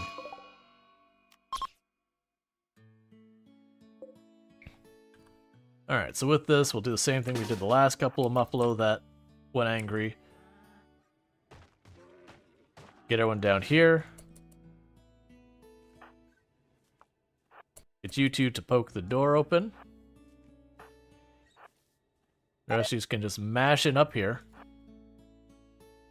Because they'll go there to hit that. And it'll be open season.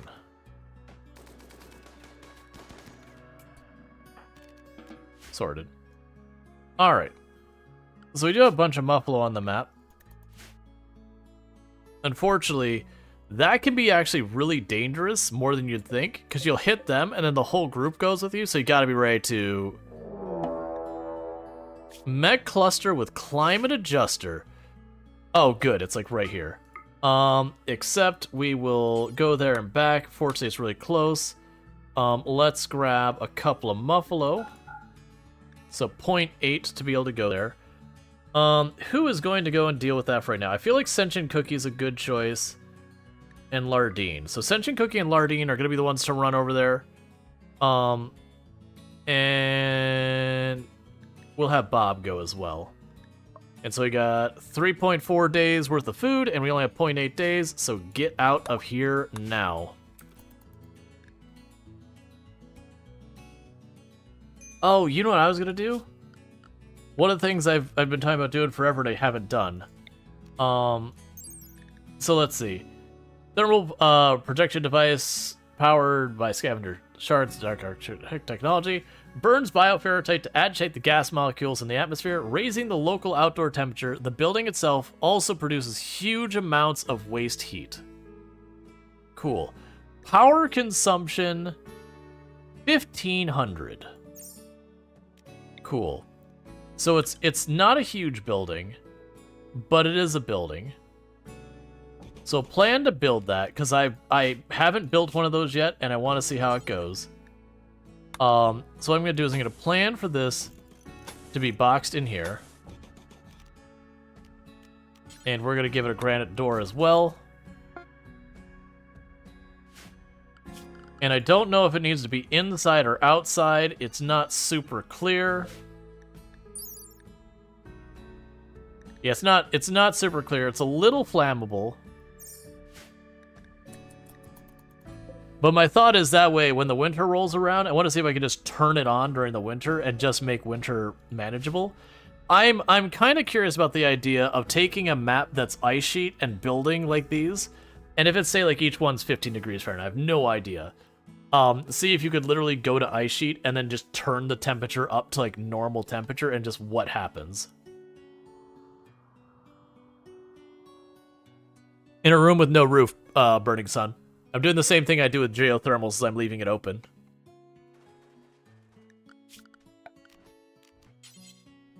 As long as I don't put a roof on it, it should be fine.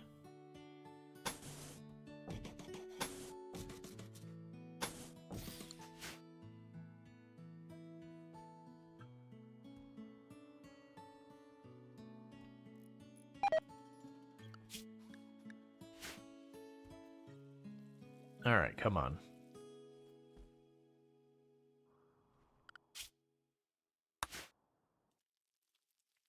And you're getting you converted. Go and use that to help with the conversion. Or put a roof on it along with your kill box and watch all your enemies burn. The problem is, I assume it'll catch fire too, because it is flammable. So it'd be one of those things that, unless it produces the heat very rapidly... Hey, Conrad is finally up! Cool! We got our girlfriend finally up and about. Alright, climate adjuster, zoom in. So we've got a bunch of the mech assemblers here. So as long as we're quick, I should be able to sneak in there. I don't see... We have a countdown, but we do not have anything else. So it's popping up here.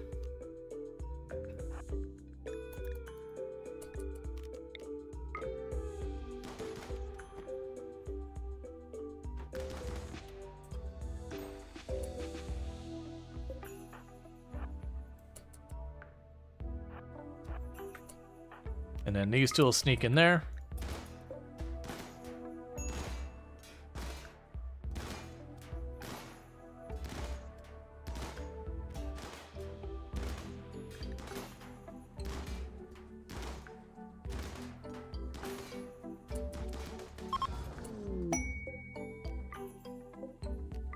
I got some materials here, so let's go ahead and say, pick all that up. Pick all that up. Just pick up as much as you can.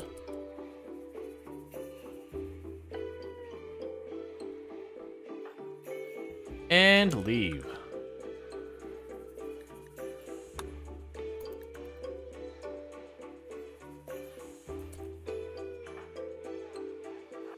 Oh. Interesting. I figured it'd be like, you can't. There's still stuff here. In that case, give me the rest of the steel. I don't care about the mech nodes and all that. Get out of here. Cool. Climate adjuster handled. Excellent. Schedule. We'll keep Conrite restricted inside the perimeter. That way we don't have him... Because it'd be my luck, he'd be like standing right here because the bird or something... not bird. Like a turkey died or whatever. And then it'd just be kind of one of those things that like that would be the moment a raid shows up and just demolishes him while he's on his own.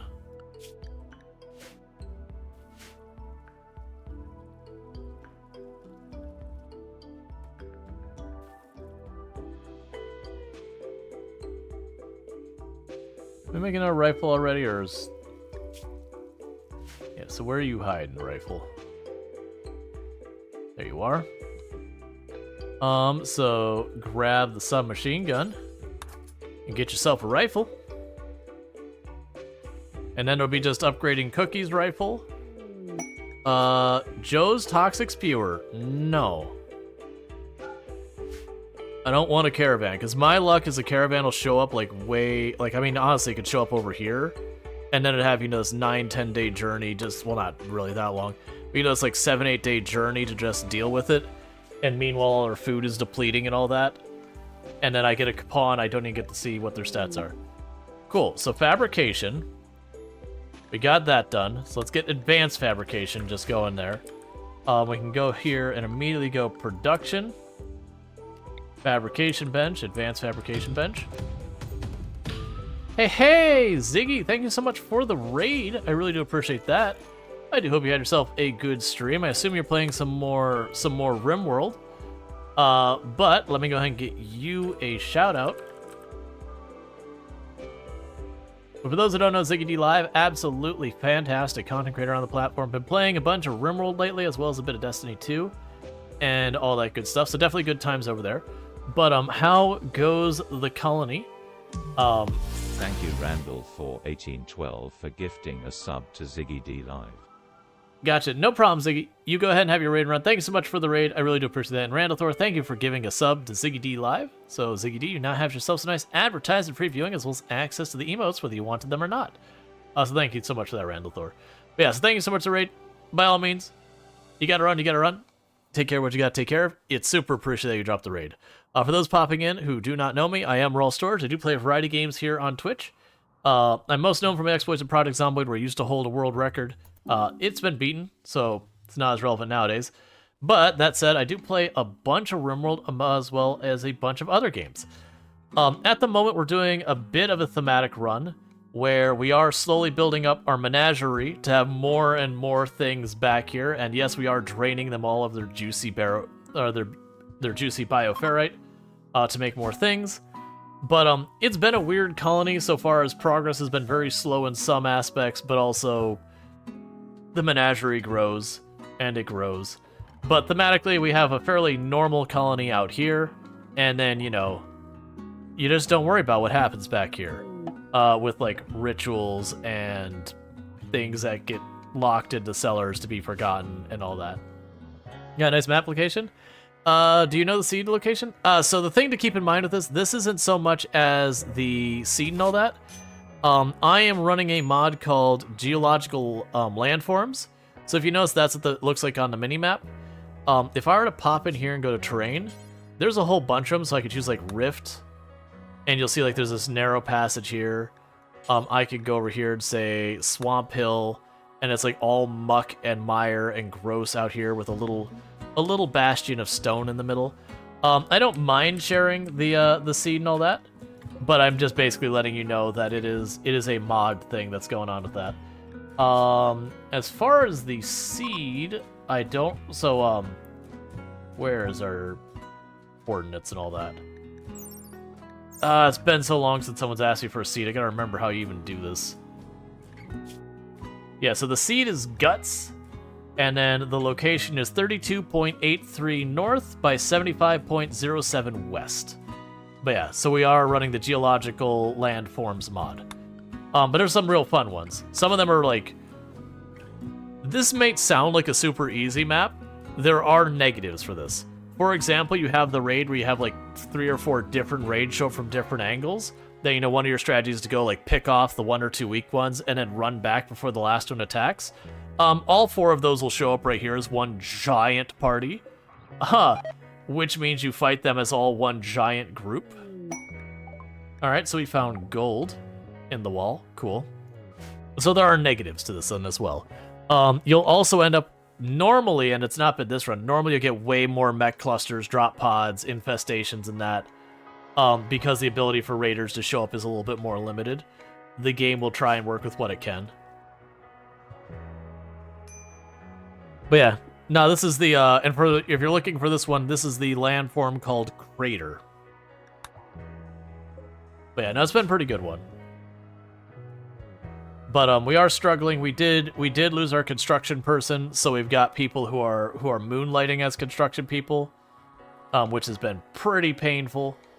It's made it so getting the freezer here built has been absolutely horrifically slow, but we'll get there eventually. But this isn't our original ghoul. We lost our original ghoul. It turned on us. We had to murder it. So this is our replacement. We did start with the anomaly start, where you start with 3 people and a ghoul, and we've been building up from there, with anomaly running the whole time since the very beginning. Alright, we're just getting lots of quests that I'm not going to do expiring. But yeah, so the biggest holdbacks we've run into is construction people has been a big holdback. For the longest time, I wasn't getting limestone, and I've been building all my walls out of limestone. And sure, I could switch to sandstone. I've had more than enough of it. But hear me out. It's not aesthetically pleasing. And therefore, I'm going to put the time in to fix it. Because even though it doesn't matter at all, it kind of matters to me. So, it's fun to have runs that are thematic and interesting and all that. I do challenge runs as well, like pretty rough ones, in fact. Before I did this one, I was doing a permanent death pall run, so that anything I killed, I had to process its body. Jokingly, I said I had to do one of the 3 Bs: butcher, burn, or bury. Or it just gets back up and fights us again and again. It was fun, but unfortunately there is some issues that we deal with all that. And meanwhile, do not build a roof here.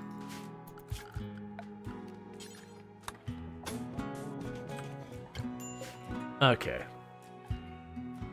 Are those are turned the correct way? Yes, they are. Two freezers, this is going to be pushing its luck a little bit to run. Well, 2 ACs will be a little to push that. It should be okay. I think that'll manage. And then I can get all of my shelves built, and we can finally get food storage. We're coming up on year 5, and I don't have a freezer, because I mostly just didn't prioritize it. We are doing really well with our Hellcat rifles at this point. I think I have just one more. Yeah, there we go. Food binge, that's fine. Medium psychic drone will do that. But, it's also been weird because, like, I've got Evil Knievel here who has unnatural healing, which is amazing. But also, they have Crumbled Mine, which is not amazing. So they're basically only here to heal people. And otherwise, they run around, and I actually have them hunting because it's one of the few activities they could do. They're also blind, so it doesn't work really well when they're hunting. I just don't have something else I could assign them to, really. So they're becoming an extremely good shot, but always miss. That the thought is, when I get some biotech eyes, they're suddenly going to go from one of my worst fighters to one of my best. It should be a whole experience. Alright.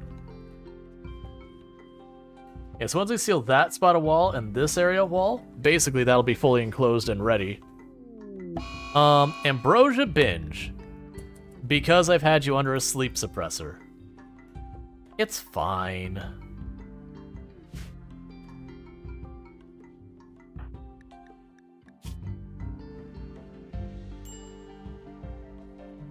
Oh. Yeah, I messed that up. We're a guilty colony, so when I don't do charitable things, we get punished for it. And that's why I was like, wait a second. I was like, oh, right, that is true.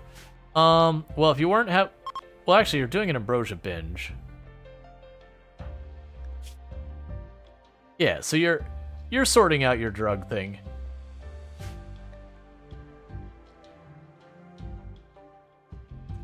All right.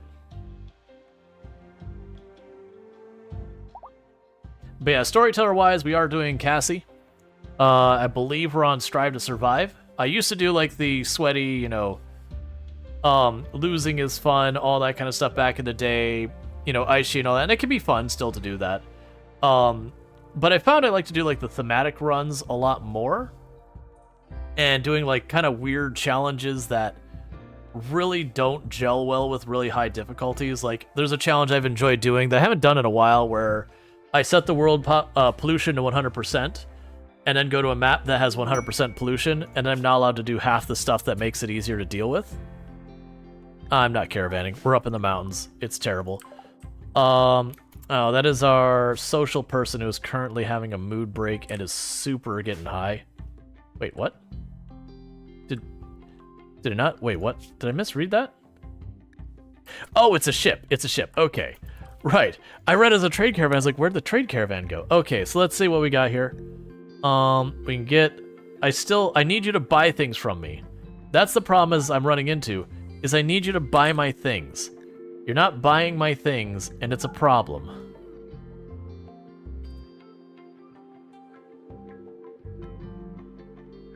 Because I want all the things you have, except that one. I don't actually want that one.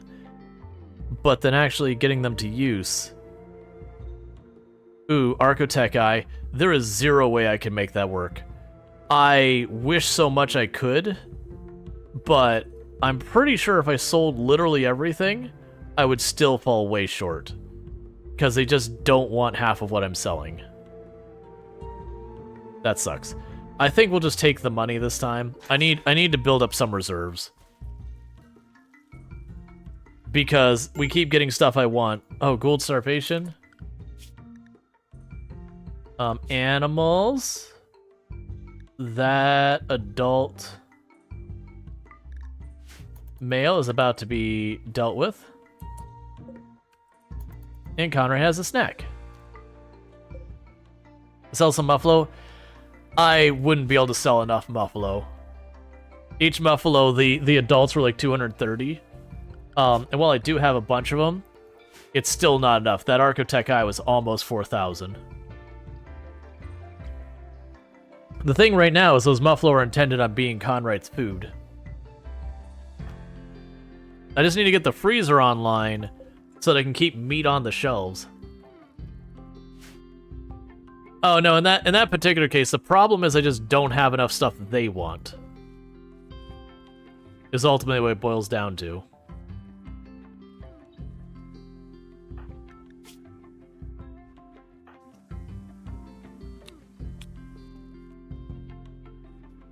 I kind of want to switch you over. Like, you're clearly a melee pawn who's going to be set up for melee. But we're going to be getting more ghouls in here. So I kind of want to go ahead and, even though you are situated for melee, I'm going to switch you over to ranged. I would just rather have you do the ranged. That's fine.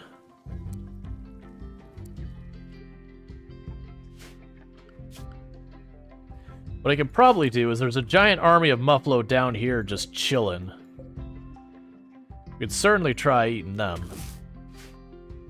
Yeah, no, normally I have a bunch. It's just we've had a bunch of times I've traded that I've wanted things that I just couldn't afford, and I've really pushed to make happen.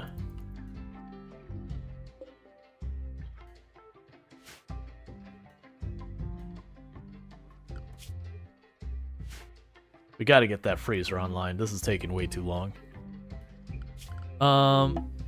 Visitors, they have items to trade. So the other one that's been helping out with building, has that been Randallthor? No. Ah, it was no good, Nick. I just do need to keep you on what you're doing.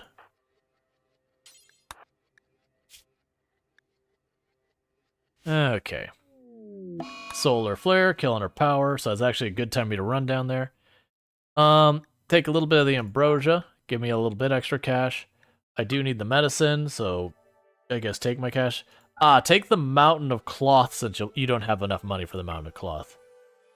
Okay, we'll just sell a bunch of our junk down here that I'm never going to use.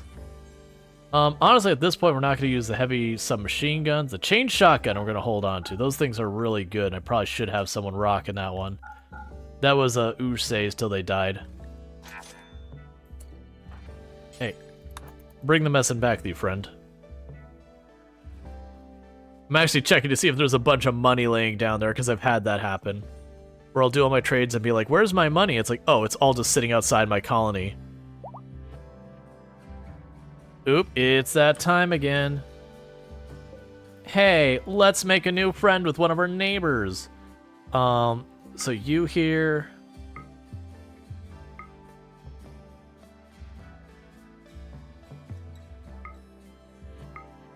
Oh, you're up there.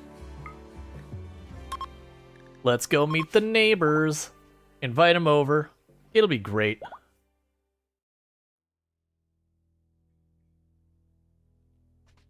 All right.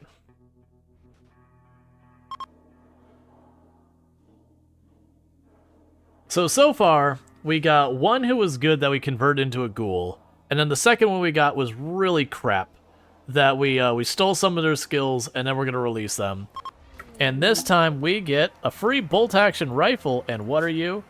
You are a masochist, brawler, body modder who is psychically dull, who is amazing at construction. Hey, buddy, pal, can you say new colonist? Because that one is absolutely joining us. I'm hurting for construction, and they have construction. What's that ability? Oh, the psychic abduction thing? The skip abduction, it will kidnap a random hostile person and bring them to your colony. No on the pawn? Oh, it's because they're a Yatkin, it's animal war cry, so it'll make animals nearby go manhunter.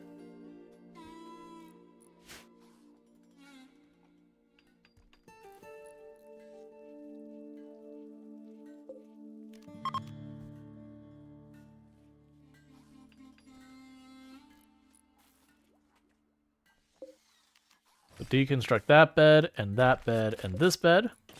We're going to slowly get people moved into these bedrooms that we're building. Because that would give me a dedicated constructor, like a proper dedicated constructor. And I've been kind of recruiting this person. I don't know if I should or not. They're versatile, but incapable of dumb labor. I'm mostly taking them to have an impit as well. And this one we're getting rid of because a delicate combat pawn is just awful. Let's see, they need to make it so that nearby civs can steal your pawns that way. Oh man, that would be terrible. Like, you just get a notification, it's like, such and such is being kidnapped. Because there wouldn't be a really, like, they'd have to have a counterplay, because otherwise that would be just awful to deal with. Like, you just nab your colonist, and you just have to go over there and deal with it. Yeah, no, I would not be okay with that. Now, granted, it's total BS that we can do it and they can't. But, you know. Who cares? Do I want this person? Yeah, we'll keep, because they could be a researcher. We'll grab them. We'll get a genetics lab going. Hey, thrombos.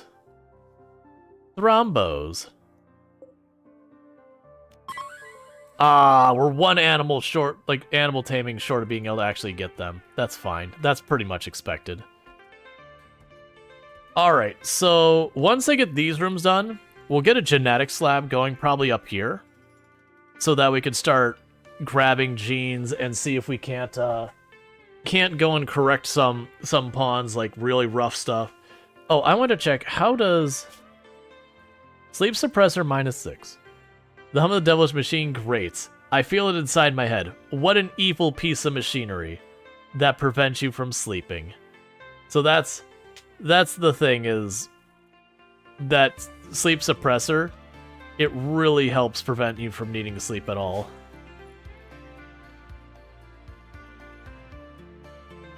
That said, I will go and do stuff later on so that we actually don't need sleep at all.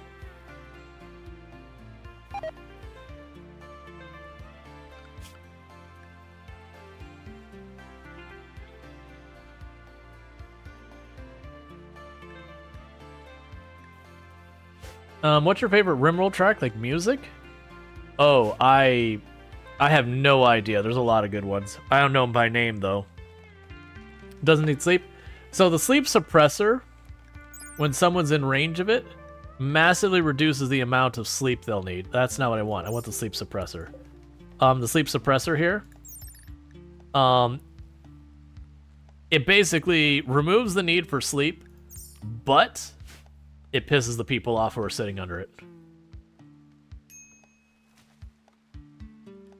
Yeah, and the way this run would go, your cook could be stolen and kidnapped. Yeah, that's the thing. We, if you do the exclamation mark join when we get a colonist, I will randomly draw someone who's done that to give the colonist to them.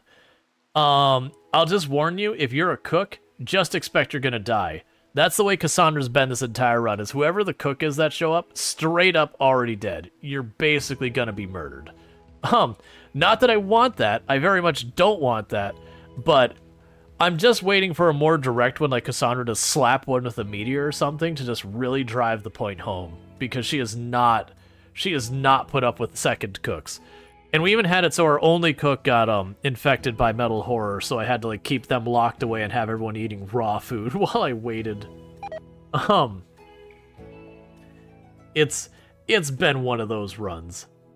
That said, it is going. We've had some rough goes of it where it was like, oh, this fight is going south, but we managed to barely eke by. I would really like other animals to show up here, because our ghoul is going to be hungry soon. And I really don't want to poke a full group of Muffalo. You know what we ought to do? I've got... Who would handle them? I've got options. I could tame them in a mechanoid cluster. Never mind. Alright. Okay, so they're landing right in my backyard.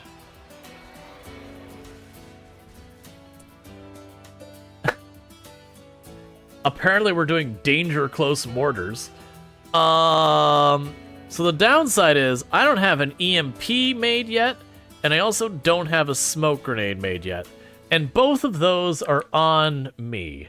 So let's immediately stop everything else we're doing, because there is a proximity sensor I gotta be very careful of. So let's go zone area 1. Let's cut this whole corner out for right now. That is danger close. I'm going to make that wider out. Area 1. Just little scared someone to like actually walk into it anyways. Okay, so what we're going to do is we're really fast going to go down here. And I think the smoke grenade launcher is actually the higher priority, and the EMP. Let's get people on it. There's not a cooldown on you other than... When that initiates at 4.7 days, then it lights up. You're scaring... Stop. You're scaring me. You are going to give me heart problems. Let's go here and say even less area 1.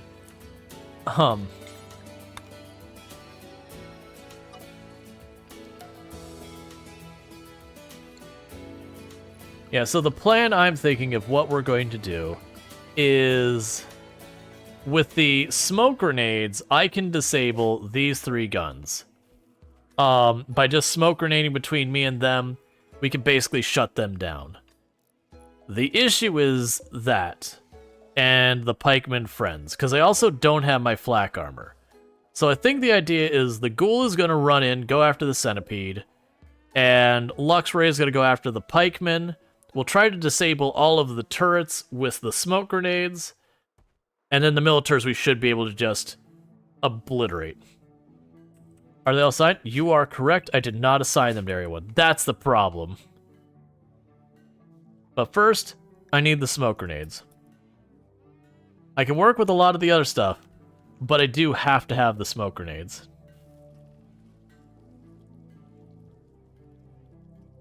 I don't think the crossbows work on the mechs. I actually have never tried.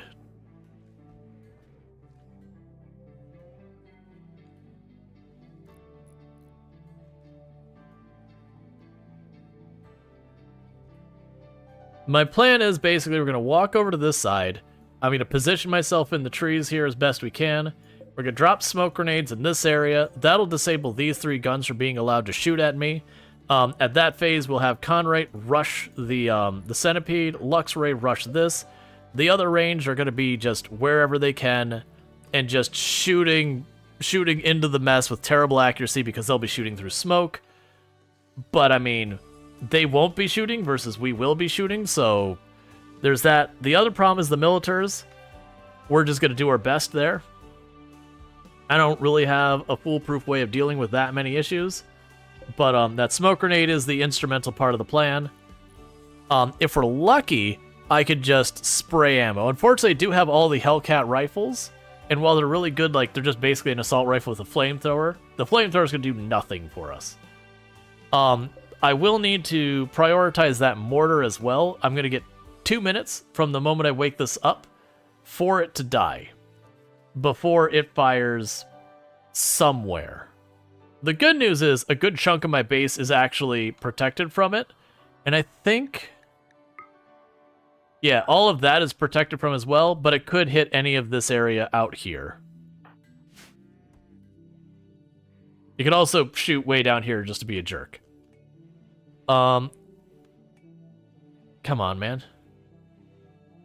Hey, Cookie. Finish your work, man.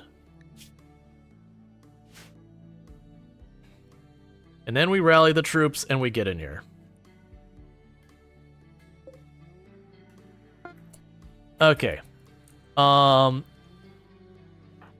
Evil, I'm going to actually have you use the smoke grenade launcher because you are literally blind. And the good news is I don't need you to be that accurate with it. So let's get everyone down here.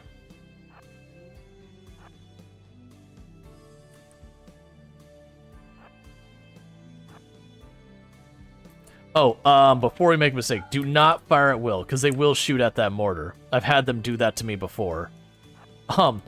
Like, I'll be getting people into position, they'll shoot the mortar, and then suddenly I have everything under the sun unleashed on me. Alright, do I feel good about this attack plan? No. Am I going to do it anyways? Yes. Because I'm on borrowed time before that mortar gets online. Okay, so you're going to be rushing in. And the rest of you just spread out wherever you can find cover. There isn't really going to be a whole lot of strategy about this part. It's stand behind something and go shoot a whole lot. Conrate, we're going to have you stand real close because you're real slow. And will it work? We'll soon find out. Yeah. They can't be that far back. We're just going to friendly fire ourselves into the dirt. So you get here. We'll toss you here. Toss you there. Toss you here. You there. You can be a little bit far back. You are using EM, or you're just smoke grenading.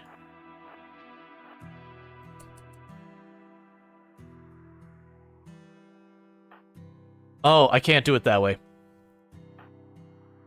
I really don't want to put you... yeah, we can't... so I can't spread them out like that, and the reason for it is then my smoke grenades won't be lined up. So the other... all the guns will just be unleashed. Alright, so... we are looking to just put grenades in this area.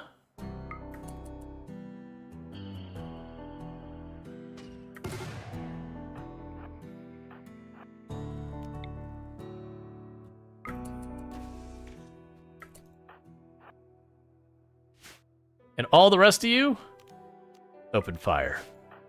And meanwhile for you, you just keep plunking down smoke grenades. I didn't think that through.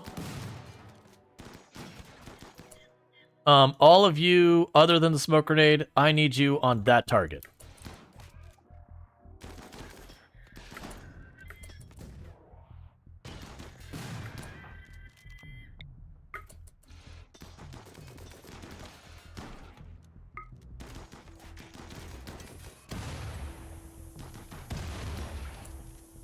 Back up. Oh, Luxray, you climbed into that. Luxray's probably dead. Yep.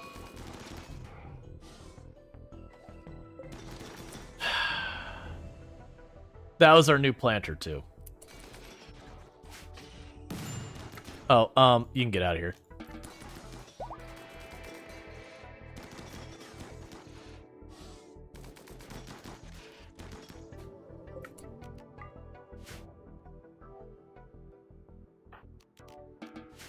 Yeah, so the misplay I had on that one is Luxray went out of this way, and then the smoke was no longer between Luxray and the turrets, and all those turrets having only a single target to shoot at, lit Luxray up and undid their existence.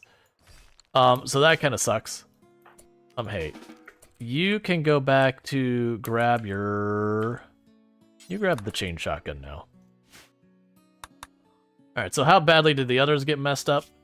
You got needle gun pretty good. Alright, you're actually... Most of the others did fine. It was just poor Luxray. Luxray actually even would have been fine, except they went to crawl, and they crawled into the explosions. That was the moment when they started crawling down. I was like, oh, you've done yourself in. Hey, Lux buddy. The ghoul's hungry, I'm sorry.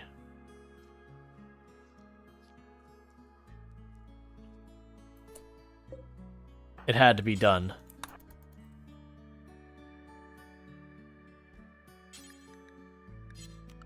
Schedule, unrestrict everyone except the ghoul. The ghoul stays in area 1. Zones. Area 1, put it back. Oh, you'll never do hauling. Who hasn't been treated? You have not been treated. Craven, go in there, please. You. Haul the body, because unfortunately our freezer is just barely not done. So that body will decay. So I can't, I can't store it right now for Resurrection Serum. Yeah, no, if I had control over when they crawl, I could have turned them the other way. But they just try and reach, like, the nearest bed. So, very, very unfortunately, that crawl killed Luxray.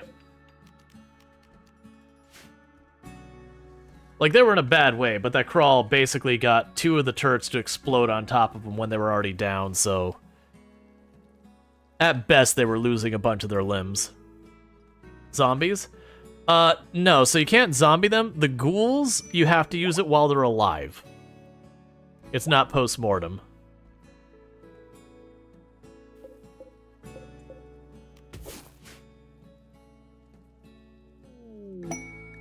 Diplomacy talks? Nah, it's fine. And you're all actually bandaged, not pretend bandage, right? Okay. Yeah, so now they are feeding the trees.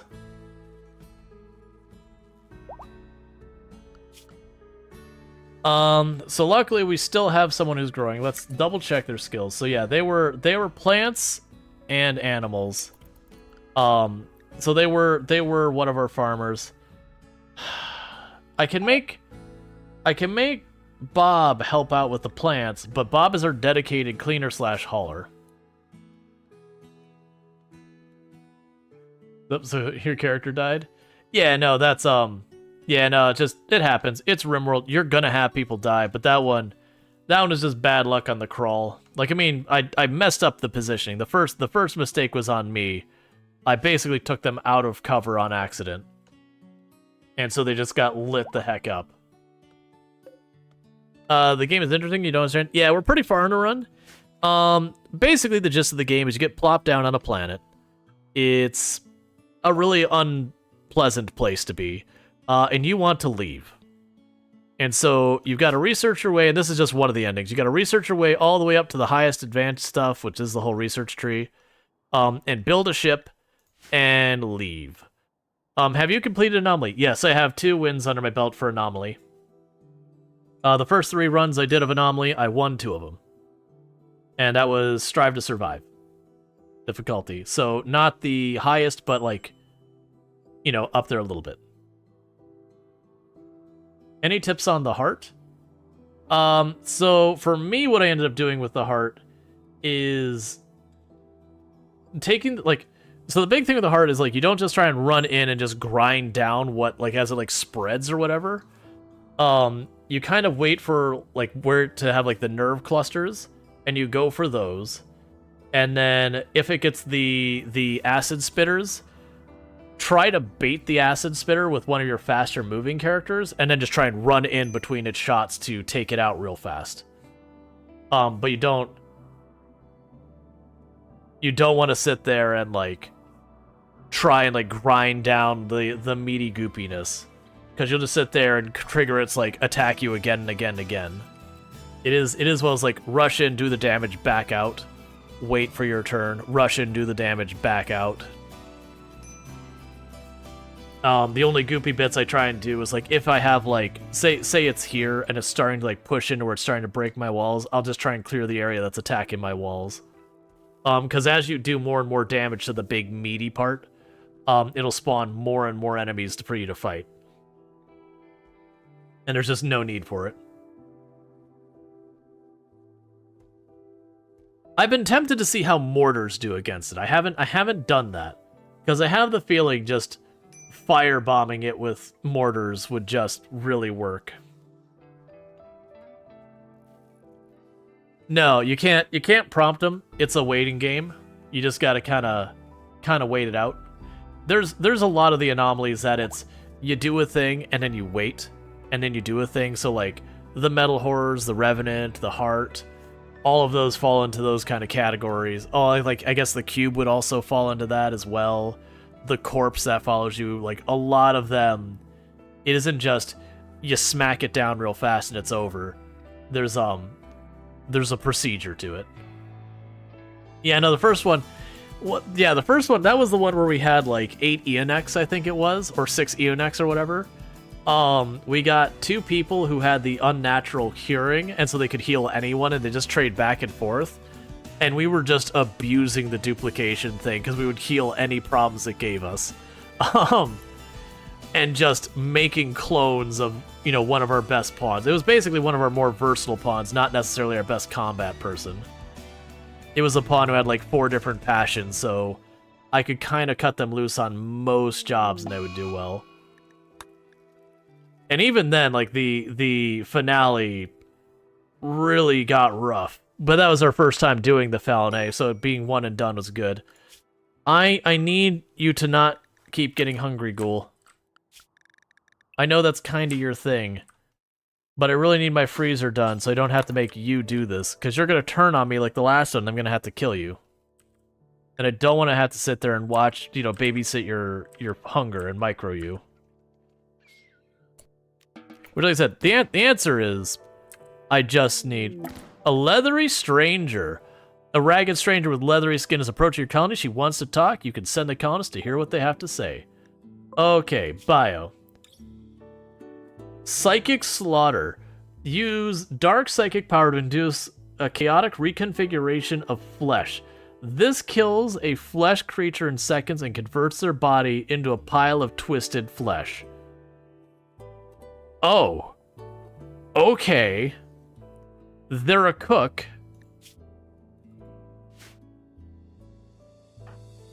Welcome to the team, Salazar.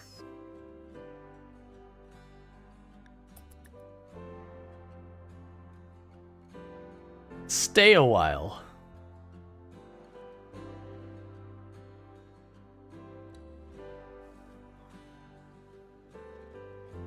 A cook, you say? Yup. That's the only turn you could use. They could use that on you. This is true. Alright, there's Letter Stranger stares into space and speaks in a monotone as though they hardly sees anyone or anything. She refuses to leave, insisting that she is only interested in your colony. She says that she can help. Animals are skittish around Salazar. She has an unnatural power to deform flesh of living creatures, causing them to erupt into piles of twisted meat. Salazar claims to use her gift only to butcher animals, but it's clear that she could easily butcher a person.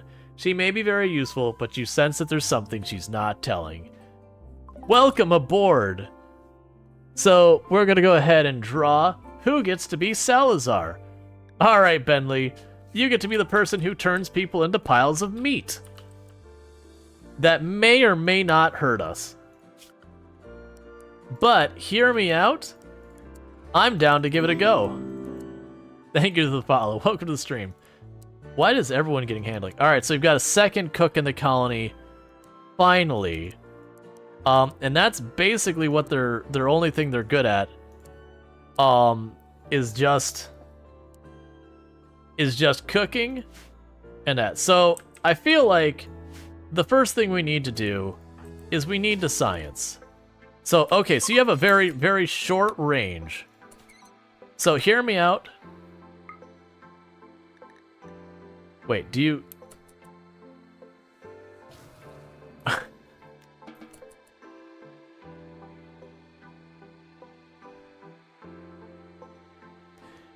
I want this person to have armor. They only can do it like once per day, but I can see that where you have like the really dangerous pawn running in at you. You drop the stun on them and then convert them to meat really fast. It's got a bit of a cast time, which is a little concerning, but I feel like I could definitely make that work. I wonder if it needs line of sight. Does it say? Let's see. Do you tell me, do you need line of sight?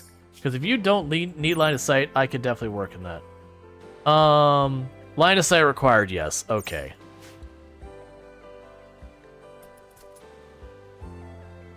Once the freezer's built. So the problem is I can only use it once per day. Oh, you know what I could do that with? Dangerous predators. So when we have a warg show up on the map, we wait till it eats, and then we just walk up and just go plop. Just do it while it's sleeping. A thrumbo. That feels like, as a powered usefulness, I feel like it's got a little bit of utility power. It's gonna take a little bit of setup. But I could see hiding them one space back from whoever my main combat pawn is, or like main melee pawn, and work with that. Okay, so we've got all that sorted out. Let's get medicine production going. No, that's not what we said. We need to get prosthetics for bionics so we can get Evil Knievel their eyes. Did we ever get that fabrication bench? No, I need a second advanced component. Right. Yeah, just don't accidentally click your own pawns. Oh yeah, no, we had that's the surprising thing. We actually in the run we won, I accidentally misclicked and got one shot off and caused one of my own friendly pawns brain damage, which was real unfortunate. That was a real frustrating misclick. Wait till they have a mood break and auto use it. The good news is it has a cast time. I don't know if it disables their target. If it disables their target for combat, that would be ridiculously powerful.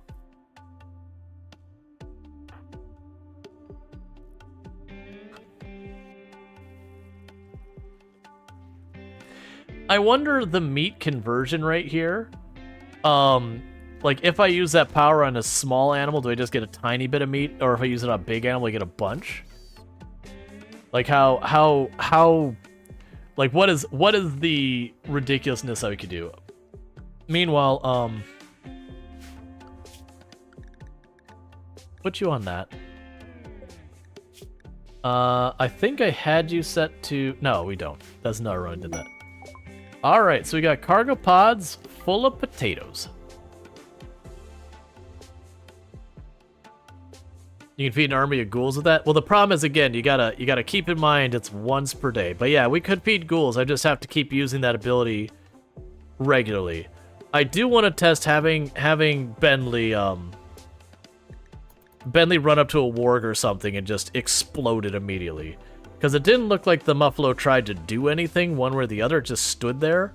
I am wondering if other people try and fight back. I also... The one who's just curious about how well developed the game is, I wonder if the game's smart enough that if I have a visitor and run up and use it on that, will it consider me as doing a hostile action? I would hope it would. But I could see that being the kind of things you could easily oversight. Or you could use as your opening volley that maybe it doesn't go hostile until it completes. So, you know, you could sit there, go to their strongest pawn, delete them, and have everyone set up and ready to rock. I don't want the bolt actions. We're good there. You don't really have much supplies. I'll take your medicine. I'll take your components. Yeah, I'll do. Give me those components. All right. Duplicate the pond. Oh my god. The big thing would be keeping things not moving long enough to get that off without them dying. But yeah, I know with like a good 6 or 7 of them, if you could sit there and drop the flare to stun and just have them all start casting and just blow up the melee line in seconds. I don't think it'll be that strong, like just so far as being, because it's that cast time and the range is literally only like 3 or 4 tiles. So I don't think it'll be that strong because of the limitations to how you can use it. But at the same time, I do think it will be a powerful ability when used correctly. I think it'll be like a situationally powerful move is the way I would put it.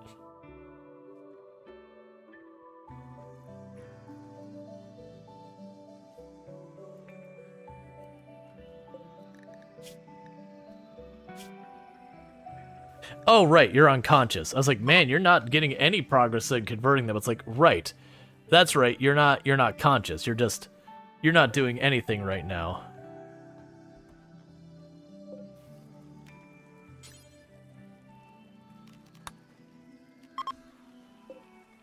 Alright, so we've got that switched over.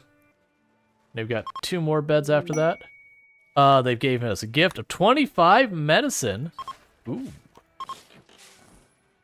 I need to make more beds. And I need them to be medical beds. I'm just waiting till we can get the fabrication bench up before... I mean, we've already used all our components. Never mind. Okay, go ahead and haul those back, please. That's like 30 medicine out there. I would like that back home.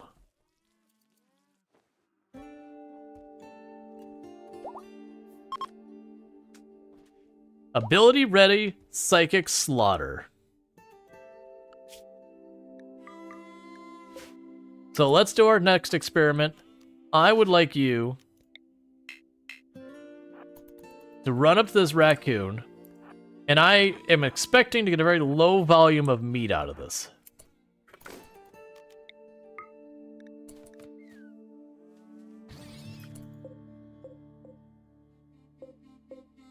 Yeah, so that one only gave me like 40-something meat, whereas that gave me like 300. That's pretty much expected, but you never know. Sometimes when they implement stuff in the game, it's kind of dodgy.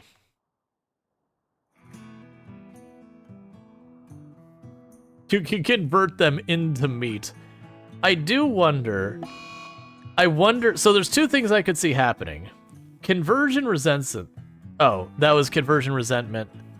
As in someone tried to religiously convert them. I do wonder if we will be able...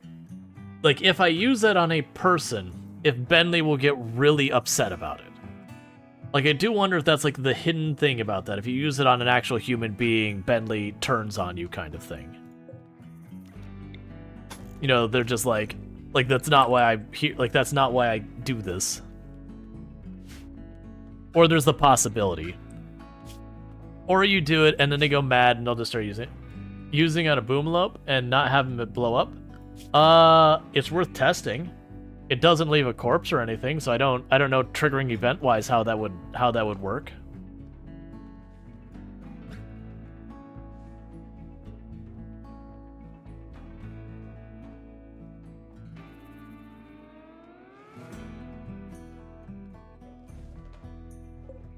So what I'm gonna do is I'm gonna intervene. You build these 2 walls.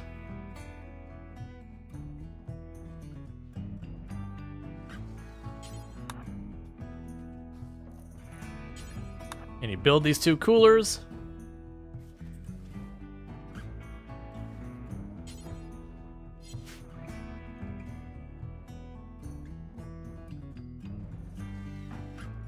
I really want you to save Scum and try using it. Try using it on themselves. It probably won't be able to target themselves. Like, we'll be able to test it, like, we don't even have to cast it. We can put it if we mouse over and, it highlights it up, then we would. That would be a really weird thing to do. Just self-meatify.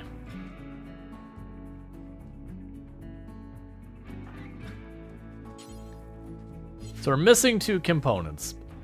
So you can barely not finish my freezer. We have to wait till our caravan rolls through. But what I'm going to need to do is buy an advanced component, bunch of that. Self-meatify, there's a phrase. Uh-huh. Sometimes people just self-meatify. Crumbling mind, Bentley. You know what, Bentley? I think I have the cure for your crumbling mind. So we can just look at Bentley, crumbling mind, right there. That's a problem. Luckily, I have dark magic, and Bentley is all better.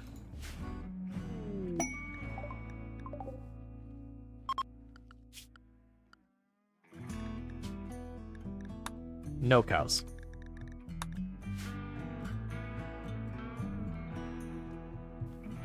Evel Knievel couldn't save themselves from a crumbling mind, but they could save others.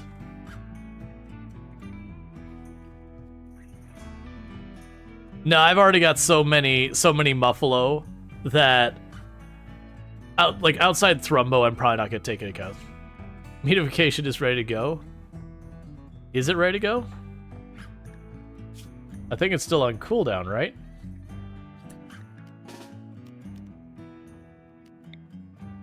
Yeah, so I cannot target myself.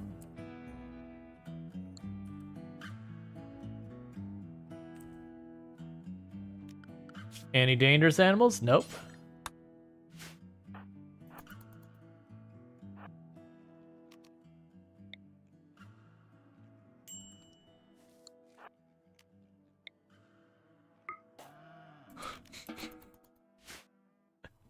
It's just like a little meat balloon.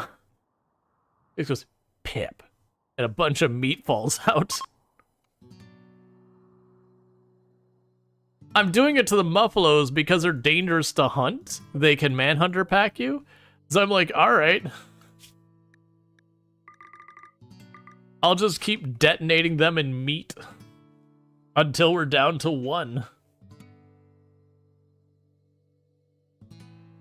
It's a shame I have to draft him to do it, and I can't just, like, click on him and say, hey, go run over there and use your ability. Like, it's fine. But it would be nice if I didn't have to do the extra steps. Alright, so we need more components. Oh, yeah, so let's see, we haven't been mining in here, because I still have 6 more rooms ready. Are we ready to abduct someone again? 2 more days. 2 more days so we can abduct a new person. At which point, if we get a truly awful person, if we get, like, truly a disgusting person, we'll meatify him and just see what happens.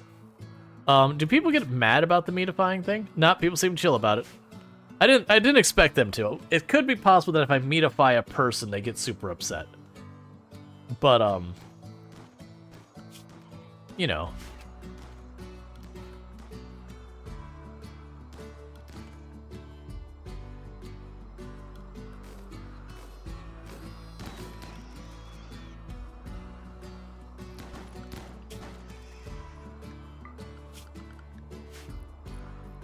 Alright, so we're getting that built. I actually don't need to hunt all of them. I want to hunt a couple at a time just to keep some meat around for the ghoul.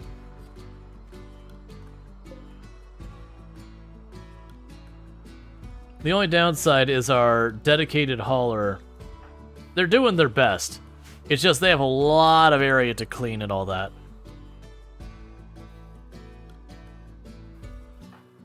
So you're all fed, ghoul. Go smash these things.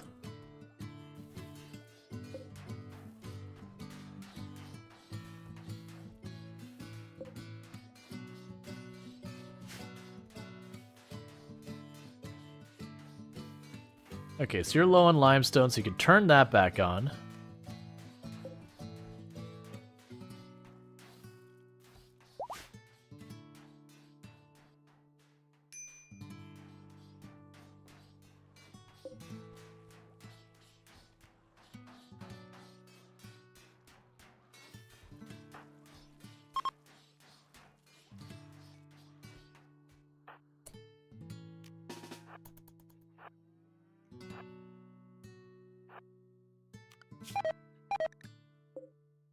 Okay, it's science time. We've got a sleeping, dangerous animal here.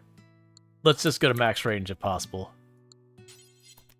So, dangerous animal here.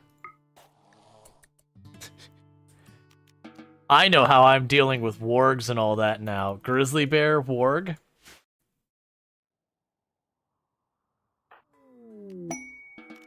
A muffalo self-tamed. The muffalo saw what was happening to the other muffalo and went, I want out. I don't want this. This is not how this ends, please. I don't need this in my life.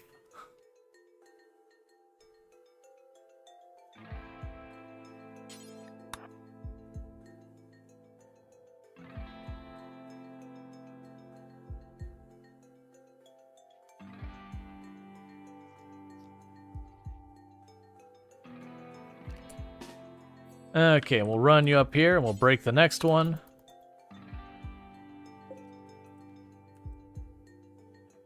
As I recall, I'm pretty sure that explodes when I destroy it.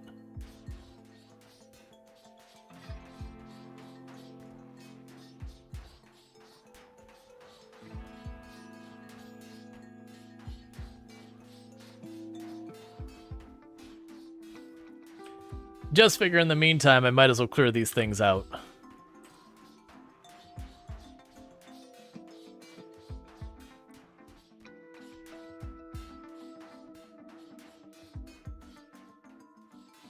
Because it wouldn't be bad to get a mechanitor and just get them a cleaning and a hauling bot. And a growing bot, honestly. Just get like the basic labor bots.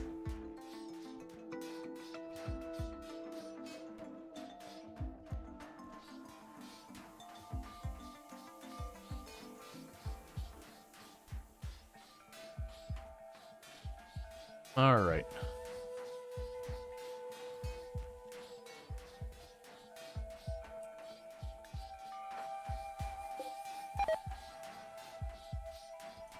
Rip fields? Yeah, we'll see how it goes.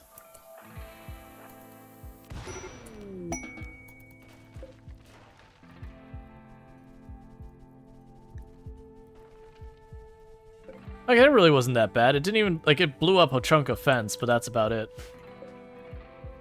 Cool.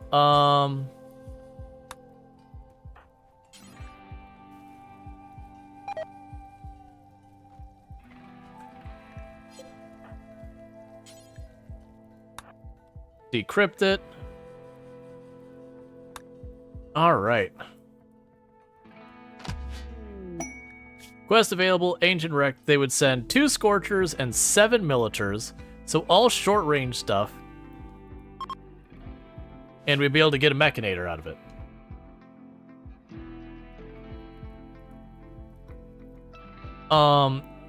We probably did make those EMPs. I have no idea where they got away to.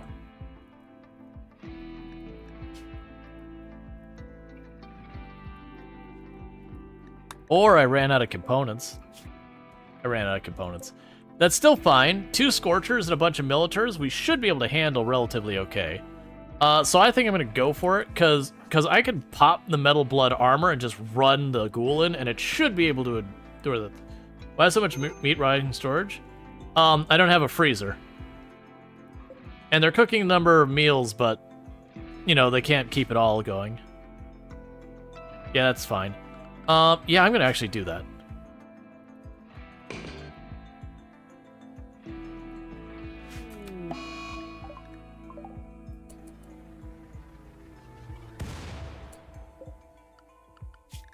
Okay. The ship contains the remains of crit yada yada. Beware, ship also contains mechs. Cool. So we get to choose to attack in our terms. The fire is going to something not flammable, so I don't have to worry about it.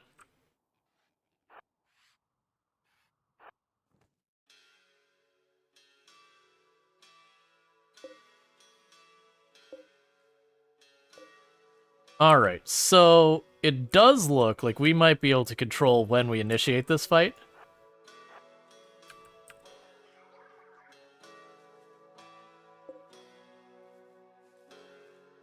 Let's do a quick science here. Hey, Lardine, I think you should give the door a poke. Lurdine's way back there. Hey, Randall, I think you should give the door a poke.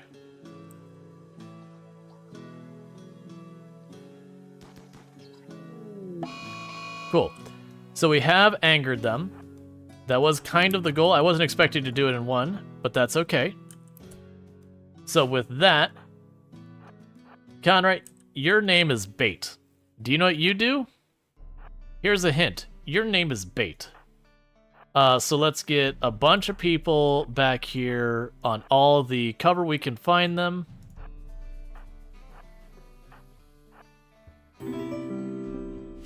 Thank you for the follow. Welcome to stream.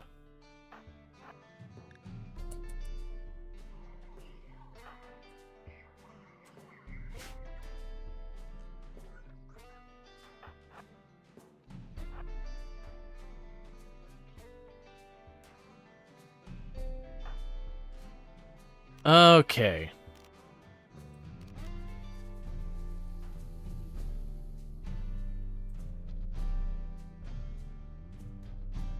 So for 40 seconds, I can massively reduce the damage that Conrad takes. That is going to be important here. I'm going to pop it pretty much the moment we see the, What just blew up?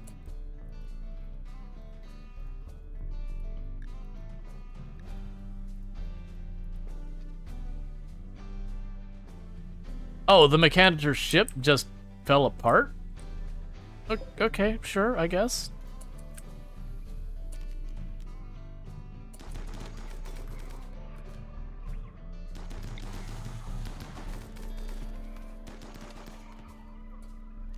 Okay, flare.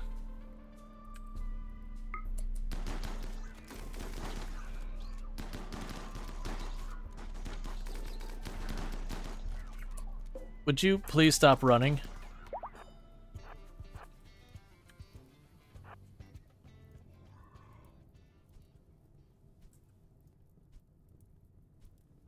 All right, hurry up.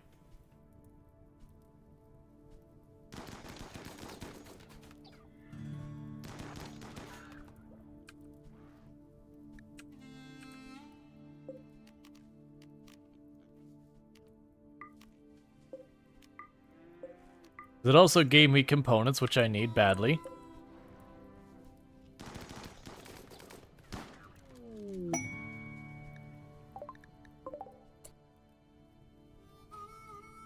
Cool, so you've got all that.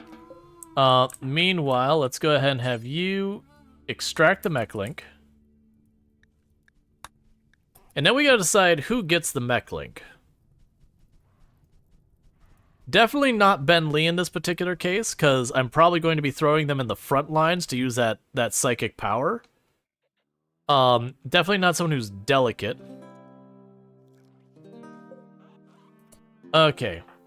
So, Craven Horde is one contestant. As a Hussar, they're very tanky. Sentient Cookie is a good contestant, because we keep them out of the fights for the most part. Randall Thor's getting it. That's what we're doing. High crafting. Alright.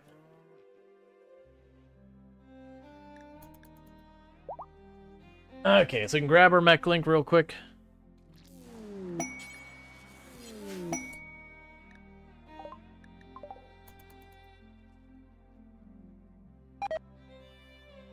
Okay.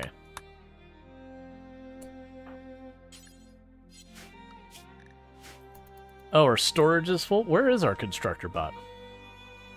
It said one arrived, and then I didn't see it. What?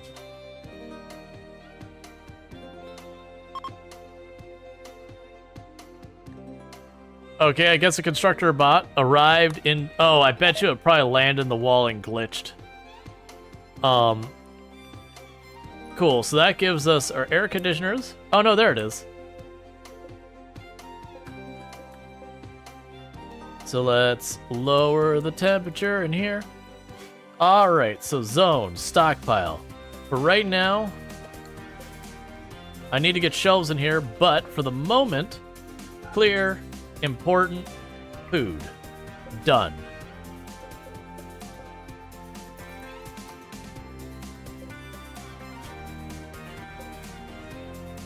And with that, we should start seeing all the food get stored in there.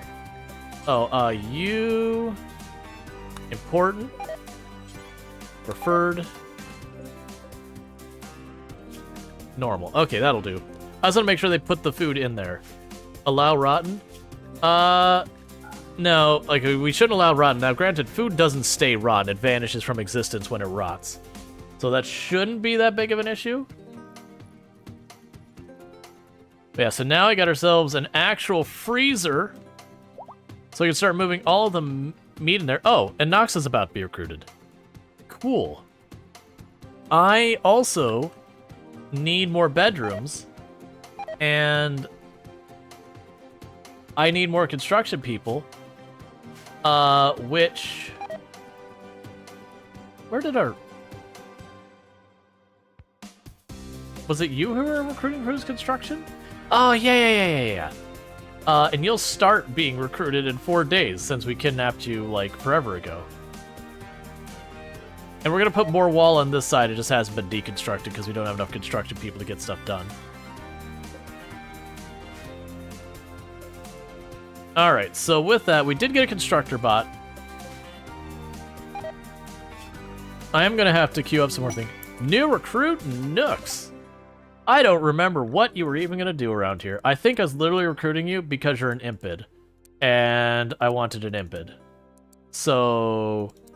Right, you mine. And you can craft, and you can research. That's right, it was kind of a jack-of-all-trades spawn. I'll queue you up to prioritize... That's fine. You'll try to research. If you can't research, you'll try to craft. If you can't craft, you'll mine. And if you can't do all those, you'll stand around and question why you're here. Okay, so who gets to be our impid? And our impid gets to be... Azure Storm. Alright.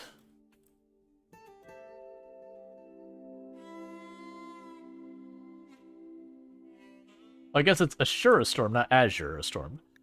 Either way. So clearly, as an impid, the very first thing I should do is give you a gun. Oh, I still have another nerve spiker. Yeah, let's give you the other nerve spiker. Because that's 2 enemies stunned per fight every couple seconds, so... I don't think there's value in having more than 2 nerve spikers, so I think that's the point where you'll end up hitting too much the same targets. Oh. I also need you to haul that. You'll never do hauling. I also need someone to haul that before it just rots out there for no reason at all. Alright.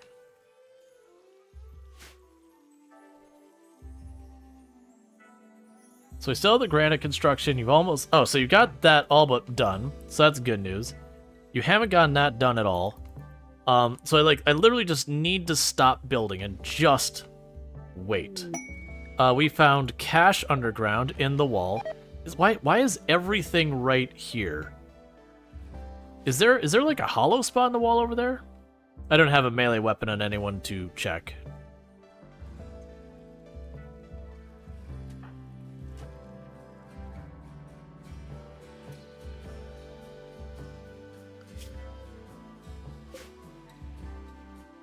Okay.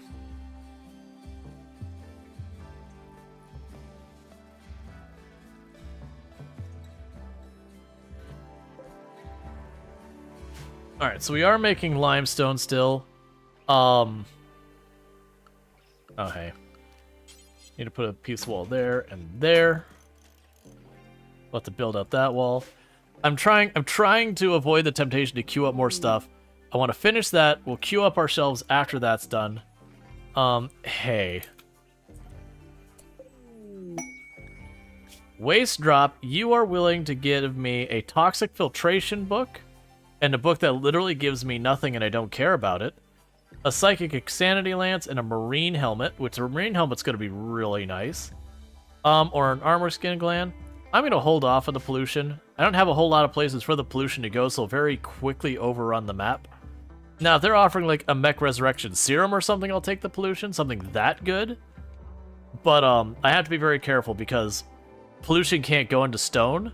So where maybe the pollution would take this space normally, because it can't, it'd fill up this area and probably spread up like this far. So I gotta be careful. Alright. So you're still... I don't care about the toxin generator. Wow, you're only gonna give me like $3 for that book? Harsh, man. Ah, here we go. Take all of our clubs and various blunt instruments and all that we have acquired over time. I don't want them. I don't need them. Please get them out. Get rid of the flame bow. Get rid of the worn out clothing.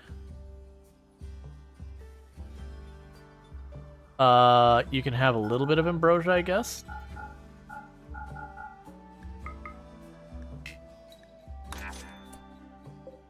Yeah, we're already friends with you. Okay. Just cleaning out some supply space.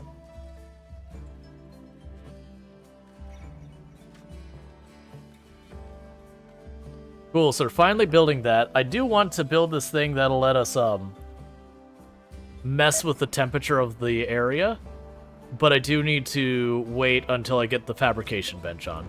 That's the big move right now, is get that fabrication bench. Once I get the fabrication bench, we can start messing with a whole lot of stuff. Thank you for the follow. Welcome to stream. And we are ready to commit an abduction.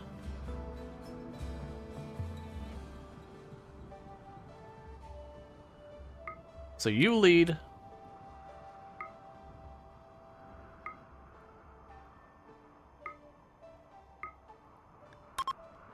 Get it done.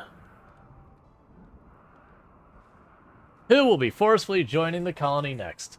Yeah, that's our good experiment. If it's a pawn that I'm like, there's nothing I can do with this pawn other than release them, we're going to science. Very, very unethical science. Alright. Quick sleeper, psychically sensitive, who's extremely good at shooting and a decent shot. With frail, which I can cure. So sadly, there will not be science this day. Because this is a pawn I actually want. So please, do me a favor and capture this person.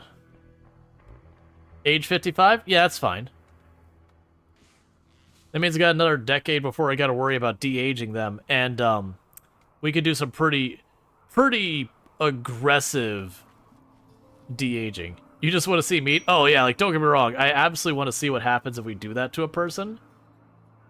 We just need a good contestant. Prisoner. We'll work at recruiting you. Gain what? Wait, again. Gain relations plus 52?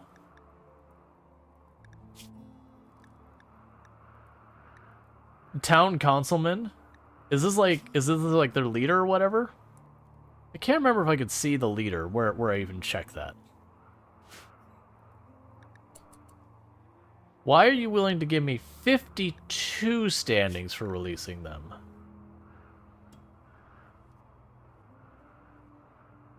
Will it even let you meatify a ghoul? I have no idea.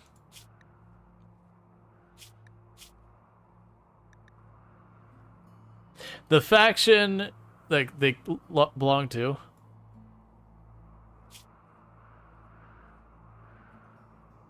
We have their leader.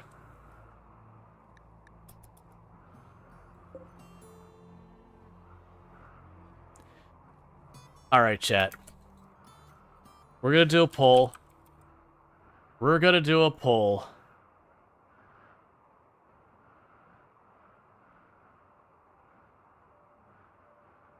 Is Boop friend or meat? Friend, meat. Alright, we're doing a poll, chat. Because I have two things I want to see. And I'm not sure what happens. Do we recruit Boop, convert them to our faction? They're a good pawn. They're the leader of another faction. Do we convert them to our cause, or do we turn them into meat? I leave their fate in your hands. Keep in mind, when it comes to converting them, it's gonna take like 15 days before we can start, unfortunately, because they are unconscious.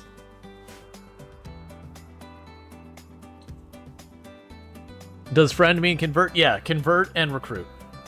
Here's a question. Hey, when that comes off cooldown, can I just remove Dark Shock? I didn't think to try that. When in 1.1 days, I'm gonna try and just blast them with Dark Shock or blast them with Unnatural Healing and see if it just fixes them.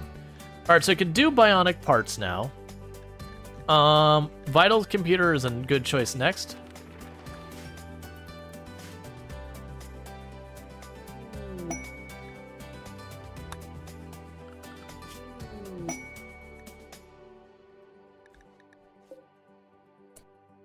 Bentley is feeling the itch for meat. Meat must happen.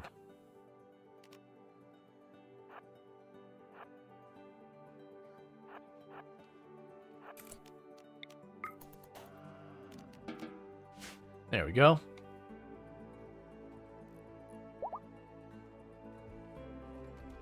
Sometimes meat just has to happen.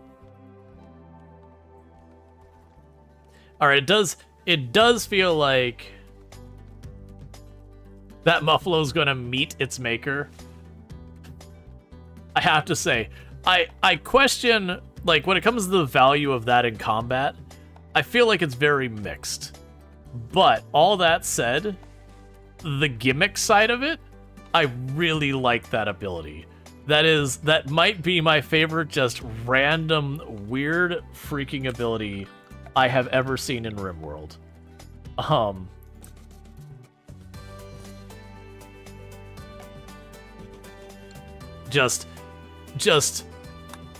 want to test things with that. I need this to come up cooldown. Mad Wild Boars. I cannot remember if you can actually get in here or not. Can you climb over the barricades, or will you just stand out here? Okay, so we're just gonna run around in circles out there. The boars can just do their own thing.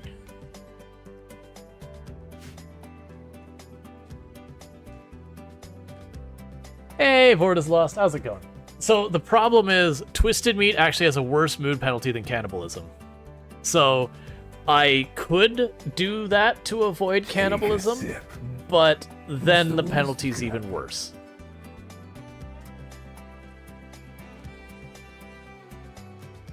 It's...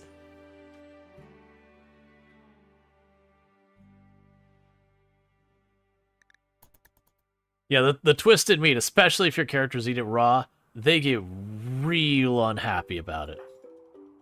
Now, it's still better than starving, but they do not like.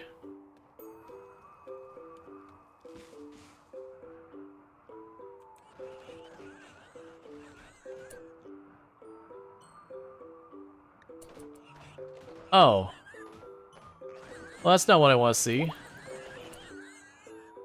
How about you not go in there, please?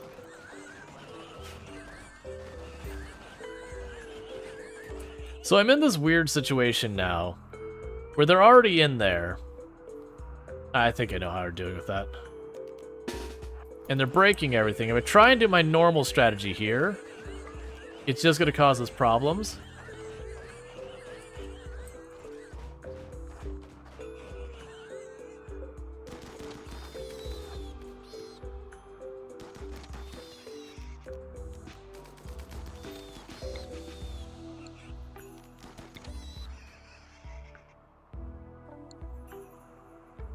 Oh, the other ones aren't Manhunter. Okay, have a good time. Yeah, so we got a bunch of those damage. Okay, so more than we basically had 2-to-1 that they stay friend. Like I said, I do want to see if I can just cure the Dark Psychic Shock, because I don't know if I can. It might also just remove Frail. That can also be fine by me. The interesting thing is just the idea that I can release them and just instantly get 52 standings. I feel like that's pretty powerful in its own right, that you could kidnap someone that way and then immediately do that. Now, the other thing that'd be interesting is they shouldn't know I have this person. Alright, so I could definitely use that. It'll at least cure Frail. Like that I know it can do. I just don't know about Dark Psychic Shock. It does. It does cure Dark Psychic Shock. Instantly cured, so we can go right to converting them right now. Neat. So let's talk about your heresy. Boop. If that is your real name. And Boop's like, why did I wake up with a flesh tentacle? What gear are they wearing? They're wearing flak vest. Take their clothes. Let's see. 1/3 of a human body by weight. Is like both legs, right? Yeah, we don't do like, so very genuinely, I don't usually do hardly any cannibalism or anything like that. We got a combat ship. So let's go ahead and we'll do the trade of the combat ship real fast, and then we're going to do our ritual. I don't really have a lot I want to give you here. Give me that. Do you have anything in melee? You have a Zeus hammer, but I don't have a dedicated melee pawn anymore. You have a minigun, but I honestly would rather have the flamethrower assault rifles. So you're not really giving me a whole lot of things I want. I'll take the money. Just oh, medical. Components? Cool. And with that, it is time for a party.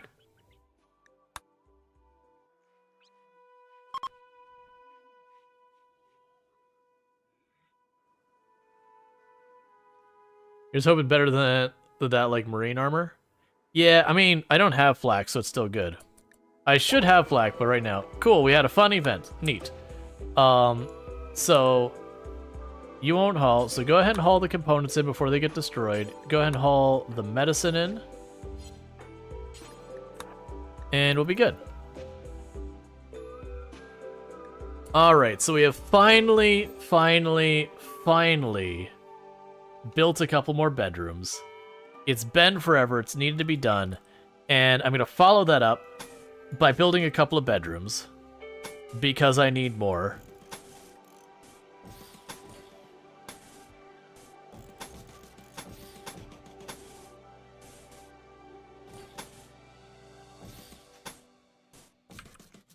And these ones, I'm not putting the vents on them. They probably won't do that. I probably shouldn't even be bothering with this like silly nonsense out here, because I only did it because the earlier ones had ACs that I kind of needed that space for the venting. But now I'm like, you know what? It's fine.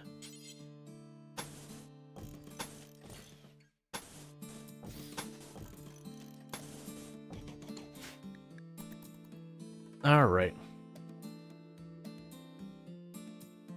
And so that's waiting for me to have a lot of spare components, because my hope is I'll actually be able to warm up the climate during the winter and just, like, not have winter.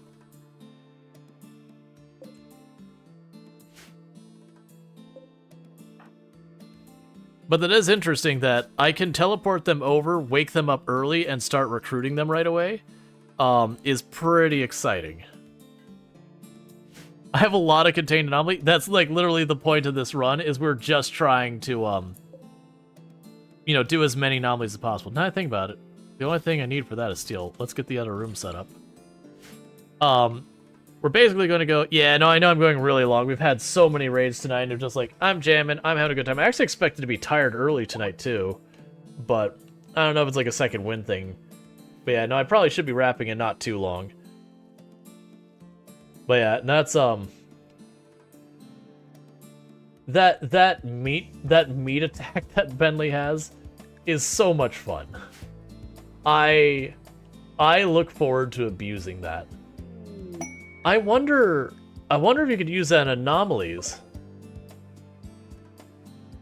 Cause like, could you imagine you have like the devour? Well, actually, what would happen if you could use it on a devourer? Like the devourer jumps up there and you psychically turn stuff to meat.